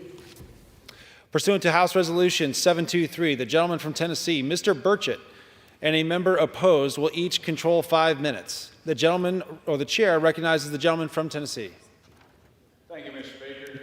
This amendment would reduce the salary of the Deputy Chief Executive Officer of the U.S. Agency for Global Media to $1. Deputy Chief Executive Officer at the U.S. Agency of Global Media is also responsible for rehiring Satara Sieg, who knowingly misused federal taxpayer dollars and lied on her resume. Whistleblowers have come forth to shed light on the rampant misuse of taxpayer dollars, and the Deputy Chief Executive Officer at the U.S. Agency for Global Media is responsible for rehiring the individual that did so. There should be no place for this conduct in public service, and I'm requesting the salary of the Deputy Chief Executive Officer at the U.S. Agency for Global Media to be reduced to $1. Mr. Speaker. Does the gentleman reserve? I do. The gentleman from Tennessee reserves. For what purpose does the gentlewoman from California seek recognition? I rise in strong opposition to this amendment. The gentlewoman is recognized. Once again, I just have to say how despicable it is to target dedicated public servants and to threaten their livelihoods. Is this, the names are going to be dragged, as you know, through the political mud, and that's not fair. These people are public servants. This public servant has had 40 years in the public media. She facilitated getting many USAGM staff out of Afghanistan and has overseen the expansion of the USAGM's audience to 410 million people. Once again, if you have an issue with the policy, let's discuss that. But why in the world do you want to continue penalizing public servants who are representing the administration that they serve and our country, of course, and their dedication to the United States and to their careers? I urge my colleagues to oppose this amendment, and I reserve the balance of my time. The gentleman from California reserves. The gentleman from Tennessee is recognized. Mr. Speaker, if misusing federal tax dollars is part of our policy, I suggest to you that we need to get a new policy. This is what's wrong with this country. It's wrong when we tell our children, well, it's okay for these folks up here to steal because they're in the federal government. That's why nobody trusts us up here. We can cover this up with flowing words, but the reality, it is wrong to knowingly misuse federal tax dollars, and I reserve. The gentleman from Tennessee reserves. The gentlewoman from California is recognized. I reserve the balance of my time. The gentlewoman from California reserves. The gentleman from Tennessee is recognized. I yield. The gentleman from Tennessee yields back. The gentlewoman from California is recognized. Well, I will just conclude by asking the question again with regard to who is willing to go into public service if their names can be dragged through the political mud like the other side, the majority, is doing today. I reserve the balance of my time. The gentlewoman has the only time remaining. Oh, I yield back. The gentleman from California yields back. The question is on the amendment offered by the gentleman from Tennessee. Those in favor say aye. Those opposed say no. In the opinion of the chair, the ayes have it. The amendment is agreed to. For a recorded vote? Pursuant to Clause 6 of Rule 18, further proceedings on the amendment offered by the gentleman from Tennessee will be postponed.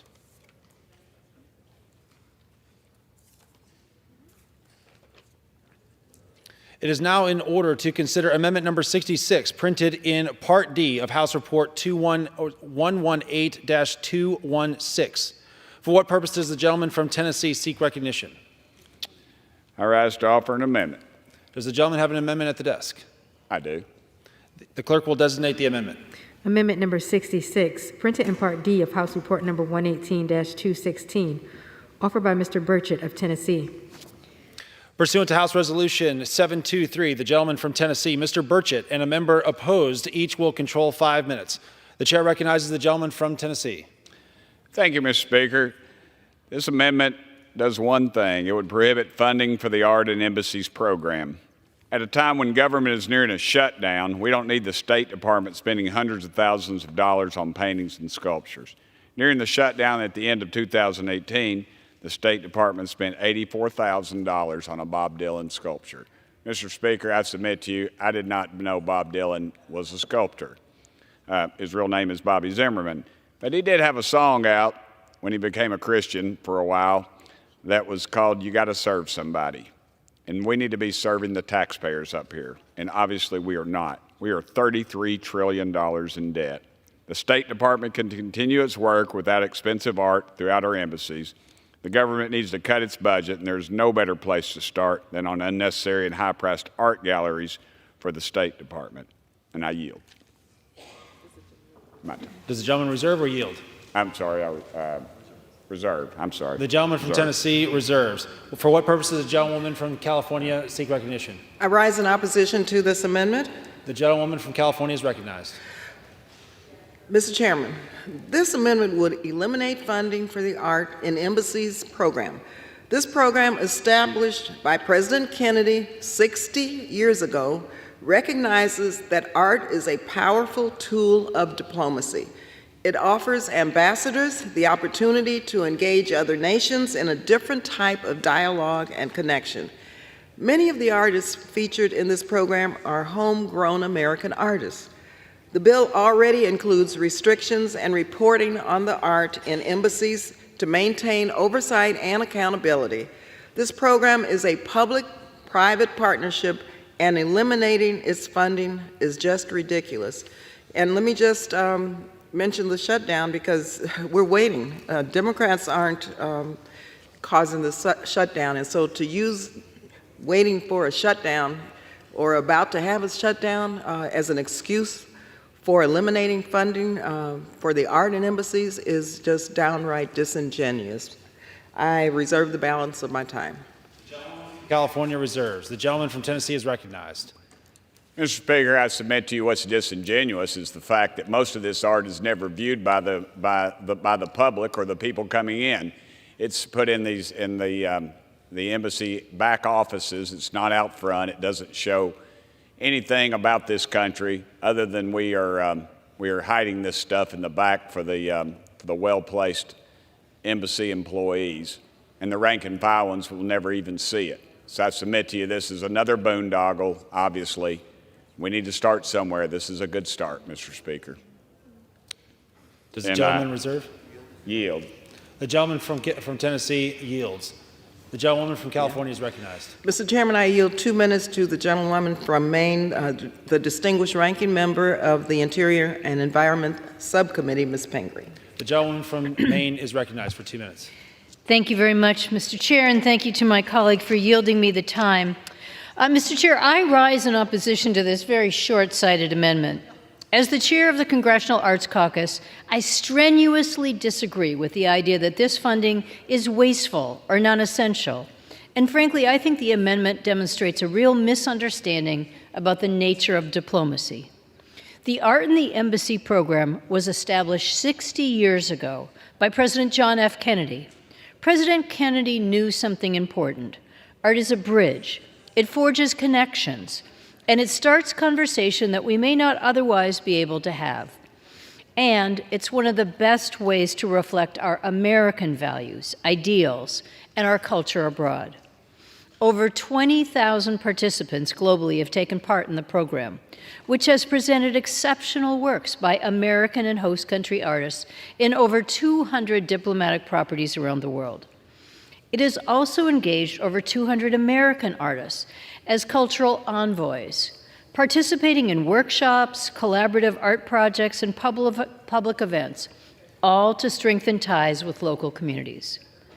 The program does all of this on a shoestring budget, primarily facilitating donations from artists. It is not a frivolous expense. It is a tool of diplomacy, just as valid as any bilateral meeting or negotiation. It reflects our vibrant democracy.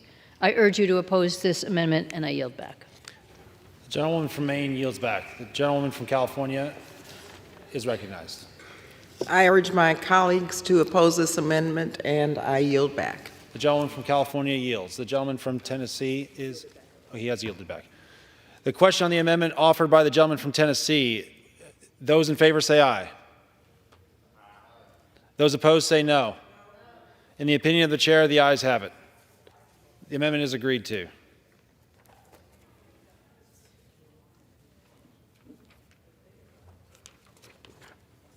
It is now in order to consider amendment number 67, printed in Part D of House Report 118-216. For what purpose does the gentleman from Tennessee seek recognition? Mr. Speaker, I rise to offer my amendment, and I believe it's on the desk. The clerk will designate the amendment. Amendment number 67, printed in Part D of House Report number 118-216, offered by Mr. Burchett of Tennessee. Pursuant to House Resolution 723, the gentleman from Tennessee, Mr. Burchett, and a member opposed, each will control 5 minutes. The chair recognizes the gentleman from Tennessee. Thank you, Mr. Speaker. This amendment does one thing. It will prohibit funding for the Special Presidential Envoy for Climate. This envoy has provided no discernible value to the American people, and I remind you, he's non-elected. I don't believe it was even confirmed by the Senate. But Secretary Kerry uses his position in his special envoy to fly around the world in private and heavy polluting jets so he can attend the coronation of King Charles III on the taxpayer's dime.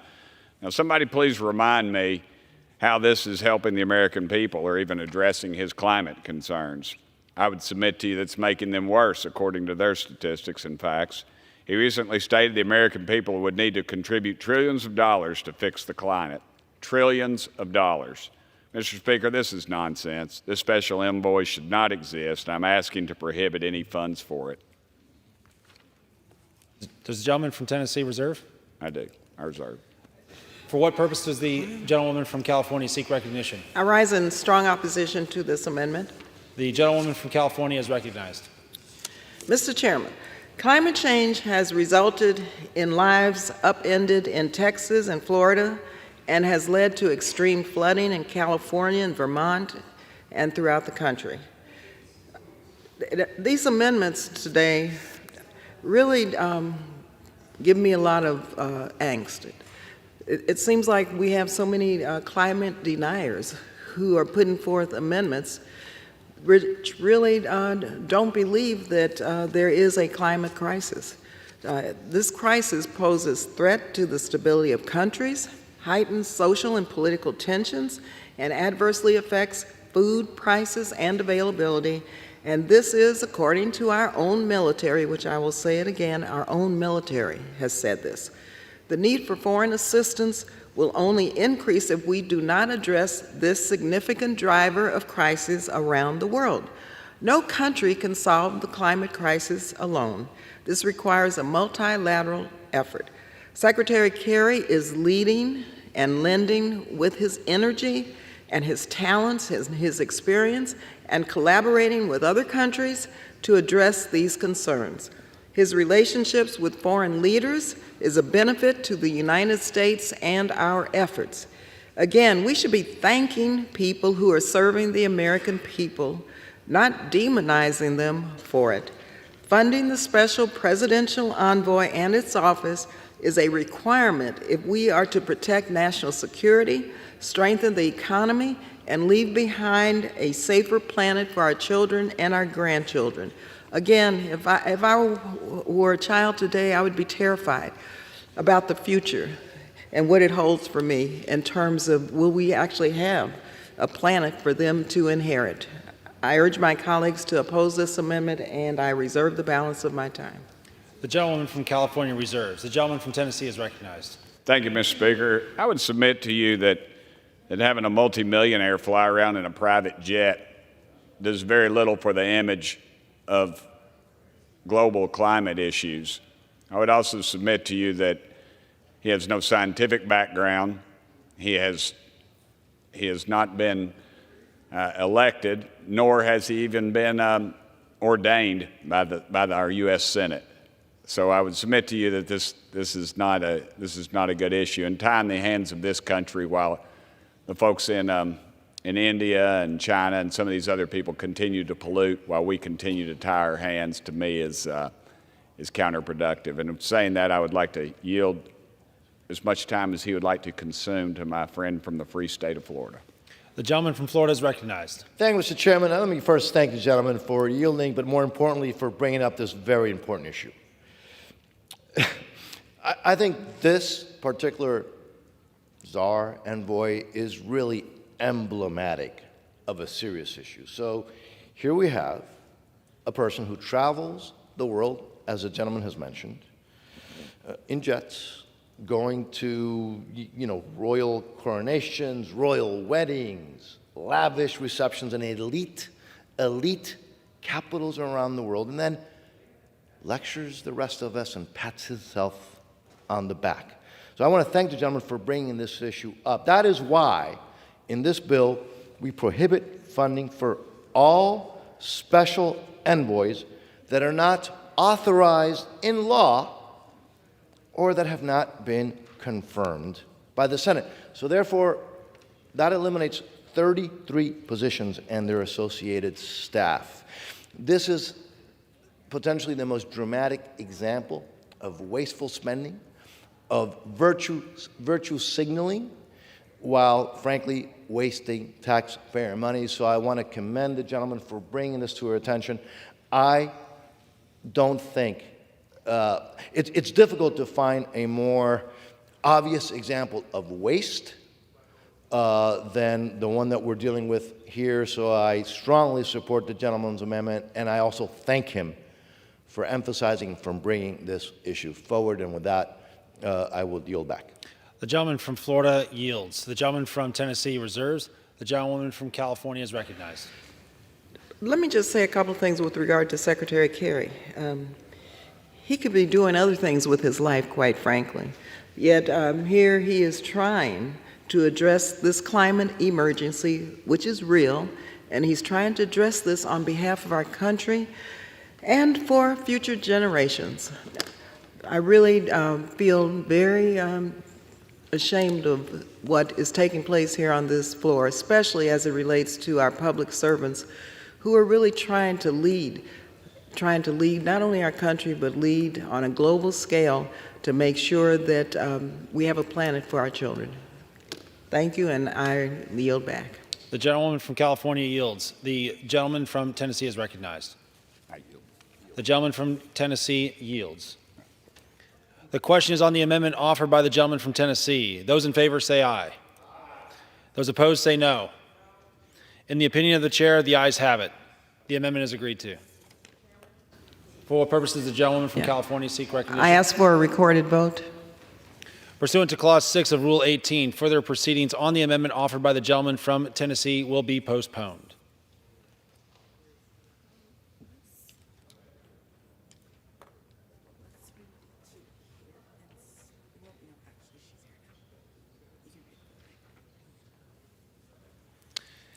It is now in order to consider amendment number 68, printed in Part D of House Report 118-216. For what purpose does the gentlewoman from New York seek recognition? I have an amendment at the desk. The clerk will designate the amendment. Amendment number 68, printed in Part D of House Report number 118-216, offered by Ms. Tenney of New York. Pursuant to House Resolution 723, the gentlewoman from New York, Ms. Tenney, and a member opposed will each control 5 minutes. The chair recognizes the gentlewoman from New York. Thank you, Mr. Chair. I rise today to introduce my amendment to reduce the special envoy to Iran's Robert Malley's salary to $1. While President Biden has made a series of bad political appointments, Rob Malley, the special envoy, may be one of the worst. Before even joining the administration, Rob Malley had a history of legitimizing organizations like Hamas, a U.S.-designated terrorist group, has blamed Israel for Palestinian terrorist attacks, and has helped negotiate the disastrous 2015 Iran nuclear deal. Despite his history, the Biden administration appointed Mr. Malley to be the special envoy to Iran. Not only did Mr. Malley tarnish the great work of previous envoys like Brian Hook and Elliott Abrams, Malley was working to circumvent U.S. law by striking a deal with Iran without first disclosing the contents of this deal to Congress. The Iran Nuclear Agreement Review Act, otherwise known as INARA, requires deals with Iran must be disclosed to Congress, whether in writing or not. However, Mr. Malley worked for years and, according to some reports, reached an oral agreement with Iran, yet still nothing has been disclosed to Congress. In June, Envoy Malley was placed on unpaid leave due to an investigation into mishandling of classified information, which case has been referred to the FBI for criminal investigation and prosecution. Was Malley handing over state secrets to Iran? We still don't know, and the administration is refusing again to update Congress. Most concerningly, a recent bombshell report revealed that 3 top aides to Malley were part of an Iranian government network. That's right, the special envoy to Iran's self-appointed top aides were potentially compromised Iranian assets. This is beyond incompetent. This could be criminal, it could be treasonous, and it is the very definition of harming U.S. national security. While Mr. Malley is currently on unpaid leave, pending an investigation, he cannot be allowed to return to his post. For that reason, I urge my colleagues to support this amendment. Unfortunately, my lead on this is Mr. Algles from Tennessee. He's not able to be here, so Mr. Chair, this amendment is simple. The American people should not be forced to support a top-level government official who surrounded himself with foreign assets from a designated sponsor of terrorism. If you care about U.S. national security, you should support this amendment. If you oppose a corrupt nuclear deal with Iran and oppose the despotic Iranian mullahs, you should support this amendment. If you support state sponsors of terrorism having premier access to the U.S. government, then you should support this amendment. I urge my colleagues to defund Rob Malley's salary and make it clear that this House stands against compromised foreign assets. With that, Mr. Chairman, I yield. The gentlewoman from New York yields. For what purpose does the gentlewoman from California seek recognition? I rise in strong opposition to this amendment. The gentlewoman from California is recognized. Mr. Chairman, once again, let me repeat this. It's really despicable to target dedicated public servants and threaten their livelihoods. And in this particular case, the amendment is targeted at someone on leave from the department. None of us have the information to judge this situation. As the State Department has said, it is a personnel matter and it needs to take its course. It's not a matter for Congress. Again, if my colleagues have an issue with the policy being pursued, then let's discuss that. We should not penalize public servants who are representing the administration that they serve and have dedicated their careers to the United States. And let me just remind you that the Iran nuclear deal did stop the enrichment of uranium in Iran, and the world, quite frankly, is less safe because of the previous president who pulled the United States out of the JCPOA. I urge my colleagues to oppose this amendment, and I reserve the balance of my time. The gentlewoman is the only one with time remaining. I yield back. The question is on the amendment offered by the gentlewoman from New York. All those in favor say aye. All those opposed say no. In the opinion of the chair, the ayes have it. The amendment is agreed to.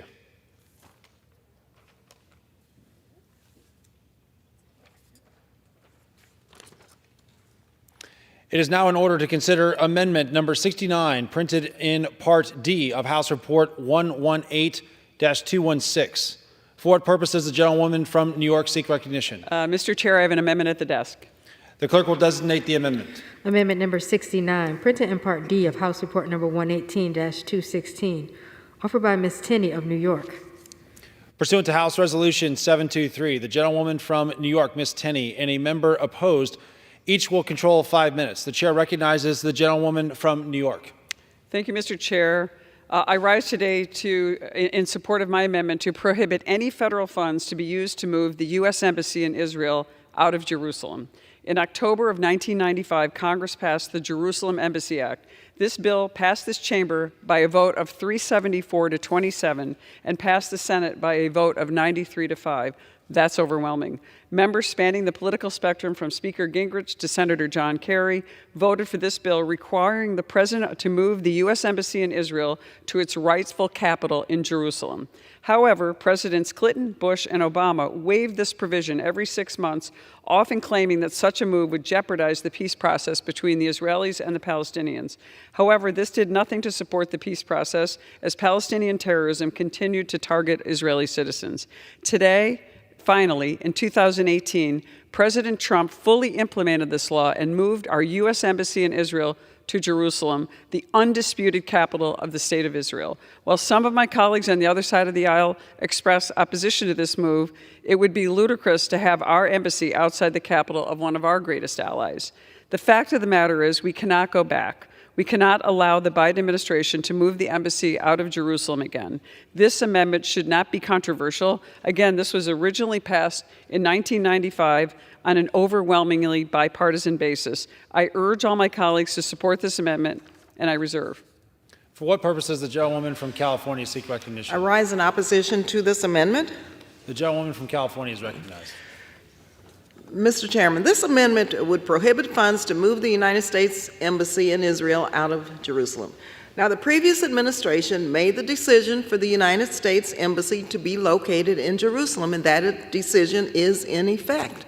So let's not change our focus to keeping the government open on October 1st and not take the time to debate matters that really are not issues. These matters are not open. I urge my colleagues to oppose this amendment, and I reserve the balance of my time. The gentlewoman from California reserves. The gentlewoman from New York is recognized. Mr. Chair, at this time, when Israel faces some of its greatest threats, such as Iran and Palestinian terrorism, we must stand resolute with our greatest ally in the Middle East, Israel. Any attempts to relocate the U.S. Embassy in Jerusalem would delegitimize Israel's sovereignty and be counterproductive in encouraging peace negotiations. Any theoretical negotiation with the Palestinians must revolve around the fact that Jerusalem is the undisputed capital of Israel and has been since ancient times. Some of my colleagues have argued that this amendment is unnecessary since President Biden does not intend to move the embassy. If that's the case, then my colleagues should have no problem voting for this amendment. I urge all of my colleagues to stand with Israel, our greatest ally in the Middle East, and support this amendment. With that, Mr. Chairman, I yield the balance of my time. The gentlewoman from New York yields. The gentlewoman from California is recognized. Mr. Chairman, once again, this is a total waste of time. We're trying to keep the government open so that people's lives won't be disrupted. So I don't know why we're doing this, but I urge my colleagues to oppose this amendment, to focus on keeping this government open, and I yield back. The question is on the amendment offered by the gentlewoman from New York. Those in favor say aye. Those opposed say no. In the opinion of the chair, the ayes have it. The amendment is agreed to. I ask for a recorded vote.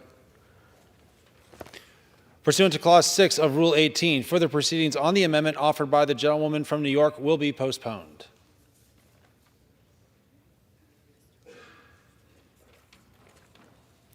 It is now in order to consider amendment number 70, printed on Part D of House Report 118-216. For what purpose does the gentleman from Texas seek recognition? Mr. Chairman, I have an amendment at the desk. The clerk will designate the amendment. Amendment number 70, printed in Part D of House Report number 118-216, offered by Mr. Roy of Texas. Pursuant to House Resolution 723, the gentleman from Texas, Mr. Roy, and a member opposed, each will control 5 minutes. The chair recognizes the gentleman from Texas. I thank the chairman, and I thank my friend from Florida for all of his work on this legislation, the underlying bill. And I offer an amendment that would prohibit any of the funding made available in the state Foreign Operations Related Programs Appropriations Act from being used to carry out President Biden's executive orders on climate change. Now, I do want to pause for a minute before I describe my amendment to thank the gentlelady for our work together in trying to address ongoing authorizations of the use of military force that have long since come and gone, and that Congress needs to act. Congress needs to dispense with the 2002 and 1991 AUMFs that no longer, I think, are relevant. And I appreciate working with the gentlelady to that end, and I hope we'll see some movement on that at some point, and would ask leadership, at least on this side of the aisle, to follow through and bring a vote forward. The Senate has dispensed with 02 and 91, and we need to address them here. But I would note that in response to the gentlelady, with respect to what she said to my colleague from New York about averting a shutdown, and what are we doing here? Well, what we're doing here is trying to move bills through regular order. Now, I have conceded that I wish this were July or August or earlier in September. But we are, in fact, doing our job. Only 4 times in 50 years, and I'm 51 years old, so 4 times in my lifetime have we managed to move 12 appropriations bills through on time. That is absurd. And we're not going to do it this time. We're not going to get 12 bills through on time. But what we're trying to do is restore muscle memory in this place to actually do our job of getting appropriations bills out of committee onto the floor, debated, passed, go to conference committee, and do our work of actually legislating. It's an important thing, and we should do it. Again, I would have done it earlier, but here we are, and we ought to finish the job. If we do our job, and we do our job tonight, hopefully the House will have moved legislation that will fund upwards of 73% of government. That's a good thing. And we can move forward with figuring out how to get the rest of our work done. And we can have a debate. But if there is any kind of a shutdown, I want my constituents and the rest of the American people to understand that it is because the President of the United States and the Senate Majority Leader, a Democrat, are choosing to shut down government rather than shut down an open border that is damaging the United States, undermining our security, endangering our citizens, endangering migrants, empowering cartels, empowering China, rather than doing our job. 304,000 in August encounters, 11,000 in Eagle Pass 2 nights ago, thousands of Americans dying from fentanyl poisoning. And so you say, okay, well, why bring up amendments? Because we're trying to move forward this bill, which deals with state and foreign operations, and we have an administration that, while also ignoring to secure the border, is using the State Department and all of the functions of government to advance a radical climate agenda that's undermining our national security and empowering our enemies, empowering China by pursuing more technology that's created by China rather than advancing things like American natural gas. So we believe it's important, I certainly believe, and I'm offering this amendment, to say let's not have funding to carry out the executive orders of the president that are marching forward in things like empowering John Kerry to jet set around the world, to go around saying, oh, well, let's go combat climate change while I fly in my fancy jet. You know? Meanwhile, India and China are pumping out coal faster than we can even talk about it. 1,100 coal-fired plants in China. They're building 2 a week. And we think somehow that we're going to convert our entire internal combustion engine fleet of cars in this country to EVs and solve the problem, when in fact it will at most dent CO2 by about a percentage point. Let's get real. Let's have policies that actually advance the cause of America. I reserve. The gentleman from Texas reserves. For what purpose does the gentlewoman from California seek recognition? I rise in strong opposition to this amendment. The gentlewoman from California is recognized.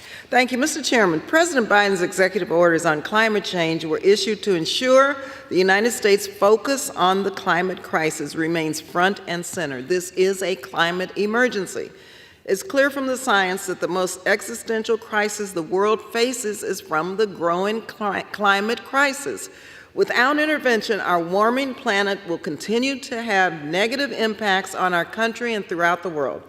Climate-related foreign assistance can help developing countries adapt to the impacts of climate change, such as rising sea levels, droughts and floods, and build an energy grid that is constructed for the next century, not the last one.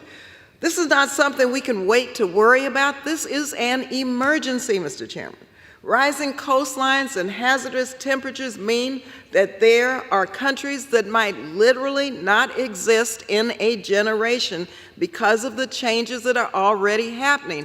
Once again, I was in Egypt at the COP27 conference. This is all we heard about. This is an emergency. And so let me just say, the need for foreign assistance will only increase, and you know this, if we don't address the changes that we're seeing in the climate now. And yes, to my friend and colleague, every now and then there are glimmers of hope on bipartisanship. And I enjoy working with you and hope that we can get the repeal of these AUMFs to the floor.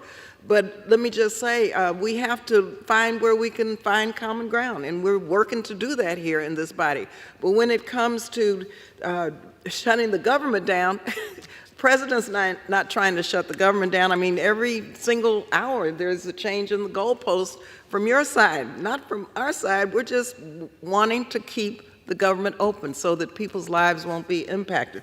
So we're trying to figure it out, but we have to have a partner in trying to figure it out. But hopefully we'll be able to pass a continuing resolution until we can get this resolved, hopefully in a bipartisan manner. Thank you again, and I reserve the balance of my time. The gentleman from California reserves. The gentleman from Texas is recognized.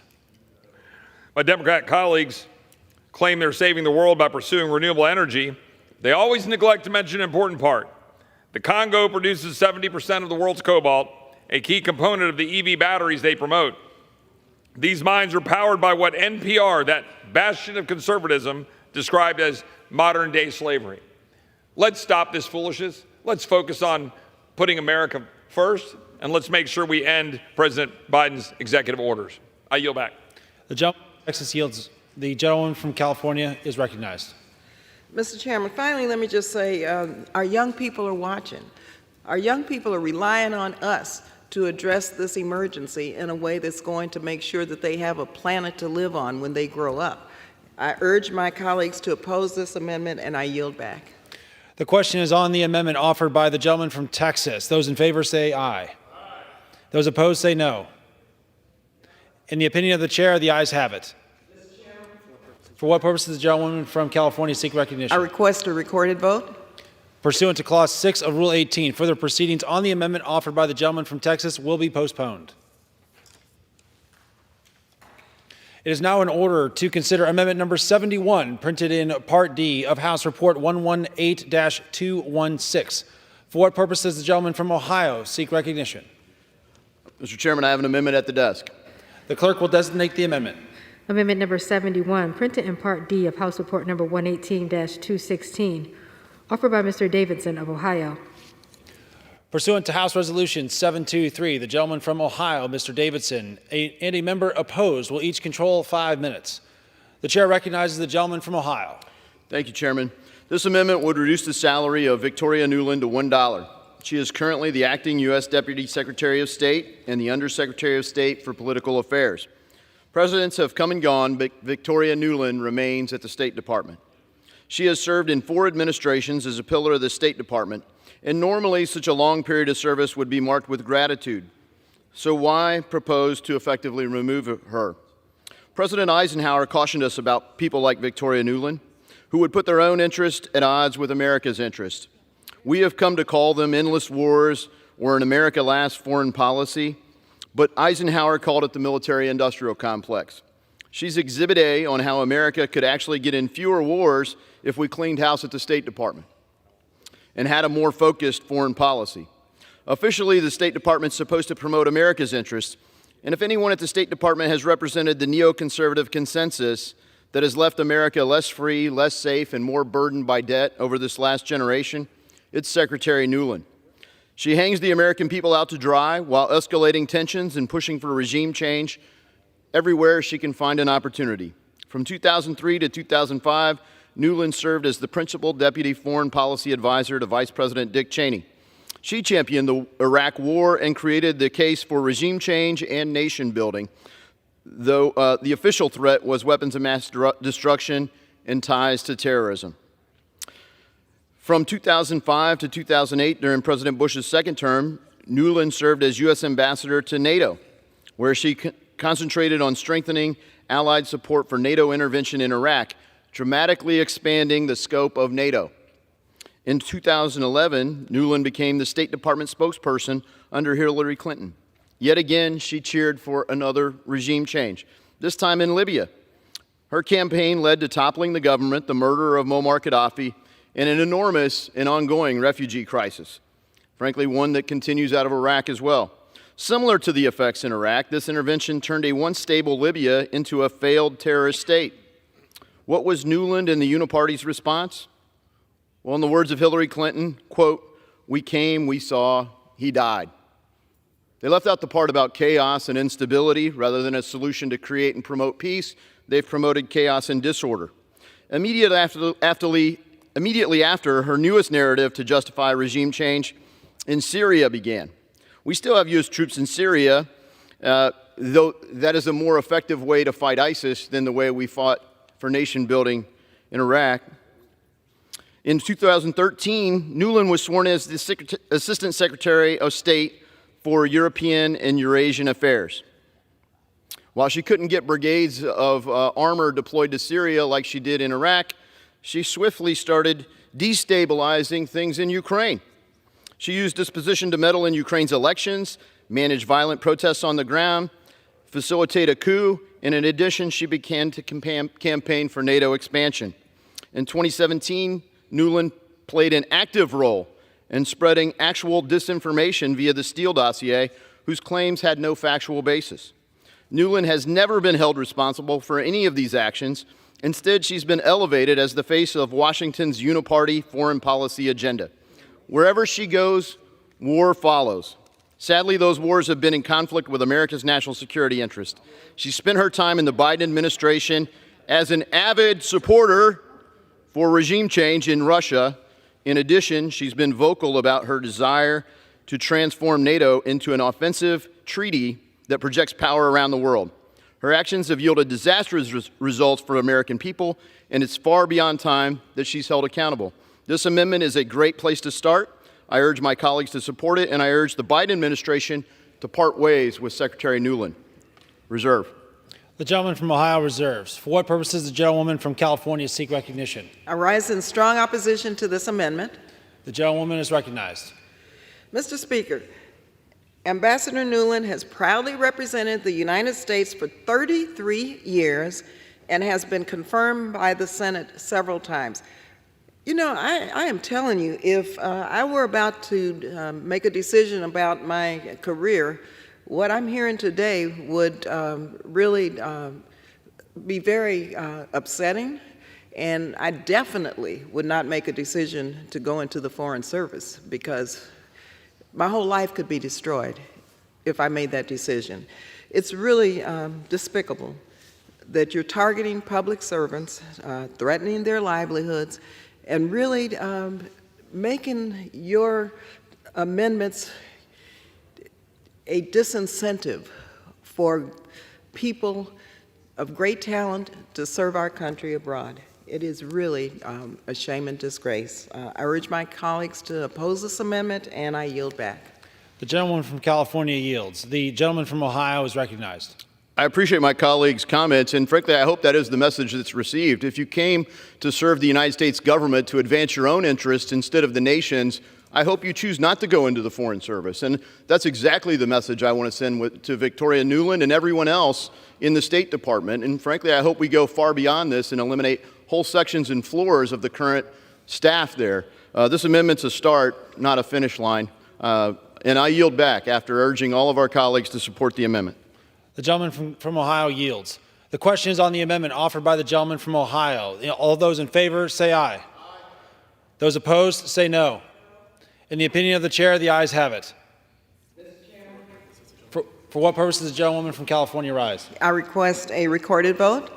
Pursuant to Clause 6 of Rule 18, further proceedings on the amendment offered by the gentleman from Ohio will be postponed.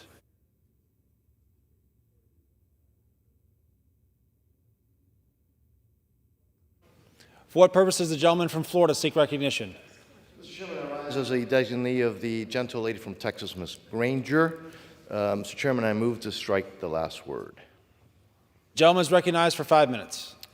Thank you, Mr. Chairman. I rise to discuss a very serious concern about the lack of cooperation from the government of the Bahamas. It's something that concerns me and my colleague from Louisiana. I greatly appreciate the gentleman's concern and his impassionate and relentless search for answers that unfortunately still remain after a horrific tragedy that happened to one of his constituents. Mr. Chairman, I am grateful that he's standing up. I appreciate his concerns, and I want to make it very clear that I share them. And obviously, I want to work with him. I want to make sure that we continue to work to get these answers, to answers that he deserves, that his constituents deserves, that all of us are entitled to. And at this time, I would like to yield to the gentleman and thank him for bringing this very important issue to the attention of the House. And it's something that we will continue to pursue. And with this, I'd like to yield to the gentleman from Louisiana. The gentleman from Louisiana is recognized. Thank you, Mr. Chairman. Mr. Chairman, I want to start out. I want to thank my friend, Congressman or Chairman Diaz-Balart, for his hard work on state and foreign operations appropriations legislation. I know he and his staff have worked tirelessly over the last several months to get this bill in the position it's in now, and I want to thank them for their hard work on this. Mr. Chairman, earlier this year, back in May, a constituent, Cameron Robbins, went on a trip celebrating his graduation from high school. Went with probably hundreds of other high school graduates from the Baton Rouge area to the Bahamas. They were out on a cruise in the evening, and Cameron went overboard. We were working literally overnight. I think we got the first call around midnight, and we're on the phone till 4 a.m., waking up admirals and captains and all kinds of folks from the United States Coast Guard, and working with the Bahamian Royal Defense Forces to ensure that there were appropriate search and rescue efforts to find Cameron. Regrettably, Mr. Chairman, despite the efforts of the United States Coast Guard and the Royal Bahamian Defense Forces, Cameron's body was never found. You can imagine the tragic impact on the family, on the students, on the entire community. Mr. Chairman, the Bahamian government, they're our friends. They're allies. We're obviously very close economic relationships. The police in the Bahamas conducted a very extensive investigation. They interviewed students who were nearby to find out what happened. They interviewed the captain of the vessel, interviewed everyone who was involved. And we've simply asked, and Mr. Chairman, you can imagine the family at this point, simply asked, could you please just share your investigation report? That's it. Just share the investigation report. The family just wants to learn as much as they can about this tragedy. And I'm going to say it again, Mr. Chairman. Cameron's body was never recovered. And the Bahamian government, unfortunately, the Royal Bahamian Police Force has not provided anything, not provided any answers. We sent our Coast Guard over to do search and rescue missions. We had surface ships, we had helos, we had aircraft over there, and the Bahamian government has provided nothing. They've been totally unresponsive. They haven't responded to me. They haven't responded to the State Department. Mr. Chairman, I ask unanimous consent to include in the record a letter to the Prime Minister of Bahamas, Prime Minister Davis. I'm not sure if we're under general leave or not, but asking unanimous consent for this to be included in the record. The gentleman's request will be covered by general leave. Thank you, Mr. Chairman. So, Mr. Chairman, I do have an amendment that would restrict funds for the Bahamian government contingent upon their cooperation or simply sharing information. In discussing this with the chairman and the ranking member, we're not going to offer that amendment right now. But I just want to ask the chairman, and I'd like to ask the ranking member, if you all would please work with us on this. I'll say it again, Bohemian government are friends, they're our allies, but this is a tragic situation. I just ask you to put yourself in the place of the parents. And Mr. Chairman, just ask if you'd work with us on this, is try and help us get the information that the family's looking for. Well, let me again thank you. Thank you for bringing this forward. Look, it's important that everybody realize, no, we're going to continue to work on this. There needs to be transparency, and then we need to get answers. And you have my commitment that I will do everything and anything that I can to work with you to get those answers, to make sure that that this American who was lost much too soon, and that the family understands that everything has been done to get those answers. Thank you for bringing it up. And with that, I yield back. The gentleman from Florida yields. The chair understands that amendment number 72 will not be offered. It is now in order to consider amendment number 73, printed in Part D, House Report 118216. For what purpose does the gentleman from Florida seek recognition? Mr. Speaker, I have an amendment at the desk. The clerk will designate the amendment. Amendment number 73, printed in Part D of House Report number 118-216, offered by Mr. Stubbe of Florida. Pursuant to House Resolution 723, the gentleman from Florida, Mr. Stubbe, and a member opposed will each control 5 minutes. The chair now recognizes the gentleman from Florida. Thank you, Mr. Speaker. The United Nations Educational, Scientific, and Cultural Organization, also known as UNESCO, is incredibly corrupt and mismanaged. This organization has a long history of anti-American bias and anti-Israel bias. They have even honored countries like China that can consistently violate human rights. My amendment ensures that no taxpayer dollars go towards funding UNESCO. We must ensure that funds appropriated by this Congress are used in the interests of the American people. Why on earth would we give American taxpayer dollars to organizations that hate America and favor our adversaries? President Trump was right to remove our country's membership in UNESCO. It's unconscionable that the Biden administration has chosen to rejoin UNESCO and with that pay over $600 million in back dues. Funding UNESCO is the opposite of America First. This Congress should not provide a single dollar to organizations that seek to disparage America and our allies. I urge my colleagues to vote in favor of this amendment, and I reserve the balance of my time. The gentleman from Florida reserves. For what purpose does the gentlewoman from California seek recognition? I rise in opposition to this amendment very strongly. The gentlewoman from California is recognized. Mr. Chairman, the United States once again became a proud member of UNESCO this past July. This decision was a huge achievement. It involved several years of negotiation, and it absolutely is in the United States' interest, something only the United States should be able to decide. It is wrong to let another party make that decision for us. Debates currently at UNESCO range from protection of World Heritage sites to the evolution of artificial intelligence to the responsibility of nations to respect media freedoms, to the equitable access to education, and importantly, the toll of the Holocaust. The United States should be part of these discussions, making sure that our values are reflected. And yes, we are fighting for our values. Already, since we rejoined in July, we have been able to successfully advocate for the direct participation of Israel in a recent meeting in Saudi Arabia, a diplomatic achievement in everyone's interest. Participation in international institutions like UNESCO are in the best interest of the United States of America. I urge my colleagues to oppose this amendment. I reserve the balance of my time. The gentlewoman from California reserves. The gentleman from Florida is recognized. We need to put America first. We need to fix the spending problem that we have here in Washington. We have $33 trillion in debt. When I first got elected to Congress only 5 years ago, we had $21 trillion in debt. Now we have $33 trillion in debt. We're running a $2 trillion deficit every single year. To give money to an organization that's anti-American and anti-Israel is not putting America first, is not putting the taxpayers' dollars in good use in this country. I ask members to support my amendment.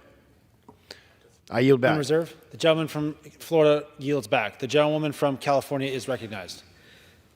Mr. Chairman, putting America first actually means our relationships throughout the world in terms of what we invest in and how we raise our concerns and our values and what we do to bring the world together in peace and security. I yield the balance of my time. The gentlewoman from California yields. The question is on the amendment offered by the gentleman from Florida. Those in favor say aye. Those opposed say no. In the opinion of the chair, the ayes have it. For what purpose does the gentlewoman from California seek I request a recognition? recorded vote, Mr. Chairman. Pursuant to Clause 6 of Rule 18, further proceedings on the amendment offered by the gentleman from Florida will be postponed. It is now in order to consider Amendment Number 74, printed in Part D of House Report 118-216. For what purpose does the gentleman from Pennsylvania seek recognition? Mr. Chairman, I've got an amendment at the desk. The clerk will designate the amendment. Amendment number 74, printed in Part D of House Report number 118-216, offered by Mr. Perry of Pennsylvania. Pursuant to House Resolution 723, the gentleman from Pennsylvania, Mr. Perry, and a member opposed will each control 5 minutes. The chair recognizes the gentleman from Pennsylvania. Thank you, Chairman. Let me say from the outset that I certainly appreciate the bill's drafters prohibit assessed contributions to the United Nations Relief and Works Agency, also known as UNRWA. Now, it sounds that's a nice sounding name. Unfortunately, what the organization does is not so nice. This amendment applies a bill-wide prohibition on making any funds appropriated to otherwise be made available by this act for UNRWA. The issues with UNRWA have been well established and well known in this town and around the globe. They effectively turned a blind eye to terrorists storing weapons at their facilities in 2014 and hired staff with ties to terrorist organizations.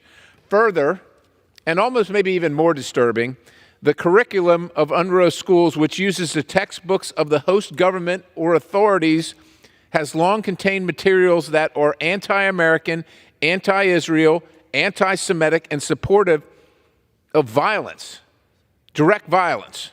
It just can't be understated, and that's not histrionic. That's not hyperbole. That's what it is. As recently as 2022, watchdog organizations found that UNRWA educational material still contains anti-Semitic and otherwise objectionable material, even though it's been brought up time and time again. And yet we keep paying for it, and that they keep doing it because they don't care. Why would they care? We keep paying for it. Not one more dime of our taxpayer money should go towards an agency that has continuously promoted hatred towards this country, towards our taxpayers, towards the things we believe in, and towards our allies, in particular Israel. I absolutely urge support of this amendment. I don't quite honestly understand why we have to do this, but with that, I reserve the balance. The gentleman from Pennsylvania reserves. For what purpose does the gentlewoman from California seek recognition? Mr. Chairman, I rise in strong opposition to this amendment. The gentlewoman from California is recognized. You know, Mr. Chairman, stripping Palestinians of food, housing, health care, education, and opportunities to strengthen their livelihoods only threatens to ignite further unrest, instability, and distrust. Such a cutoff would not only affect the West Bank and Gaza, but Lebanon, Syria, and Jordan as well. Now, along with our ranking member, DeLauro, I have visited UNRWA schools, and I can tell you that these young people are grateful to America for our support. And yes, our absence, of course, invites other countries. I want these young people to remember who supports them and who is looking out for them. This bill, it already puts oversight and accountability requirements on UNRWA before funding can be made available. A total suspension of aid would make it much harder for UNRWA to make sure that these controls are in place and to do proper monitoring while at the same time cutting off essential services to the Palestinian people that currently are only provided by UNRWA. This is morally wrong. I urge my colleagues to oppose this amendment. I reserve the balance of my time. The gentlewoman from California reserves. The gentleman from Pennsylvania is recognized. Thank you, Mr. Chairman. Oversight. I'm sure there's always oversight, and there's going to be oversight again with this bill and the next bill, and with the authorization, State Department authorization.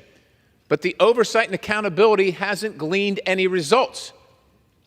I've been in the hearings. I've seen the textbooks. I'm sure the gentlelady from the other side has seen them as well. As long as we keep paying, they're going to keep doing it.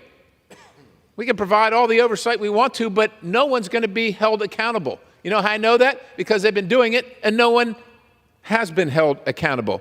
I'm sure they are grateful. I'm sure the students are grateful to receive the textbooks. I'm sure the population is grateful to receive our money as they thumb their nose at us and do things that are antithetical to every single person in this country that is paying the bill. It is long past time. It is long past time that we say enough. If you're not going to respect and appreciate what we give you appropriately, then we're not going to give it to you until you can get your act together and stop espousing violence to the very people, biting the hand that feeds you. That's what it is. It's biting the hand that feeds you, Mr. Chairman. Until they're willing to do that, there's only one way to send a message, and that's to quit funding our own demise. I reserve.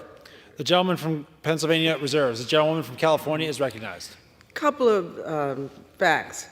One, UNRWA reviews all host country textbooks used in its schools to ensure consistency with the United Nations positions, educational appropriateness, and UNESCO standards. Secondly, UNRWA has a zero tolerance policy with regard to staff neutrality violations and takes all such violations seriously, including those raised by organizations.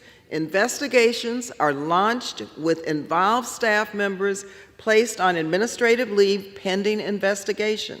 Where allegations are found to be true and thus contrary to UNRWA's regulations and rules, appropriate disciplinary measures are imposed up to and including dismissal. Like any other organization which we provide resources to, UNRWA has accountability mechanisms in place and, in fact, follows up with regard to any charges that the gentleman has raised. And so the damage that's going to be done through this amendment is a damage that is really damaging, first of all, yes, to the children who benefit from UNRWA investments from this country, but it's also damaging to our, again, leadership as it relates to being a real leader in terms of our efforts to seek global peace and security, and that's what this bill really should be about. I yield the balance of my time. The gentleman from California yields. The gentleman from Pennsylvania is recognized. Thank you, Mr. Chairman. Let me just tell you what I think is damaging to our leadership. Having our allies see us pay with our hard-earned tax dollars for their adversaries to promote violence towards them. I think that's damaging. And if I were those allies, I would be questioning how that's helpful. Now, I'm glad that my colleague brought up the fact that the textbooks are checked and that we should know what's in them and there are constant reviews and so on and so forth. Ladies and gentlemen, Mr. Speaker, we can't trust the textbooks in our schools, in our own towns in this country. You think we know what's going on in the Middle East with the money we're paying for theirs? I suggest that we don't. And as far as consistency and educational appropriateness, let me remind everybody, this is the same organization that pays stipends for people that go kill Jews and Americans. They pay stipends for that. So, of course, it's culturally appropriate. It's educationally appropriate. It's consistent. It's consistent with their message of hatred, and we're paying for it, and that's why it should end now. I urge adoption of the amendment, and I yield the balance. The question is on the amendment offered by the gentleman from Pennsylvania. Those in favor say aye. Those opposed say no. In the opinion of the chair, the ayes have it. For what purpose does the gentlewoman from California seek recognition? I ask for a recorded vote. Pursuant to Clause 6 of Rule 18, further proceedings on the amendment offered by the gentleman from Pennsylvania will be postponed. The chair understands that Amendment 75 will not be offered. It is now in order to consider Amendment number 76, printed in Part D of House Report 118-216. For what purposes the gentleman from Tennessee seek recognition? Mr. Chairman, I have an amendment at the desk. The clerk will designate the amendment. Amendment number 76, printed in Part D of House Report number 118-216, offered by Mr. Ogles of Tennessee. Pursuant to House Resolution 723, the gentleman from Tennessee, Mr. Ogles, and a member opposed will each control 5 minutes. The chair recognizes the gentleman from Tennessee. Thank you, Mr. Chairman. April 15th, 2019, under the leadership of President Trump, Islamic Revolutionary Guard Corps was designated a foreign terrorist organization. And that's important because the IRGC is guilty of killing and injuring thousands of Americans. They maintain the largest inventory of ballistic missiles in the region. They have developed a range of unmanned aerial vehicles, UAVs. They support terrorists in Yemen like Hezbollah and Hamas, oftentimes in violation of international sanctions. They wield considerable influence on the government of Iraq and frequently threaten the very existence of our ally and our partner, the State of Israel, like they did earlier this month. The president of Iran just used the UN General Assembly as a backdrop for calling for the assassination of an American citizens or American citizens, and cited the elimination of Soleimani, the former head of the IRGC, as justification. Iran will employ all tools and capacities in order to bring justice, they said, the perpetrator and all those who had a hand in Soleimani's killing. These are the words of an enemy, and we should spend no funds in overturning that designation. This should be a bipartisan bill. It should have a vote. I urge adoption. I reserve. The gentleman from Tennessee reserves. For what purpose does the gentleman from Florida seek recognition? To claim time in opposition, though I'm not opposed to the amendment. Objection. The gentleman is recognized for 5 minutes. Mr. Chairman, thank you. I rise in strong support of this amendment, which would prohibit funds, as the gentleman said, to delist the Iranian Revolutionary Guard as a foreign terrorist organization, very simply. I would note that Section 7041 in our bill contains substantially the same limitation, one of several provisions designed to counter Iran's nuclear program and its terrorist activities around the globe. In addition, the bill provides funding to enforce a future agreement, any future agreement related to the nuclear program of Iran until such agreement is submitted to Congress and receives the advice and consent of the Senate. Not that complicated. So let's be clear, with the administration's just recent decision to waive sanctions and facilitate a transfer of $6 billion to fund Iran, the mullahs in Iran, the world's top state sponsor of terrorism, this debate, this issue, could not come at a more timely moment. So I applaud the gentleman. I applaud the gentleman for bringing this issue. It's an issue that all of us should be on the same side on, as he mentioned, because we have to continue to counter Iran, and I strongly urge for the support of this timely and important amendment. I yield back. The gentleman from Florida yields. The gentleman from Tennessee is recognized. Mr. Chairman, I support the chairman, and I just want to put a finer point on it, because in front of the UN General Assembly, and I continue, they will not rest until that is done, that being death to Americans. The blood of the oppressed will not be forgotten, and the ropes of the guilty will bring them to justice. These folks intend to kill Americans. These folks tend to topple and attack our ally, which is Israel, and I will not stand for it. So I stand before you, Mr. Chairman. I ask adoption of this amendment. I urge my colleagues on both sides of the aisle. This should not be a partisan issue. We're talking about the lives of Americans. Mr. Chairman, I yield back. The gentleman from Tennessee yields. The question is on the amendment offered by the gentleman from Tennessee. All those in favor say aye. All those opposed say no. In the opinion of the chair, the ayes have it. I call for a request, a roll call vote. For what purpose does the gentleman from Tennessee seek recognition? Yes, Mr. Chairman, I request a roll call vote. Pursuant to Clause 6 of Rule 18, further proceedings on the amendment offered by the gentleman from Tennessee will be postponed.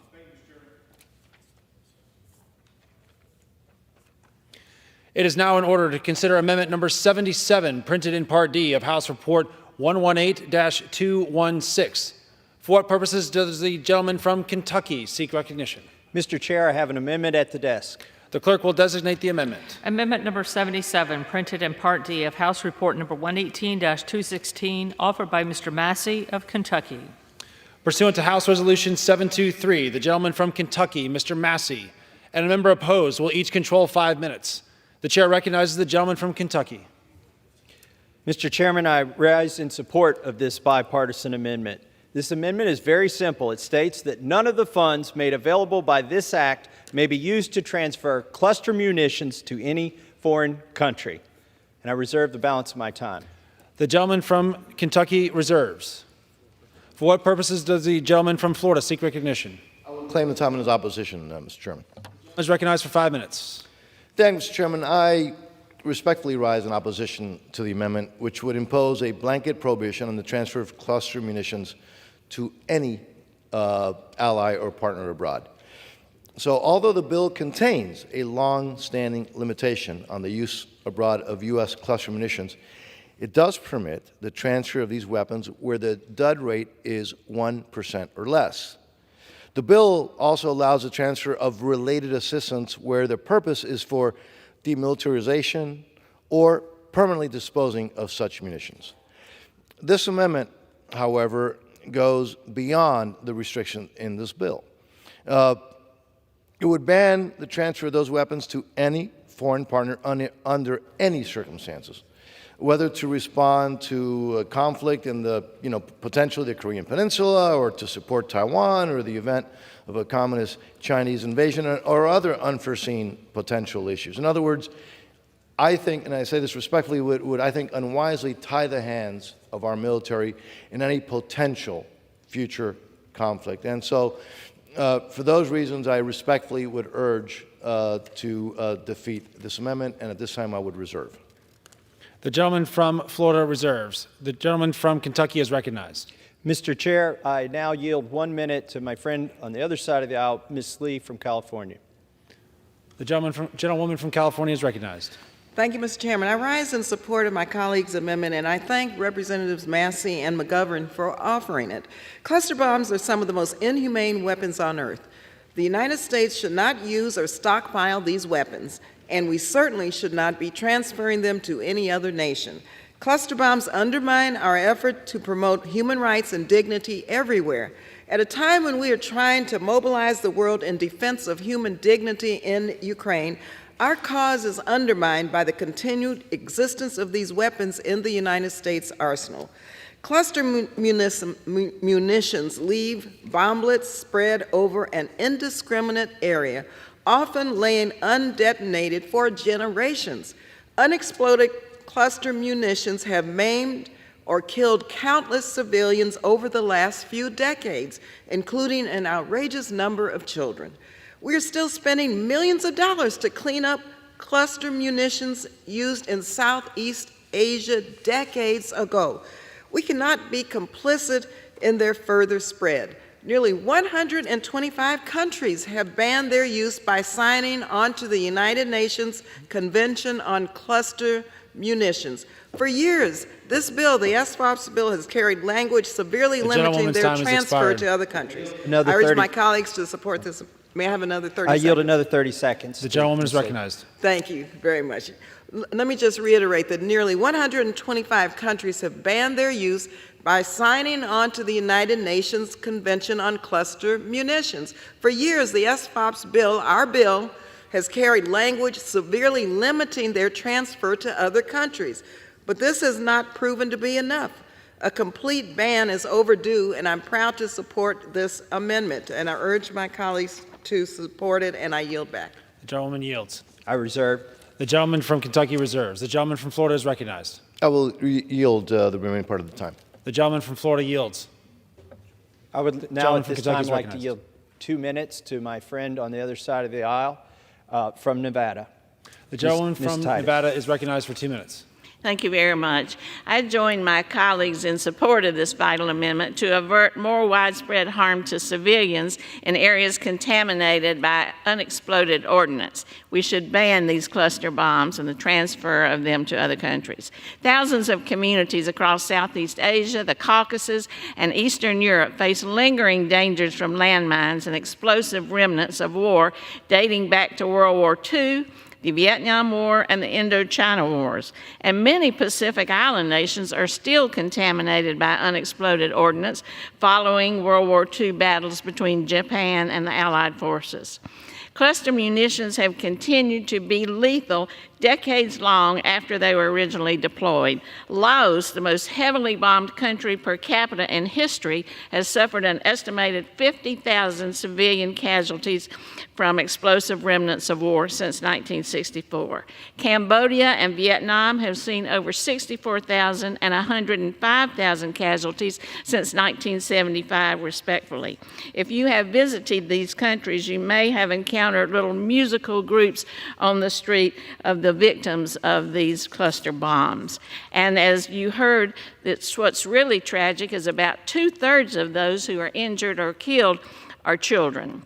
The land in Ukraine that has been contaminated by explosive ordnance has increased tenfold and now takes up 30% of the country, representing an area the size of Florida or twice the size of the entire country of Portugal. There is a reason why a vast majority of the international community, our allies, have banned cluster bombs, and it's time for the U.S. to follow suit. So I'm pleased to support this amendment and thank my colleagues for bringing it. I yield back. The gentlewoman from Nevada yields. The gentleman from Kentucky is recognized. Mr. Chair, over the past year, our country's been engaged in a proxy war with Russia. And we're on a path to a hot war where we will be directly involved if we don't change that path now. It's short-sighted to use cluster bombs there to transfer those munitions. It will represent an escalation in the war that could draw us further into that conflict. And I agree with my colleagues on the other side of the aisle. It's a good idea just not to transfer these to any other country. Now, some have said on previous amendments here on the floor to me, well, I think our Army, our military, we shouldn't be limiting our military.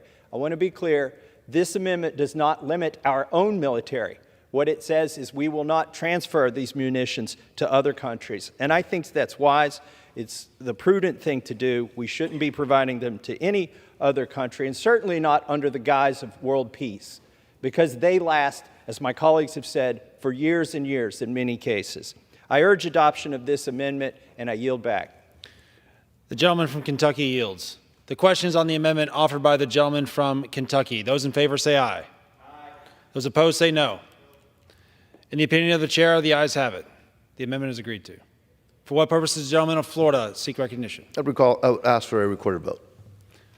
Pursuant to Clause 6 of Rule 18, further proceedings on the amendment offered by the gentleman from Kentucky will be postponed. It is now in order to consider Amendment Number 78, printed in Part D of House Report 118-216. For what purpose does the gentleman from Texas seek recognition? Mr. Speaker, I have an amendment at the desk. The clerk will designate the amendment. Amendment number 78, printed in Part D of House Report number 118-216, offered by Mr. Burgess of Texas. Pursuant to House Resolution 723, the gentleman from Texas, Mr. Burgess, and a member opposed will control 5 minutes. The chair recognizes the gentleman from Texas. Thank you, Mr. Speaker. I want to speak in support of my amendment to H.R. 4665, the Department of State Foreign Operations and Related Appropriations Act of 2024. And this amendment would reduce foreign assistance to 3 Central American countries based on the number of unaccompanied children from each of those countries that were referred to the Office of Refugee Resettlement Custody in the previous year. Mr. Speaker, for the last five fiscal years, the United States has provided more than $3 billion of foreign assistance for Central American countries. For fiscal year 2022, the Department of Homeland Security referred almost 130,000 unaccompanied children to the Office of Refugee Resettlement. 47% of those children were from Guatemala, 29% were from Honduras, and 13% were from El Salvador. 11% were from other countries. On average, providing care for an unaccompanied alien child costs the Office of Refugee Resettlement $500 per day, with the average length of stay in ORR custody being 30 days. This means the average total cost of care for an unaccompanied alien child in ORR custody in fiscal year 2022 was $15,000 per child. But in aggregate, it was 1.933560. It was nearly $2 billion to take care of these unaccompanied alien children. Mr. Speaker, this is a crisis that only continues to get worse in 2023 because of the very dangerous and volatile open border policies of this administration. Look, we know the deal in Washington. If you want to make something important to someone, you make it about their money. I want these countries of origin to take better care of their citizens so that they do not undertake the dangerous irregular migration to this country. But for 5 years, I have tried to push this point, and those countries have done nothing to make it less likely that a child will undertake that dangerous path to come to the United States with irregular immigration. So passing this amendment sends a very strong message.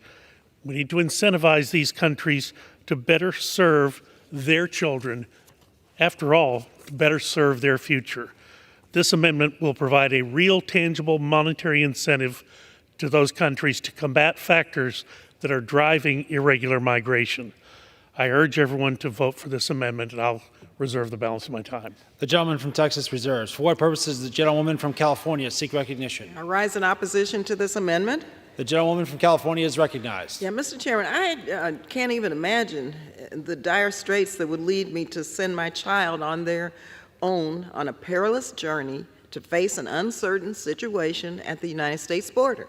No one does that willingly or without exhausting every other alternative. And I've been to the border many, many, many times. I was born and raised in El Paso, Texas, in a border town. And I've talked to everyone who I meet and asked them about the circumstances and why they left their homes.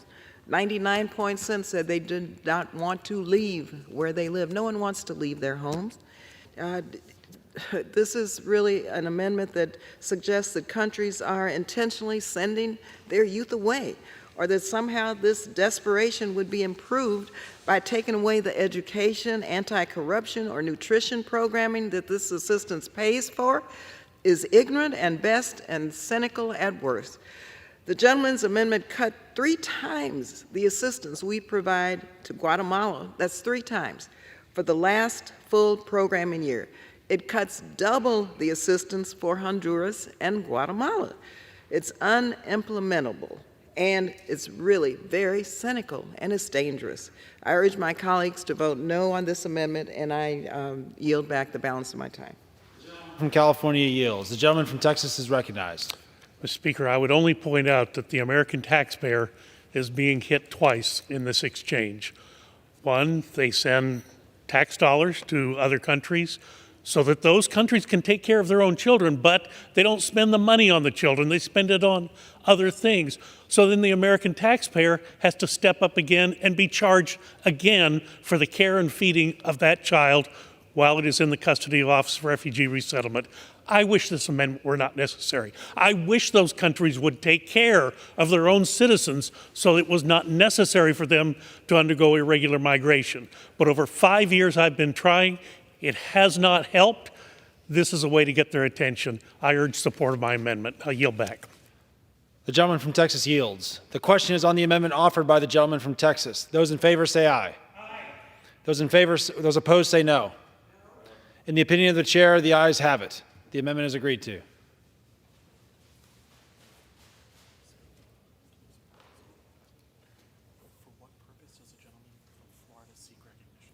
For what purpose does the gentleman from Florida seek recognition? Ask for a roll call vote.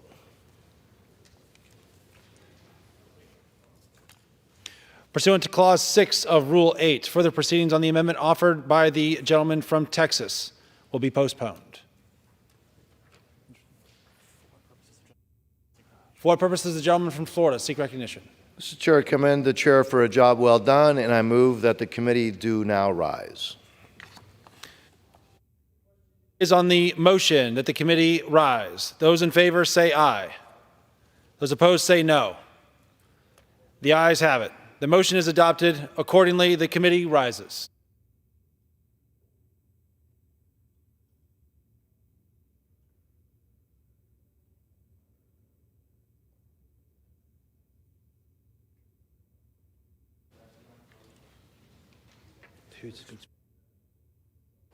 Mr. Chairman. Mr. Speaker, the Committee of the Whole House on the State of the Union, having under consideration H.R. 4665, directs me to report that it has come to no resolution therein. The chair of the Committee of the Whole House on the State of the Union reports that committee has had under consideration H.R. 4665 and has come to no resolution thereon.